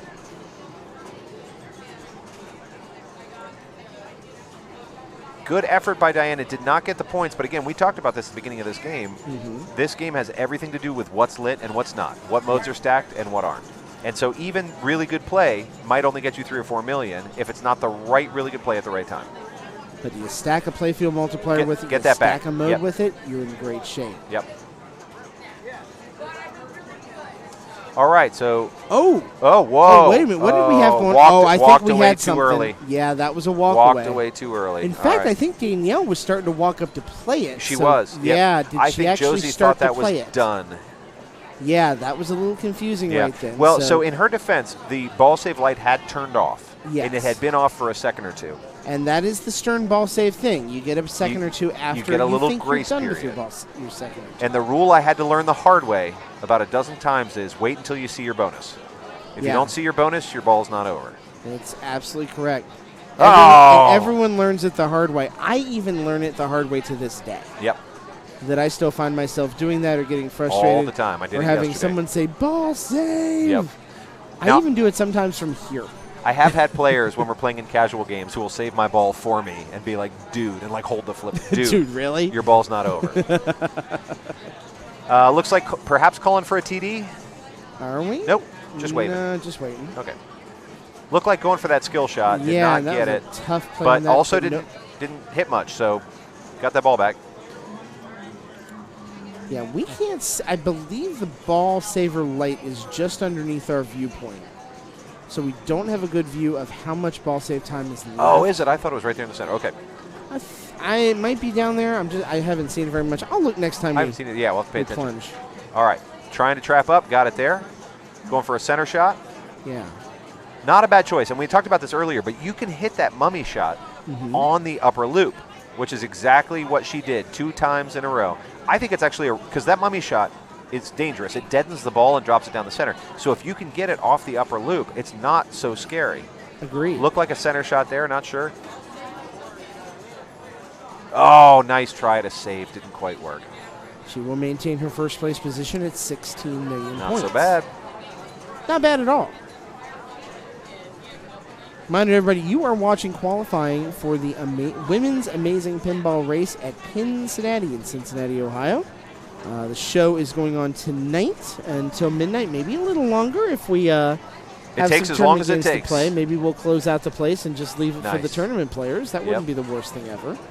But we'll be going until they're done, and we're going to have tournaments both tomorrow and Sunday as well. So, and if you're thinking about visiting Cincinnati, we are going to be. If you've ever been to a tournament where a show where they start cleaning up pinball machines early, and you come on a Sunday and you're like, why is everything empty? This is not that show. So we run until. Oh my God, yeah. We run until 4 o'clock on Sunday, and everybody keeps their machines here. There's no packing up early. So even if it's Sunday at noon and you're like, I want to check this thing out, don't worry. You've got plenty of pinball machines to play. We're not going to do that pack up early thing. I think even if a pinball machine is sold, you're not allowed to take it with you. You until can't the turn show it off. is over. You can't take it with you. So Eric and Jerry set up some pretty strict rules on that because we've all been to the pinball shows where everything's great until Sunday morning. Yeah, I've totally been to those shows, and they are frustrating as all get out. They're so frustrating, and you pay for day 3 and you don't really get it. I've been to shows seen shows where the floor on day 3 is like 20% of the machines. Right.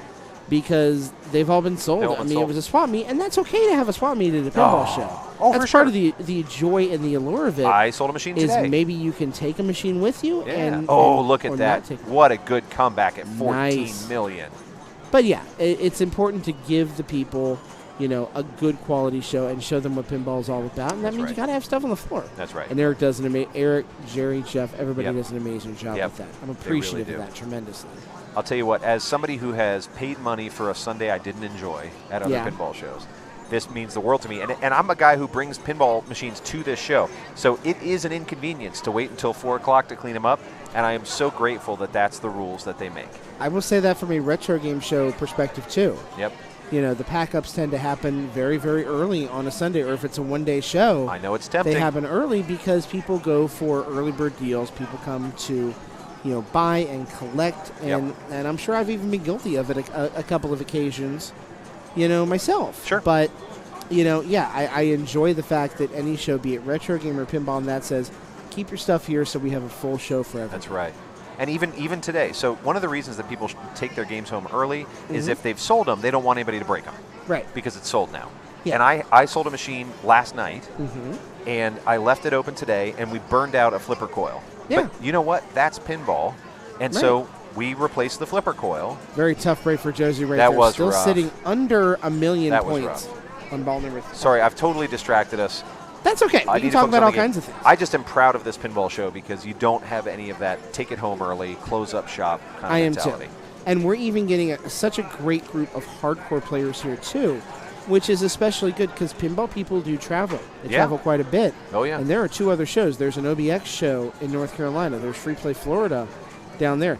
So many people are still coming to Cincinnati too. I love to see that. There is enough room in the industry right now, enough enjoyment that everybody's winning. Yep. And I think that's amazing. We've got some really top-tier players here. We do.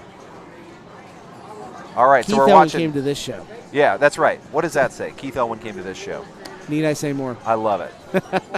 So we've got Danny Bell playing right now, and she is sitting at 8 million, trying to get it going. Unfortunately, will not.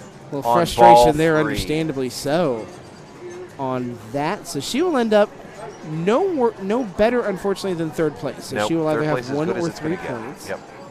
Comes Jessie right now, still in the lead at 16 mil, but Diane's making a run at this here. Oh, no kidding. I mean, Diane had a really killer ball too, and it's going to depend a lot on what Jessie does on this ball. Because if Diane has another run like she did last time, Jessie's going to have to put up some serious points to pad.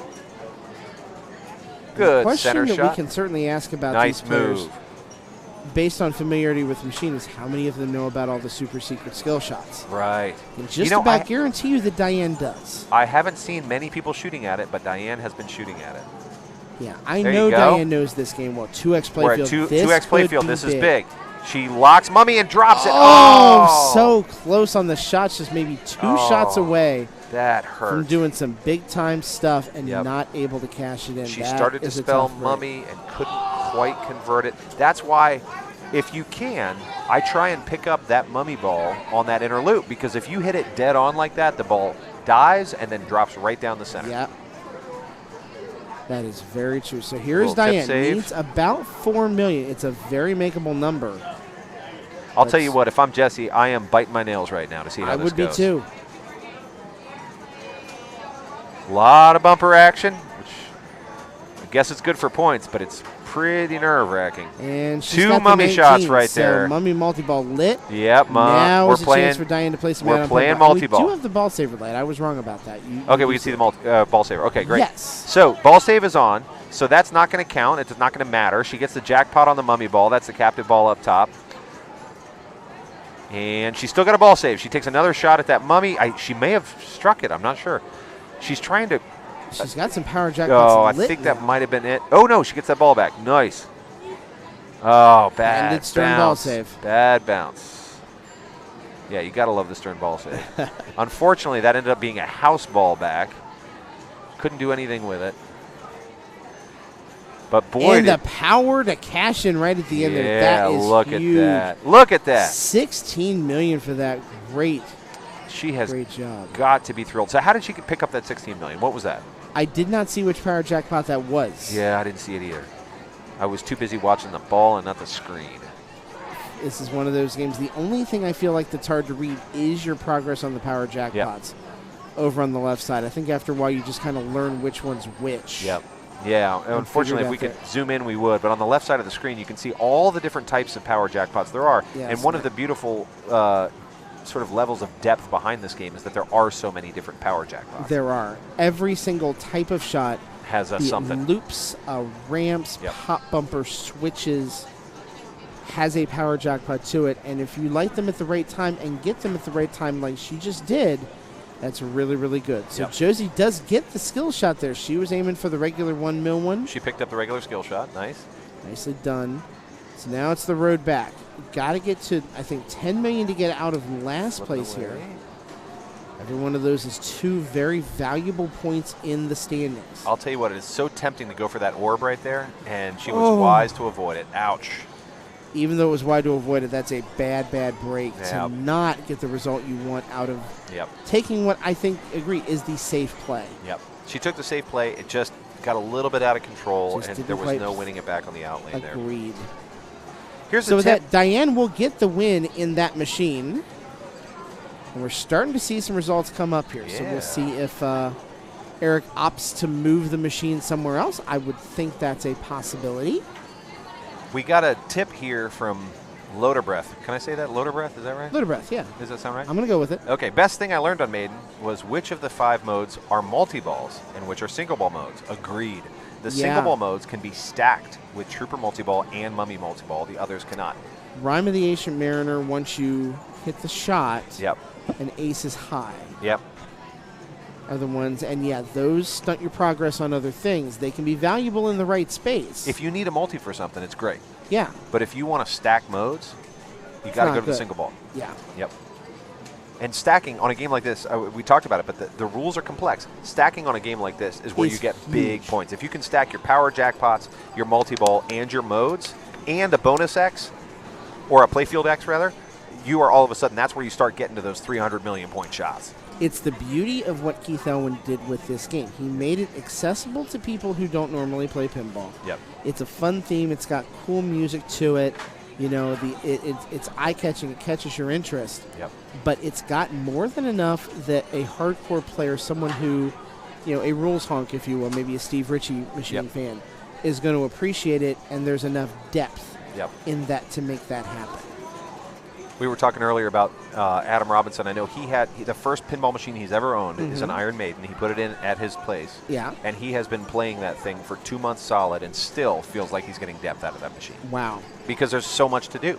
And that's hard to do. I mean, with games or pinball or anything, to get depth out of that for that long of a period, it feels like it's a lot harder to do that now than it was a long time ago. Yep. I think that's simply just the nature of how we are as people. Just we sort of evolved to that, The wealth of information that is thrown at us on a daily basis makes it harder to get that depth. To keep that kind of interest, yeah. Well, and I'll say, here's as a point of comparison, you mentioned Steve Ritchie. I think the new Star Wars machine is actually too complex. So I would have agree seen, with that. I have seen newer players and even some intermediate players go up to that machine, have no idea what is even step 1, much less step 12, and sort of cash out. So Mike Dawn's a great example. He's in this tournament. Fantastic player, won the Cincinnati Pinball Championship 2 years ago. He still is like, I don't know what to do on Star Wars because it was a bit opaque. Game like Iron Maiden, you can walk up to and start enjoying the second you hit the start button. Yes. And you can explore it for months. I will tell you the only reason I have an understanding of a few things to do in Star Wars when I'm playing it is that I've watched James Scott and Carlos de la Cerda and Jesse Baker and people that I know and respect are good at that game. Just if I did not watch them play and piece a few things together, like how to do the Leia modes. Thank you for those bits, Joe. So if I did not piece together that you hit, you start with Leia, and then you hit this shot and this shot and this shot, then I would never know that that's what you're supposed to do, and that you can have, about a 3 or 4 shot sequence that if you get them right, suddenly you're at 200 million points. Right. When I've watched people play that game for 10 minutes, that's the frustrating and not thing. get 200 million points. And if you're the intuitiveness is not there. Right. And with respect to Steve Ritchie's design, I do think that if you are a new player, because we always invite people, hey, come to a tournament. You don't have to be experienced. Yeah. You just have to love to play pinball. If you're a new player who steps up to that machine in a tournament and you play a 4-minute ball and you get 13 million, or 20 million, and then you have somebody else who knows the rules step up and play for a minute and a half and get 100 million, you're going to walk away dejected. Right. And I don't want that in my tournament. So I not don't mind saying a little bit of that. I don't need the level of it that Star Wars has. Star Wars just brings, I think, way too much of it. And now Loaded Breath likes it. Pinball chess, and that's a good word for it. It is really a chess game inside of pinball, especially when you add multipliers and all those crazy things that are mixed up in the game, too. Right. It is complicated. It is super complicated. For sure. But I joke chess, that because Steve Ritchie is a rules guy. He always has been. My running joke is that he woke up at a very good dream one night, shall we say, and then woke up and bam, Star Wars was a thing. That was rules it. upon rules upon rules That's upon right. rules. It's his dream machine. Yeah, but I'm sure it is, and it's obviously great flow machine. You've got the wonderful U-turn there. You've got awesome ramps and shots. Yeah. I just, as somebody who really likes watching new people get into pinball, I want people to be able to just walk up to a machine and play and enjoy it, and that can be, I think, a barrier to somebody enjoying it. Now then you flip that around, and then I think Black Knight represents the proper mix of how do you balance that out with something that has a lot of rules but still is fun to play, has shots, challenges you, forces you to play a structured game, which is also what Steve Ritchie wants you to do. He's going to reward you for playing inside his structure. I feel like the balance is there in Black Knight as opposed to Star Wars. Yeah, I totally agree. Star Wars is too much. Black Knight feels just about right. Yep. I've really enjoyed Black Knight, and a lot of folks I know who got the Pro model felt like it was lacking something. Yeah. I actually struggle with the premium model more because I don't love that upper play field. I really enjoy the Pro model. It's certainly scoring broken. We learned that in Chicago last year. Yeah. Or last month. Yeah, that you can absolutely dominate on the upper playfield. Yeah. Yep. I mean, basically that broke that game from ever being used in tournament play ever again. Yep. As you see here, we're looking at the group of Lexi, Danielle, Therese, and Lindsay. Just updated with their first round scores. Lindsay took round number 1. And we are watching Lexi start out here with Iron Maiden. Actually, she is player 3. Player 3, yep. In this group, but she is starting her game of Iron Maiden. Yep. So everybody's on ball 1. So far, no runaways, but Lexi's off to a fantastic start and is already pulled into the lead on Iron Maiden. Starting Flight of Icarus mode, that's your left and right ramps mode. Being a Columbus regular, obviously she's played this game a ton. We almost joke about it up in Columbus. If anywhere you go, you're going to find Iron Maiden and Black Knight, and all. You're going to see all the Trent machines. You're going to see all of Trent's machines, yeah. Because it's his home base. He's done a good job getting them out there. Well, same here in Cincinnati. Trent's machines are all over the place. The Trentar is strong in Cincinnati. The Trentar is strong with this one. Question about Lexi: are the ears constant, or are they just for tonight? They're constant. They're constant. She plays with them. She has a little stuffy that she actually walks up and puts on the machine, too. Oh, really? Is that like a good luck charm? Or? Good luck charm, yeah. I admire that. Some people do headphones, some people wear cat ears. 13 or 14, if I remember correctly. Yep. She's Gilly's daughter.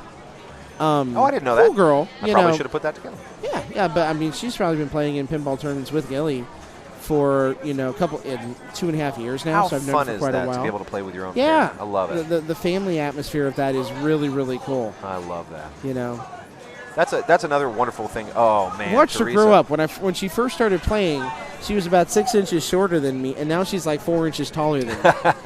Now, granted, in fairness, everybody ends up being taller than me at some point. That's why Justin's over here like that tall, and I'm down here. It's not a depth thing or anything. He's just freaking tall, and I'm not. Actually, it's funny. Eric and I get mistaken for each other because we tend to dress the same. Yeah. And we're about the same build. And so I get tapped from behind a lot, as if maybe I'm supposed to go TD something. And I don't know any rules, so I don't. Gotcha. Did not see who this was. I believe this is Teresa Roth, based on what I see here. Danielle. Oh, this is Danielle. Yep. Okay. Yep. So we're watching Danielle on her ball 2. And currently second place, but again, nobody's got a runaway so far. 10 million is not a runaway game on Iron Maiden. We've only gotten one ball in. Nobody's had just an absolute blowout of a ball. That's going to take her just north of 3.5, and Lindsay Rogers back up to play. Yeah, here is Lindsay. Lindsay, you may know from the What the Flip pinball stream. They are a sponsor of Cincinnati. That's right. Thank you, What the Flip. Thank you to Lindsay and Kevin. And thank you to Mighty Squirrel, who is now hosting the Straight Down the Middle channel. Thank you, Mighty Good to have Squirrel. You here. Yeah, he's one of my pinball and retro gaming buddies up in the Pittsburgh area. No kidding. A fellow Windjammers fan. I don't believe I've extolled the virtues of Windjammers tonight. What is a Windjammers? Windjammers is a classic Neo Geo game. What? Yeah. That's right. Oh, sorry, I'm thinking of Nat Geo. What's Neo Geo? Neo Geo was a both console and arcade system. It released on both at the exact same time. Oh. So, people could buy the home system for a ridiculous amount of money in the early 90s. Sure. Because it was pricey. Yep. And you could also then go to the arcade and play the game in the arcade, too. Oh. That was kind of the sell point of the system. And look at some that of the games, the Metal Slugs of the world, Samurai Showdown, King of Fighters have become more popular classics. But Windjammers was this one-on-one Frisbee game that has always had a cult following. I've always been a huge fan of it myself. Jesse is a huge fan of it. Jesse's probably the best player in the entire state and one of the best players in the country. Of Windjammers. Of Windjammers. The Frisbee video game. The Frisbee video game. I know nothing about this. That's Ask wonderful. Jesse about it sometime. All right, I will. I take a little responsibility for getting the majority of Cincinnati hooked on it back in the old Game Junkie days. What a rich life Jesse leads. Yes, he does. Yeah, Jesse whoops me at it now. I think back if it was mid-aughts, yep, I probably could have played with Jesse and beat him because I was that good at the game back then. I've gotten rusty, and now at this point, I'm kind of just a filthy casual at it. I got to get better. Yep. At Windjammers. At Windjammers. Okay. I keep thinking of Pilot Wings. It's not that. It's Windjammers. No. Pilot Wings was fun. I don't think it has a real competitive scene to it, unfortunately. Okay. But that'd be fun if it did. You should invent the Pilot Wings competitive scene. Oh, right, Lindsay out on Flight of Lindsay's Icarus. Out, Look, yes. Nice ball, though, on Lindsay's part. Nice Not ball. bad. The bonus is going to be nice on that 800,000, so she'll be just under 10 mil right here. But this is another one of those moments where she was shooting all right, but she just couldn't complete those lit shots that were going to give her like the triple X. You know what I mean? Yeah, and you're right. I do need to brush up because they are making a Windjammers 2. Oh, my gosh. The game got a little bit of a more notable comeback. Nice skill shot right there for Lexi. Because a company called Dot.emu re-released it, a port of it on PS4 and Nintendo Switch. Oh. So a lot of people who maybe didn't have access to it or they just played it on an emulator. Got that tip. Then it's like, hey, now I can actually buy and own the real game, myself included. Yeah, that's really cool. Oh, shoot. Now that's one, and I would never have the discipline to do this, but that's one that might have been a Lazarus ball if you'd let it go. It was leaning left. It had a lot of speed on it. Yeah. It might have popped back up, but I would never have the discipline to let it go. I would never either. Never. I would never have the courage because it's weird to say it takes courage to do nothing on a pinball machine. It's the same when you have a center post, like a Kirk post. Oh, my God, the center post. Oh, my God. I've got one on Meteor, and when it goes towards that center post, you just have to hold your breath and not touch anything. Earthshaker had the center post when I owned that, and I can't tell you how many times That thing ate me alive. Oh, yeah. The worst thing you can do is flip at it. Oh, no! There's a ball save. So thank goodness. And yeah, the popularity of the game, the company that released the port, they're coding an all-new game, Windjammers 2, that's going to be native on PC and Switch, which is kind of cool. Is it fair to say it's the only Frisbee game ever made? No, because there was I don't want to say knockoff, but a spiritual successor on PC called, a kin game called Disc Jam. Okay. That was 3D-ish and came out about 2 years ago. So. Oh, no. It's not the only, but it's the OG and it's the best. All right, I'm going to have to check out some Windjammers. I'm not a video game guy, but I'll have to check out Windjammers. Just ask Chet. I guarantee you he still has one down at the bar in Northside. Okay. He did for a long time. He better still, or I'm going to kick his butt. You're watching Danielle, is that right? Yep. I think this is Danielle. I've kind of lost track between Danielle and Teresa. Yep. We had 2 Danielles in the competition, so we had to keep them straight. But this is Danielle. And, oh, no, please get that ball back. I think she will. She does. And let's see what she can do here. Backhanded up that very steep ramp and going for the other ramp, see if she can get a combo. No dice on that, but she did start power pops, so that means ending up in those pop bumpers is a pretty darn good thing for you. Not typically something you say on a pinball machine, especially with one that's right. that has pops kind of in that Addams family location that makes you feel a little bit dangerous. Oh, the Aerosmith pops, the Addams family pops, the Kiss pops, they're all brutal. They hate you and you hate them. Yeah, that's right. Although on this one, I don't get the sort of brutality I do from Aerosmith or Kiss for some reason. I don't tend to have terrible drains off these pops. I think the bounce outs are a little bit more friendly. They don't necessarily push. No. Oh, that is a tough break. Oh, no, it's tough. So that was her ball 3. See where her score ends up here. It's at 7 mil. So unfortunately, that's going to lock in 4th place for her. Yep, she's walking away in 4th. So here is Lindsay right now. I'm watching Jen, by the way. I just turned my head because I saw large amounts of movement. Full body player. Yeah, she is into the pinball machine. I love player. it. I freaking love it. It's hard not to watch that kind. It's same with Mike Dawn. It's hard not to watch that kind of full body playing. It's just pure raw excitement. But she got the super. Lindsay got the super secret skill shot. Nice job, Lindsay. Clip it, baby, clip it. Look at that. Nicely Look done. At that loop. That is first place loops. Look at that loop. So that super secret skill shot just could have won the game. It is more than anybody had on their game up to that point at all. That is a tough skill shot. The beauty of it, though, is that if you miss badly enough, you actually don't hit any switches, and you can try it again. You can. She is just destroying that spinner. So she's on power spinners now, which for Lindsay is a good thing because she's good at it. Just took advantage of that with a power spinner.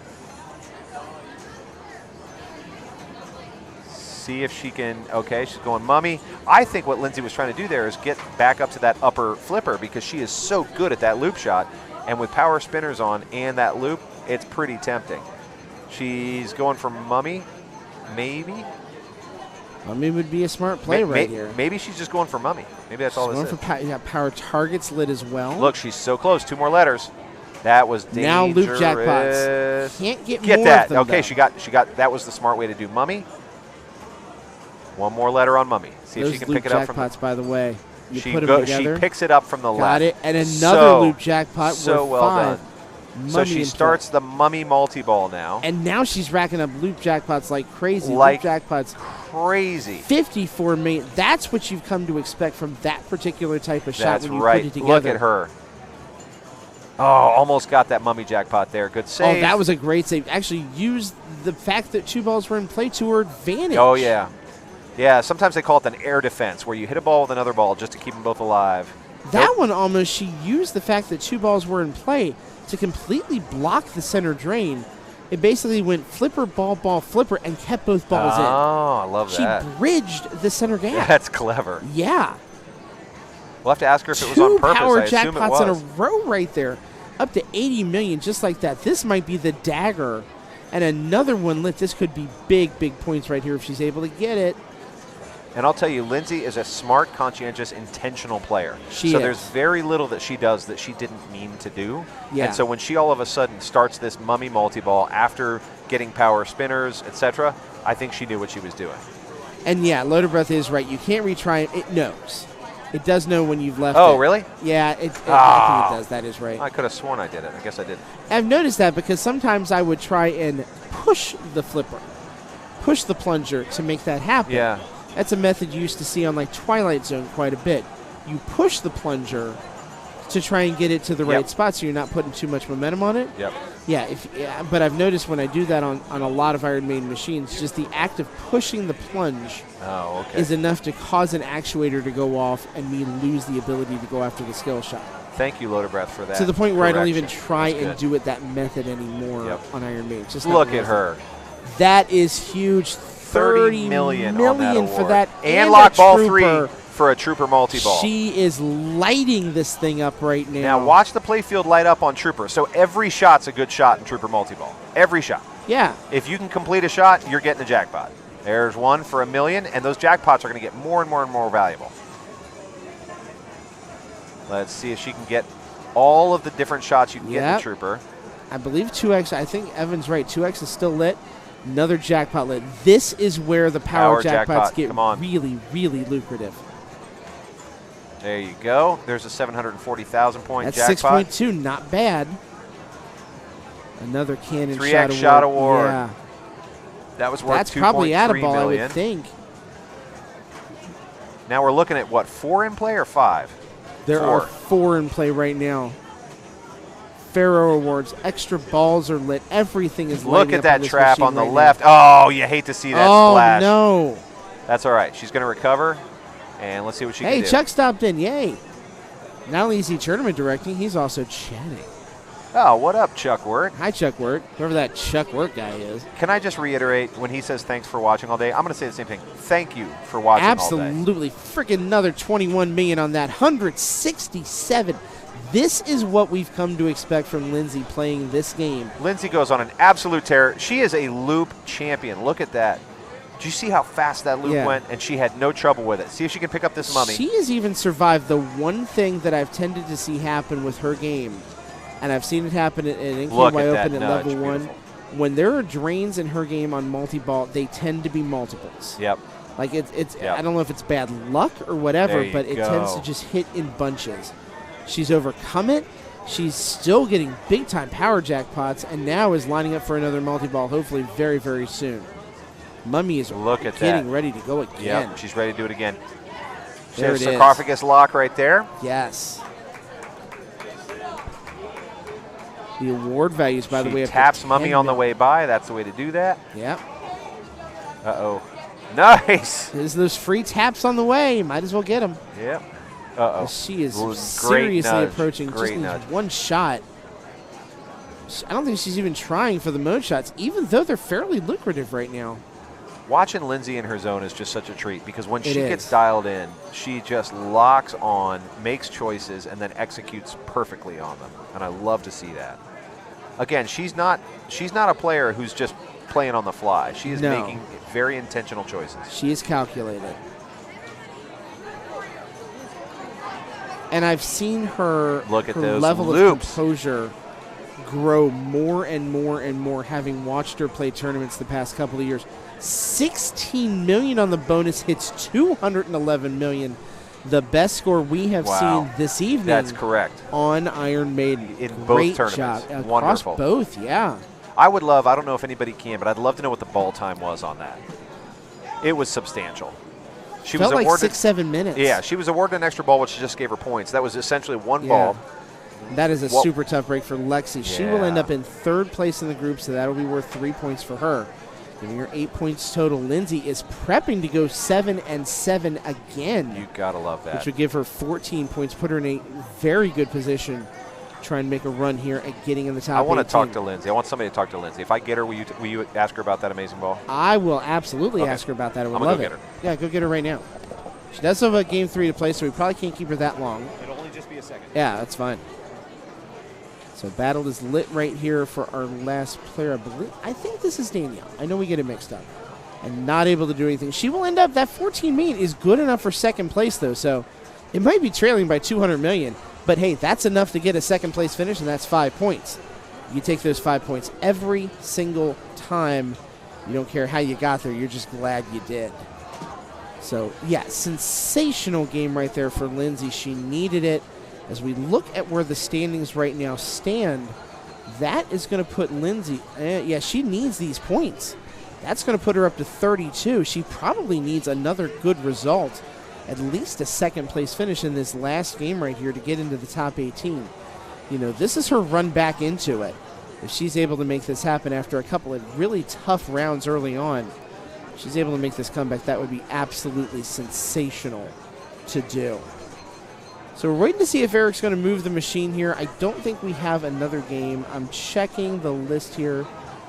We do have another group that could play Iron Maiden. I don't know if they're going to.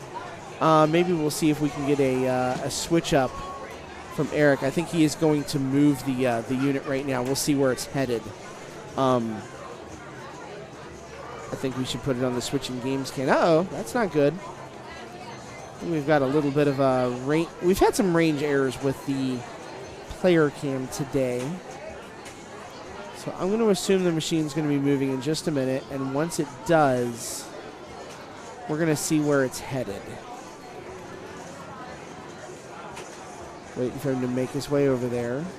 Yeah, Eric's on his way over. I think Justin's working on grabbing up Lindsay to talk about it if she wants to. She may not want to right now. Obviously, in the midst of competition, it's fully understandable if she doesn't want to mess with it right now.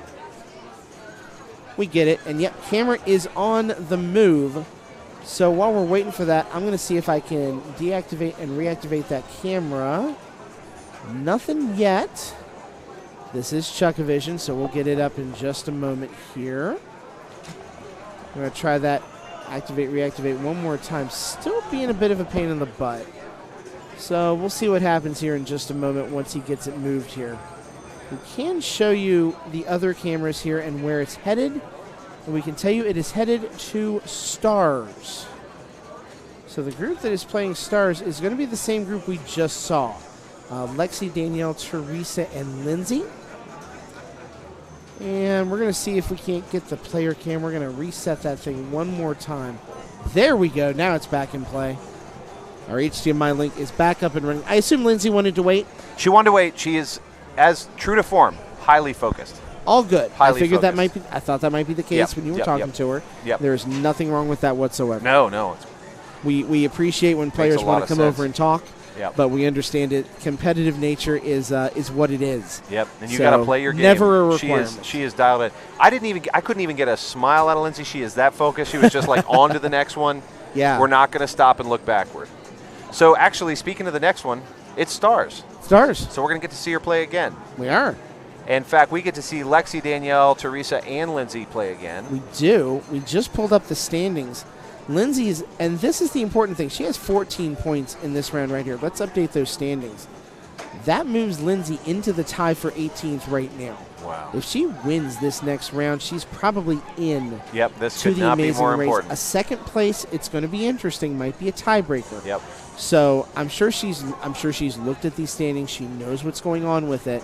She's like, I have to play well right here. I have to do this. Yep, she knows what's going on with these points. She's been watching it really closely. I'm sure all the players have. Yes. And they know what's at stake. Oh, tough start for Danielle. Yeah. Tough start. She got 2 bounces and straight to the right out lane. So we haven't talked much about strategy on this game. This might be the first time we've had Stars on stream tonight. Yeah, it is. Remind me to give him a hard time. I haven't. No, I'm sorry. Second time we've had Stars. Second time. But I love this game. So we were talking about how much I really dig this era, how much I like old Sterns, and Stars reminds me a little bit of Flight 2000 on the left side of the playfield, where you've got all these drops in this narrow channel with a spinner to try and get the. Yes. To try and I believe get that was points. Teresa that we just saw. I know we've been mixing up Teresa and Danielle. I'm going on order and hoping for the best. So right now we're looking at Lindsay Rogers, who's playing. And player numero 2. Player numero 2. So I may have my numbers backward because I had Lindsay in at number 4. Yeah, and I don't know if they're perfectly following the order right here. Oh, look at that right off the center post. That was a beautiful little Lazarus ball right off the center post. Yeah, nice. Okay, if it hits the center post perfectly, do you view that as a Lazarus ball? No. But that one. I suppose I can't call it a Lazarus, but it was real close. That was on its way out. I understand that. Nope, that's fair. Go, Lindsay. Thank you for the bits, Gunnut 400. We appreciate it. Thank you so much, Gunnut 400. Thank you for supporting the stream tonight. And for supporting Lindsay. She's kicking butt. She's kicking a whole lot of butt right now. Needs that love and support. Yep. Try and see if she can make it into top 18 here. I think a second or first place finish would do the job. And that's what she's needing to do. Big old spinner rip there. All right, so Teresa's going to see what she can do in this third player slot. Yep. Let's see. Stars is one where, man, I don't know that I have a good strategy for stars. So there is a star. One of the stars is randomly lit at the start of every ball. Yes. And the rest of them, you shoot the stand-up targets to collect them, adding 200 points to the spinner value each time you collect a star. What I don't know is what's the best way to go about safely getting to that spinner rip. And we're going to see if maybe Lexi will figure it out. Oh, Lexi brought, I think that might have been her stuffy that you mentioned that she brings up with her. That is it, yeah. Okay, so this is her good luck stuffy. So, oh, no, it did not serve for good luck. And, of course, there's no ball save on this era of Stern Games. So she's not going to get that back, which is a total bummer. Never even got to touch it. Oh. Never 1,000 points on the ball. You hate to see that happen. Yeah, it hurts. That is what happens on these style games, though. I can't quite tell what player one's score is. Looks like 40,000 would be my guess there. Oh, is that one up top? Sorry, close. I think I mean player 40,850 and 40,500. Yeah.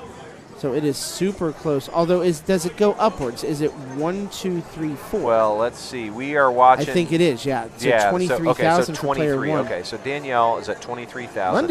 Mundus, thank you for those bits as well. We appreciate it. Thank you, Mundus. What does that mean in Latin? Anything? I should know this. Ex I did nihilo go to mundus? Covington Latin School. Yeah, for real. I should remember. Mundus is world, right? I believe so.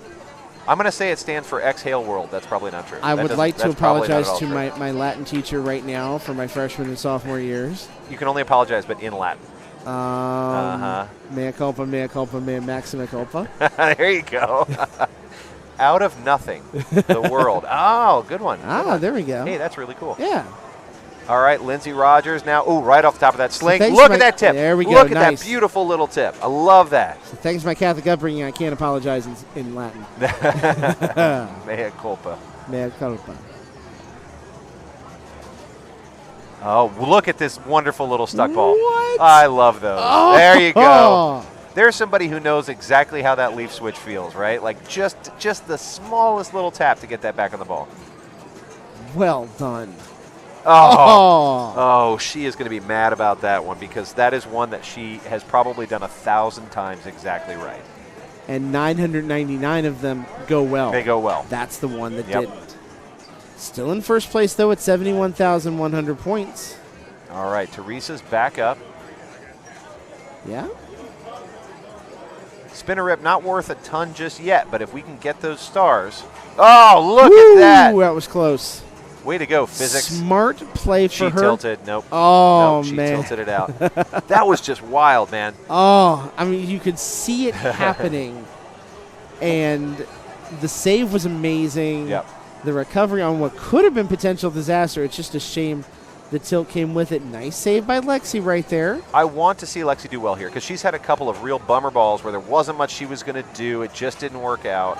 And I really want to see something happen for her. She's got the skills. I mean, we saw her at the Pins for Pin tournament light up Sinbad to the tune of almost 300,000 points. Oh, wow. So, when we were getting into the ladder match portion of that tournament and wondering if some of the picks were due to the fact that, someone picked Sinbad, do you pick that because she's 14 years old and maybe doesn't know the classics as well?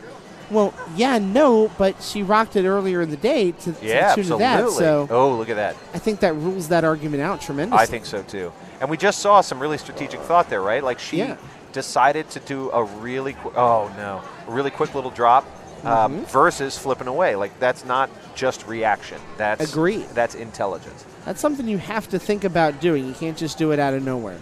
That's pintelligence. Pint. I'm copywriting that one. Is that going to be the name of your podcast? The Pintelligence Podcast. Or your fragrance? No, I'm pretentious enough as it is. I don't need so am I. Some weird portmanteau to make me more pretentious. Pintelligence by Justin Masters. My own fragrance. Oh, no. Oh, Danielle. Tough for Danielle right there. Yep. So she will So end that's up in ball 4th 3, place. That's going to leave her in 4th, and that's probably, I think, if I am reading this right, that that's is going to a spell the end 3-point of Danielle. round. That right? would probably end her evening, yes. Tough break for her there. Yep. All right, Lindsay knows what's at stake here, and what's at stake is whether or not she moves on. She is right on the cusp I of the believe if she 18-player gets cutoff. this, she will be only one of 2 people to pull off a perfect 21-point round. Oh, I'd love to see that. Who got the first one? Do you remember? I believe that. Oh, first one. no, Lindsay. Nope, yes. Nope, oh. And remember, as we said, she is part of What the Flip. That is her. They have sponsored the Cincinnati and been part of all of our tournament help today. That's right. Follow the channel. Maybe right after we're done, but follow the channel. Don't worry, she's not on there right now. She's here. That's right. So you won't miss anything. Yeah, just follow it later so There you know go. when she goes live next. Spinner shot? Nope. That was a drop target shot. Back up. You can't go wrong going back up to that pop up there.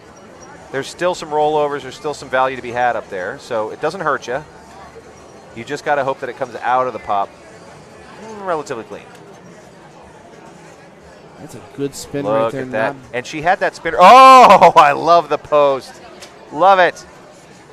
Cue the hockey reference. She hit the post. She hit the post. So she now has a juiced right spinner. Oh, second, the center shot. Not able to do it. I don't know how much bonus. I think she's got it on bonus. No, she doesn't. Oh, wow. Wow.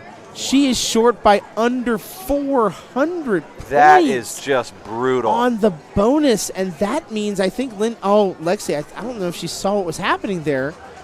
It drained I'm a not lot sure that quicker she than saw she it. was expecting. Yeah, something happened there. I don't know if. Yeah, Gilly's coming over to take a look at it. Yeah, maybe it was a no hit. Oh, that's what it was. It was a tilt. That's why we didn't see the numbers go up and down. Oh, no. Was there an extra ball So she created might have there? gotten it on Let's look here. bonus. No.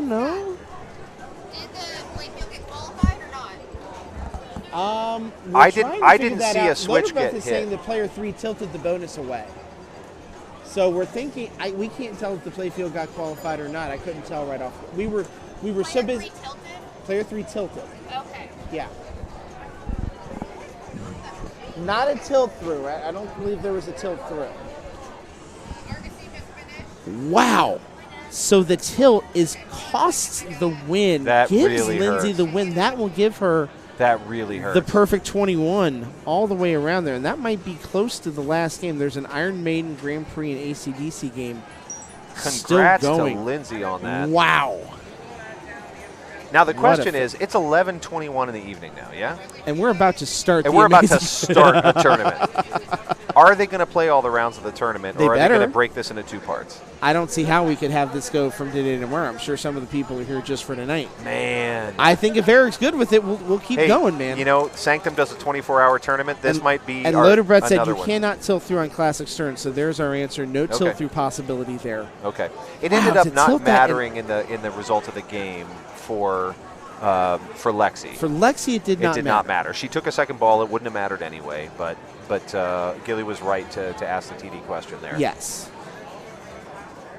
Loader, you, by the way, are just a compendium of pinball knowledge. I appreciate when chat fills in the parts I don't know, because here's a newsflash. There's a lot of parts I don't know. Yeah, if it's not clear, I don't know most things. Right. And you guys have all been so great tonight on filling in rules, on correcting errors in the rules that we've been calling out, and correcting some of the game knowledge that we got wrong. Just love to have that. Please You guys are keep chat that coming. at their best. Please coming. I'm going for the Nap record. Arcade, been with us since 3 p.m. Thank you, man. 8 hours, 24 minutes. Thank you so much. You've been in this as long as we have. We appreciate it. I think Lexi's going to come over and talk. Why don't you stay over here and talk to Lexi for a minute? I'm going to take a short break. I'd love Give me to. just a second All right, here. we're gonna get a chat here with Lexi. Yeah, we are. We're going to show the standings real quick here. Aaron has moved into first place pending Nikki's last game, possibly Broken Breeze as well. Nikki's the only person that could pass and score, so we'll see if that shakes out. Michelle who's Brown still on the fence. Michelle Brown had that 21-point game and has just not had a good run since then. Man. It's going to be real interesting to see how that shakes. So Lindsay and Michelle both had 21-point games today, and Michelle has not been able to really build on that lead as much as I'm sure she would have liked. So we're going to sit down with Lexi here in a second and talk with her about this qualifying round. All right, let me get us back on cam here. Lexi, welcome to our stream. Thank you. We were watching you in that last game. Tell me about what it was like on Stars. What was it like playing that game? It's a fun game, but at the same time, the flip is not working on my last ball was not fun. So what was going on there? We saw that ball. What happened? The flip literally didn't work. So our theory was that the tilt from the previous ball had somehow impacted the flippers. Yeah, and it's actually the second time it happened to me. Really? Yeah, it happened earlier. It just wasn't on the live feed. What a bummer. So you got the ball back and you got to try again. Yeah. Okay. But the flip was just not working, messed me up, and I did It an gets awful to you. Yeah. ball. Okay, so tell me about, now you played Surf Champ, Iron Maiden, and Stars. Yep. And on Surf Champ, I think that was your big game. Mm-hmm. You were second place on Surf Champ? Did you have a strategy going into Surf Champ? Keep the ball alive. That's a good one. I played it a bit earlier. Okay. Actually, Medieval Madness was, I think, the only game that I played that I actually practiced. Okay. Because my mom told me that it would be from Game of Thrones to the basketball game. I don't remember what it's called. Harlem Globetrotters? Yep. Yep. And so I didn't practice any of the other ones. Oh, no. And then they were all of a sudden in the thing, and I was like, what? And all of a sudden, now you had to play games you'd never practiced before. Well, I've done them before, but I just didn't. Some of them I've done before at least, but I just didn't practice on the day. Yeah. Well, I mean, you did just fine. When I look at that one, Lindsay eked out a victory on that one. She played a great game. You pulled out a second place win. I don't know if she eked it out. I think she had a pretty commanding lead. Either way, you did awesome. And for having no practice on that one, I thought perhaps you had figured out the strategy. You're saying no, you were just run and gun. It was my second time playing the game. Okay. I played it a bit earlier, and I knew a bit what I had to do. Yeah. And I was just like, keep it alive. Yep. And it worked. Yep. Then you got into Iron Maiden. And I actually really like Iron Maiden. I'm usually good at it, but for whatever reason today I've not been doing great. Do you have something you're trying to do on Iron Maiden? I usually try and get Mummy Multi-Ball. Yeah. And I'm usually able to get it, but I literally had one letter left and then I drained. I saw that. We were lamenting with you, oh, we were so close. The trick on Mummy Multi-Ball is to hit that captive ball without draining down the center. Yeah, I usually like to use the little flipper to hit it. Yep. We were talking about that, the upper flipper, if you can get it into that little loop, right? Yeah. And that's actually Lindsay cleaned up on that move because she is so good at those loops. Uh-huh. She would kick it over to that little flipper and activate Mummy. She might have gotten 2 Mummy Multi-Balls in the same ball. It's just a monster ball. Uh-huh. I did want to ask about your friend that you brought. Yes. Who is this? His name is Candy Catacorn, Mm-hmm. but for short I call him Candy Cat. He gives me good luck, and he's very soft. So he's a candy corn and a cat. Yep. And he brings good luck. Yep. I'm mad that I don't have one of my own. Maybe that's why I don't win more. I need to get one. So we were actually chatting earlier about how young people have been dominating in pinball recently. That we saw, was it a couple weekends ago, we saw a big tournament. It was 3 of the top 4 were under 18. Yeah. What's it like being a young person at this sort of pinball renaissance right now? Well, I actually came here last year. Yeah. And so I kind of know it a bit. And it's weird being younger because all the adults are just like, oh, she's a kid. She probably won't be great. Yeah. And then I dominate over them and they're like, what? Doesn't that feel good? Yeah. So do you get intimidated playing with all these adults? Nope, not really. Yeah. I'm pretty used to it. Yeah. You've been doing it your whole life, yeah? Mm-hmm. Well, not my whole life, but for 2 years, I think. Okay, a couple years. And you grew up in a pinball family? Kind of. My mom got into pinball a few weeks before I did. Oh, really? Okay, so you're both relatively new. Well, you played really well today. It was such a pleasure to watch you play. And thanks for coming to sit down with us. We're going to keep watching the tournament tonight. Do you have anybody you're cheering for? Honestly, I don't know who all qualified. Yeah. So I'm rooting for Kit and Diane, though, because I'm friends with them, and they're really nice. Right on. Yeah, we were watching them earlier, too. Let's see where we are in our standings, and we can find out. I'm pretty sure I didn't qualify. Oh, we got to switch. Okay. We're going to switch off. Thank you very much. Yep. Thanks for sitting down with us. And let's look at what's going on with Kit and Diane. So we've got – thank you, Lexi. All right. Thank you, by the way, for those 3 bits. So to give you an idea of how important that tilt was, look at where Lindsay is right now. She has avoided the tiebreaker by 300 points on stars.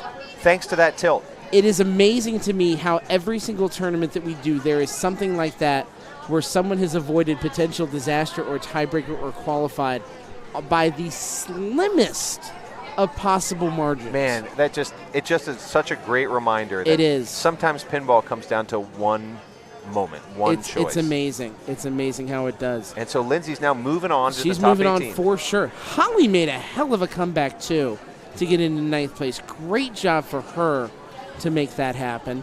But right now what we're looking at is a tiebreaker of 6. Don't we have an 8? Yeah, we have a 7-way tie. 7. I'm showing it as 7. I'm going to refresh this real quick here. Fresh cache current page. Make sure it's up to date. 1, 2, 3, 4, 5, 6, 7. 7-way tie. Yeah, 7-way tie. So Michelle, here. Emily, Phoebe, Lily, Andrea, Maja, and Nicole are going to have to figure out. Is it a 1-ball, actually 7 it's 7 ways? for 5. I think that's what we're figuring out right now. So we get to save 5. We have 5 slots for 7 women. 14, 15, 16, 17, and 18 are the slots that we're playing for here. So you don't want to end up in the bottom 2. I'm guessing it's a 1-ball playoff, but right now, I think we're trying to figure out the machine. Working that out. I can't say as I've ever seen a 7-way playoff before. It's been a while. Wow. Wow. That's super fun. 3 rounds of qualifying, and 9 games. So, I mean, God love how this set. What are we doing here? That is really exciting. So imagine 3 rounds of qualifying, and we still have a 7-way point tie right at the cusp of the top 18. This is going to be a lot of fun, and we're going to figure out the format here, see how they're going to solve this, and work out this 7-way tie. Give us 1 second. I'm going to check in with Gilly on that, our tournament director, to find out. You know I'm not going to. I know. Sorry. What's the format for the tie? Full game. All the way through? Switch on stars. So that's it. So this is what they're going to do. Every person in the top 7 is playing a full game in order to figure out who's going to move forward, and 5 of the 7 are going to move forward. So it's a 3-ball game. They're going to play all 3 balls, 1 person, and record the score. After all 7 of the women have done that, they're going to know who their top 4 is. Top 5. Hang on, give me a minute. No, you go. I'm sorry. So we're watching right now our very first of those 7 women play their 3-ball game. Now, I think, did Gilly say they were going to do 1, 2, 3 in a row? Let's see. I think you're watching, yep, Emily Vining is now stepping up for her 3-ball playoff. It looks like they're not going to do 3 in a row. It looks like they are going to take turns on that. So it's going to go 1, 2, 3, 4, 1, 2, 3, 4, all the way through 3 balls, and then I guess it will be the other 3. We'll just go 1, 2, 3, 1, 2, 3. Emily Vining up, and unfortunately not getting too much, so she's back down. Let's see who's up next. Gilly's going to call it for us. This is one of those moments, it's just not often that you have a 7-way tie, and so everybody kind of looks to the tournament director and says, okay, what do we do? And it's going to take a little bit of shuffling around to get everybody where they need to be. Next up is Phoebe Smith, who I think we have talked about for at least 15 minutes, and she deserves another 50 more. She is a queen of pinball in the Queen City of Cincinnati. Oh, she gets another post bounce, couldn't quite get it back. So Phoebe is in the ball, or is in the player 3 position, trying to win that.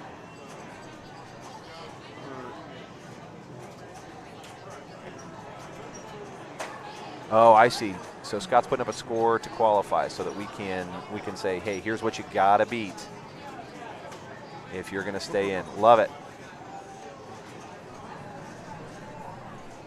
All right, and our player 4, I missed who that was. Sorry, I was looking away. Our player 4 was up and back down. Let me switch really quickly. See if I can refresh and figure out who is playing who and when. The Amazing Race was on Nevergreen. Freaking Nevergreen. Emily Vining back up in the number 2 slot. My guess is they probably, oh no, Emily with another up and down. What a bummer. What a bummer. Phoebe Smith back up. It was a tie. It was Andy Rosa, John Tomzich. Okay, now wait, can you tell me? And Phoebe with a house ball. Man, this game is just absolutely punishing.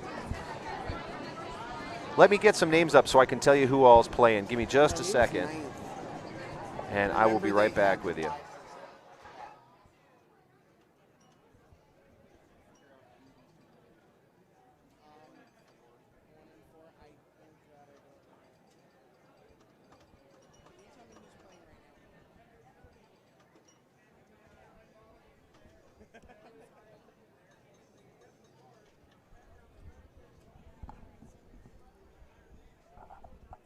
Forgive us. We are doing the best job we can to remember faces and names and everything. Yeah, so and player 1 and player 4 we are failing slightly. Are unfamiliar players to me, so I'm going to apologize profusely right now because I can't tell you because they're not on the bracket. We're not on a typical bracket. I can't tell you who's playing. If you happen to know, because you know these players, please let us know. I know Emily, who is player 2, who's up right now. I know Phoebe, who's player 3. Yes. I do not know players 1 and 4, so I'm going to apologize now for that. Double flip and straight out for Emily. Probably not the game she was hoping for there. Phoebe had a house ball on the last one and a really brief ball on the first one. So she's going to try and play catch up. The score to beat right now, she's trying to top another one. Ouch. You don't see that often from Phoebe Smith. But, you know, house balls happen and not much can be done about it. Look at this, right? That was a 50-50 gamble. It came out on the better side of 50-50. So let's see what score we're looking at. Oh, bad bounce off the sling. She's going to finish actually in the number 2 spot on this foursome. But what's important is the score, because we're just going to take the top 5 of 7 scores, and that's what's going to matter. So right now the lowest score is 21,520. And they're all done. But that's of 4. Yeah. All right. 21,520 of 4. The next one is 28 something something something. I can't see it because it's behind a thing. Let's see what the second one is. 24,180 is the second lowest score. So right now those are the bottom 2. No, sorry, 16,550. I'm wrong. 16,550 is the lowest score. That's okay. 4th place. Let's fix that. 16,550. But you have to beat 21,520 because we're losing the bottom 2. Right. So right now, 16,550 is the lowest score out of these players. Right. Yep. So that is our current 4th place score. But they would have to beat this 24 number as because the bottom 2 are going to drop off, not just the bottom 1, right? That's true. So 24,180 would have to be the score, or sorry, 21,520 would be the score that you need to beat. I'm going to notepad these real quick. If they can beat 21,520, then they're going to stay alive. I see what you're saying. Yep. Because if we're counting right, the bottom 2 are going to drop off, and we have 7 players.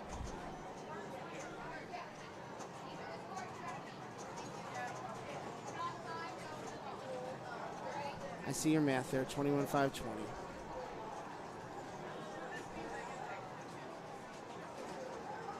There it is.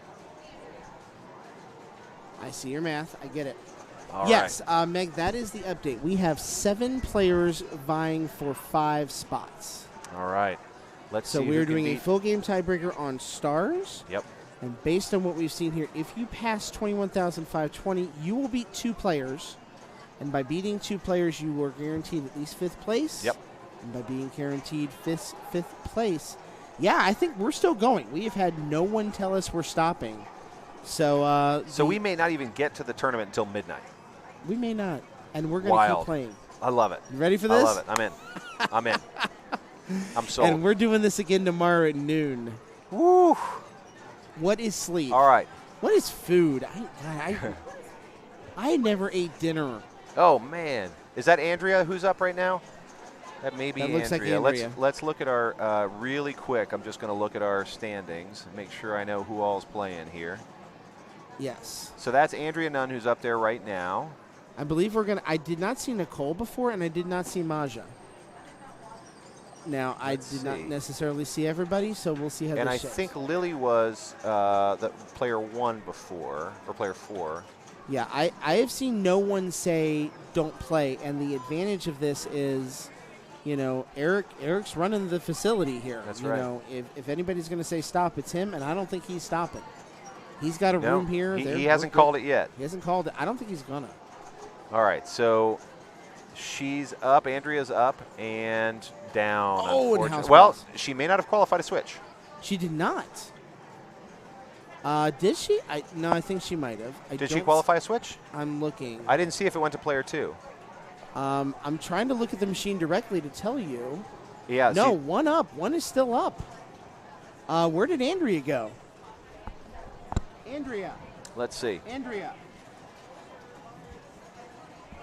Yeah, she's right there in the hoodie, so they're conferring on it. Yeah, we're getting clarification that I think Phoebe's up this round too. So yeah, Andrea is play on. Okay. From what Eric is saying right now, Eric is giving us. She is okay to play. Yeah. With 0 points, that means she didn't touch a switch. Nothing happened. Yeah. So even though it was a house ball, it was the cleanest house ball in the history. If you're going to have a house ball, that's the one to have. Think about how unlikely that is, given where this jet bumper is. Yeah. You have to miss a lot. See, right there, she qualified it with that. There you go. So she gets a second chance at life. That's always nice. And there you go. But she was able to get a few points on the board. And frankly, all she has to do is double that score, and she's in the safety zone. She is. So not bad when you get a ball back.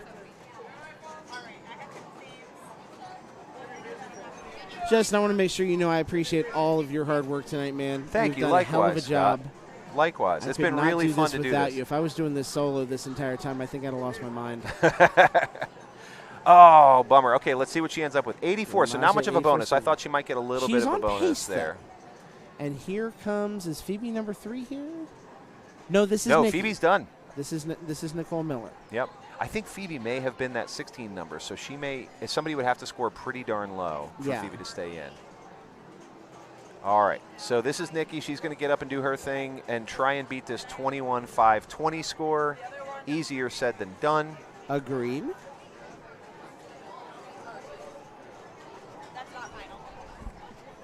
She's got 2,000 in bonus lit. Good spinner rip. A little bit of juice on that spinner. Not too much yet, but it's probably more than she needed. Yeah. I think she's going to be in the same boat here. 10,000. She's on pace. So, again, all you have to do is double that score, and you are safe. Yes. Or you're so close it's not even funny. So it's tempting to look at that ball and say, oh, that didn't go very well. But, again, all we're doing is doubling. So we're back up to Andrea now. And, again, all of these women are fighting for their life to try and beat this score, 21-5-20. Oh, bad ball for Andrea. But not horrible. But again, not horrible. 7,000 points on it. And at she's 18, she only needs 3 more. If she did that exact ball again, she'd come out ahead. Yes, she would. She'd move on to the Amazing Race. So let's see if Maja can beat that score. Come on, Maja. Well. Oh, right off the post. That was a hit the post. Love it. Love it. That's going to be a gamble.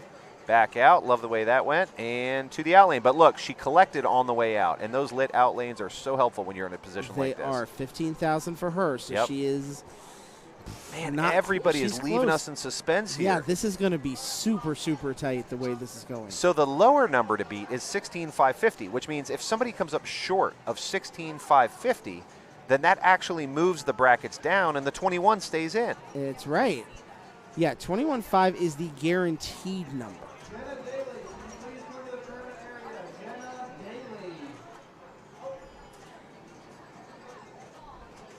12,000 right now.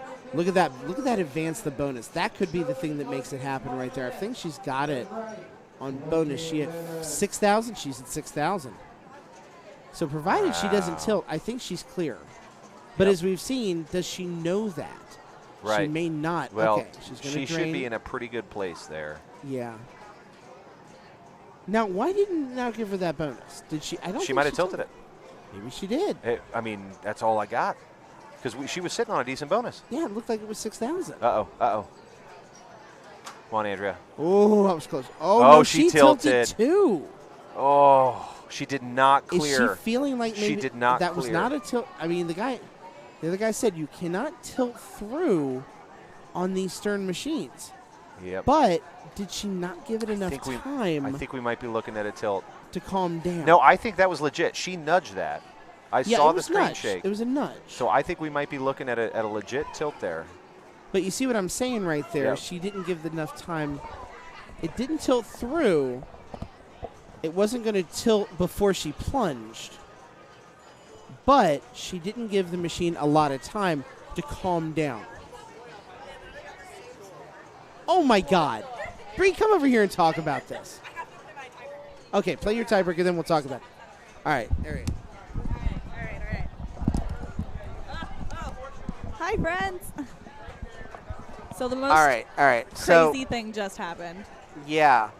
Talk about it. So we're doing one-ball tiebreakers on games to find position, and Brooke and Aaron were playing on big guns and got the exact same score. So they're doing it again? They're doing it again. Oh, my God. One Eric ball came becomes over and a he two goes, ball. keep playing. That's the right way.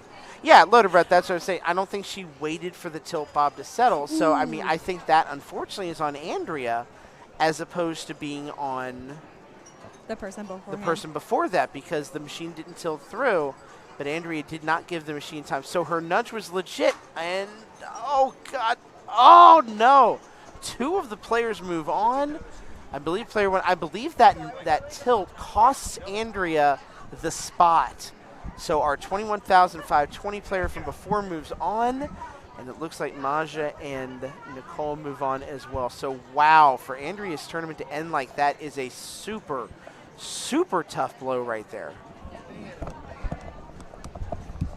And yeah, Les and Loaderbeth, we were talking about the Andrea tilt right there. Yeah, so in the sense of it is on the player coming up. No, it did not tilt it through. It did not tilt through. But you still, it's the responsibility of the next player to see that it's okay to give it 30 seconds for that tilt bob to calm down. So you know what the real confusion? So I went up there to figure it out because I was curious. Yes. The real confusion was not the tilt through. The confusion was the tilt light doesn't work, and so she couldn't figure out why the flippers died on her. So she said, "Oh, that's a legit tilt. I just didn't realize it tilted." Yes. Yep. So those results really surprised me.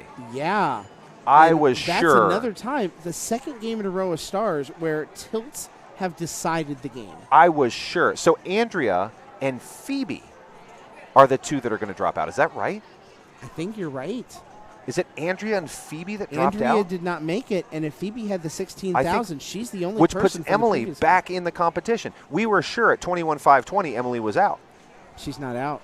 That 21,520 if that was you on. I think that's Emily, and I think she might be back in the competition. She is. She is totally back in the competition. So we're going to set up now for how we're going to track the Amazing Race. This is going to be a little different than what you're used to, because we're going to track what the low score of the machine is. My goodness. And we're going to leave it blank until we get a result. And by the way, did you hear what Bree said? What? About big guns. What? There was a one-ball tiebreaker for positioning on big guns. Yeah. They tied. No. They tied. You're kidding me. No, they had to play a second ball. Oh, I love that. That is just this impossible. This night. What, is there a full moon out? I don't know, man. That's crazy. It is almost midnight. That's crazy. Yeah. Oh, my gosh. I have to go check into this hotel. I'll be back. I don't think I officially checked in yet, and I think they're going to give my room away. Oh, God, don't do that. No. I'll be back. Go. My goodness gracious. Oh, things are happening. So many things are happening, and they're happening with stars, no less. So, all right. For the benefit of Evan, because he asked me privately, and for maybe my own benefit and sanity as well, I'm going to repost a link.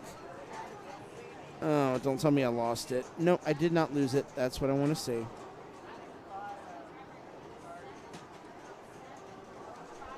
And this is the link. Tiny.cc. Let me post it here. It is a short link. I will probably test it from here as well. GIRPGZ. If you go to that link, and I am going to that link right now, it will pull up a link to the amazing race.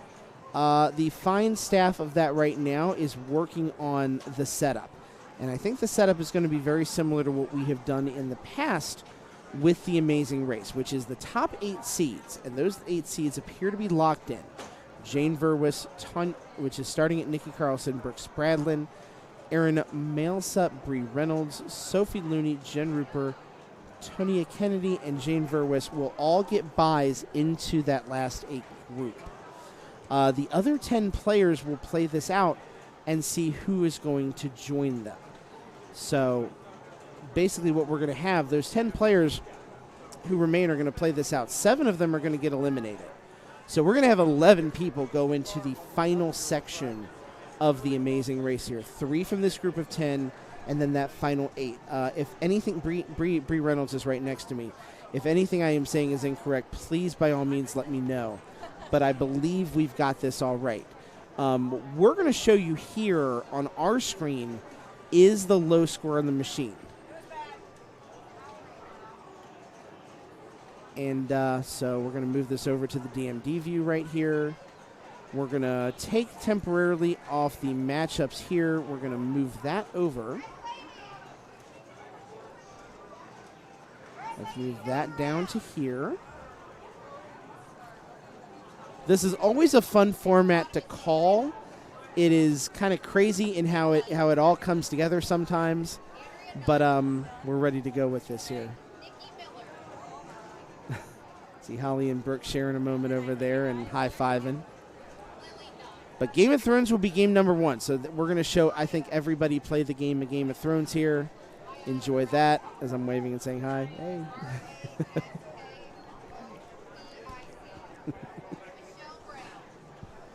So I think we're ready to see everyone here. 18 of the 36 are moving on. I can't believe we've been doing this now for 9 hours, but, man, we appreciate it so much. And I am actually watching. If you're watching online right now, you can see the names begin to be entered right now, and you'll kind of get an idea how all the names go. It does get a little crazy, but hopefully the spreadsheet will do a good job of explaining it for you. Go there. Go to that tiny.cc link.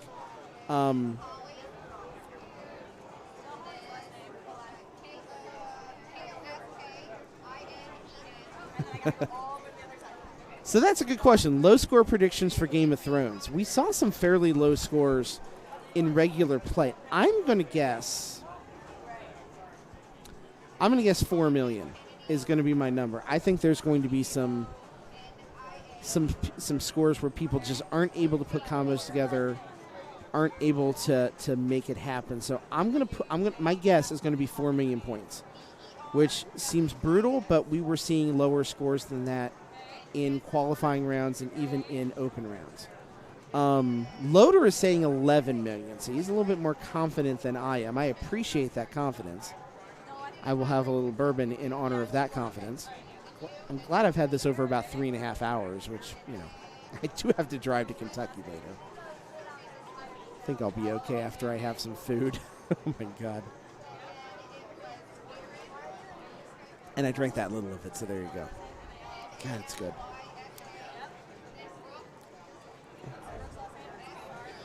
Yeah, Mighty coming in with the talk about the upper playfield. I'm just not as used to. And this is my personal preference on this machine. I'm just not as used to the upper playfield portion of this as I am the other part of it. We'll look at these standings one more time. I'm going to get some information right here.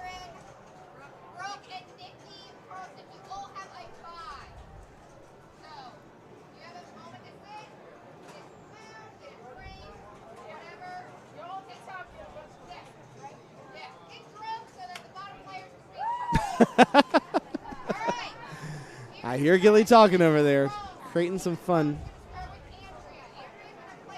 So Andrea, by the fact that she qualified by the slimmest of margins, literally 300 points, she is going to be the initial player here. Andrea Nunn will play first. This is kind of fun here. You can Bree is literally next to me on my laptop entering the names into the system right now. So if you're watching the spreadsheet, and I know a bunch of you are, I think there's about 8 people watching the spreadsheet right now. You are watching the bracket come together. For the love of all that is sacred and holy, if you can ever tell Match Play to put this format into something, I would love them, and I would give them a pro membership for the next 5 years right now. It will make our life so much better. I would love it.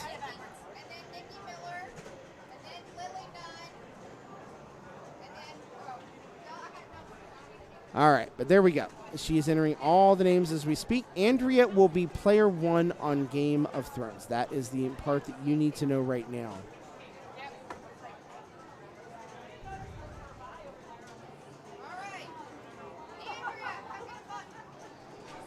And Mighty Squirrel, you're absolutely right. I mean, this format creates just all kinds of interesting possibilities too. The fact that you go for a low score really changes the entire way you play pinball. I would say it makes games that normally you would not think are good, now suddenly maybe they are good. So it's one of the things I like about this, that what you expected, maybe you shouldn't expect in this format. So we'll see. Everyone is getting, by the way, because this is a race, we are getting marathon numbers here. So I am seeing everybody be handed their numbers.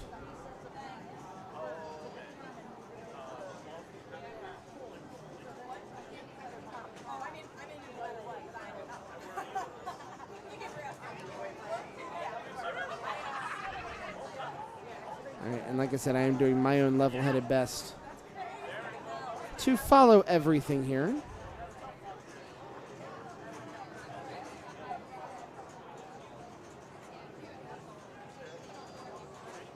There we go. That's good. And I love the fact we're having this spirited conversation as Andrea starts her game. So, advantage for Andrea being player 1. As long as she is in the lead on this, she is going to play. Yeah, come on over. Jen Ruber, I think, is going to be joining us on commentary. It's the women's amazing race. We should have some of these amazing women helping out on the microphone. I would adore that. So the interesting thing here is Andrea really is playing a full game here. And now she's already on ball number 3. So this is happening very, very quickly here. And it's going to be interesting to see how that score holds up. She's only at 1.6 right now. Now that is going to help big time. There's Archer shot right there, the 7 mil. No, Andrea made it by about 300 points as a result. Actually, wait a minute. Yeah, I don't know. Maybe someone, I don't know if someone left or not. We're thinking, didn't Andrea miss the cut because of the tilt, or did someone leave? I don't know. With all the tiebreakers and everything, I wasn't present for that. So maybe we mixed up numbers here. I don't know. Oh, I just hit the wrong button right there. Oh. All right, so we have our number. I just kind of saw it. Yeah, there it is. Oh, do I have a bye? If you're in top 8, you do. I think I am. Yeah, you're in top 8. Oh, I do. Oh, I have lots of buys. Okay. And that's something we were wondering. We thought Andrea was the person from the second group that was eliminated from it. So, but I assume Gilly's got a handle on it, and everyone is happy with it. Gillian and Brianna. So I'm going to assume we missed it, and she did not miss it. I mean, we've been sitting at this thing for 9 hours or so. So I'm assuming my own tiredness. How are you doing, Scott? I am tired, and I did not eat dinner because I've been here. Oh, my goodness. Oh. So it's a little late to get dinner now unless I want White Castle, and that might be a very dangerous proposition. Yeah. Those of you who are not of this area and do not know White Castle, just know it tastes good. and then it eats you alive. You don't like it. You eat it, and then it eats you. There's what we're getting at right here. So Nikki is stepping up. Now, the way this works, Nikki is only going to play this until she hits 7 million. If she doesn't, that becomes the new low score. If she hits 7 million, she's done.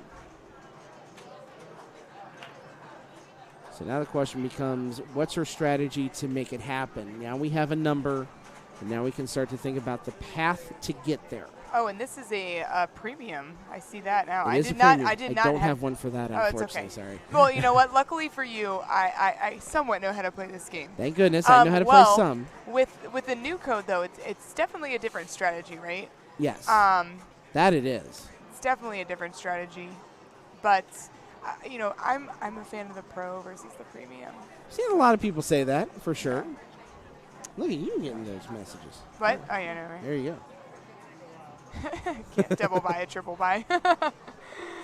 There's a Dumb and Dumber quote. Yes. Can't triple stamp a double stamp. That's right. Can't triple stamp a double stamp. Yeah, my strategy definitely would be... Lock is lit here. That value is growing. It hasn't been cashed in yet, though. She did drain. So where's her score at? 1.6 is a good bonus here. Yeah, I was going to say about 3. Yeah. About halfway there. Almost exactly. She can make the archer shot that we saw Andrea make. That would be enough to make this happen. That was a good light towards Tyrell, one towards Tyrell. Now we got a Winter is Coming, which now if she can hit this Winter is Coming and cash this in, which I believe she almost has it.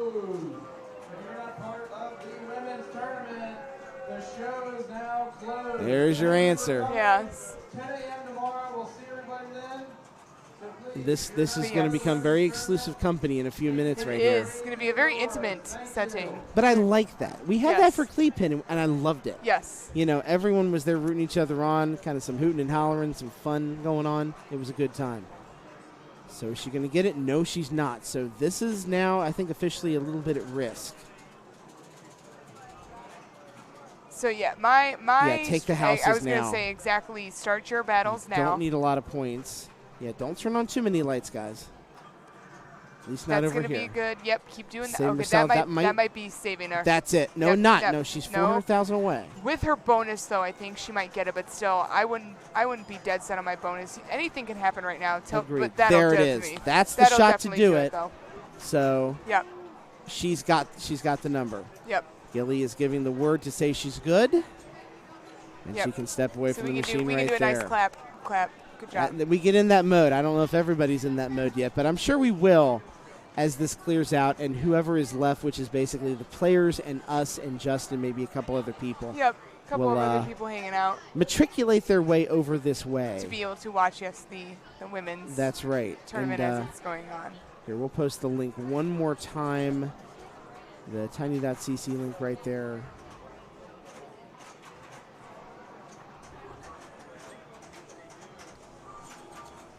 Perfect. All right, so now up is Lily Nunn. Which means I believe we're going to have Nikki is already starting to play. That's right. Big gun right now. This now changes the order of the whole thing. So now in this case, Andrea is stuck waiting. Yep. And Nikki will lead off on big guns. And so, yeah, that order of who starts out, you tend to think would change, would stay the same. You got to have good games for that to be the case. And you know what? I know that we've talked about this. We talked about this because Evan does his amazing race. He does. Every year yes. in Columbus. And it's definitely a psychological game. Oh, that you very have. much so. It's a very different mindset that you're going into because you're not trying to put up a very high score. You're just trying to beat the score that's currently on the table. Yeah, what you do, it shouldn't change. But it does. It could change. Oh, she was not able to save that. Nice try by Lily to do it, though.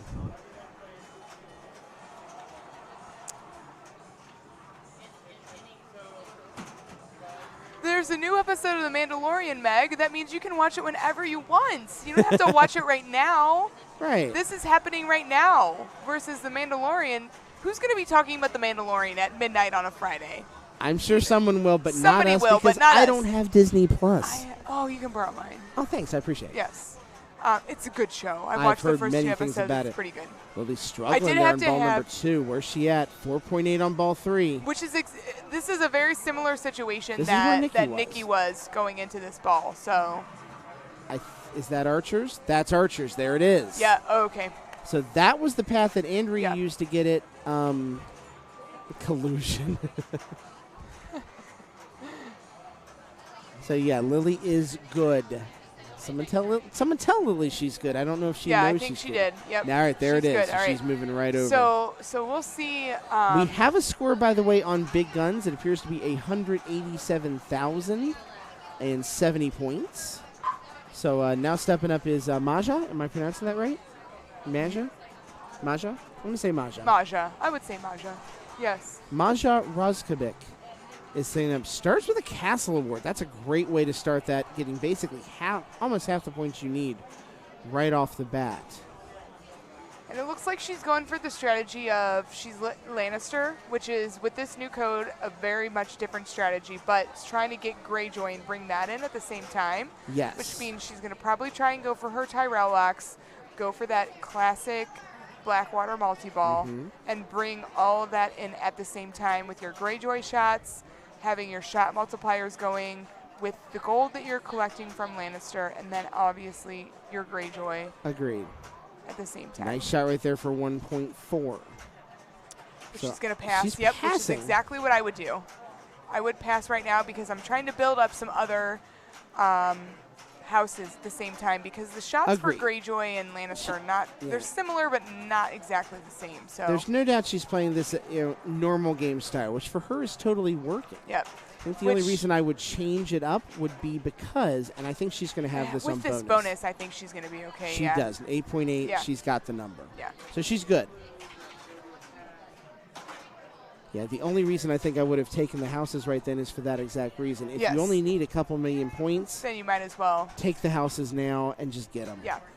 So that, I think that's one of those examples where, knowing what your number needs to be definitely changes your strategy a Yes. little bit. Oh, absolutely. But in her case, she decided it doesn't have to. I'm just going to play my game, Right. which is just as good and just as valid, and it got the job done on Yep. one ball. Yep. And again, if you're just going for points at this point, Yeah. you see what I did there? So Michelle Brown is now stepping up. I believe Michelle, if I was looking at my numbers right, round 1 put up a perfect 21 points. You know what? You were more in tune to that than I was, because I was focusing on my points and how little I was doing. Well, but you came back. I did come back. I had some good games. I'm going to look at that number here and see if I was correct or if I was going crazy. Yeah, Michelle Brown put up a perfect 21 points in round number 1 and 13 points in round number 2. Round number 3, she only put up 3. So just on the basis of that ending game right there, she really kind of stumbled into this final right here. She had enough points to do it, but even with 2 pretty solid rounds, 21 and 13 is really good. You hate to stumble into this round right here, going on And four. it almost finishes. kind of brings you a question of whether or not is this a stamina game, right? Oh, it absolutely is. So is the stamina starting to die? Whereas you started off real strong, but now 3 hours into this tournament. Yes.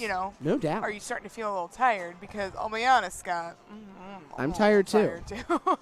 And I'm drinking bourbon, which is probably not helping my level. Well, cheers. Cheers right now. So.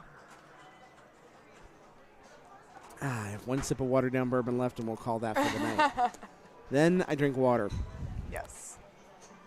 I haven't had that much bourbon. I mean, you can see how little between me and Justin we've drank. It's like, that's a smidge. That's like half a shot between each Yeah, of that's you. like we're enjoying it just for the You're sake of tasting enjoying. it. We're yes. enjoying flavor. You're enjoying the flavor, exactly. Amen. So this is going to be. So Michelle So now. Michelle does have a little bit of work to do. 1.735. This could be an example of what we're seeing. She's starting the modes very, very quickly here as well. She's not. Doesn't feel like she's setting a whole lot of stuff up or thinking about what the shot is. It's just raw play. And it may be. That's a nice save. That might have saved her event. Yeah. So I think your stamina point is well taken right here. I think I think mental stamina more so than physical. Mental stamina, and that's going to be. That is not good. So that will allow Andrea to move on. So we have 2075, 210 is going to be the score that we need to beat on Game of Thrones. So, and it may just be a comfort level too, right? Yeah. So she may not know Game of Thrones, as well as maybe some of the other players that are in the finals here That right is now. very possible. So it could be a combination of both too. So No doubt. How are we looking on the other games? Nikki led off on Genesis, only 82,000 points on that. I think that's going to be we're going to see how that holds up. That's not a great score, but I think there's a chance we could see something a little lower than that. Here comes Jenna Bailey. Did Jenna play in the tournaments last year? I don't know. I wasn't here last year. I'm glad you're here this year. Yes, I'm glad I'm here this year. I'm very glad you're I here. have to drive back tonight too. I'm not staying. Oh my God! I know. You got a long night I ahead was of you. not anticipating it being this long. Nor was I. Ooh. And Hipsmart makes a very good point. Now you're at a point of skill shots. Exactly. Can do it. If you just go for skill shots, you get 2 of them, you're done. And this is something that we actually saw very similar in the women's amazing race at level 1 in Columbus in June, where the first game was on Adams family, and I think the low score to beat was about 2 million, which, that's a skill shot itself right there. It is. So hit a skill shot and maybe a couple bear kicks. I want to say it might have been a little higher than that to start. It might have been like 6. It was 6, but then I think it was Someone must Amber. have, had it too. Amber unfortunately didn't. And even have when it was 6, we were thinking the skill shot strategy too, because it goes 2, 3, 4. Exactly. And then if you let your lock, oh man. We're going to see you tomorrow, man. Thank you for those bits so much. We have a new low score though. Oh my God, yeah. 850. Oh, Jenna just. Oh. My heart's kind of breaking. Yeah, you hate to see that. You really do. 850-060. Now we're starting to get into the point where maybe we're looking at, now it's a single skill shot. It is a single skill shot. It's plunge and skillet, and you're done. So it's a tough break for Jenna right there. It's a very. Yeah. Oof, I also, though, however, I don't have much to say because I haven't played this Game of Thrones yet, so I'm not entirely sure how well. Or not say how well, but how different this is playing compared to, because I'm sure you sitting right here, you're an eye shot of AC/DC. How many tilts have you seen today on AC/DC? Quite a few. Tilt bob on it, heavy. Heavy. It's very sensitive. So it's the way that tournament games play, right? So on location. Those tables, the in and outs, how they play, but, come to a tournament setting, the games play entirely different, even though you know the game. And it's all different. And something that we haven't really looked at here is, how do you get the skill shot on the premium? Are the same ramps up there that you would see before? You have to do a softer plunge to not actually plunge it all the way up into. And we haven't seen anybody playfield. try that yet. Yeah. Got it. Okay. Yeah, but it's very difficult to see because of where the upper or the upper playfield is. Blocks those rollovers that are up top. Agreed. Which is maybe why we haven't seen people do that. Where I think with the pro, we just almost would assume you're going to shoot it up there. You're going to get the skill shot almost like it's second nature. Exactly. Yeah. So she's sitting at 458,000 right now, and we're not seeing that skill shot play for I think that reason. Now, still, what you can see is if you get the ball in one of those shots up there, depending on which one you get, if it's lit, that should be enough too. What I was gonna say, maybe with this, Blackwater's gonna come close. At this point, if you're going for points, I do exactly what she did and take the house.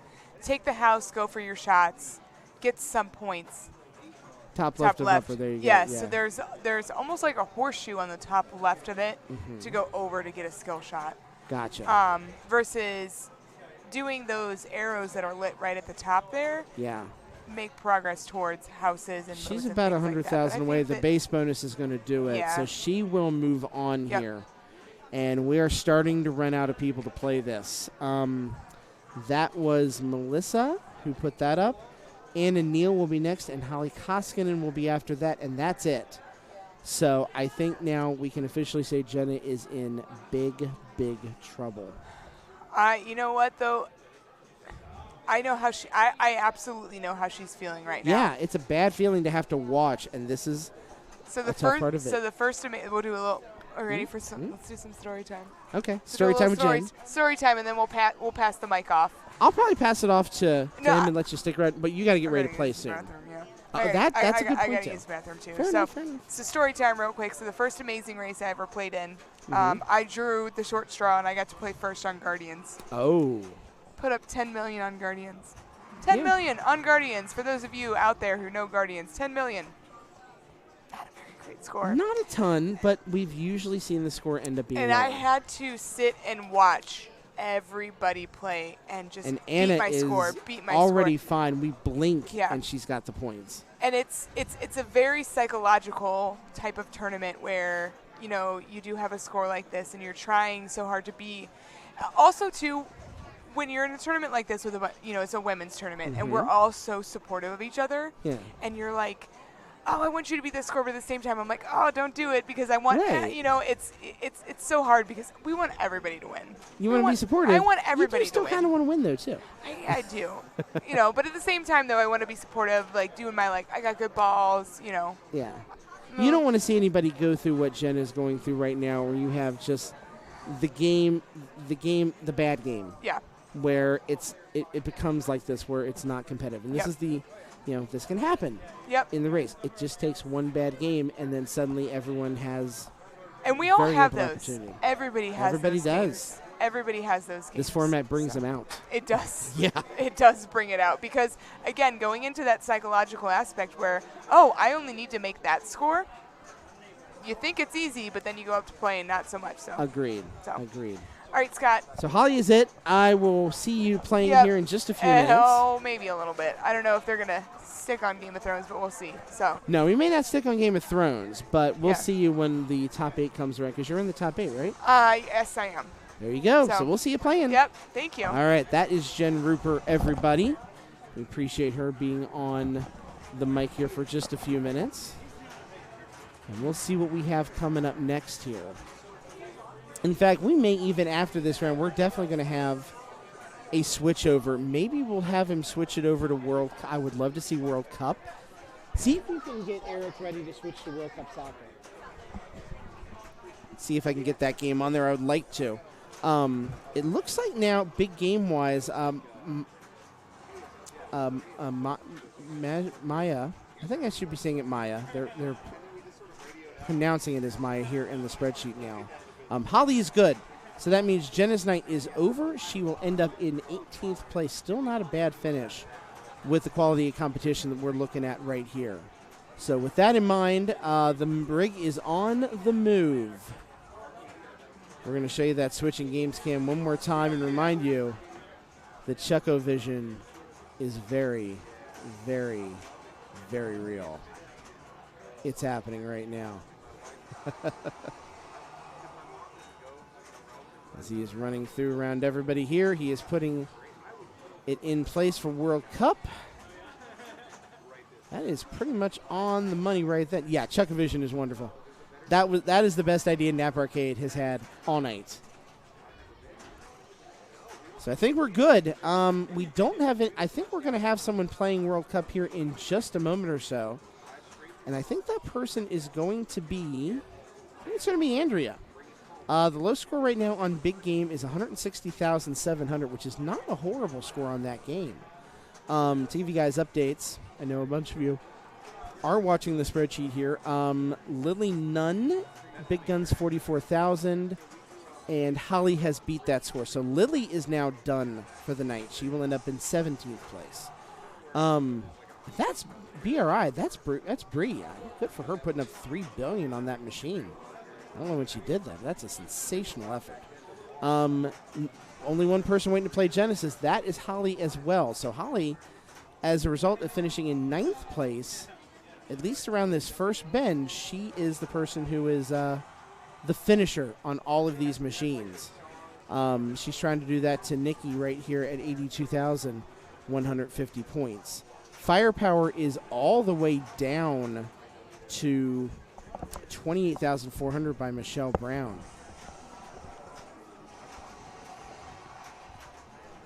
And it looks like Anna will be up next playing Firepower. Lexi's joining us for a moment. How you doing? Good. My mom asked me to bring down her tennis shoes because she was tired of wearing footballs.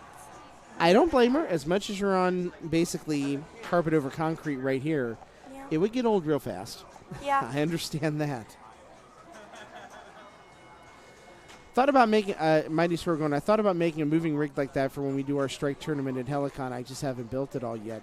If you want to know how to do it, certainly reach out to Eric. He'll be more than happy to help you with putting it together. I can certainly talk to you about it when we're off stream. What I've seen with it. If you want me to take pictures of it over the next couple days, I'm more than happy to do that. Maya will be leading off here on World Cup. So let's replace that score for the moment. We're going to have a new one, as she is going to play a full 3-ball game right here in order to set the score. It is the first time that we have seen World Cup tonight, one of my personal favorite games. World Cup is so much fun. It is a lot of fun. It's not a super complicated rule set, but it's just a relaxing, fun game to play, and she's off to a great start, working on that soccer ball in the middle. The penalty kick here for $30 million would be awful nice to get. And depending on the machine, she's going to have this is the perfect combination. Gets the shot for the goal. I don't think it gave her the penalty kick, though. She must have just barely missed it. Yeah, did not hand it. You can just reach out. Chuck Wirt here on Twitch is his name, and I'll do a friend suggest for you later so you guys can work on that. I know a lot of guys I know go up to Helicon on a regular basis, so... And there's my mom in the background. There she is. So $55 million right now, and the goal lit for the walk around again. Mine's doing a good job of keeping this ball in play as well. That soccer ball right in the middle of the playfield right there, just enough to throw that ball around. She's going to get another shot at it, and she smartly knows shoot the ball when the goalie's all the way to the right. Yeah. And it looks like just playing this machine for just a little bit right here. That center shot is really locked in. It's available. Yeah. It's also good. It's always so good when you get into the thing that's like purple. I don't remember what it's called. The that's penalty right by shot? the goal. Yes. Yeah. That's always fun because then it goes just like boop right in. Yep. As long as you know when to shoot it, you're good to go. Yep. Ultra goalies in play. All that's going to help the bonus. World Cup Soccer is J-Pop's best game, and it's not even close. It's, like I said, it's one of my favorites. And that she has got a pair of Ultra Spinner bonuses, $55 million on the board right now, then locks it in for a 20 bonus extra. Her bonus on this is probably as big as her points are in the game right now. She's setting up to very easily move on. Quite possibly. Now, that drain will stink, but she's going to get about 140 million bonuses, I bet. No more than that. 160. That's more than she earned in the game so far. Oh, wow. 300 million. And this is a bonus-heavy game. Great job on her Is this her first part. ball? That was ball 1. Wow. And she is player 1, so she is setting up everything here. From the Intimidating looks of the it, others. yeah. It's a good strategy. Very good strategy. Means we're going to get to see a lot of play on this machine, which I really like as well. Firepower, I think, is now done. Michelle Brown is eliminated on that, and I think we are finding that World Cup Soccer is going to be a little bit of the bottleneck here. Not that that's a bad thing. We're happy to see this game played quite a bit. And, yeah, she's going to get 35 now every single ball. So she's going to be, providing she doesn't tilt, over 400, which really now bodes the next question. How available is the TV award shot? She needs that for final draw. It definitely seems it's going to be easier to get off the flipper, I would imagine. I don't think we're going to see anybody backhand that tonight. Oof, and she will not get it. So her game will end, but that's a solid score. I think it's going to be pretty safe. 444, 699, 800. That's pretty solid. I would be happy with that if I was Maya. Have you been playing any pinball games today yet? I have not had a chance to play a single game yet. I am sad to admit that. I've been here. The best game I had was on Grand Prix, actually. Yeah? I got over 800,000. That is an excellent score on that game. Well done. Well done. surprised, and I still not completely sure how I did it. Nice. And it looks like Eric did get a scoreboard up for the people here. Predictions on low score on this. It looks like we're going to have 4 people play it. I'm going to go 150 mil. We've got pretty good players coming up to this thing. I think they're going to do decently well, and we'll see if that comes to fruition. So Andrea Nunn will be the next up on this machine. We are waiting to see. It looks like Melissa currently has the low score on big game.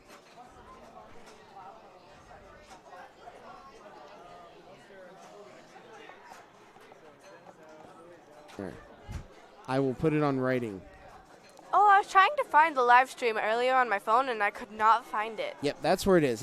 Straight down the middle pinball. SDTM pinball is the stream, and we'll be streaming on this channel the entire weekend. Now, then again, that exact thing could happen, and suddenly everybody else's scores are going to look a lot nicer than my score is. Got a nice group of people gathered over here to watch the women's tournament. We're probably going to be going, I bet, for about another hour or so for sure. We are so glad you guys are sticking with us, even at this late hour at night. It's we appreciate your understanding of the time and your patronage to the stream. And how long it takes to just do one round. Yes. I think it took like an hour a round for the qualifying. It took a while. I mean, 3 games per, that's going to happen. So, but I appreciate the fact that there are so many games of pinball being played. You know, it's given everybody a heck of a chance.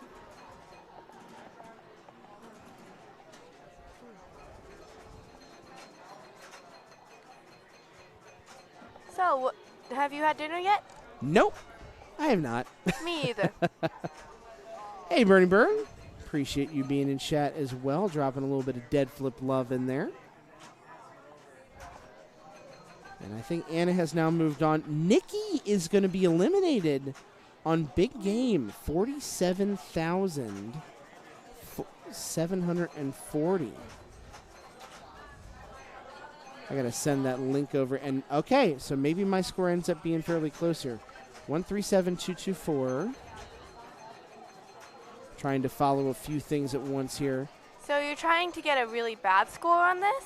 No, worst score is eliminated. Oh. So we're showing the low score. So that is the score that Anna has to beat, is what we're showing right here. Okay. So we can get that man a sandwich. That gun it. If my guess is that close, although by Price is Right rules, I would lose because I went over. Yeah. Wah, wah, wah, wah. Hold on, I am getting... Nice penalty kick right there for Anna. That is huge when you only need 130 mil. Now, the other thing, with getting the goal, does she know what Ultra she is? She has Ultra Jets. So, yep, she's absolutely going for the Ultra shot right now. Going up the spinner, trying to get it onto the pop bumpers. Well, she got a ramp. That's she got a ramp, still not good. bad. Ramps are every ramp is in play when you lock the ball for the very first time, too. So that's not a bad strategy at all. We have yet to see anybody hit the TV award, that final draw shot. I almost hit it when I was playing earlier you were for close, practice. yeah. Sitting at 71 mil right now. I was like a second off. I got frustrated.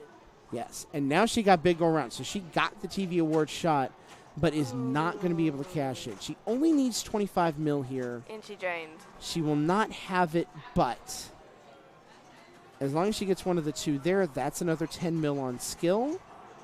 Another goal really ought to do it. She's a million away. She's got the number, so she's good. Mm-hmm. And she just realized it. You only got to be a mil better, and she is. So she will move on, and it is now up to Melissa Winterrod. And thanks to a bonus, she was a few millions over. She was.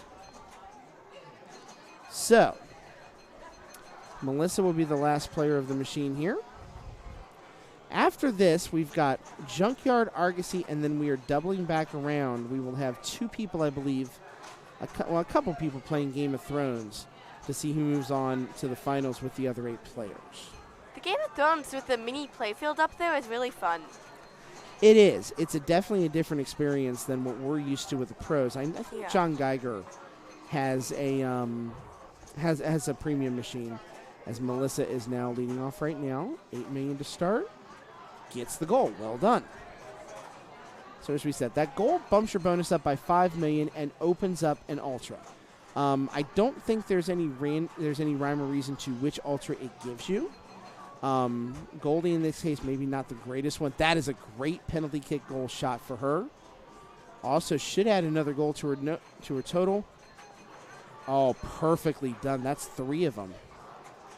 You're right. You don't see Junkyard. I'm glad it's in here. I haven't played Junkyard in quite a while, so I'm excited to see it. I don't know if we'll show it this round. Maybe we'll show that next. It's one we haven't had a chance to show yet. I actually didn't play Junkyard. Rita, good to see you. Get some rest. Oh, there you go. That's not far from here. Bye, Rita. What's the match or what's the Twitch on this? SDTM Pinball. I'll send it to you later. Okay, because we're going to be watching Twitch in a minute. Perfect. Bye, you again. So, yeah, bonus got the score, so that means Andrea will be eliminated at 137. So, I think we're ready to move the equipment again if we can get Eric or someone to do it.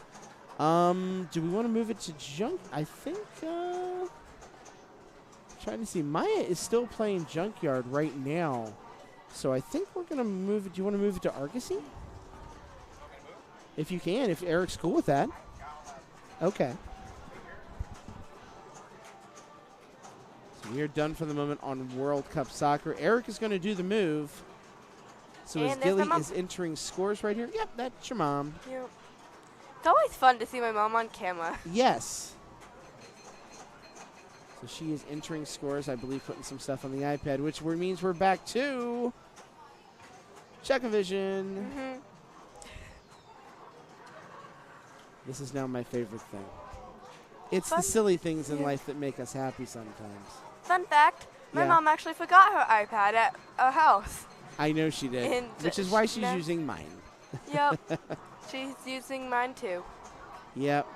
We gotta get you a new one. The iPad Mini's kind of dated at this point. Yeah. Yeah, that is perfect. Argosy it is. So I believe based on what we see here, we've got 4-3-2. We're gonna have, I think, a couple people playing this game right here. We started with 6, 7, 8, 9.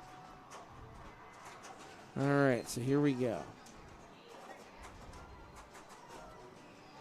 So the Junkyard score set by Maya is 1.8 million. You want to jump on for a minute? Whenever, man. I think we're going to let Justin jump on here. We'll let Lexi stay because I'm You should go eat or maybe play a game. Well, all the games got turned off because, it's closed, technically, other than our Wondrous tournament right here. That said, I'm going to let Justin come in, take a quick little break myself, and I will be back. Yeah, and Eric can jump on, too. No. Eric. All right, you guys take a break. We'll there you go. Yeah, there you go. All right, great. Have fun. Yep. Have at it. Thanks for sitting in. Yeah, thank you. That's awesome. Here, Eric, that one's yours. I'll take this one. Yep. And at any point, if you want to call Justin, just... Oh, right on. Take it from me. I gotta sit here the whole time anyway. I love this. So you have two people who look like we met at the same store. Eric and I are going to pick it up for Scott and Lexi. So it's.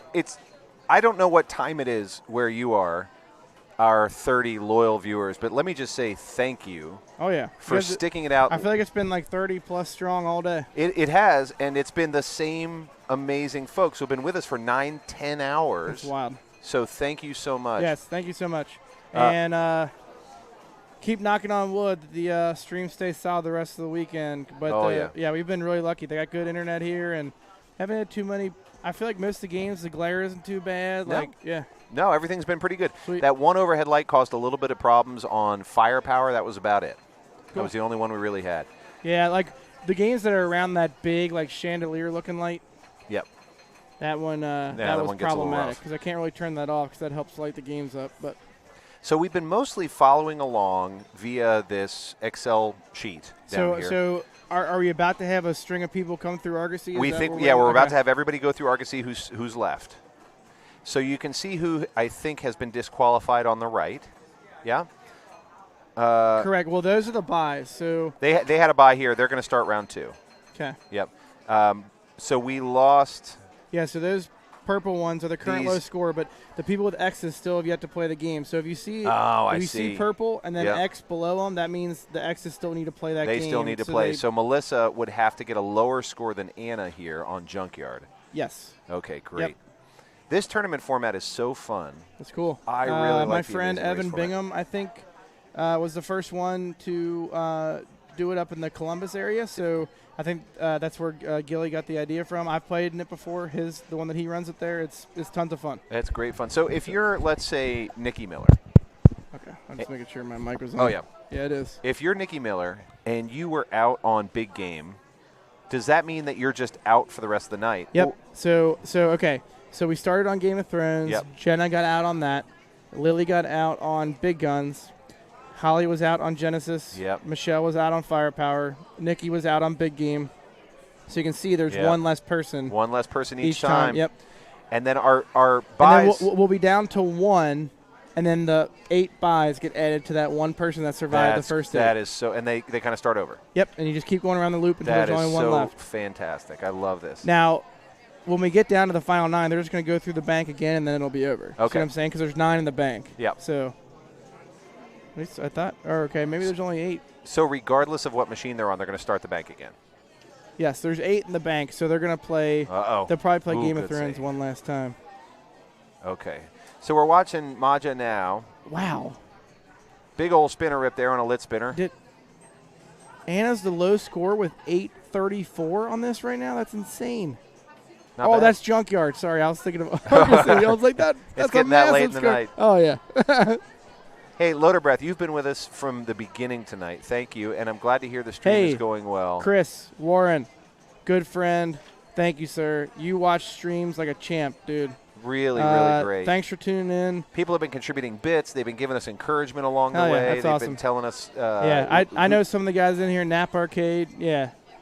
You guys are great guys. It really makes you feel Wombat, what really up? special when people show up like that. It's amazing. Oh, yeah. Look at that. Nice move. Yep. So that's not as simple as holding up your flipper. That was like a tiny mini drop catch. Yeah, she's at 252 right now, and that's pretty solid. Yeah, so pretty solid for Argosy. I want to say that's probably going to be safe. Yep. Especially since there isn't a lot of people that have to play after. No, actually, Wombat, that Walking Dead was not mine. It was a close friend of mine who lives right near me. I just had it for a really long time. I have my own, but I appreciate it. So it was kind of like I owned it, but yeah, it was never mine. All right, so she's up to 272, and like I said, not bad for Argosy. Yeah, so that's a solid score because she's just going head to head right now, so that's very solid. Yep. So we're down to 2, Melissa and Maja, and that's a big number. So the machine low score we need to put in is 318. Yeah, 318. 761. 760 or 761. Okay. So you know how to do that? Nope. 318, 7. I'm going to watch it. Oh, I see. That's very intuitive. 761. That sounds good. Yep. I thought Argosy had all zeros on the end. Is that not right? Yeah, you're right. Okay. I should have known better. That's like a 761 is like a total nuclear annihilation right, yeah. score. She got one reactor. She got one reactor. She got one reactor on that game. So here's Melissa Winterrod. She is part of the NKY League. Oh, Maja just went. Sorry. Melissa's not playing. You're right. Yep. Sorry. She's part of the NKY League. She is a mainstay in this area, and she is going to try and take on a pretty tough score at 318, 760. Let's see what she can do. That is a hell of a score. I'll tell you what. I don't think I have ever played a game that high in a tournament. Thank you for the biddies. We love you. Oh, thanks, Joe Soap. Joe Soap has been supporting us with both encouragement and biddies all night. Heck yeah. Thank you. And again, like, what a pleasure it is to get to talk about pinball for 9 hours. Like, in what amazing heaven do I live? I don't believe you for a single second, but I appreciate you helping. Wait, really? I love this. Know. This is what I keep trying to explain. I just feel bad for you guys having to sit here all day. No, this is – if you gave me an option of doing this or literally anything else, I would pick this. Well, I appreciate it. Maybe a couple of exceptions, but you can't say them on the air. So – all right, so not a great ball 1? Or is she on? I think she may be on ball 4 already. I do see what looks like a 4. Boy, she does have a mountain. That is gonna that got a little bit out of control. Uh-oh. Right, so I don't love this for Melissa. This is 5 right here. This is definitely ball 5. This is 5. So she's gonna need almost 200. This may be the end of Melissa's evening. Wombat, come to the show next year, come man. on, Wombat. You can commentate. Come on in. You know what else has been really great is our streaming friends have been correcting where we've gotten a rule wrong or we've gotten a concept wrong all night, and that's exactly what we need because we don't get it all right. I always told Scott, I was like, if I could put my game knowledge in your and Justin's heads while you're commentating, what I you guys would be unstoppable. What I would You guys would be unstoppable. Although if I had your game knowledge, I'd just be playing. Yeah, that's probably true. I enjoy this so much more than actually playing competitive pinball. Wombat, if you want to come to the show and help with the stream, as you can see, for how much we're streaming, that's a lot of hours, and I don't want these guys to get burnt out. So if we got you can obviously see the kind of quality commentating these guys can do. So if you guys feel like you can add to that and you can help, like take some burden off them, please. Absolutely, that would be Love awesome. to have you. Although we do follow George Carlin's 11 words you can't say or whatever. Yes, I agree. Mighty Squirrel. Like, I played some practice games on this. That score that Maja put up is extremely solid. Yep. So that was it. It looks like, Melissa fell short. She did get close. She got to 267, but she is done. So, so let's see here. We're going to be added to the by people, and I believe we're going to Game of Thrones. I'm going to make sure, and I'm going to get the stream over there, and then I'll come right back. You bet. So we're going to go to Amazing Race Round 2, where now everybody who got that bye because of their seed or their placement in the first qualifying rounds has to jump back into the mix. And you can get out in one game of pinball. And that's a tough gig. So you can see examples from earlier in the night where you had folks who made it all the way through those 3 qualifying rounds, and somebody like Jenna or Lily or Holly just fought hard to get through those qualifying rounds, and you step up to a game like Game of Thrones, Big Guns of Genesis, you have a bad game, and that's it. Your night's over. So in that way, this game can be pretty brutal. This tournament format can be pretty brutal. We're not talking about a double elimination or a strikes tournament. You step up, things go wrong, and this is what comes of it. Scott sent me over here. Yeah, to join? Yes. Well, come on, sit down. Some ladies too, maybe. Absolutely. Here, these are for you, and this is your comfy seat. I just kind of jibber jabber. That's all we all know do. a lot about games, but I get mixed up on looking at what are we looking at here? We'll see. We'll see what he pulls up to here in a second. We'll see which one Eric picks. So I think we're going to start on Game of Thrones. I think that's the plan for the next round. Okay, can you hear me? I can hear you. Are you still in? I am not still in. No. I didn't even make it to the top 18. I tied for 21 with like 18 other people, I think. Oh, really? Yeah, I just couldn't see. I had plenty of chances, it seemed like, to do something. Yeah. I ended on a high note, though. I got 1196 on Sweetheart. Really? Over 1,000, I think, is a pretty good game. That's pretty darn good. Here, we're going to go to the switching games cam so that you can see Eric up close, which is, I think, what our viewers have been demanding. Eric is, I don't know when he sleeps. He's been running this tournament morning to night all day. That looks good. I don't know if he does sleep. The best I can come up with is it's some sort of automaton, some robot. So you've played now every game in this bank at some point tonight, or most of them? I played them all. Combination of when they let us practice between the last round of the other tournament. Okay. And in the 3 rounds that I played. Okay, and we got to commentate on your 3 rounds. It was fun to watch you play. Oh, come on. Well, not on all 3, but we got to commentate yeah, on some of them. Yeah. Oh my God. What was kicking your butt tonight? What was really tough? That AC/DC over there. The AC/DC. Yeah. I am not used to having an AC/DC set that tight. I have never played one that tight, and I played it during practice. I played 2 games on it during practice, and out of 6 balls, I tilted 6 of them. And then I played it again in one of my other rounds, and out of 3 balls, I tilted 3 of them. Oh no, that's how tight that was. So Lindsay's off to a rough start here on forgive me, on Game of Thrones. Game of Thrones. Yep. Okay. This Game of Thrones seems different. I think the one that I'm used to playing doesn't have that upper play field. Yeah, it's the Pro Edition, not the premium but here. I don't know, it just plays differently. Yep. I thought it was really hard. Yeah, I'm not used to the premium edition either. I'm not used to the upper play field. And some of the code changes that have happened just in the last, 6 months or so have really changed the game. Where I used to always start on one house, and now I start on a different house. So, did you always start on Martell? I did. Now I start on Lannister. Ah. That's my new one. Ah, see, I thought Greyjoy was the new one. Is that the new hot thing? That's what I thought, but I don't. So the Lannister thing is you get more gold, and you can activate your playfield multiplier a lot faster. Yeah, that's. And I love that. And you can do it again or something. Yeah, I think it gets you there so fast that it's like you can refill it faster too. So I end up getting, I'll start my Blackwater multi-ball with Lannister, and then I'll just activate 2/3x playfield right away.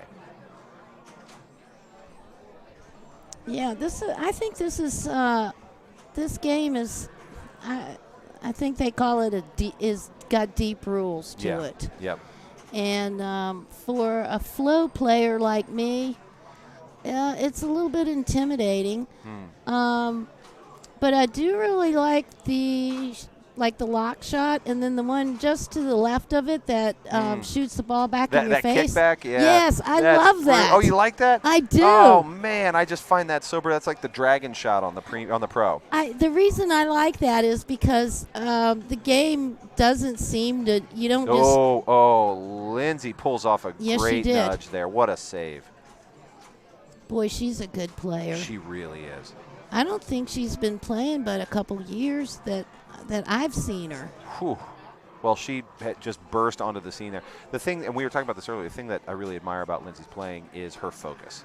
When she gets locked in on something, she will dial in a shot, just like she's doing now, and just destroy it. Just boom, boom, boom, boom, boom, one after the next. Hey, someone's talking to me. I don't know who. Loader Breath. Loader Breath is. Hey, Loader Breath, how you doing? I won't call out names on the air because I don't. Okay. I didn't get permission, but Chuck can tell you who that is. Eric can tell you who that is. Yep. Yep. Oh, sorry. Yes, I'm sorry. So here's what we're looking at for Game of Thrones. So we just saw Lindsay Rogers play, and she's going to end up at 57 million. So let's make that the new low score.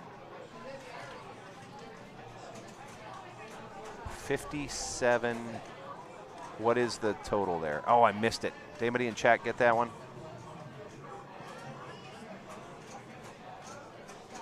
Oh, wait, no. Maya comes in at 21,387,460. So that's the one we need. 21,387,460. Just to keep that in front of us. There we go. Okay, now I see what you've got there. Yep. So Lindsay clears that low. I need that phone over there. Thank you. No. Well, actually, yeah, in a minute. Okay. And so she moves on to big guns then, right? Yep. Although, okay. So Lindsay just moved on to big guns, and we are waiting on, I guess, on Tanya to Kennedy. Come up and play. Okay. Yes. I know Tanya a little bit. She happens to be the mom of Gregory Kennedy. What happened on Game of Thrones just now? Lindsay finished at 57 something. Tanya she's right there. Yeah, we did. Well, no. Like she said, she started, but something happened. Oh, I didn't see it. I'm sorry. We were typing in a score.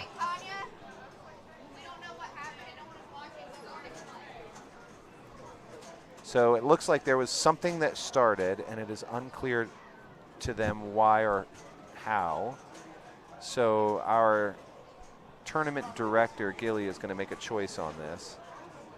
Ball 1, free play, and we're on a player 2. Is it possible that she hit She start started twice. 2. Yes. Yeah, that's probably what happened. We shouldn't be on a player 2. So that explains it. Okay. That's what happened. So we're going to go back now to Tanya on player 1, where she belongs. And she's probably just going to plunge the second player ball. She might have just hit start twice. On the upper play field, see if she can get anything going. Nope, she's back down the lower play field. Picks up the ramp. Oh, phone. So Tanya is the mom of Gregory Kennedy, who is one of the best young players, at least in Ohio. No kidding. I think he's maybe 15. He's they go to Papa and Pinburg regularly, and he's really good. This is the first time that I've ever seen Tanya at a tournament, but they have a lot of games in their houses, and why not, right? How fun is that? I mean, a pinball family where you're growing up playing games at home. Yeah. And then to have your kid be a champion like that. Yeah, he's really good. I so suspect at some point he'll be up there playing Asher and Alex. We've been talking about how really, I mean, young people have just been excelling in these major tournaments. Yeah. At Pinball Expo, I came in during the finals, and it was Jared August playing maybe Alex. And then Colin Urban playing one of them. I thought I had come in on the finals of the juniors division. But there were a lot of people paying attention to it. You know what I mean? Yep. So it was the finals. Oh, my God. It was incredible. That's awesome. And isn't it wild to walk in and be like, these are the best players in the room? Not just the best players in their age. These are the best players in the room. And maybe in the whole state or whatever. Isn't that great? I like to think that young people may even have a little bit of an advantage if they start early enough, which is that perhaps there's a reaction speed or something that they can dial into, so that if you learn young, you might be a pretty great player at 15. Yeah. Now, I'd like to think at 40 I still have some reaction speed, but I may be slowing down a little bit. So where I play all the time in Columbus is a barcade, and they have fight night there on Thursday nights, and the guys come up there and play the games like Street Fighter and Mortal Kombat and all of that. And these guys are mostly in their late 20s, maybe early 30s. And some of them have started migrating over to the pinball sport. One of them is a guy named Carlos de la Cerda. Oh, we know Carlos. Okay, so Carlos, when I met him, he was the Mortal Kombat champion in Columbus. And I would say within a year of him starting to play pinball, he was a pinball champion in Columbus. Really? Oh, my gosh. So maybe those skills sort of port? Well, I have a theory about that.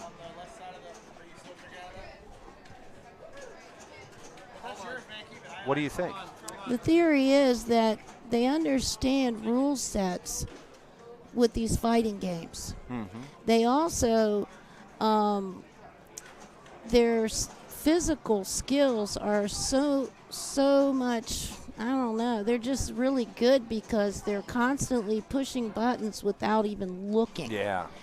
And so when they go over to play pinball, the rule sets aren't hard for them. They're young, and they have really good hand-eye coordination. So there are a couple of them. Carlos is one of them. I think Jason Kelly is another one of them. I didn't realize that Carlos. I've only known Carlos as a fantastic pinball player. I didn't realize he was also a Mortal Kombat wizard. Well, and he is also really, really good at Killer Queen. Oh yeah, that game's so fun. Really good at it. And I think that Carlos was one of the first ones in Columbus to really get into it. And the team in Columbus is fabulous. They travel and they're really, really good. Look, it is a great crew up there, isn't it? Look, someone's showing love for Laser Los. Oh, Laser Los. Love it. Move your Carlos. Move that, Carlos. So the number right now, I mean, KB Slasher points out 2.2 is going to be tough to anti-beat, meaning that's a pretty low score on this game. Yeah. But you know what? We've seen weirder things. One time, this is a true story, in tournament last year, I got beat on Game of Thrones by a player who didn't show up. So we plunged all 3 balls. I still lost. You still lost. So, that'll tell you something about Game of Thrones. It'll tell you something about my playing. Well, I'd have to say that they should at least give you a few points for showing up. Yeah. Yeah, I think so. So Jen right now, so Jane is safe. Jen is battling for her life, and she ends up well below some of the other scores that we've seen today, but above Tanya's score. That's right. So she beat the bear. She beat the bear, and that's all you have to. You don't have to run faster than the bear. You have to run faster than the other people, right? That's right. Is that what they say? Exactly. And she managed to do it, so that's great. So Bree is up next, and let's see what Bree can do here. I'm going to make our score just a little bit more clear. Let's see what Bree can do here.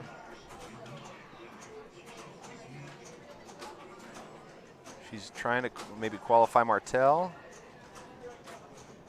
Oh, rough drain. This machine is set up tough. That's what I said. It seems really hard. Yeah. I don't know if they took the rubbers off the posts for the outlane there or what, but I'm seeing a lot of those outlane drains where it just rolls casually up the outlane. So have you ever played this Amazing Race format? I never have. It looks super fun, though. It is super fun. And she's going into ball 3 at 1.4. The last time that we did it in Columbus for the open division, they did qualifying, and then they did the Amazing Race with, I don't know, however many finalists it was. But we did a pre-Amazing Race with just women. Oh, and fun. We did a pure Amazing Race where everybody gets in line, everybody, whoever's in it, and that's the way that it had been done in previous years before it got to be so many people that came. Yeah. So unfortunately, that's going to knock Bree down to the lowest score. Yeah. 2,086,640. Yeah. So it was similar to what we're doing today. It's all women's Amazing Race. Yeah.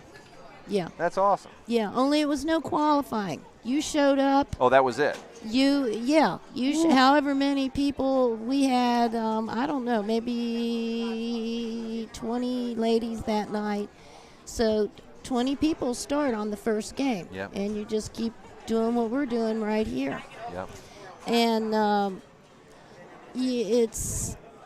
it's very humbling because, you end up getting out on a game like Attack from Mars with 500,000. Yep. Or 40,000. Yep. You know? That's just so brutal. Yeah, and you go up there and play it after you're done, and you'll get $2 billion or whatever. Yep. Yeah, that's how that works. Yeah. The pressure on this format. We're going to see a lot of low scores. Yep. Well, because it's one and done, and it's just you. Yes. There's nobody else to sort of buffer for you when you have a bad play or something like that. It's just you, 3 balls in a row. Well, and the thing about it is that the lower the score gets, and then you come up, you're like, oh man, of course I've got that one. Naturally. You know. Yeah, of course. So right now, Bree Reynolds is at the bottom on this one with 2.086. I feel pretty confident Sophie's going to beat that here. I feel pretty confident she's going to beat that. Yeah. 11 million. I couldn't see what her score was, but she seemed like she was doing something good. So do you know where Sophie is from? I don't. Do you? I do not. I'll have to ask her tomorrow or tonight. I met folks who came in from Portland, Maine today just for this show. Are you kidding? How do you like that? I do like that. Portland, Maine. So from the New England Pinball League, which Nate Shivers. Yeah. He's fabulous. He is fabulous. And Nikki, maybe Nikki Carlson. Is that no? Maybe Nikki Miller. The other Nicole Nikki. Miller. Yeah, there were 2 Nikkis. So many Nickies. Yeah, no, I was just so honored that they came all the way from Portland, Maine for this. I thought that was really cool.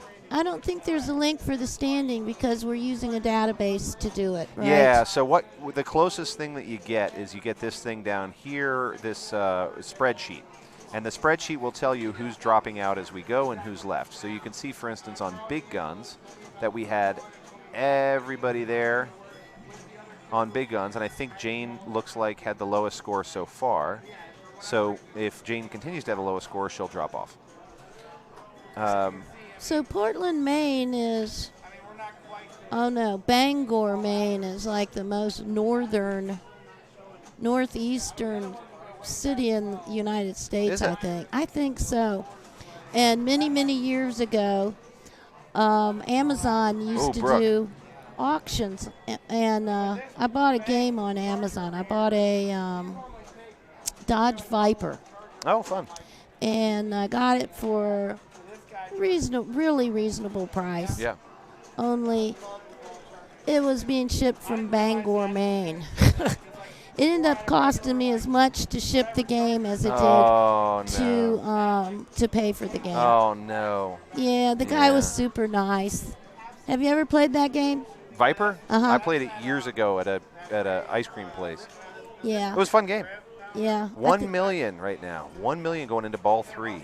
So let's hope she can get something done up top there. That was pretty clutch. That got it for you. All right, look at that. That One was shot, a clutch she play. did it. Well, I mean, that's the thing about this upper play field, right? If you get the right shot there on a game where all you're trying to do is beat a couple million, that's the end of your game. You're good. Ah, so that upper play field, if you can get it in those holes up there? Yeah, well, if you can get the right hole, the lid hole on that. Oh, the lid hole. Because you're really, I mean, it's almost glorified skill shot. Aha. Okay, so right now, Brooke was able to beat the low score. We're going now to Aaron on Game of Thrones. If you're curious what's going on the other games, you can look down on this spreadsheet, this Google spreadsheet, and you can see Big Guns. Right now, Jane has the low. On Genesis, Maja has the low. And if there's an X next to their name, it's because they have yet to play the game. So let's see what Erin can do here to get up. Well, she is well over. She's good. She's going to move on to Big Guns. Now, 382 on Big Guns, not a tremendous hurdle, but it takes a little bit of work. Big Guns is one of my favorite 80s solid states. The game is just ridiculous. I like that game very much, and I always thought that Medieval was the sequel to that. Oh, that's a fun thought. Don't you think? Yeah. I mean, even if you look at the attack back. on the castle. Yeah. It even had something sort of like Trolls up there in that chamber thing up at the top. Yeah. I always called it Big Uns. Big Uns. Yeah, that's a great game.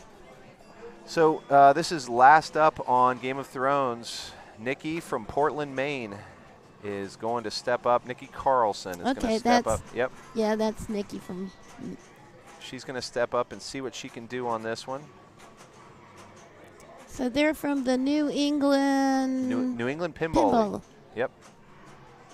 I actually learned about New England Pinball League a lot on the Pinball Players podcast with Jeff Parsons. He's from Portland as well, and he talks about their league a lot. Yep. So, yes, we are going to shift over to Big Guns just as soon as Nikki is done. KB Slasher, we're going to move over there and see what's going on, and or Genesis. We'll see if everybody's getting close to done on Big Guns, depending on how long Nikki's ball is. We may go straight to Genesis, but we'll see. It looks like Big Guns maybe getting checked out for a small repair, maybe some kind of malfunction, so Eric's working on that. So we'll probably move over. More than cleared it. Nikki more than cleared it. So let's see if we can move us over to Big Guns, and I'll see if I can help with that. Scott, you're in. Am I in? I'm going to see about moving this thing. Oh, okay. Do you want me to jump in for you? Yeah, do. All right, done.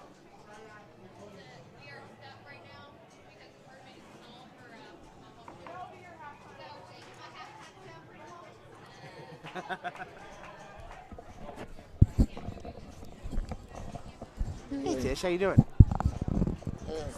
What? That was loader breath.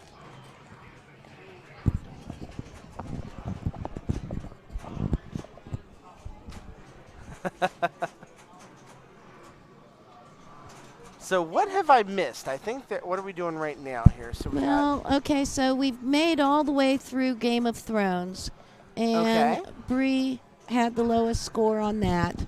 And they're moving the camera to Big Guns, and right now Jane from Chicago has the lowest score. All right. Jen. I assume we are waiting to do this until Tonya is done, because I believe Tonya is playing right now on Big Guns. She has 163,000 right now, so we'll see if that holds up. Jane's 382. That's not a horrible score on that game. No, it's not.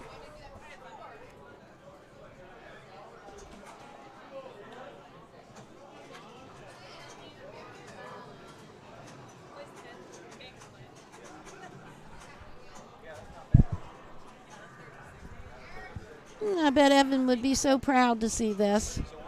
Yes, he would. Well, he was watching earlier, so hopefully he still is. I would love to see that he is. I very much hope so.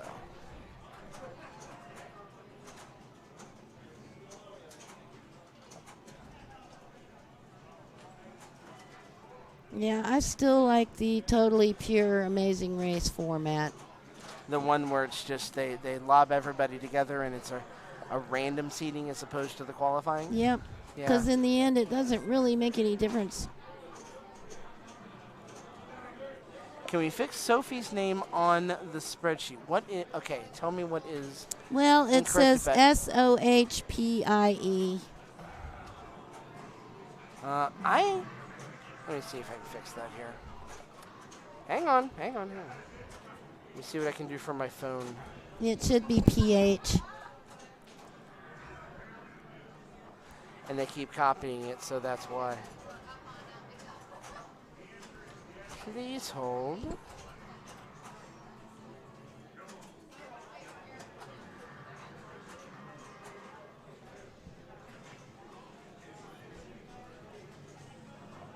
That should start to look better.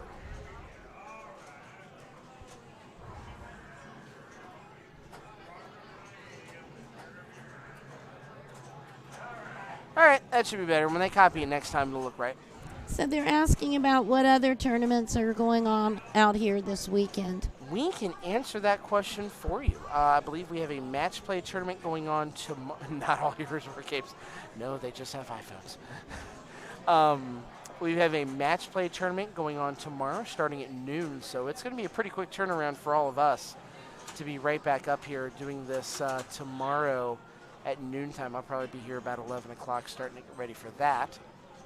And along with that, we're going to have a gauntlet tournament on Sunday. That should be a lot of fun. Did you run the gauntlet? Were you here for last year's show? No, I was going to ask you. I don't know what a gauntlet tournament is. So the way the gauntlet tournament is, I believe we're going to have a certain number of qualifiers from it, but what you have to do is you have 6 minutes to complete a task, a fairly simple task, but requires a little bit of work on 6 different pinball machines.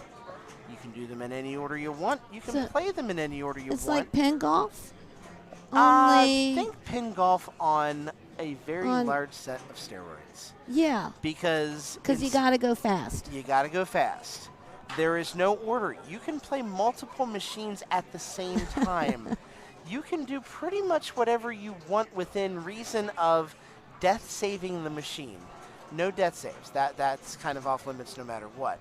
You know, if there's something you need to reset on a machine, you can reach under the machine, turn it off, and turn it back on again to reset all your progress. Anything you have to do to complete the various tasks on each machine is the goal. That's so it. Genesis is out. Okay, Genesis is out. We're going to Firepower. I assume they're updating here. So we are on the move. So let's bring back the Chuck-A-Vision for everybody. Should be on big guns now, right? I think they're moving to Firepower just because we've got people coming up to play it. Okay, because we're kind of backed up. We're a little backed up right here, so we've got active people ready to go. It looks like Maya's score is 75,500, and Lindsay will be the next player on that machine. So let's update that score for everybody. Sorry to jump in there on you. That's a really weird score. I thought I was selecting it. I was wrong. All right, so 75,500 is the score to beat. That's what Lindsay has to get over a 3-ball game. Yep, you can call it Chuck-A-Vision, you can call it Eric Cam, but we'd like to have some fun with it every time Eric is indeed on that camera. So it's been so long since I've played this game. Is that a good score? Not tremendously. It's not horrible, but I would call it makeable. I don't think there's any reason any of the people that are still in this thing right now, they absolutely should be able to attain that score, in my opinion. The skill level of the people here, as good as they are, they can do it. So she's sitting at 24,000 right now, working on loop shots. Yeah, she's trying to complete the loop at the top and get all 4 of those as their starting point here. I think there should be good points, I believe, multipliers. So what, you say she's going for the loops, but you need those targets in the middle, right? You do need the targets in the middle, too. You absolutely do. Oh, that was nice. So it makes me wonder if she's changing the strategy a little bit just based on the fact that she only needs so many points, only needs the 70,000. Yeah, if she can get that target, you almost wonder if she's going for it just incidentally or if now she'll try and backhand it. She tried. Nice. Good job keeping that ball in place. She's about 15,000 away now. Oh, that was nice. Oh. And looks like she hit it on the side. That counts. All right, she's up to 62 already. If she gets that loop one more time and lines it up, I believe that's going to make the multiplier 3x. So now I would think she has an opportunity just to get this on bonus. There it is. Yeah. There's the big score right there. She's at 113,000, and she's got it. Nice. So 1 ball. Great play by Lindsay right there to make that happen. Well done. So Lindsay will move on, and Jen Rupert is next.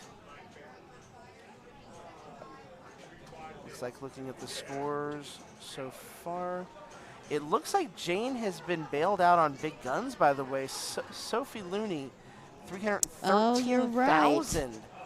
So Jane is now in line to play Firepower. It's going to be Jen, then Tanya, then Jane. That's how this tournament goes. Sometimes you kind of get bailed out on a particular score, even if it's not by a lot of points.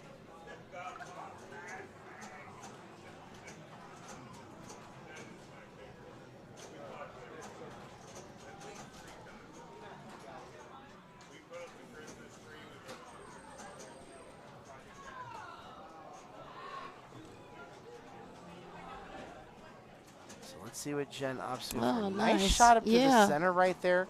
She finishes those loop shots as well. So she's got a 2x multiplier now, too. Let's see if she opts for targets herself now that she has that. No, that seems to be her strategy, too, is to play for those loop shots up top. That's funny. Now, see, you're calling it playing for those loop shots on top, and to me, that's ripping the spinner over there. And that may well be it, too, going for the spinner as you do it. Yeah, because on some of these games, I'm telling you, those spinners, I played one game that I swear it seemed like it just went on forever and ever and ever. Big Game Big had Games, a very maybe? active spinner. Yeah, we saw some. Yeah, people get that some was fun. Sensationally good spinners on Big Game, especially that left one. Yeah. When you had that thing lit for 2,000. If you had lined up your bingo board right, we were seeing people get 100,000 per spin. Yeah. Yeah. Really, really well done. All right, so Jen's passed. Yep, she is. So, yeah, shooting fire at the top lanes is your bonus X. Spelling fire 5 times lights an extra ball. So now Brooke has bailed out Sophie on big guns. She has. Wow, 262,000. So in all these cases, it's not a case where anybody's having a horrible game at it. They're just missing by a little bit per number.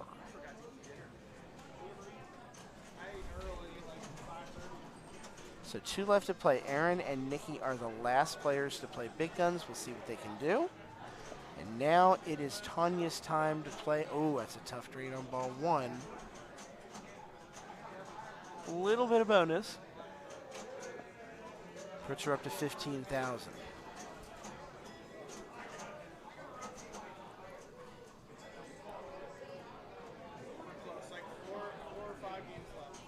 Looks like Lindsay has set a score in big game, and it is, ooh, that's not a great score, 53,000 on big game. So yeah, if someone's able to do really one good spinner rip like we were talking about, because those bingo lights are going all the time, switching from one board to another. That 2,000 on the left is really out there. One spin would do it. So ball 3 now. So Tanya's in a interesting position right here. Who are you waving to? Gregory and Nick watching Tanya on the... Oh, nice. Hey. Did she do it? No, she did not do it. I think we have a new low score. It is 44,560, I believe. Yes. And I'm waiting for the confirmation to see it put in the official spreadsheet here. No, she doesn't appear to be done yet. I think we've got a ruling going. I think we have a stuck ball. Okay, and Aaron has bailed Brooke out on big guns. Wow, Aaron Mills, 171,000. This has been, yeah, the ball is stuck. That's what we're waiting on here. That's why Tanya's still at the machine. Okay. Did it work? No.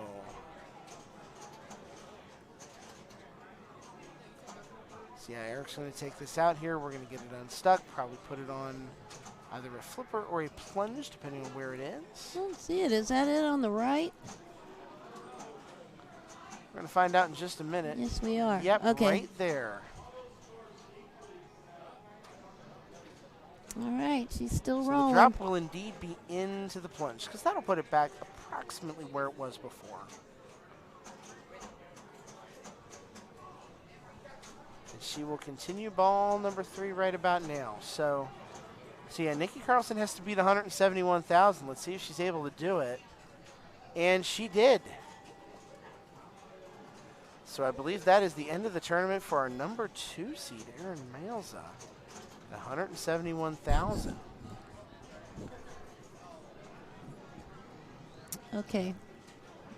Looks like, by the way, Jen Rupert is through to World Cup. She is putting up the initial score on that machine right now, and no, she did not get it. So that score is going to change to 58,700.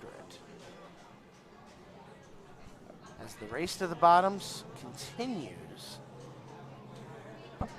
for all of these players. All right, we're waiting for it to be entered. There it is. So Jane will now step up. We've got Jane, Sophie, Brooke, and Nikki as the 4 people that we are waiting to see play now on Firepower, and we now know the score they got to beat. So here comes Jane. Did Anna get it? Oh, Anna got knocked out on Junkyard. I know both Anna and Jane are our cohorts from Bells and Chimes up in Chicago. Aaron too, right? Is Aaron from up there too? I think she may be. so. I think you're right, yeah. I don't know Aaron as well as I do Anna and Jane, only reason I say that. They were the 2 that won the women's tournament, I think. I think so. And they took second in the Battle of the Bells. Yeah. Yeah, the two of them together were a strong team. No doubt. Anna and Jane. Yeah, typically, if you see one of them in a tournament, you'll see the other. They both travel quite a bit. Awesome. Gotten to talk to them on many, many occasions. They're both very, very cool. And we're so glad they made the trip down to Cincinnati as well. Interesting to see the ball come off of when she's going counterclockwise around that orbit. It feels like there's a little bit of a drift of that ball to the right. It's very minor, but it's enough to make that shot, the catch of the ball on the left flipper a little bit challenging.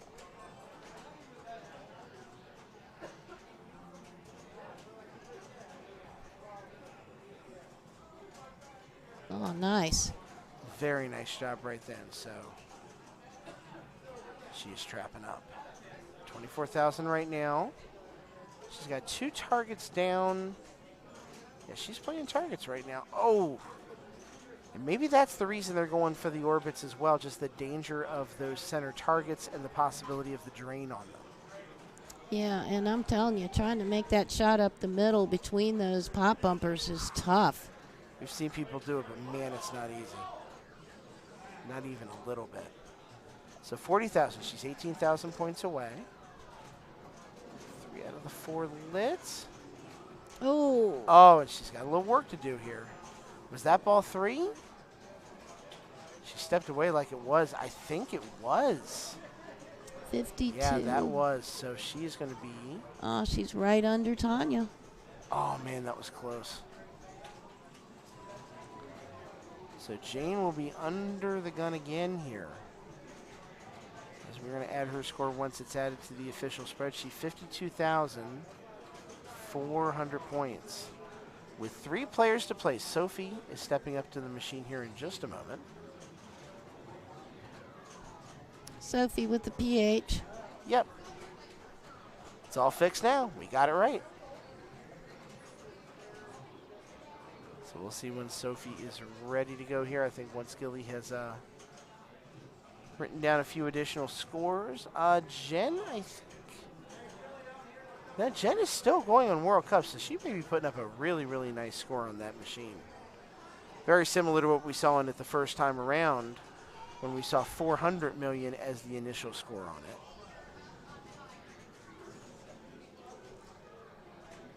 Yep, Maya is up on Big Game right now. Sophie.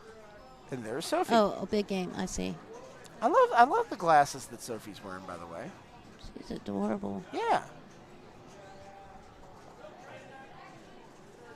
I think we have Brooke's name wrong, too. I don't think she has an E on the end of it. I think. She does. I think we can fix that.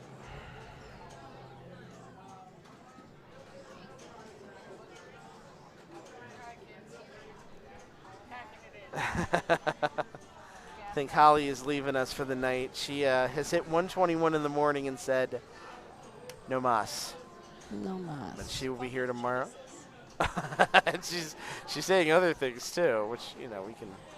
I think it's 1 o'clock in the morning. We can probably repeat that without too much worry. All right, there we go. Bye. That should be updated for when they copy. All right, so is she done? Did I miss that while I was correcting that one thing? I think so. Yeah, she's done. Yeah, game over is flashing. 34,700. That's a tough run for Sophie right there.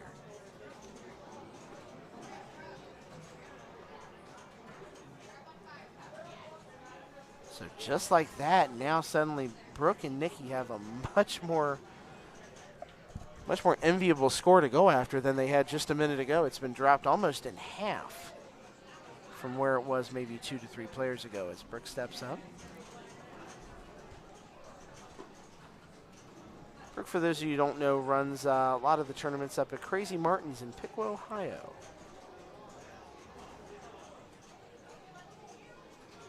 Got to meet her for the very first time at last year's Cincinnati, so super hyped that she's back for this year. And I know a lot of the You know, the women in Columbus have been traveling to pick what Gilly has as well for the tournaments at Crazy Martin's. They've been having women's tournaments on a pretty regular basis, so super happy that Rick's been doing that. And now suddenly, just like nothing, we're in a pretty dangerous situation right here. 11,420, and this is ball 3. 2 really quick drains. House ball here would be absolutely disastrous. Yep, nice save for Brooke, and it drained down the middle. That might be close to the end of the tournament night for Brooke. 17,820. It's cut in half again. Wow.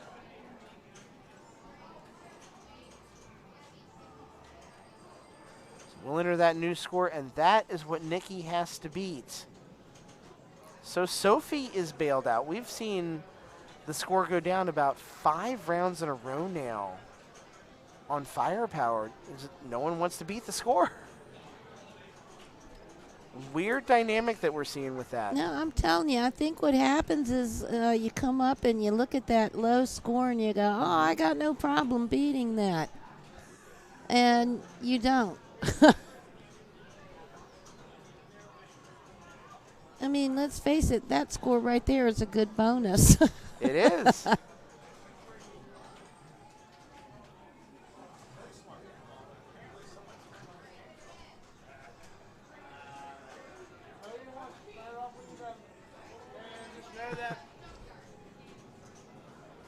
right.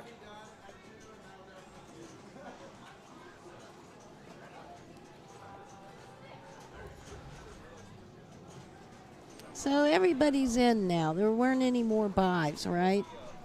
Yeah, there's no more buys. What you're looking at is the remaining players in the event.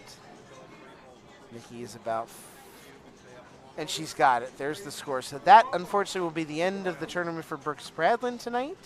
She will finish in, I believe I'm looking at the names right, 8th place with a score of 17,000 right then. So I think we're almost ready for a machine move. Let's see who I can round up to move it and where we want to move it to. Maybe we can convince him to move it over to Junkyard. We have not seen that yet.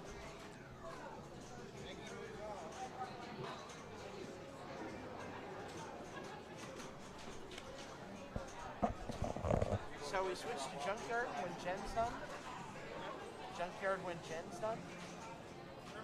Okay.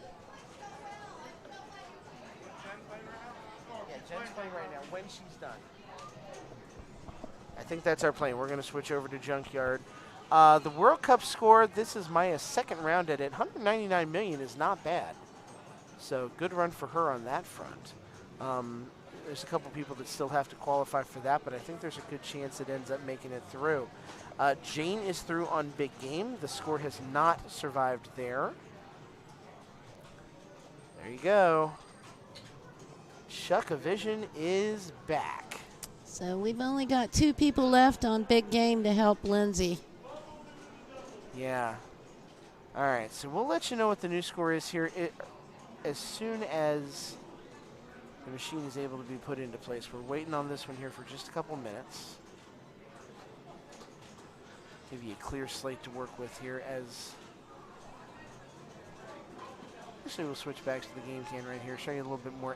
Eric eating pizza. Hey, Eric. And now we're moving it into place. There we go.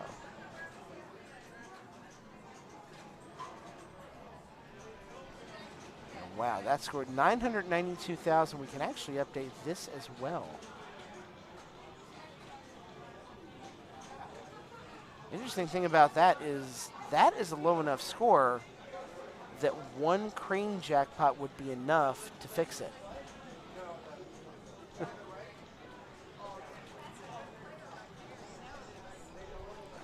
Yeah, Tish is an extremely good, she's a very good player. She totally is. Yes. That is an incredible score on Junkyard, isn't it? Not 992. No, I don't think that's that great. Anything under $1 million. Oh, okay. With a shot yeah, I'm getting my decimals mixed up. Okay, I gotcha. How much hammer do you had again? Oh, yeah. Yeah. No. Here, I'll have some more. Oh, my goodness. I love it. I got to drink some water. Yeah, we're going to make up bells and chimes flasks. I love it. Nobody wants our shirts, but they might want these flasks. What other organization is making flasks right I know, right? Yeah, you're finding unique interests that other people have not, found yet.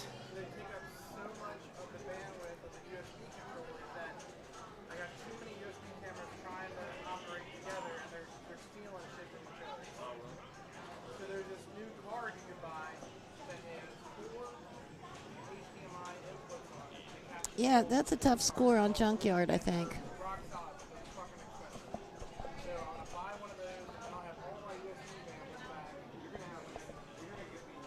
Yeah. So that is Maja. I'm listening to Eric talk about the changes he's going to make to the rig. Eric, I want to play with it when you get that card because that sounds like it's going to be a hell of a lot of fun. Okay. Yeah.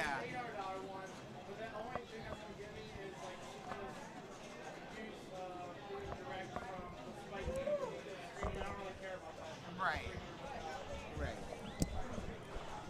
Lindsay's out. And Lindsay is out. Everybody beat that big game score, so Lindsay will end in 7th place. Still a very good finish for her tonight. I'm sure she had her hopes on it even being a little bit higher, especially with having knowledge of so many of these machines. Sorry, I should be yawning, but we are 10 hours and 30 minutes in. Nap Arcade, you still trying to set that record? I gotta say that with this this variety of games, most of them have been around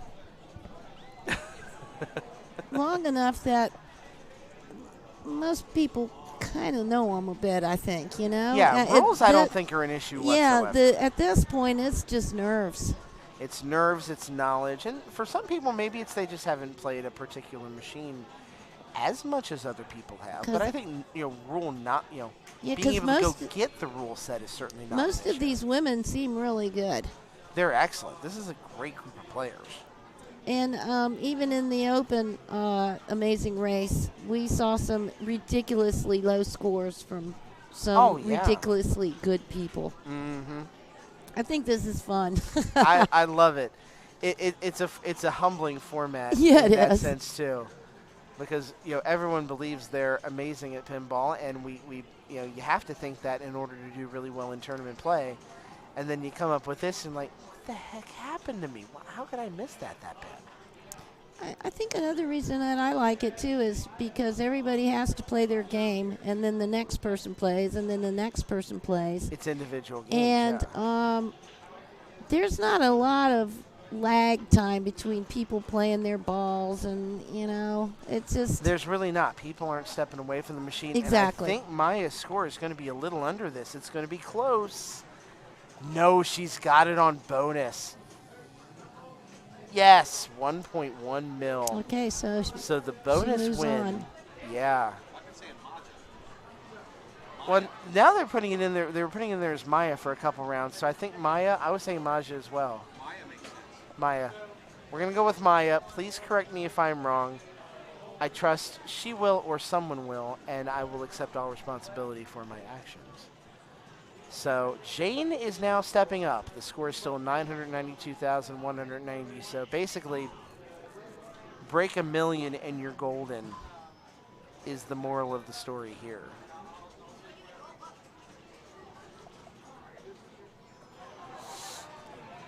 Gets the super skill, gets the fan for 50K.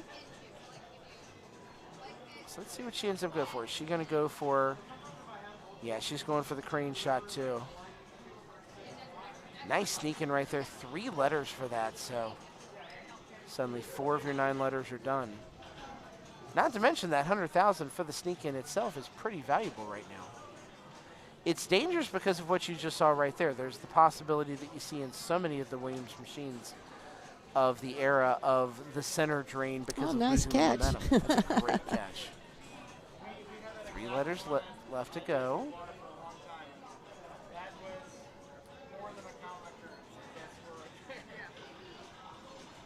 Hurry Up is now lit and not able to take advantage of it. Just that crane hurry up might have been valuable from a points perspective as well.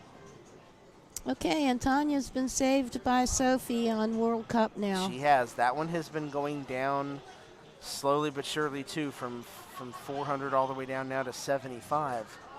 Nikki can do this. A couple I mean, it won't take many shots. The question, I wonder what strategy she's going to go for here. Do you maybe try for a TV award, big goal round? Do you go for a penalty kick?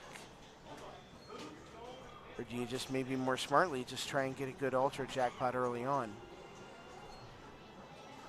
No, got to save the girl. This video mode, don't shoot the girl. Shoot nice the shot. dog, don't shoot the girl. Can we get this on 3 shots? Yes.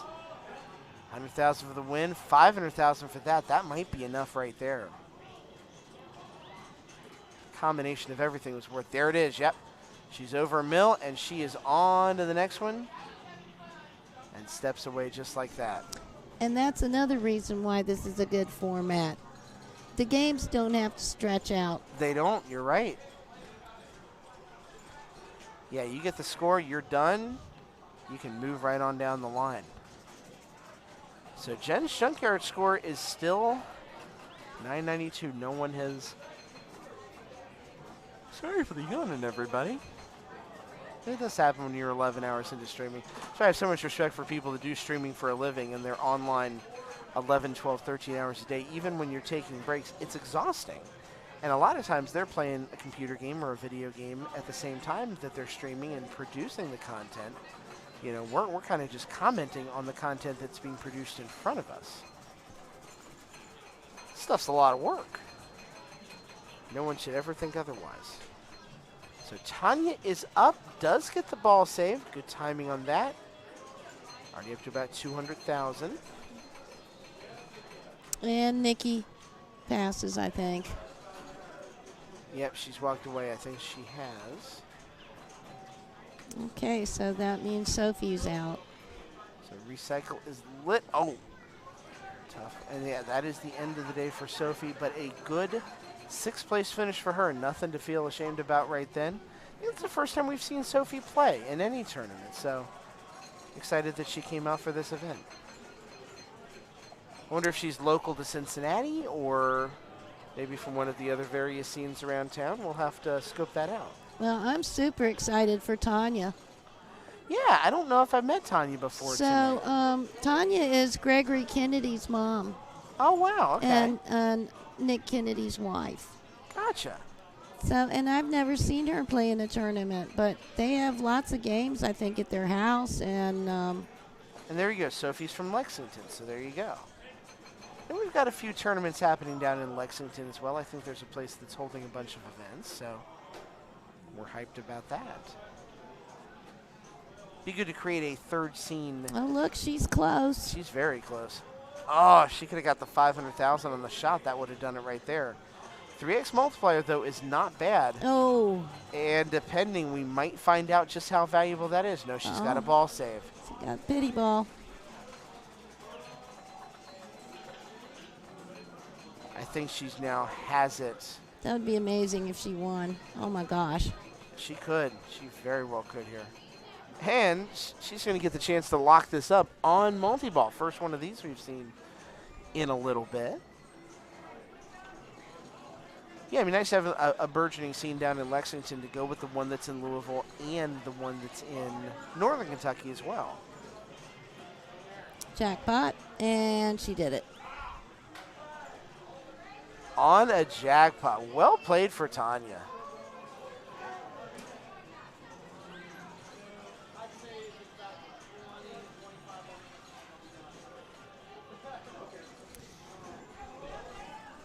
I'm going to see if Justin wants to come back over here real quick. I'll scream over. I think I'm going to take a short break myself. Somehow Veronica in Florida is still awake, believe it or not. Oh, God that's great. Hey, Veronica. She's having a blast down there right now. And so Nikki is the last one to try and go over this. If she is able to beat the score, then Jen will be eliminated in 5th place. Still, I'd imagine some very good Whopper points for a 5th place finish for her.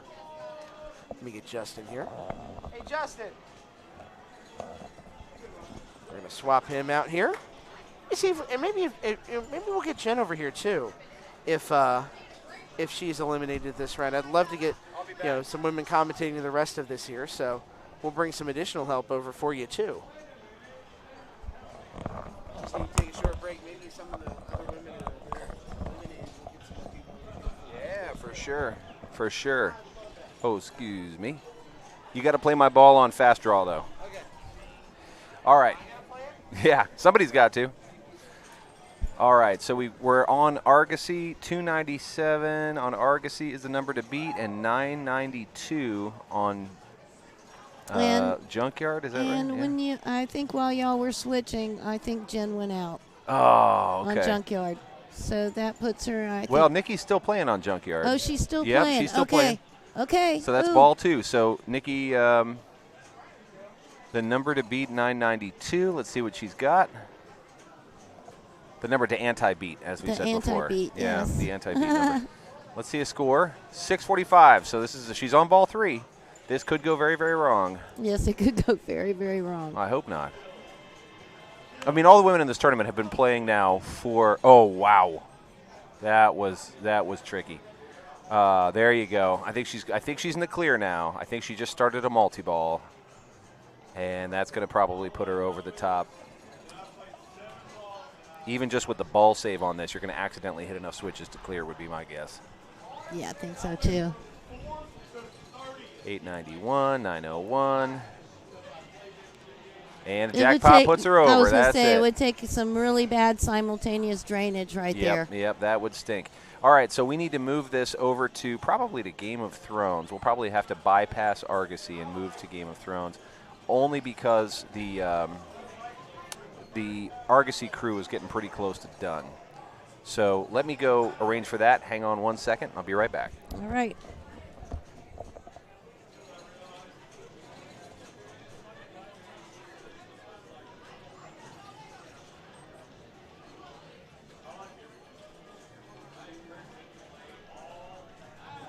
So right now the score to beat, or the anti-score, is 293,690 on Argus.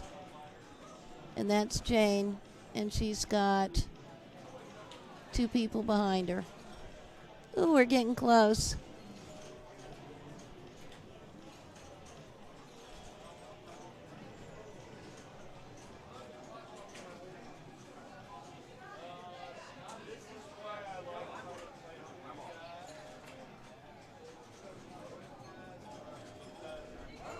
All right, we're on the move. Here he comes. Here's the Eric cam. There's the Chuck-A-Vision. Watching him get that all lined up. Let's see how we did. I'd say pretty good. So who's Chuck? We just call him Chuck. Eric? Eric. Okay. Eric Chuck Wirt. Hey, for the 20 of you who have been with us all night, thank you so much. We are 10 hours and 41 minutes into this broadcast, and I wouldn't stop for anything at this point. It's heating up. So what we have left is we still have Game of Thrones with 2 players currently who are going to play Game of Thrones, and we're seeing about who is going to join those 2 players. Right now, Nikki Carlson is playing her game on Argosy to see if she can get above Jane's 293. I can't see Argosy from here, so I don't know how she's doing. So we'll get an update on that in just a moment. But as that's happening, I've been saying Maja, but we're going to say Maya, and I need to ask her how to pronounce her name. And Tanya and somebody is going to join. And we don't know if it's going to be Jane or Nikki. It depends on how things go. You know, usually it's an advantage to play last. Yeah. But I'd have to say that would be kind of nerve-wracking in this format. Playing last? Yeah. Yeah. Yeah. Yeah, you're right. I mean, there's something about that minimum number that feels weirder than trying to get your highest score. So let's see what happened on Argosy. It looks like Nikki is still playing, so she hasn't cleared that number yet. And we're going to see how this goes. Hey, Carlos. What up? Is that Laser Los? Yes, move your Carlos. Move that, Carlos. What is going on, Laser Los? We were just talking about you earlier tonight. We were bragging on you a bit. I didn't realize you're also a Mortal Kombat god in addition to your pinball godlyhood. And Killer Queen. And Killer Queen. And every other game in the whole world, probably. Rippling biceps. Have you Chiseled ever met features. him? Yeah. That was her, not me. I'm just saying, Los. That was not me. So I'm trying. So we can't quite see the scores on Argosy. So I'm looking at our TD trying to see what happened there. If Nikki got it, then Nikki is going to advance for our final 3. It looks like Jane advanced, so Nikki must have come up a little bit short. She did. She came up at 258,380, so just about 40,000 short on Argosy. But she had an outstanding night. She's going to come in 4th in this women's tournament in this amazing race format. So we're going to our top 3 here on Game of Thrones.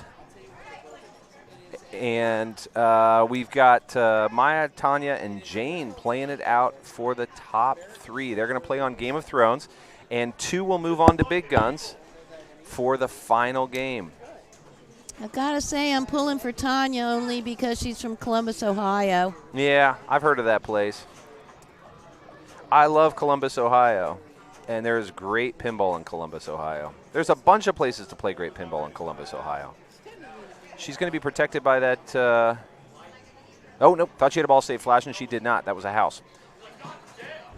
Going into ball 2 at $500,000. Let's see what she can do up top. Looking for that shot. Not quite. Oh, rough bounce up top, but maybe she can work her way. There she goes, back up. So just that Castle Award right there, $3 million. Maya, I do not.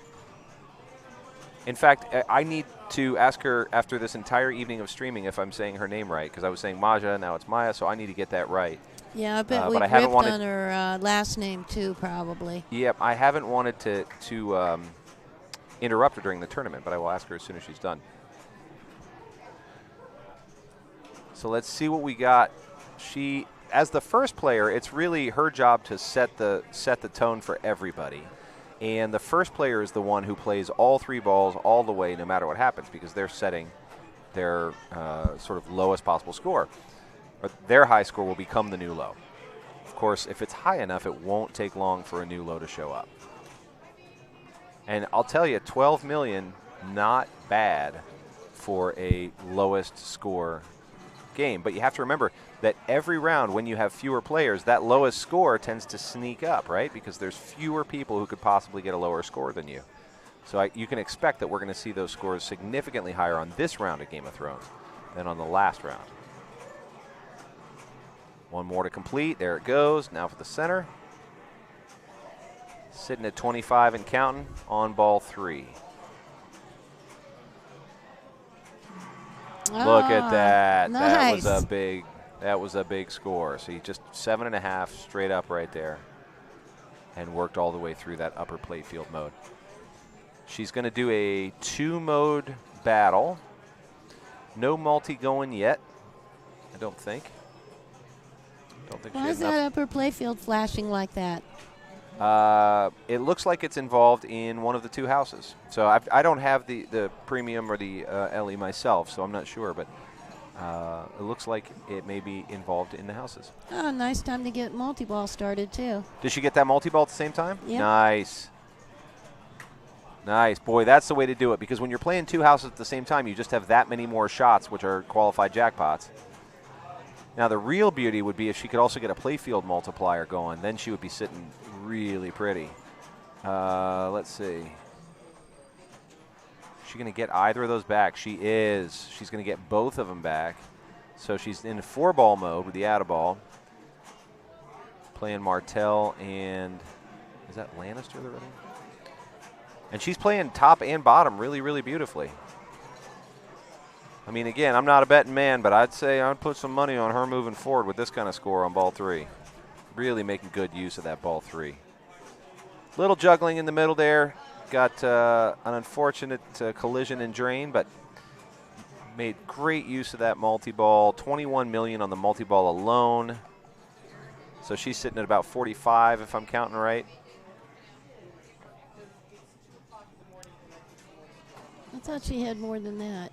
73. I take it all back. I didn't realize it hadn't counted the modes. That was just the multi-ball, not the modes themselves. So never mind. 194 and counting. And she gets a knock. Is that her? That's gonna be. I'm gonna get some sound up from that machine.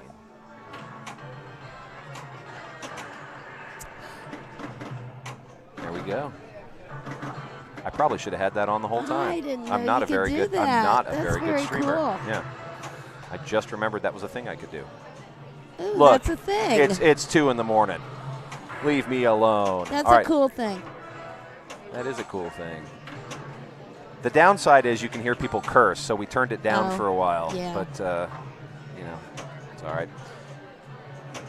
Yeah, this streaming thing makes it bad to give the game the finger, I think. Well played. Great ball. Wow. I mean, to come What a ball. To come this far, it's 1:50 in the morning. She's been playing pinball for 3 hours at least on just this tournament.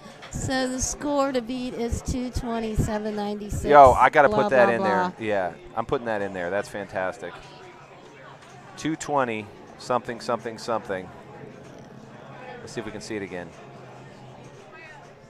220. 796, 796, 300. All right. Now that is quite an ask. Yeah.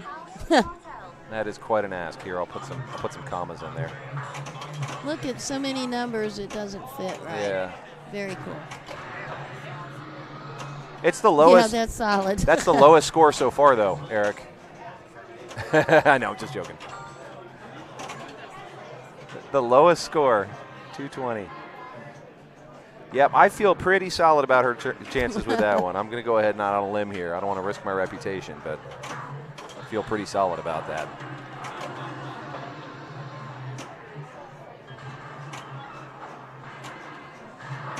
And these ladies have been playing pinball for hours and hours and hours and still putting up a score like that. Yeah, we started at 7:30. Amazing. So 4¼ hours, is that right? So no. 6 hours. 6 hours to 7:30, right? Yeah. Right. Yeah, I used my fingers. Actually. Yeah, no. Count to 10. That's the kind of day we have. So, not a great start. Let's 1.513 is about as low as we've seen on this game today. Yeah. 1.513. All right. Well, there goes that 220 as the lowest score. So she moves on. Yep, definitely moving on. So 1.513, 120 is the score. So all that Jane needs to do here to go to the final battle is get just over 1.5 million points. What do you think? I think she'll get it. You like her odds? Yeah, I do too. I like her odds. I do Plus too. I think even I'd get that maybe. Yep. So you know what? I would pick Martell here too, because if I need to add a ball in a multi-ball or something, it's nice to be able to just hit that button just in case things go horribly wrong. Now I don't think it's going to be a struggle. She probably cleared it right there. She did. That's game. But I would have gone Martell too. Yeah. All right. It all comes down to Jane, and I'm going to go get her name right, starting right now. Hold Okay, on. good. And find out where she's from too.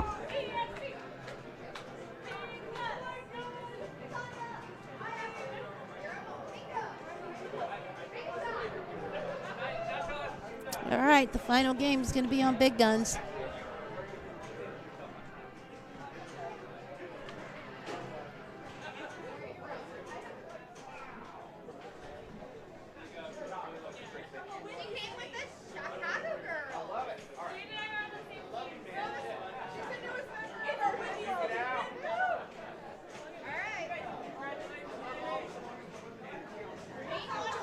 Well, were we close? Maya. Maya comes to us from the windy city of Chicago, and her and Jane, she said, are on the same team right now. So they're going to duke it out even though they're friends. Yeah, I wonder. I think at least 4 women from Chicago played today. I love that. I love that. There was a big crew came down from Chicago. Yeah, I know Jane. I know Anna Neal. Let's see who she got. Got that gate closed on the outside. She's going to try and can you hit these steal ramps. Somebody's locked balls on this game? Do you know? On big guts? Oh, wow. If Maya wins this, she would have played all 18 rounds. She started at the bottom half. Oh, you got to love that. That is so great. I would love to see that. I have a feeling we might see that. We might see that. She's been pretty on fire. Yeah. Uh-oh. Look at that. So, nice. So can you steal a ball lock? I'm going to ask our rules expert, Eric. Eric, can you steal a ball lock on big guns?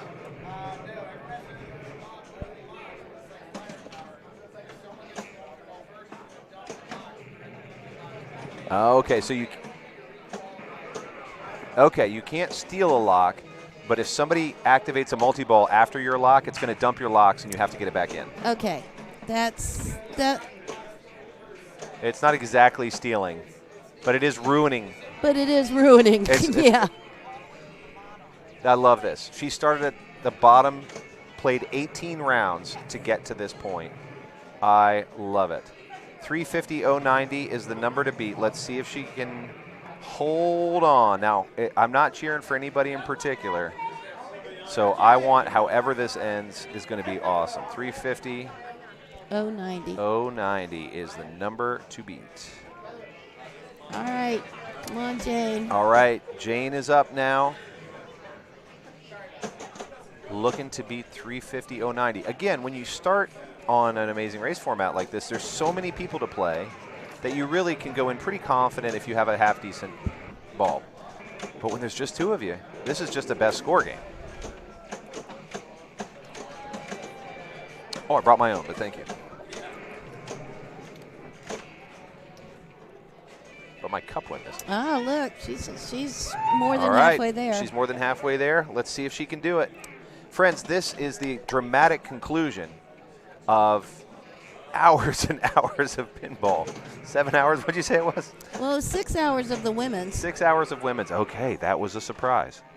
So she has to make it on the next ball. She needs 43,000 points here, which doesn't sound like a lot until you have to do it. That's right. And this game plays fast. I played this one yesterday and during setup, and it plays fast. So she had, that outlane could have been it right there. That's wild. Oh. All right, she got it. There's your champion, Jane Veris. I hope I'm saying the last name right now. I have to get that right. Just before 2 o'clock, we wrap up with our winner. And we're going to do a quick interview with her in just a moment, and then we will close out for the night. But how exciting was that conclusion after all these hours of pinball? Hey, Jane. Absolutely wonderful. All right, nice talking to you. Nice talking with you, too.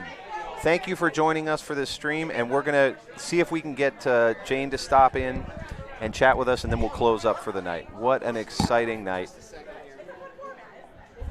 Welcoming Scott back, and Scott, let me go get Jane so you can chat with her. That'd be great. Oh, shoot. Did I just? And we will introduce her to the world as our brand new women's champion in the Amazing Race format. Our 2019 champ. Great job for her. Chicago. Absolutely. What an exciting finish representing that was. Chicago showed up big. They showed up excellent. Let's see if they we have can. A great defined scene for sure. I'm going to turn this around so you guys can see what's going on. Yes. Hold on. Let me get one more thing here. There's Jane picking up her prize. And it is not just an amazing medal. You can see the Ohio-shaped medal with the cool wood burn, and not just a translite, but also a cash prize. Cold, hard cash. Everybody's very favorite prize. When you got to drive from Chicago, gas is not the cheapest thing going right now. Cold Hard Cash always plays well. So you can see our tournament director, Gilly, here awarding our winners. So again, in third place, we had Tanya Kennedy. Mm-hmm. In second place, we had Maya Raskovic. And in first place in the women's tournament here at Cincinnati, we have Jane Verwis. A great job by we appreciate everybody that traveled in for this today and is staying for the whole weekend as well. I love that. Absolutely. So, a super dedicated set of players right here. Certainly shout out to everybody, up in Bells and Chimes, Chicago. Absolutely. Your crew came and represented and did a heck of a job. Yep. Puppy Man, sorry you just missed it. Jane Verwis just won the women's division after, I won't say grueling, but it was a long 6 hours of pinball. It was a long tournament. Yeah, it was about 6 hours for the women's tournament with all the games they played. And they did a great job. Jane and crew probably played about 20 games of pinball if you count the 9 qualifying matches. Yep. Plus what they had to do to get to this point. I think Maya came through, did not have a bye in the early rounds. Let's check where Jane came in here. Jane did have a bye. So she only had to play through the second round of it. But I don't think at this point, I don't think that made a difference in this sense at all. Thank you, Colorado Pinball, for the raid as well. We appreciate you trusting your viewers with us. And thank you, Joso, for even more. So much He's given us 800 bits over the course of the day. Oh, I just love that. Super hyped for. Here are our winners right there. Yeah. Congratulations, everybody. Great job. We are shutting down Eastgate in style tonight, my friend. That's right. With all of this great pinball play. We'll get Jane over here in just a second. Interview very quickly because I'm sure she's super tired. Look at that amazing camaraderie. Everybody's been so good today. Everybody's so good to each other, and especially after a long day. So let's reverse this camera. I know it's late. Let's get that set up, and you guys can chat. Yeah, sure thing. Congratulations. Thank you. Jane, congratulations. Great job on the win tonight. Here, I'll swap you over to that seat here because we can get everybody on camera. Not that they need to see my ugly mug on camera. My God. We need to see the winners, and that's her right here. It's late. It is late. You had a lot of games in that last 8 that you played where you were on the line and had to wait out a couple people each time. And, that's the nature of this tournament. It ended up working out pretty darn well for you. You live to see another day, and you get the win as a result. How you feeling? How you feel about the waiting, the format, how that all worked out for you? Honestly, this is the first time I've ever even encountered this format before. Yes. I was aware of it. I know you guys in Ohio have played this before. I've seen it online. I was very confused about how this all worked, to be honest with you. And so it's new for sure. Every single,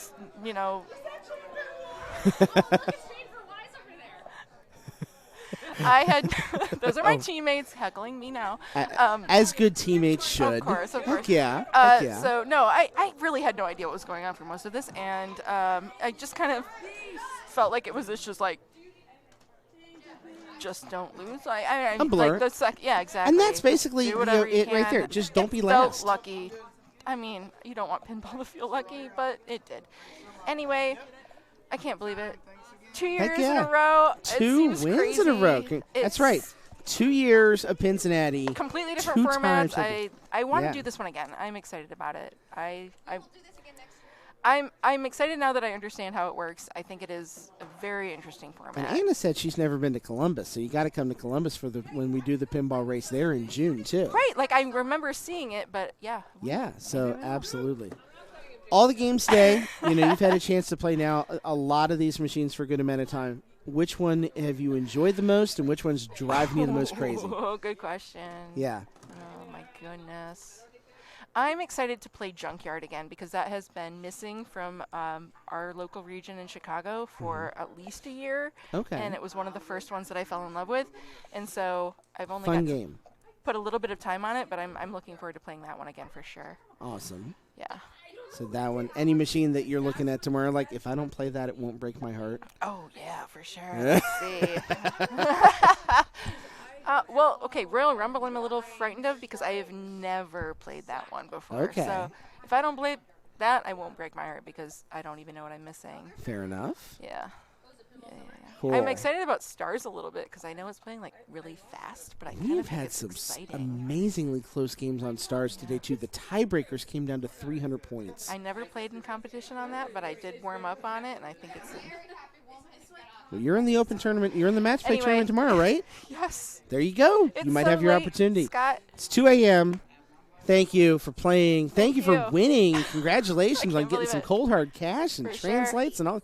There's awesome. Show off the medal. You got the medal right there? I do. Show that wonderful thing off. Beautiful. Where am I looking at? Yeah. Gilly never skimps on the medals and the stuff like that. I love the woodwork that she gets for that. She does a great These are job. the best. Gillian. Ah. Are we streaming that? No. Apparently it's not. What tournament? No, what are we talking about? I didn't. Thank you, everyone. Thank you, everyone in chat. Thank you for all of your congratulations. Thank you, Jane. Great job again. Thank you. Well done. Well done. That is Jane. Jane Ver was the winner of the tournament. Verwise. Verwise. Am I pronouncing it wrong the whole time? Verwise. No, it's fine. It's how would you know unless I corrected you? You're right. Verwise. Jane Verwise. That's the official pronunciation. A wise pinball player who now is a two-time Cincinnati champion. Thanks, Do you guys. like what I did there? Do you like what I did there? Yes, yes. It may never happen again. That's what happens 11 hours into streaming. We get a little slap happy. Well, you're doing great. Thank you. I appreciate it, and I'm sure everyone else does. It's a great effort. Justin's been a huge help today. Tish and everybody, and Jen and Eric and everybody changing cameras. This was everything. a super fun day. This is good. This is good. Everything went great. Hey, let's come back in 10 hours and do it again. What do you say? Oh, that sounds great. Yes. All right. Good night, everybody. I need sleep. Thank you guys so much. We are signing off with that for sure because I am tired for sure. My beautiful girlfriend just wrote, "I love you. I have to sleep" in Florida. So she's even done. I don't blame her one bit. God love her. She's wonderful for hanging in there. And Eric, I'll let Eric wave. There we go. I think he's a little slap happy too. We are going to sign off for the night. Thank you guys so much. We will be back on probably about 11:30 tomorrow in anticipation of the match play tournament. That will be what we are streaming tomorrow. So come join us. If you enjoyed it today, thank you also for all the bits, all the subs, everything that you guys did for the channel today. You guys are helping straight down the middle tremendously, and we're glad you are. So I got nothing else. Good night, everybody. Everyone scream good night as loud as you can. Good night.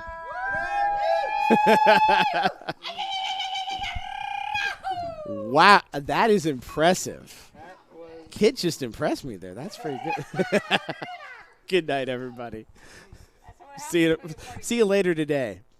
Bye.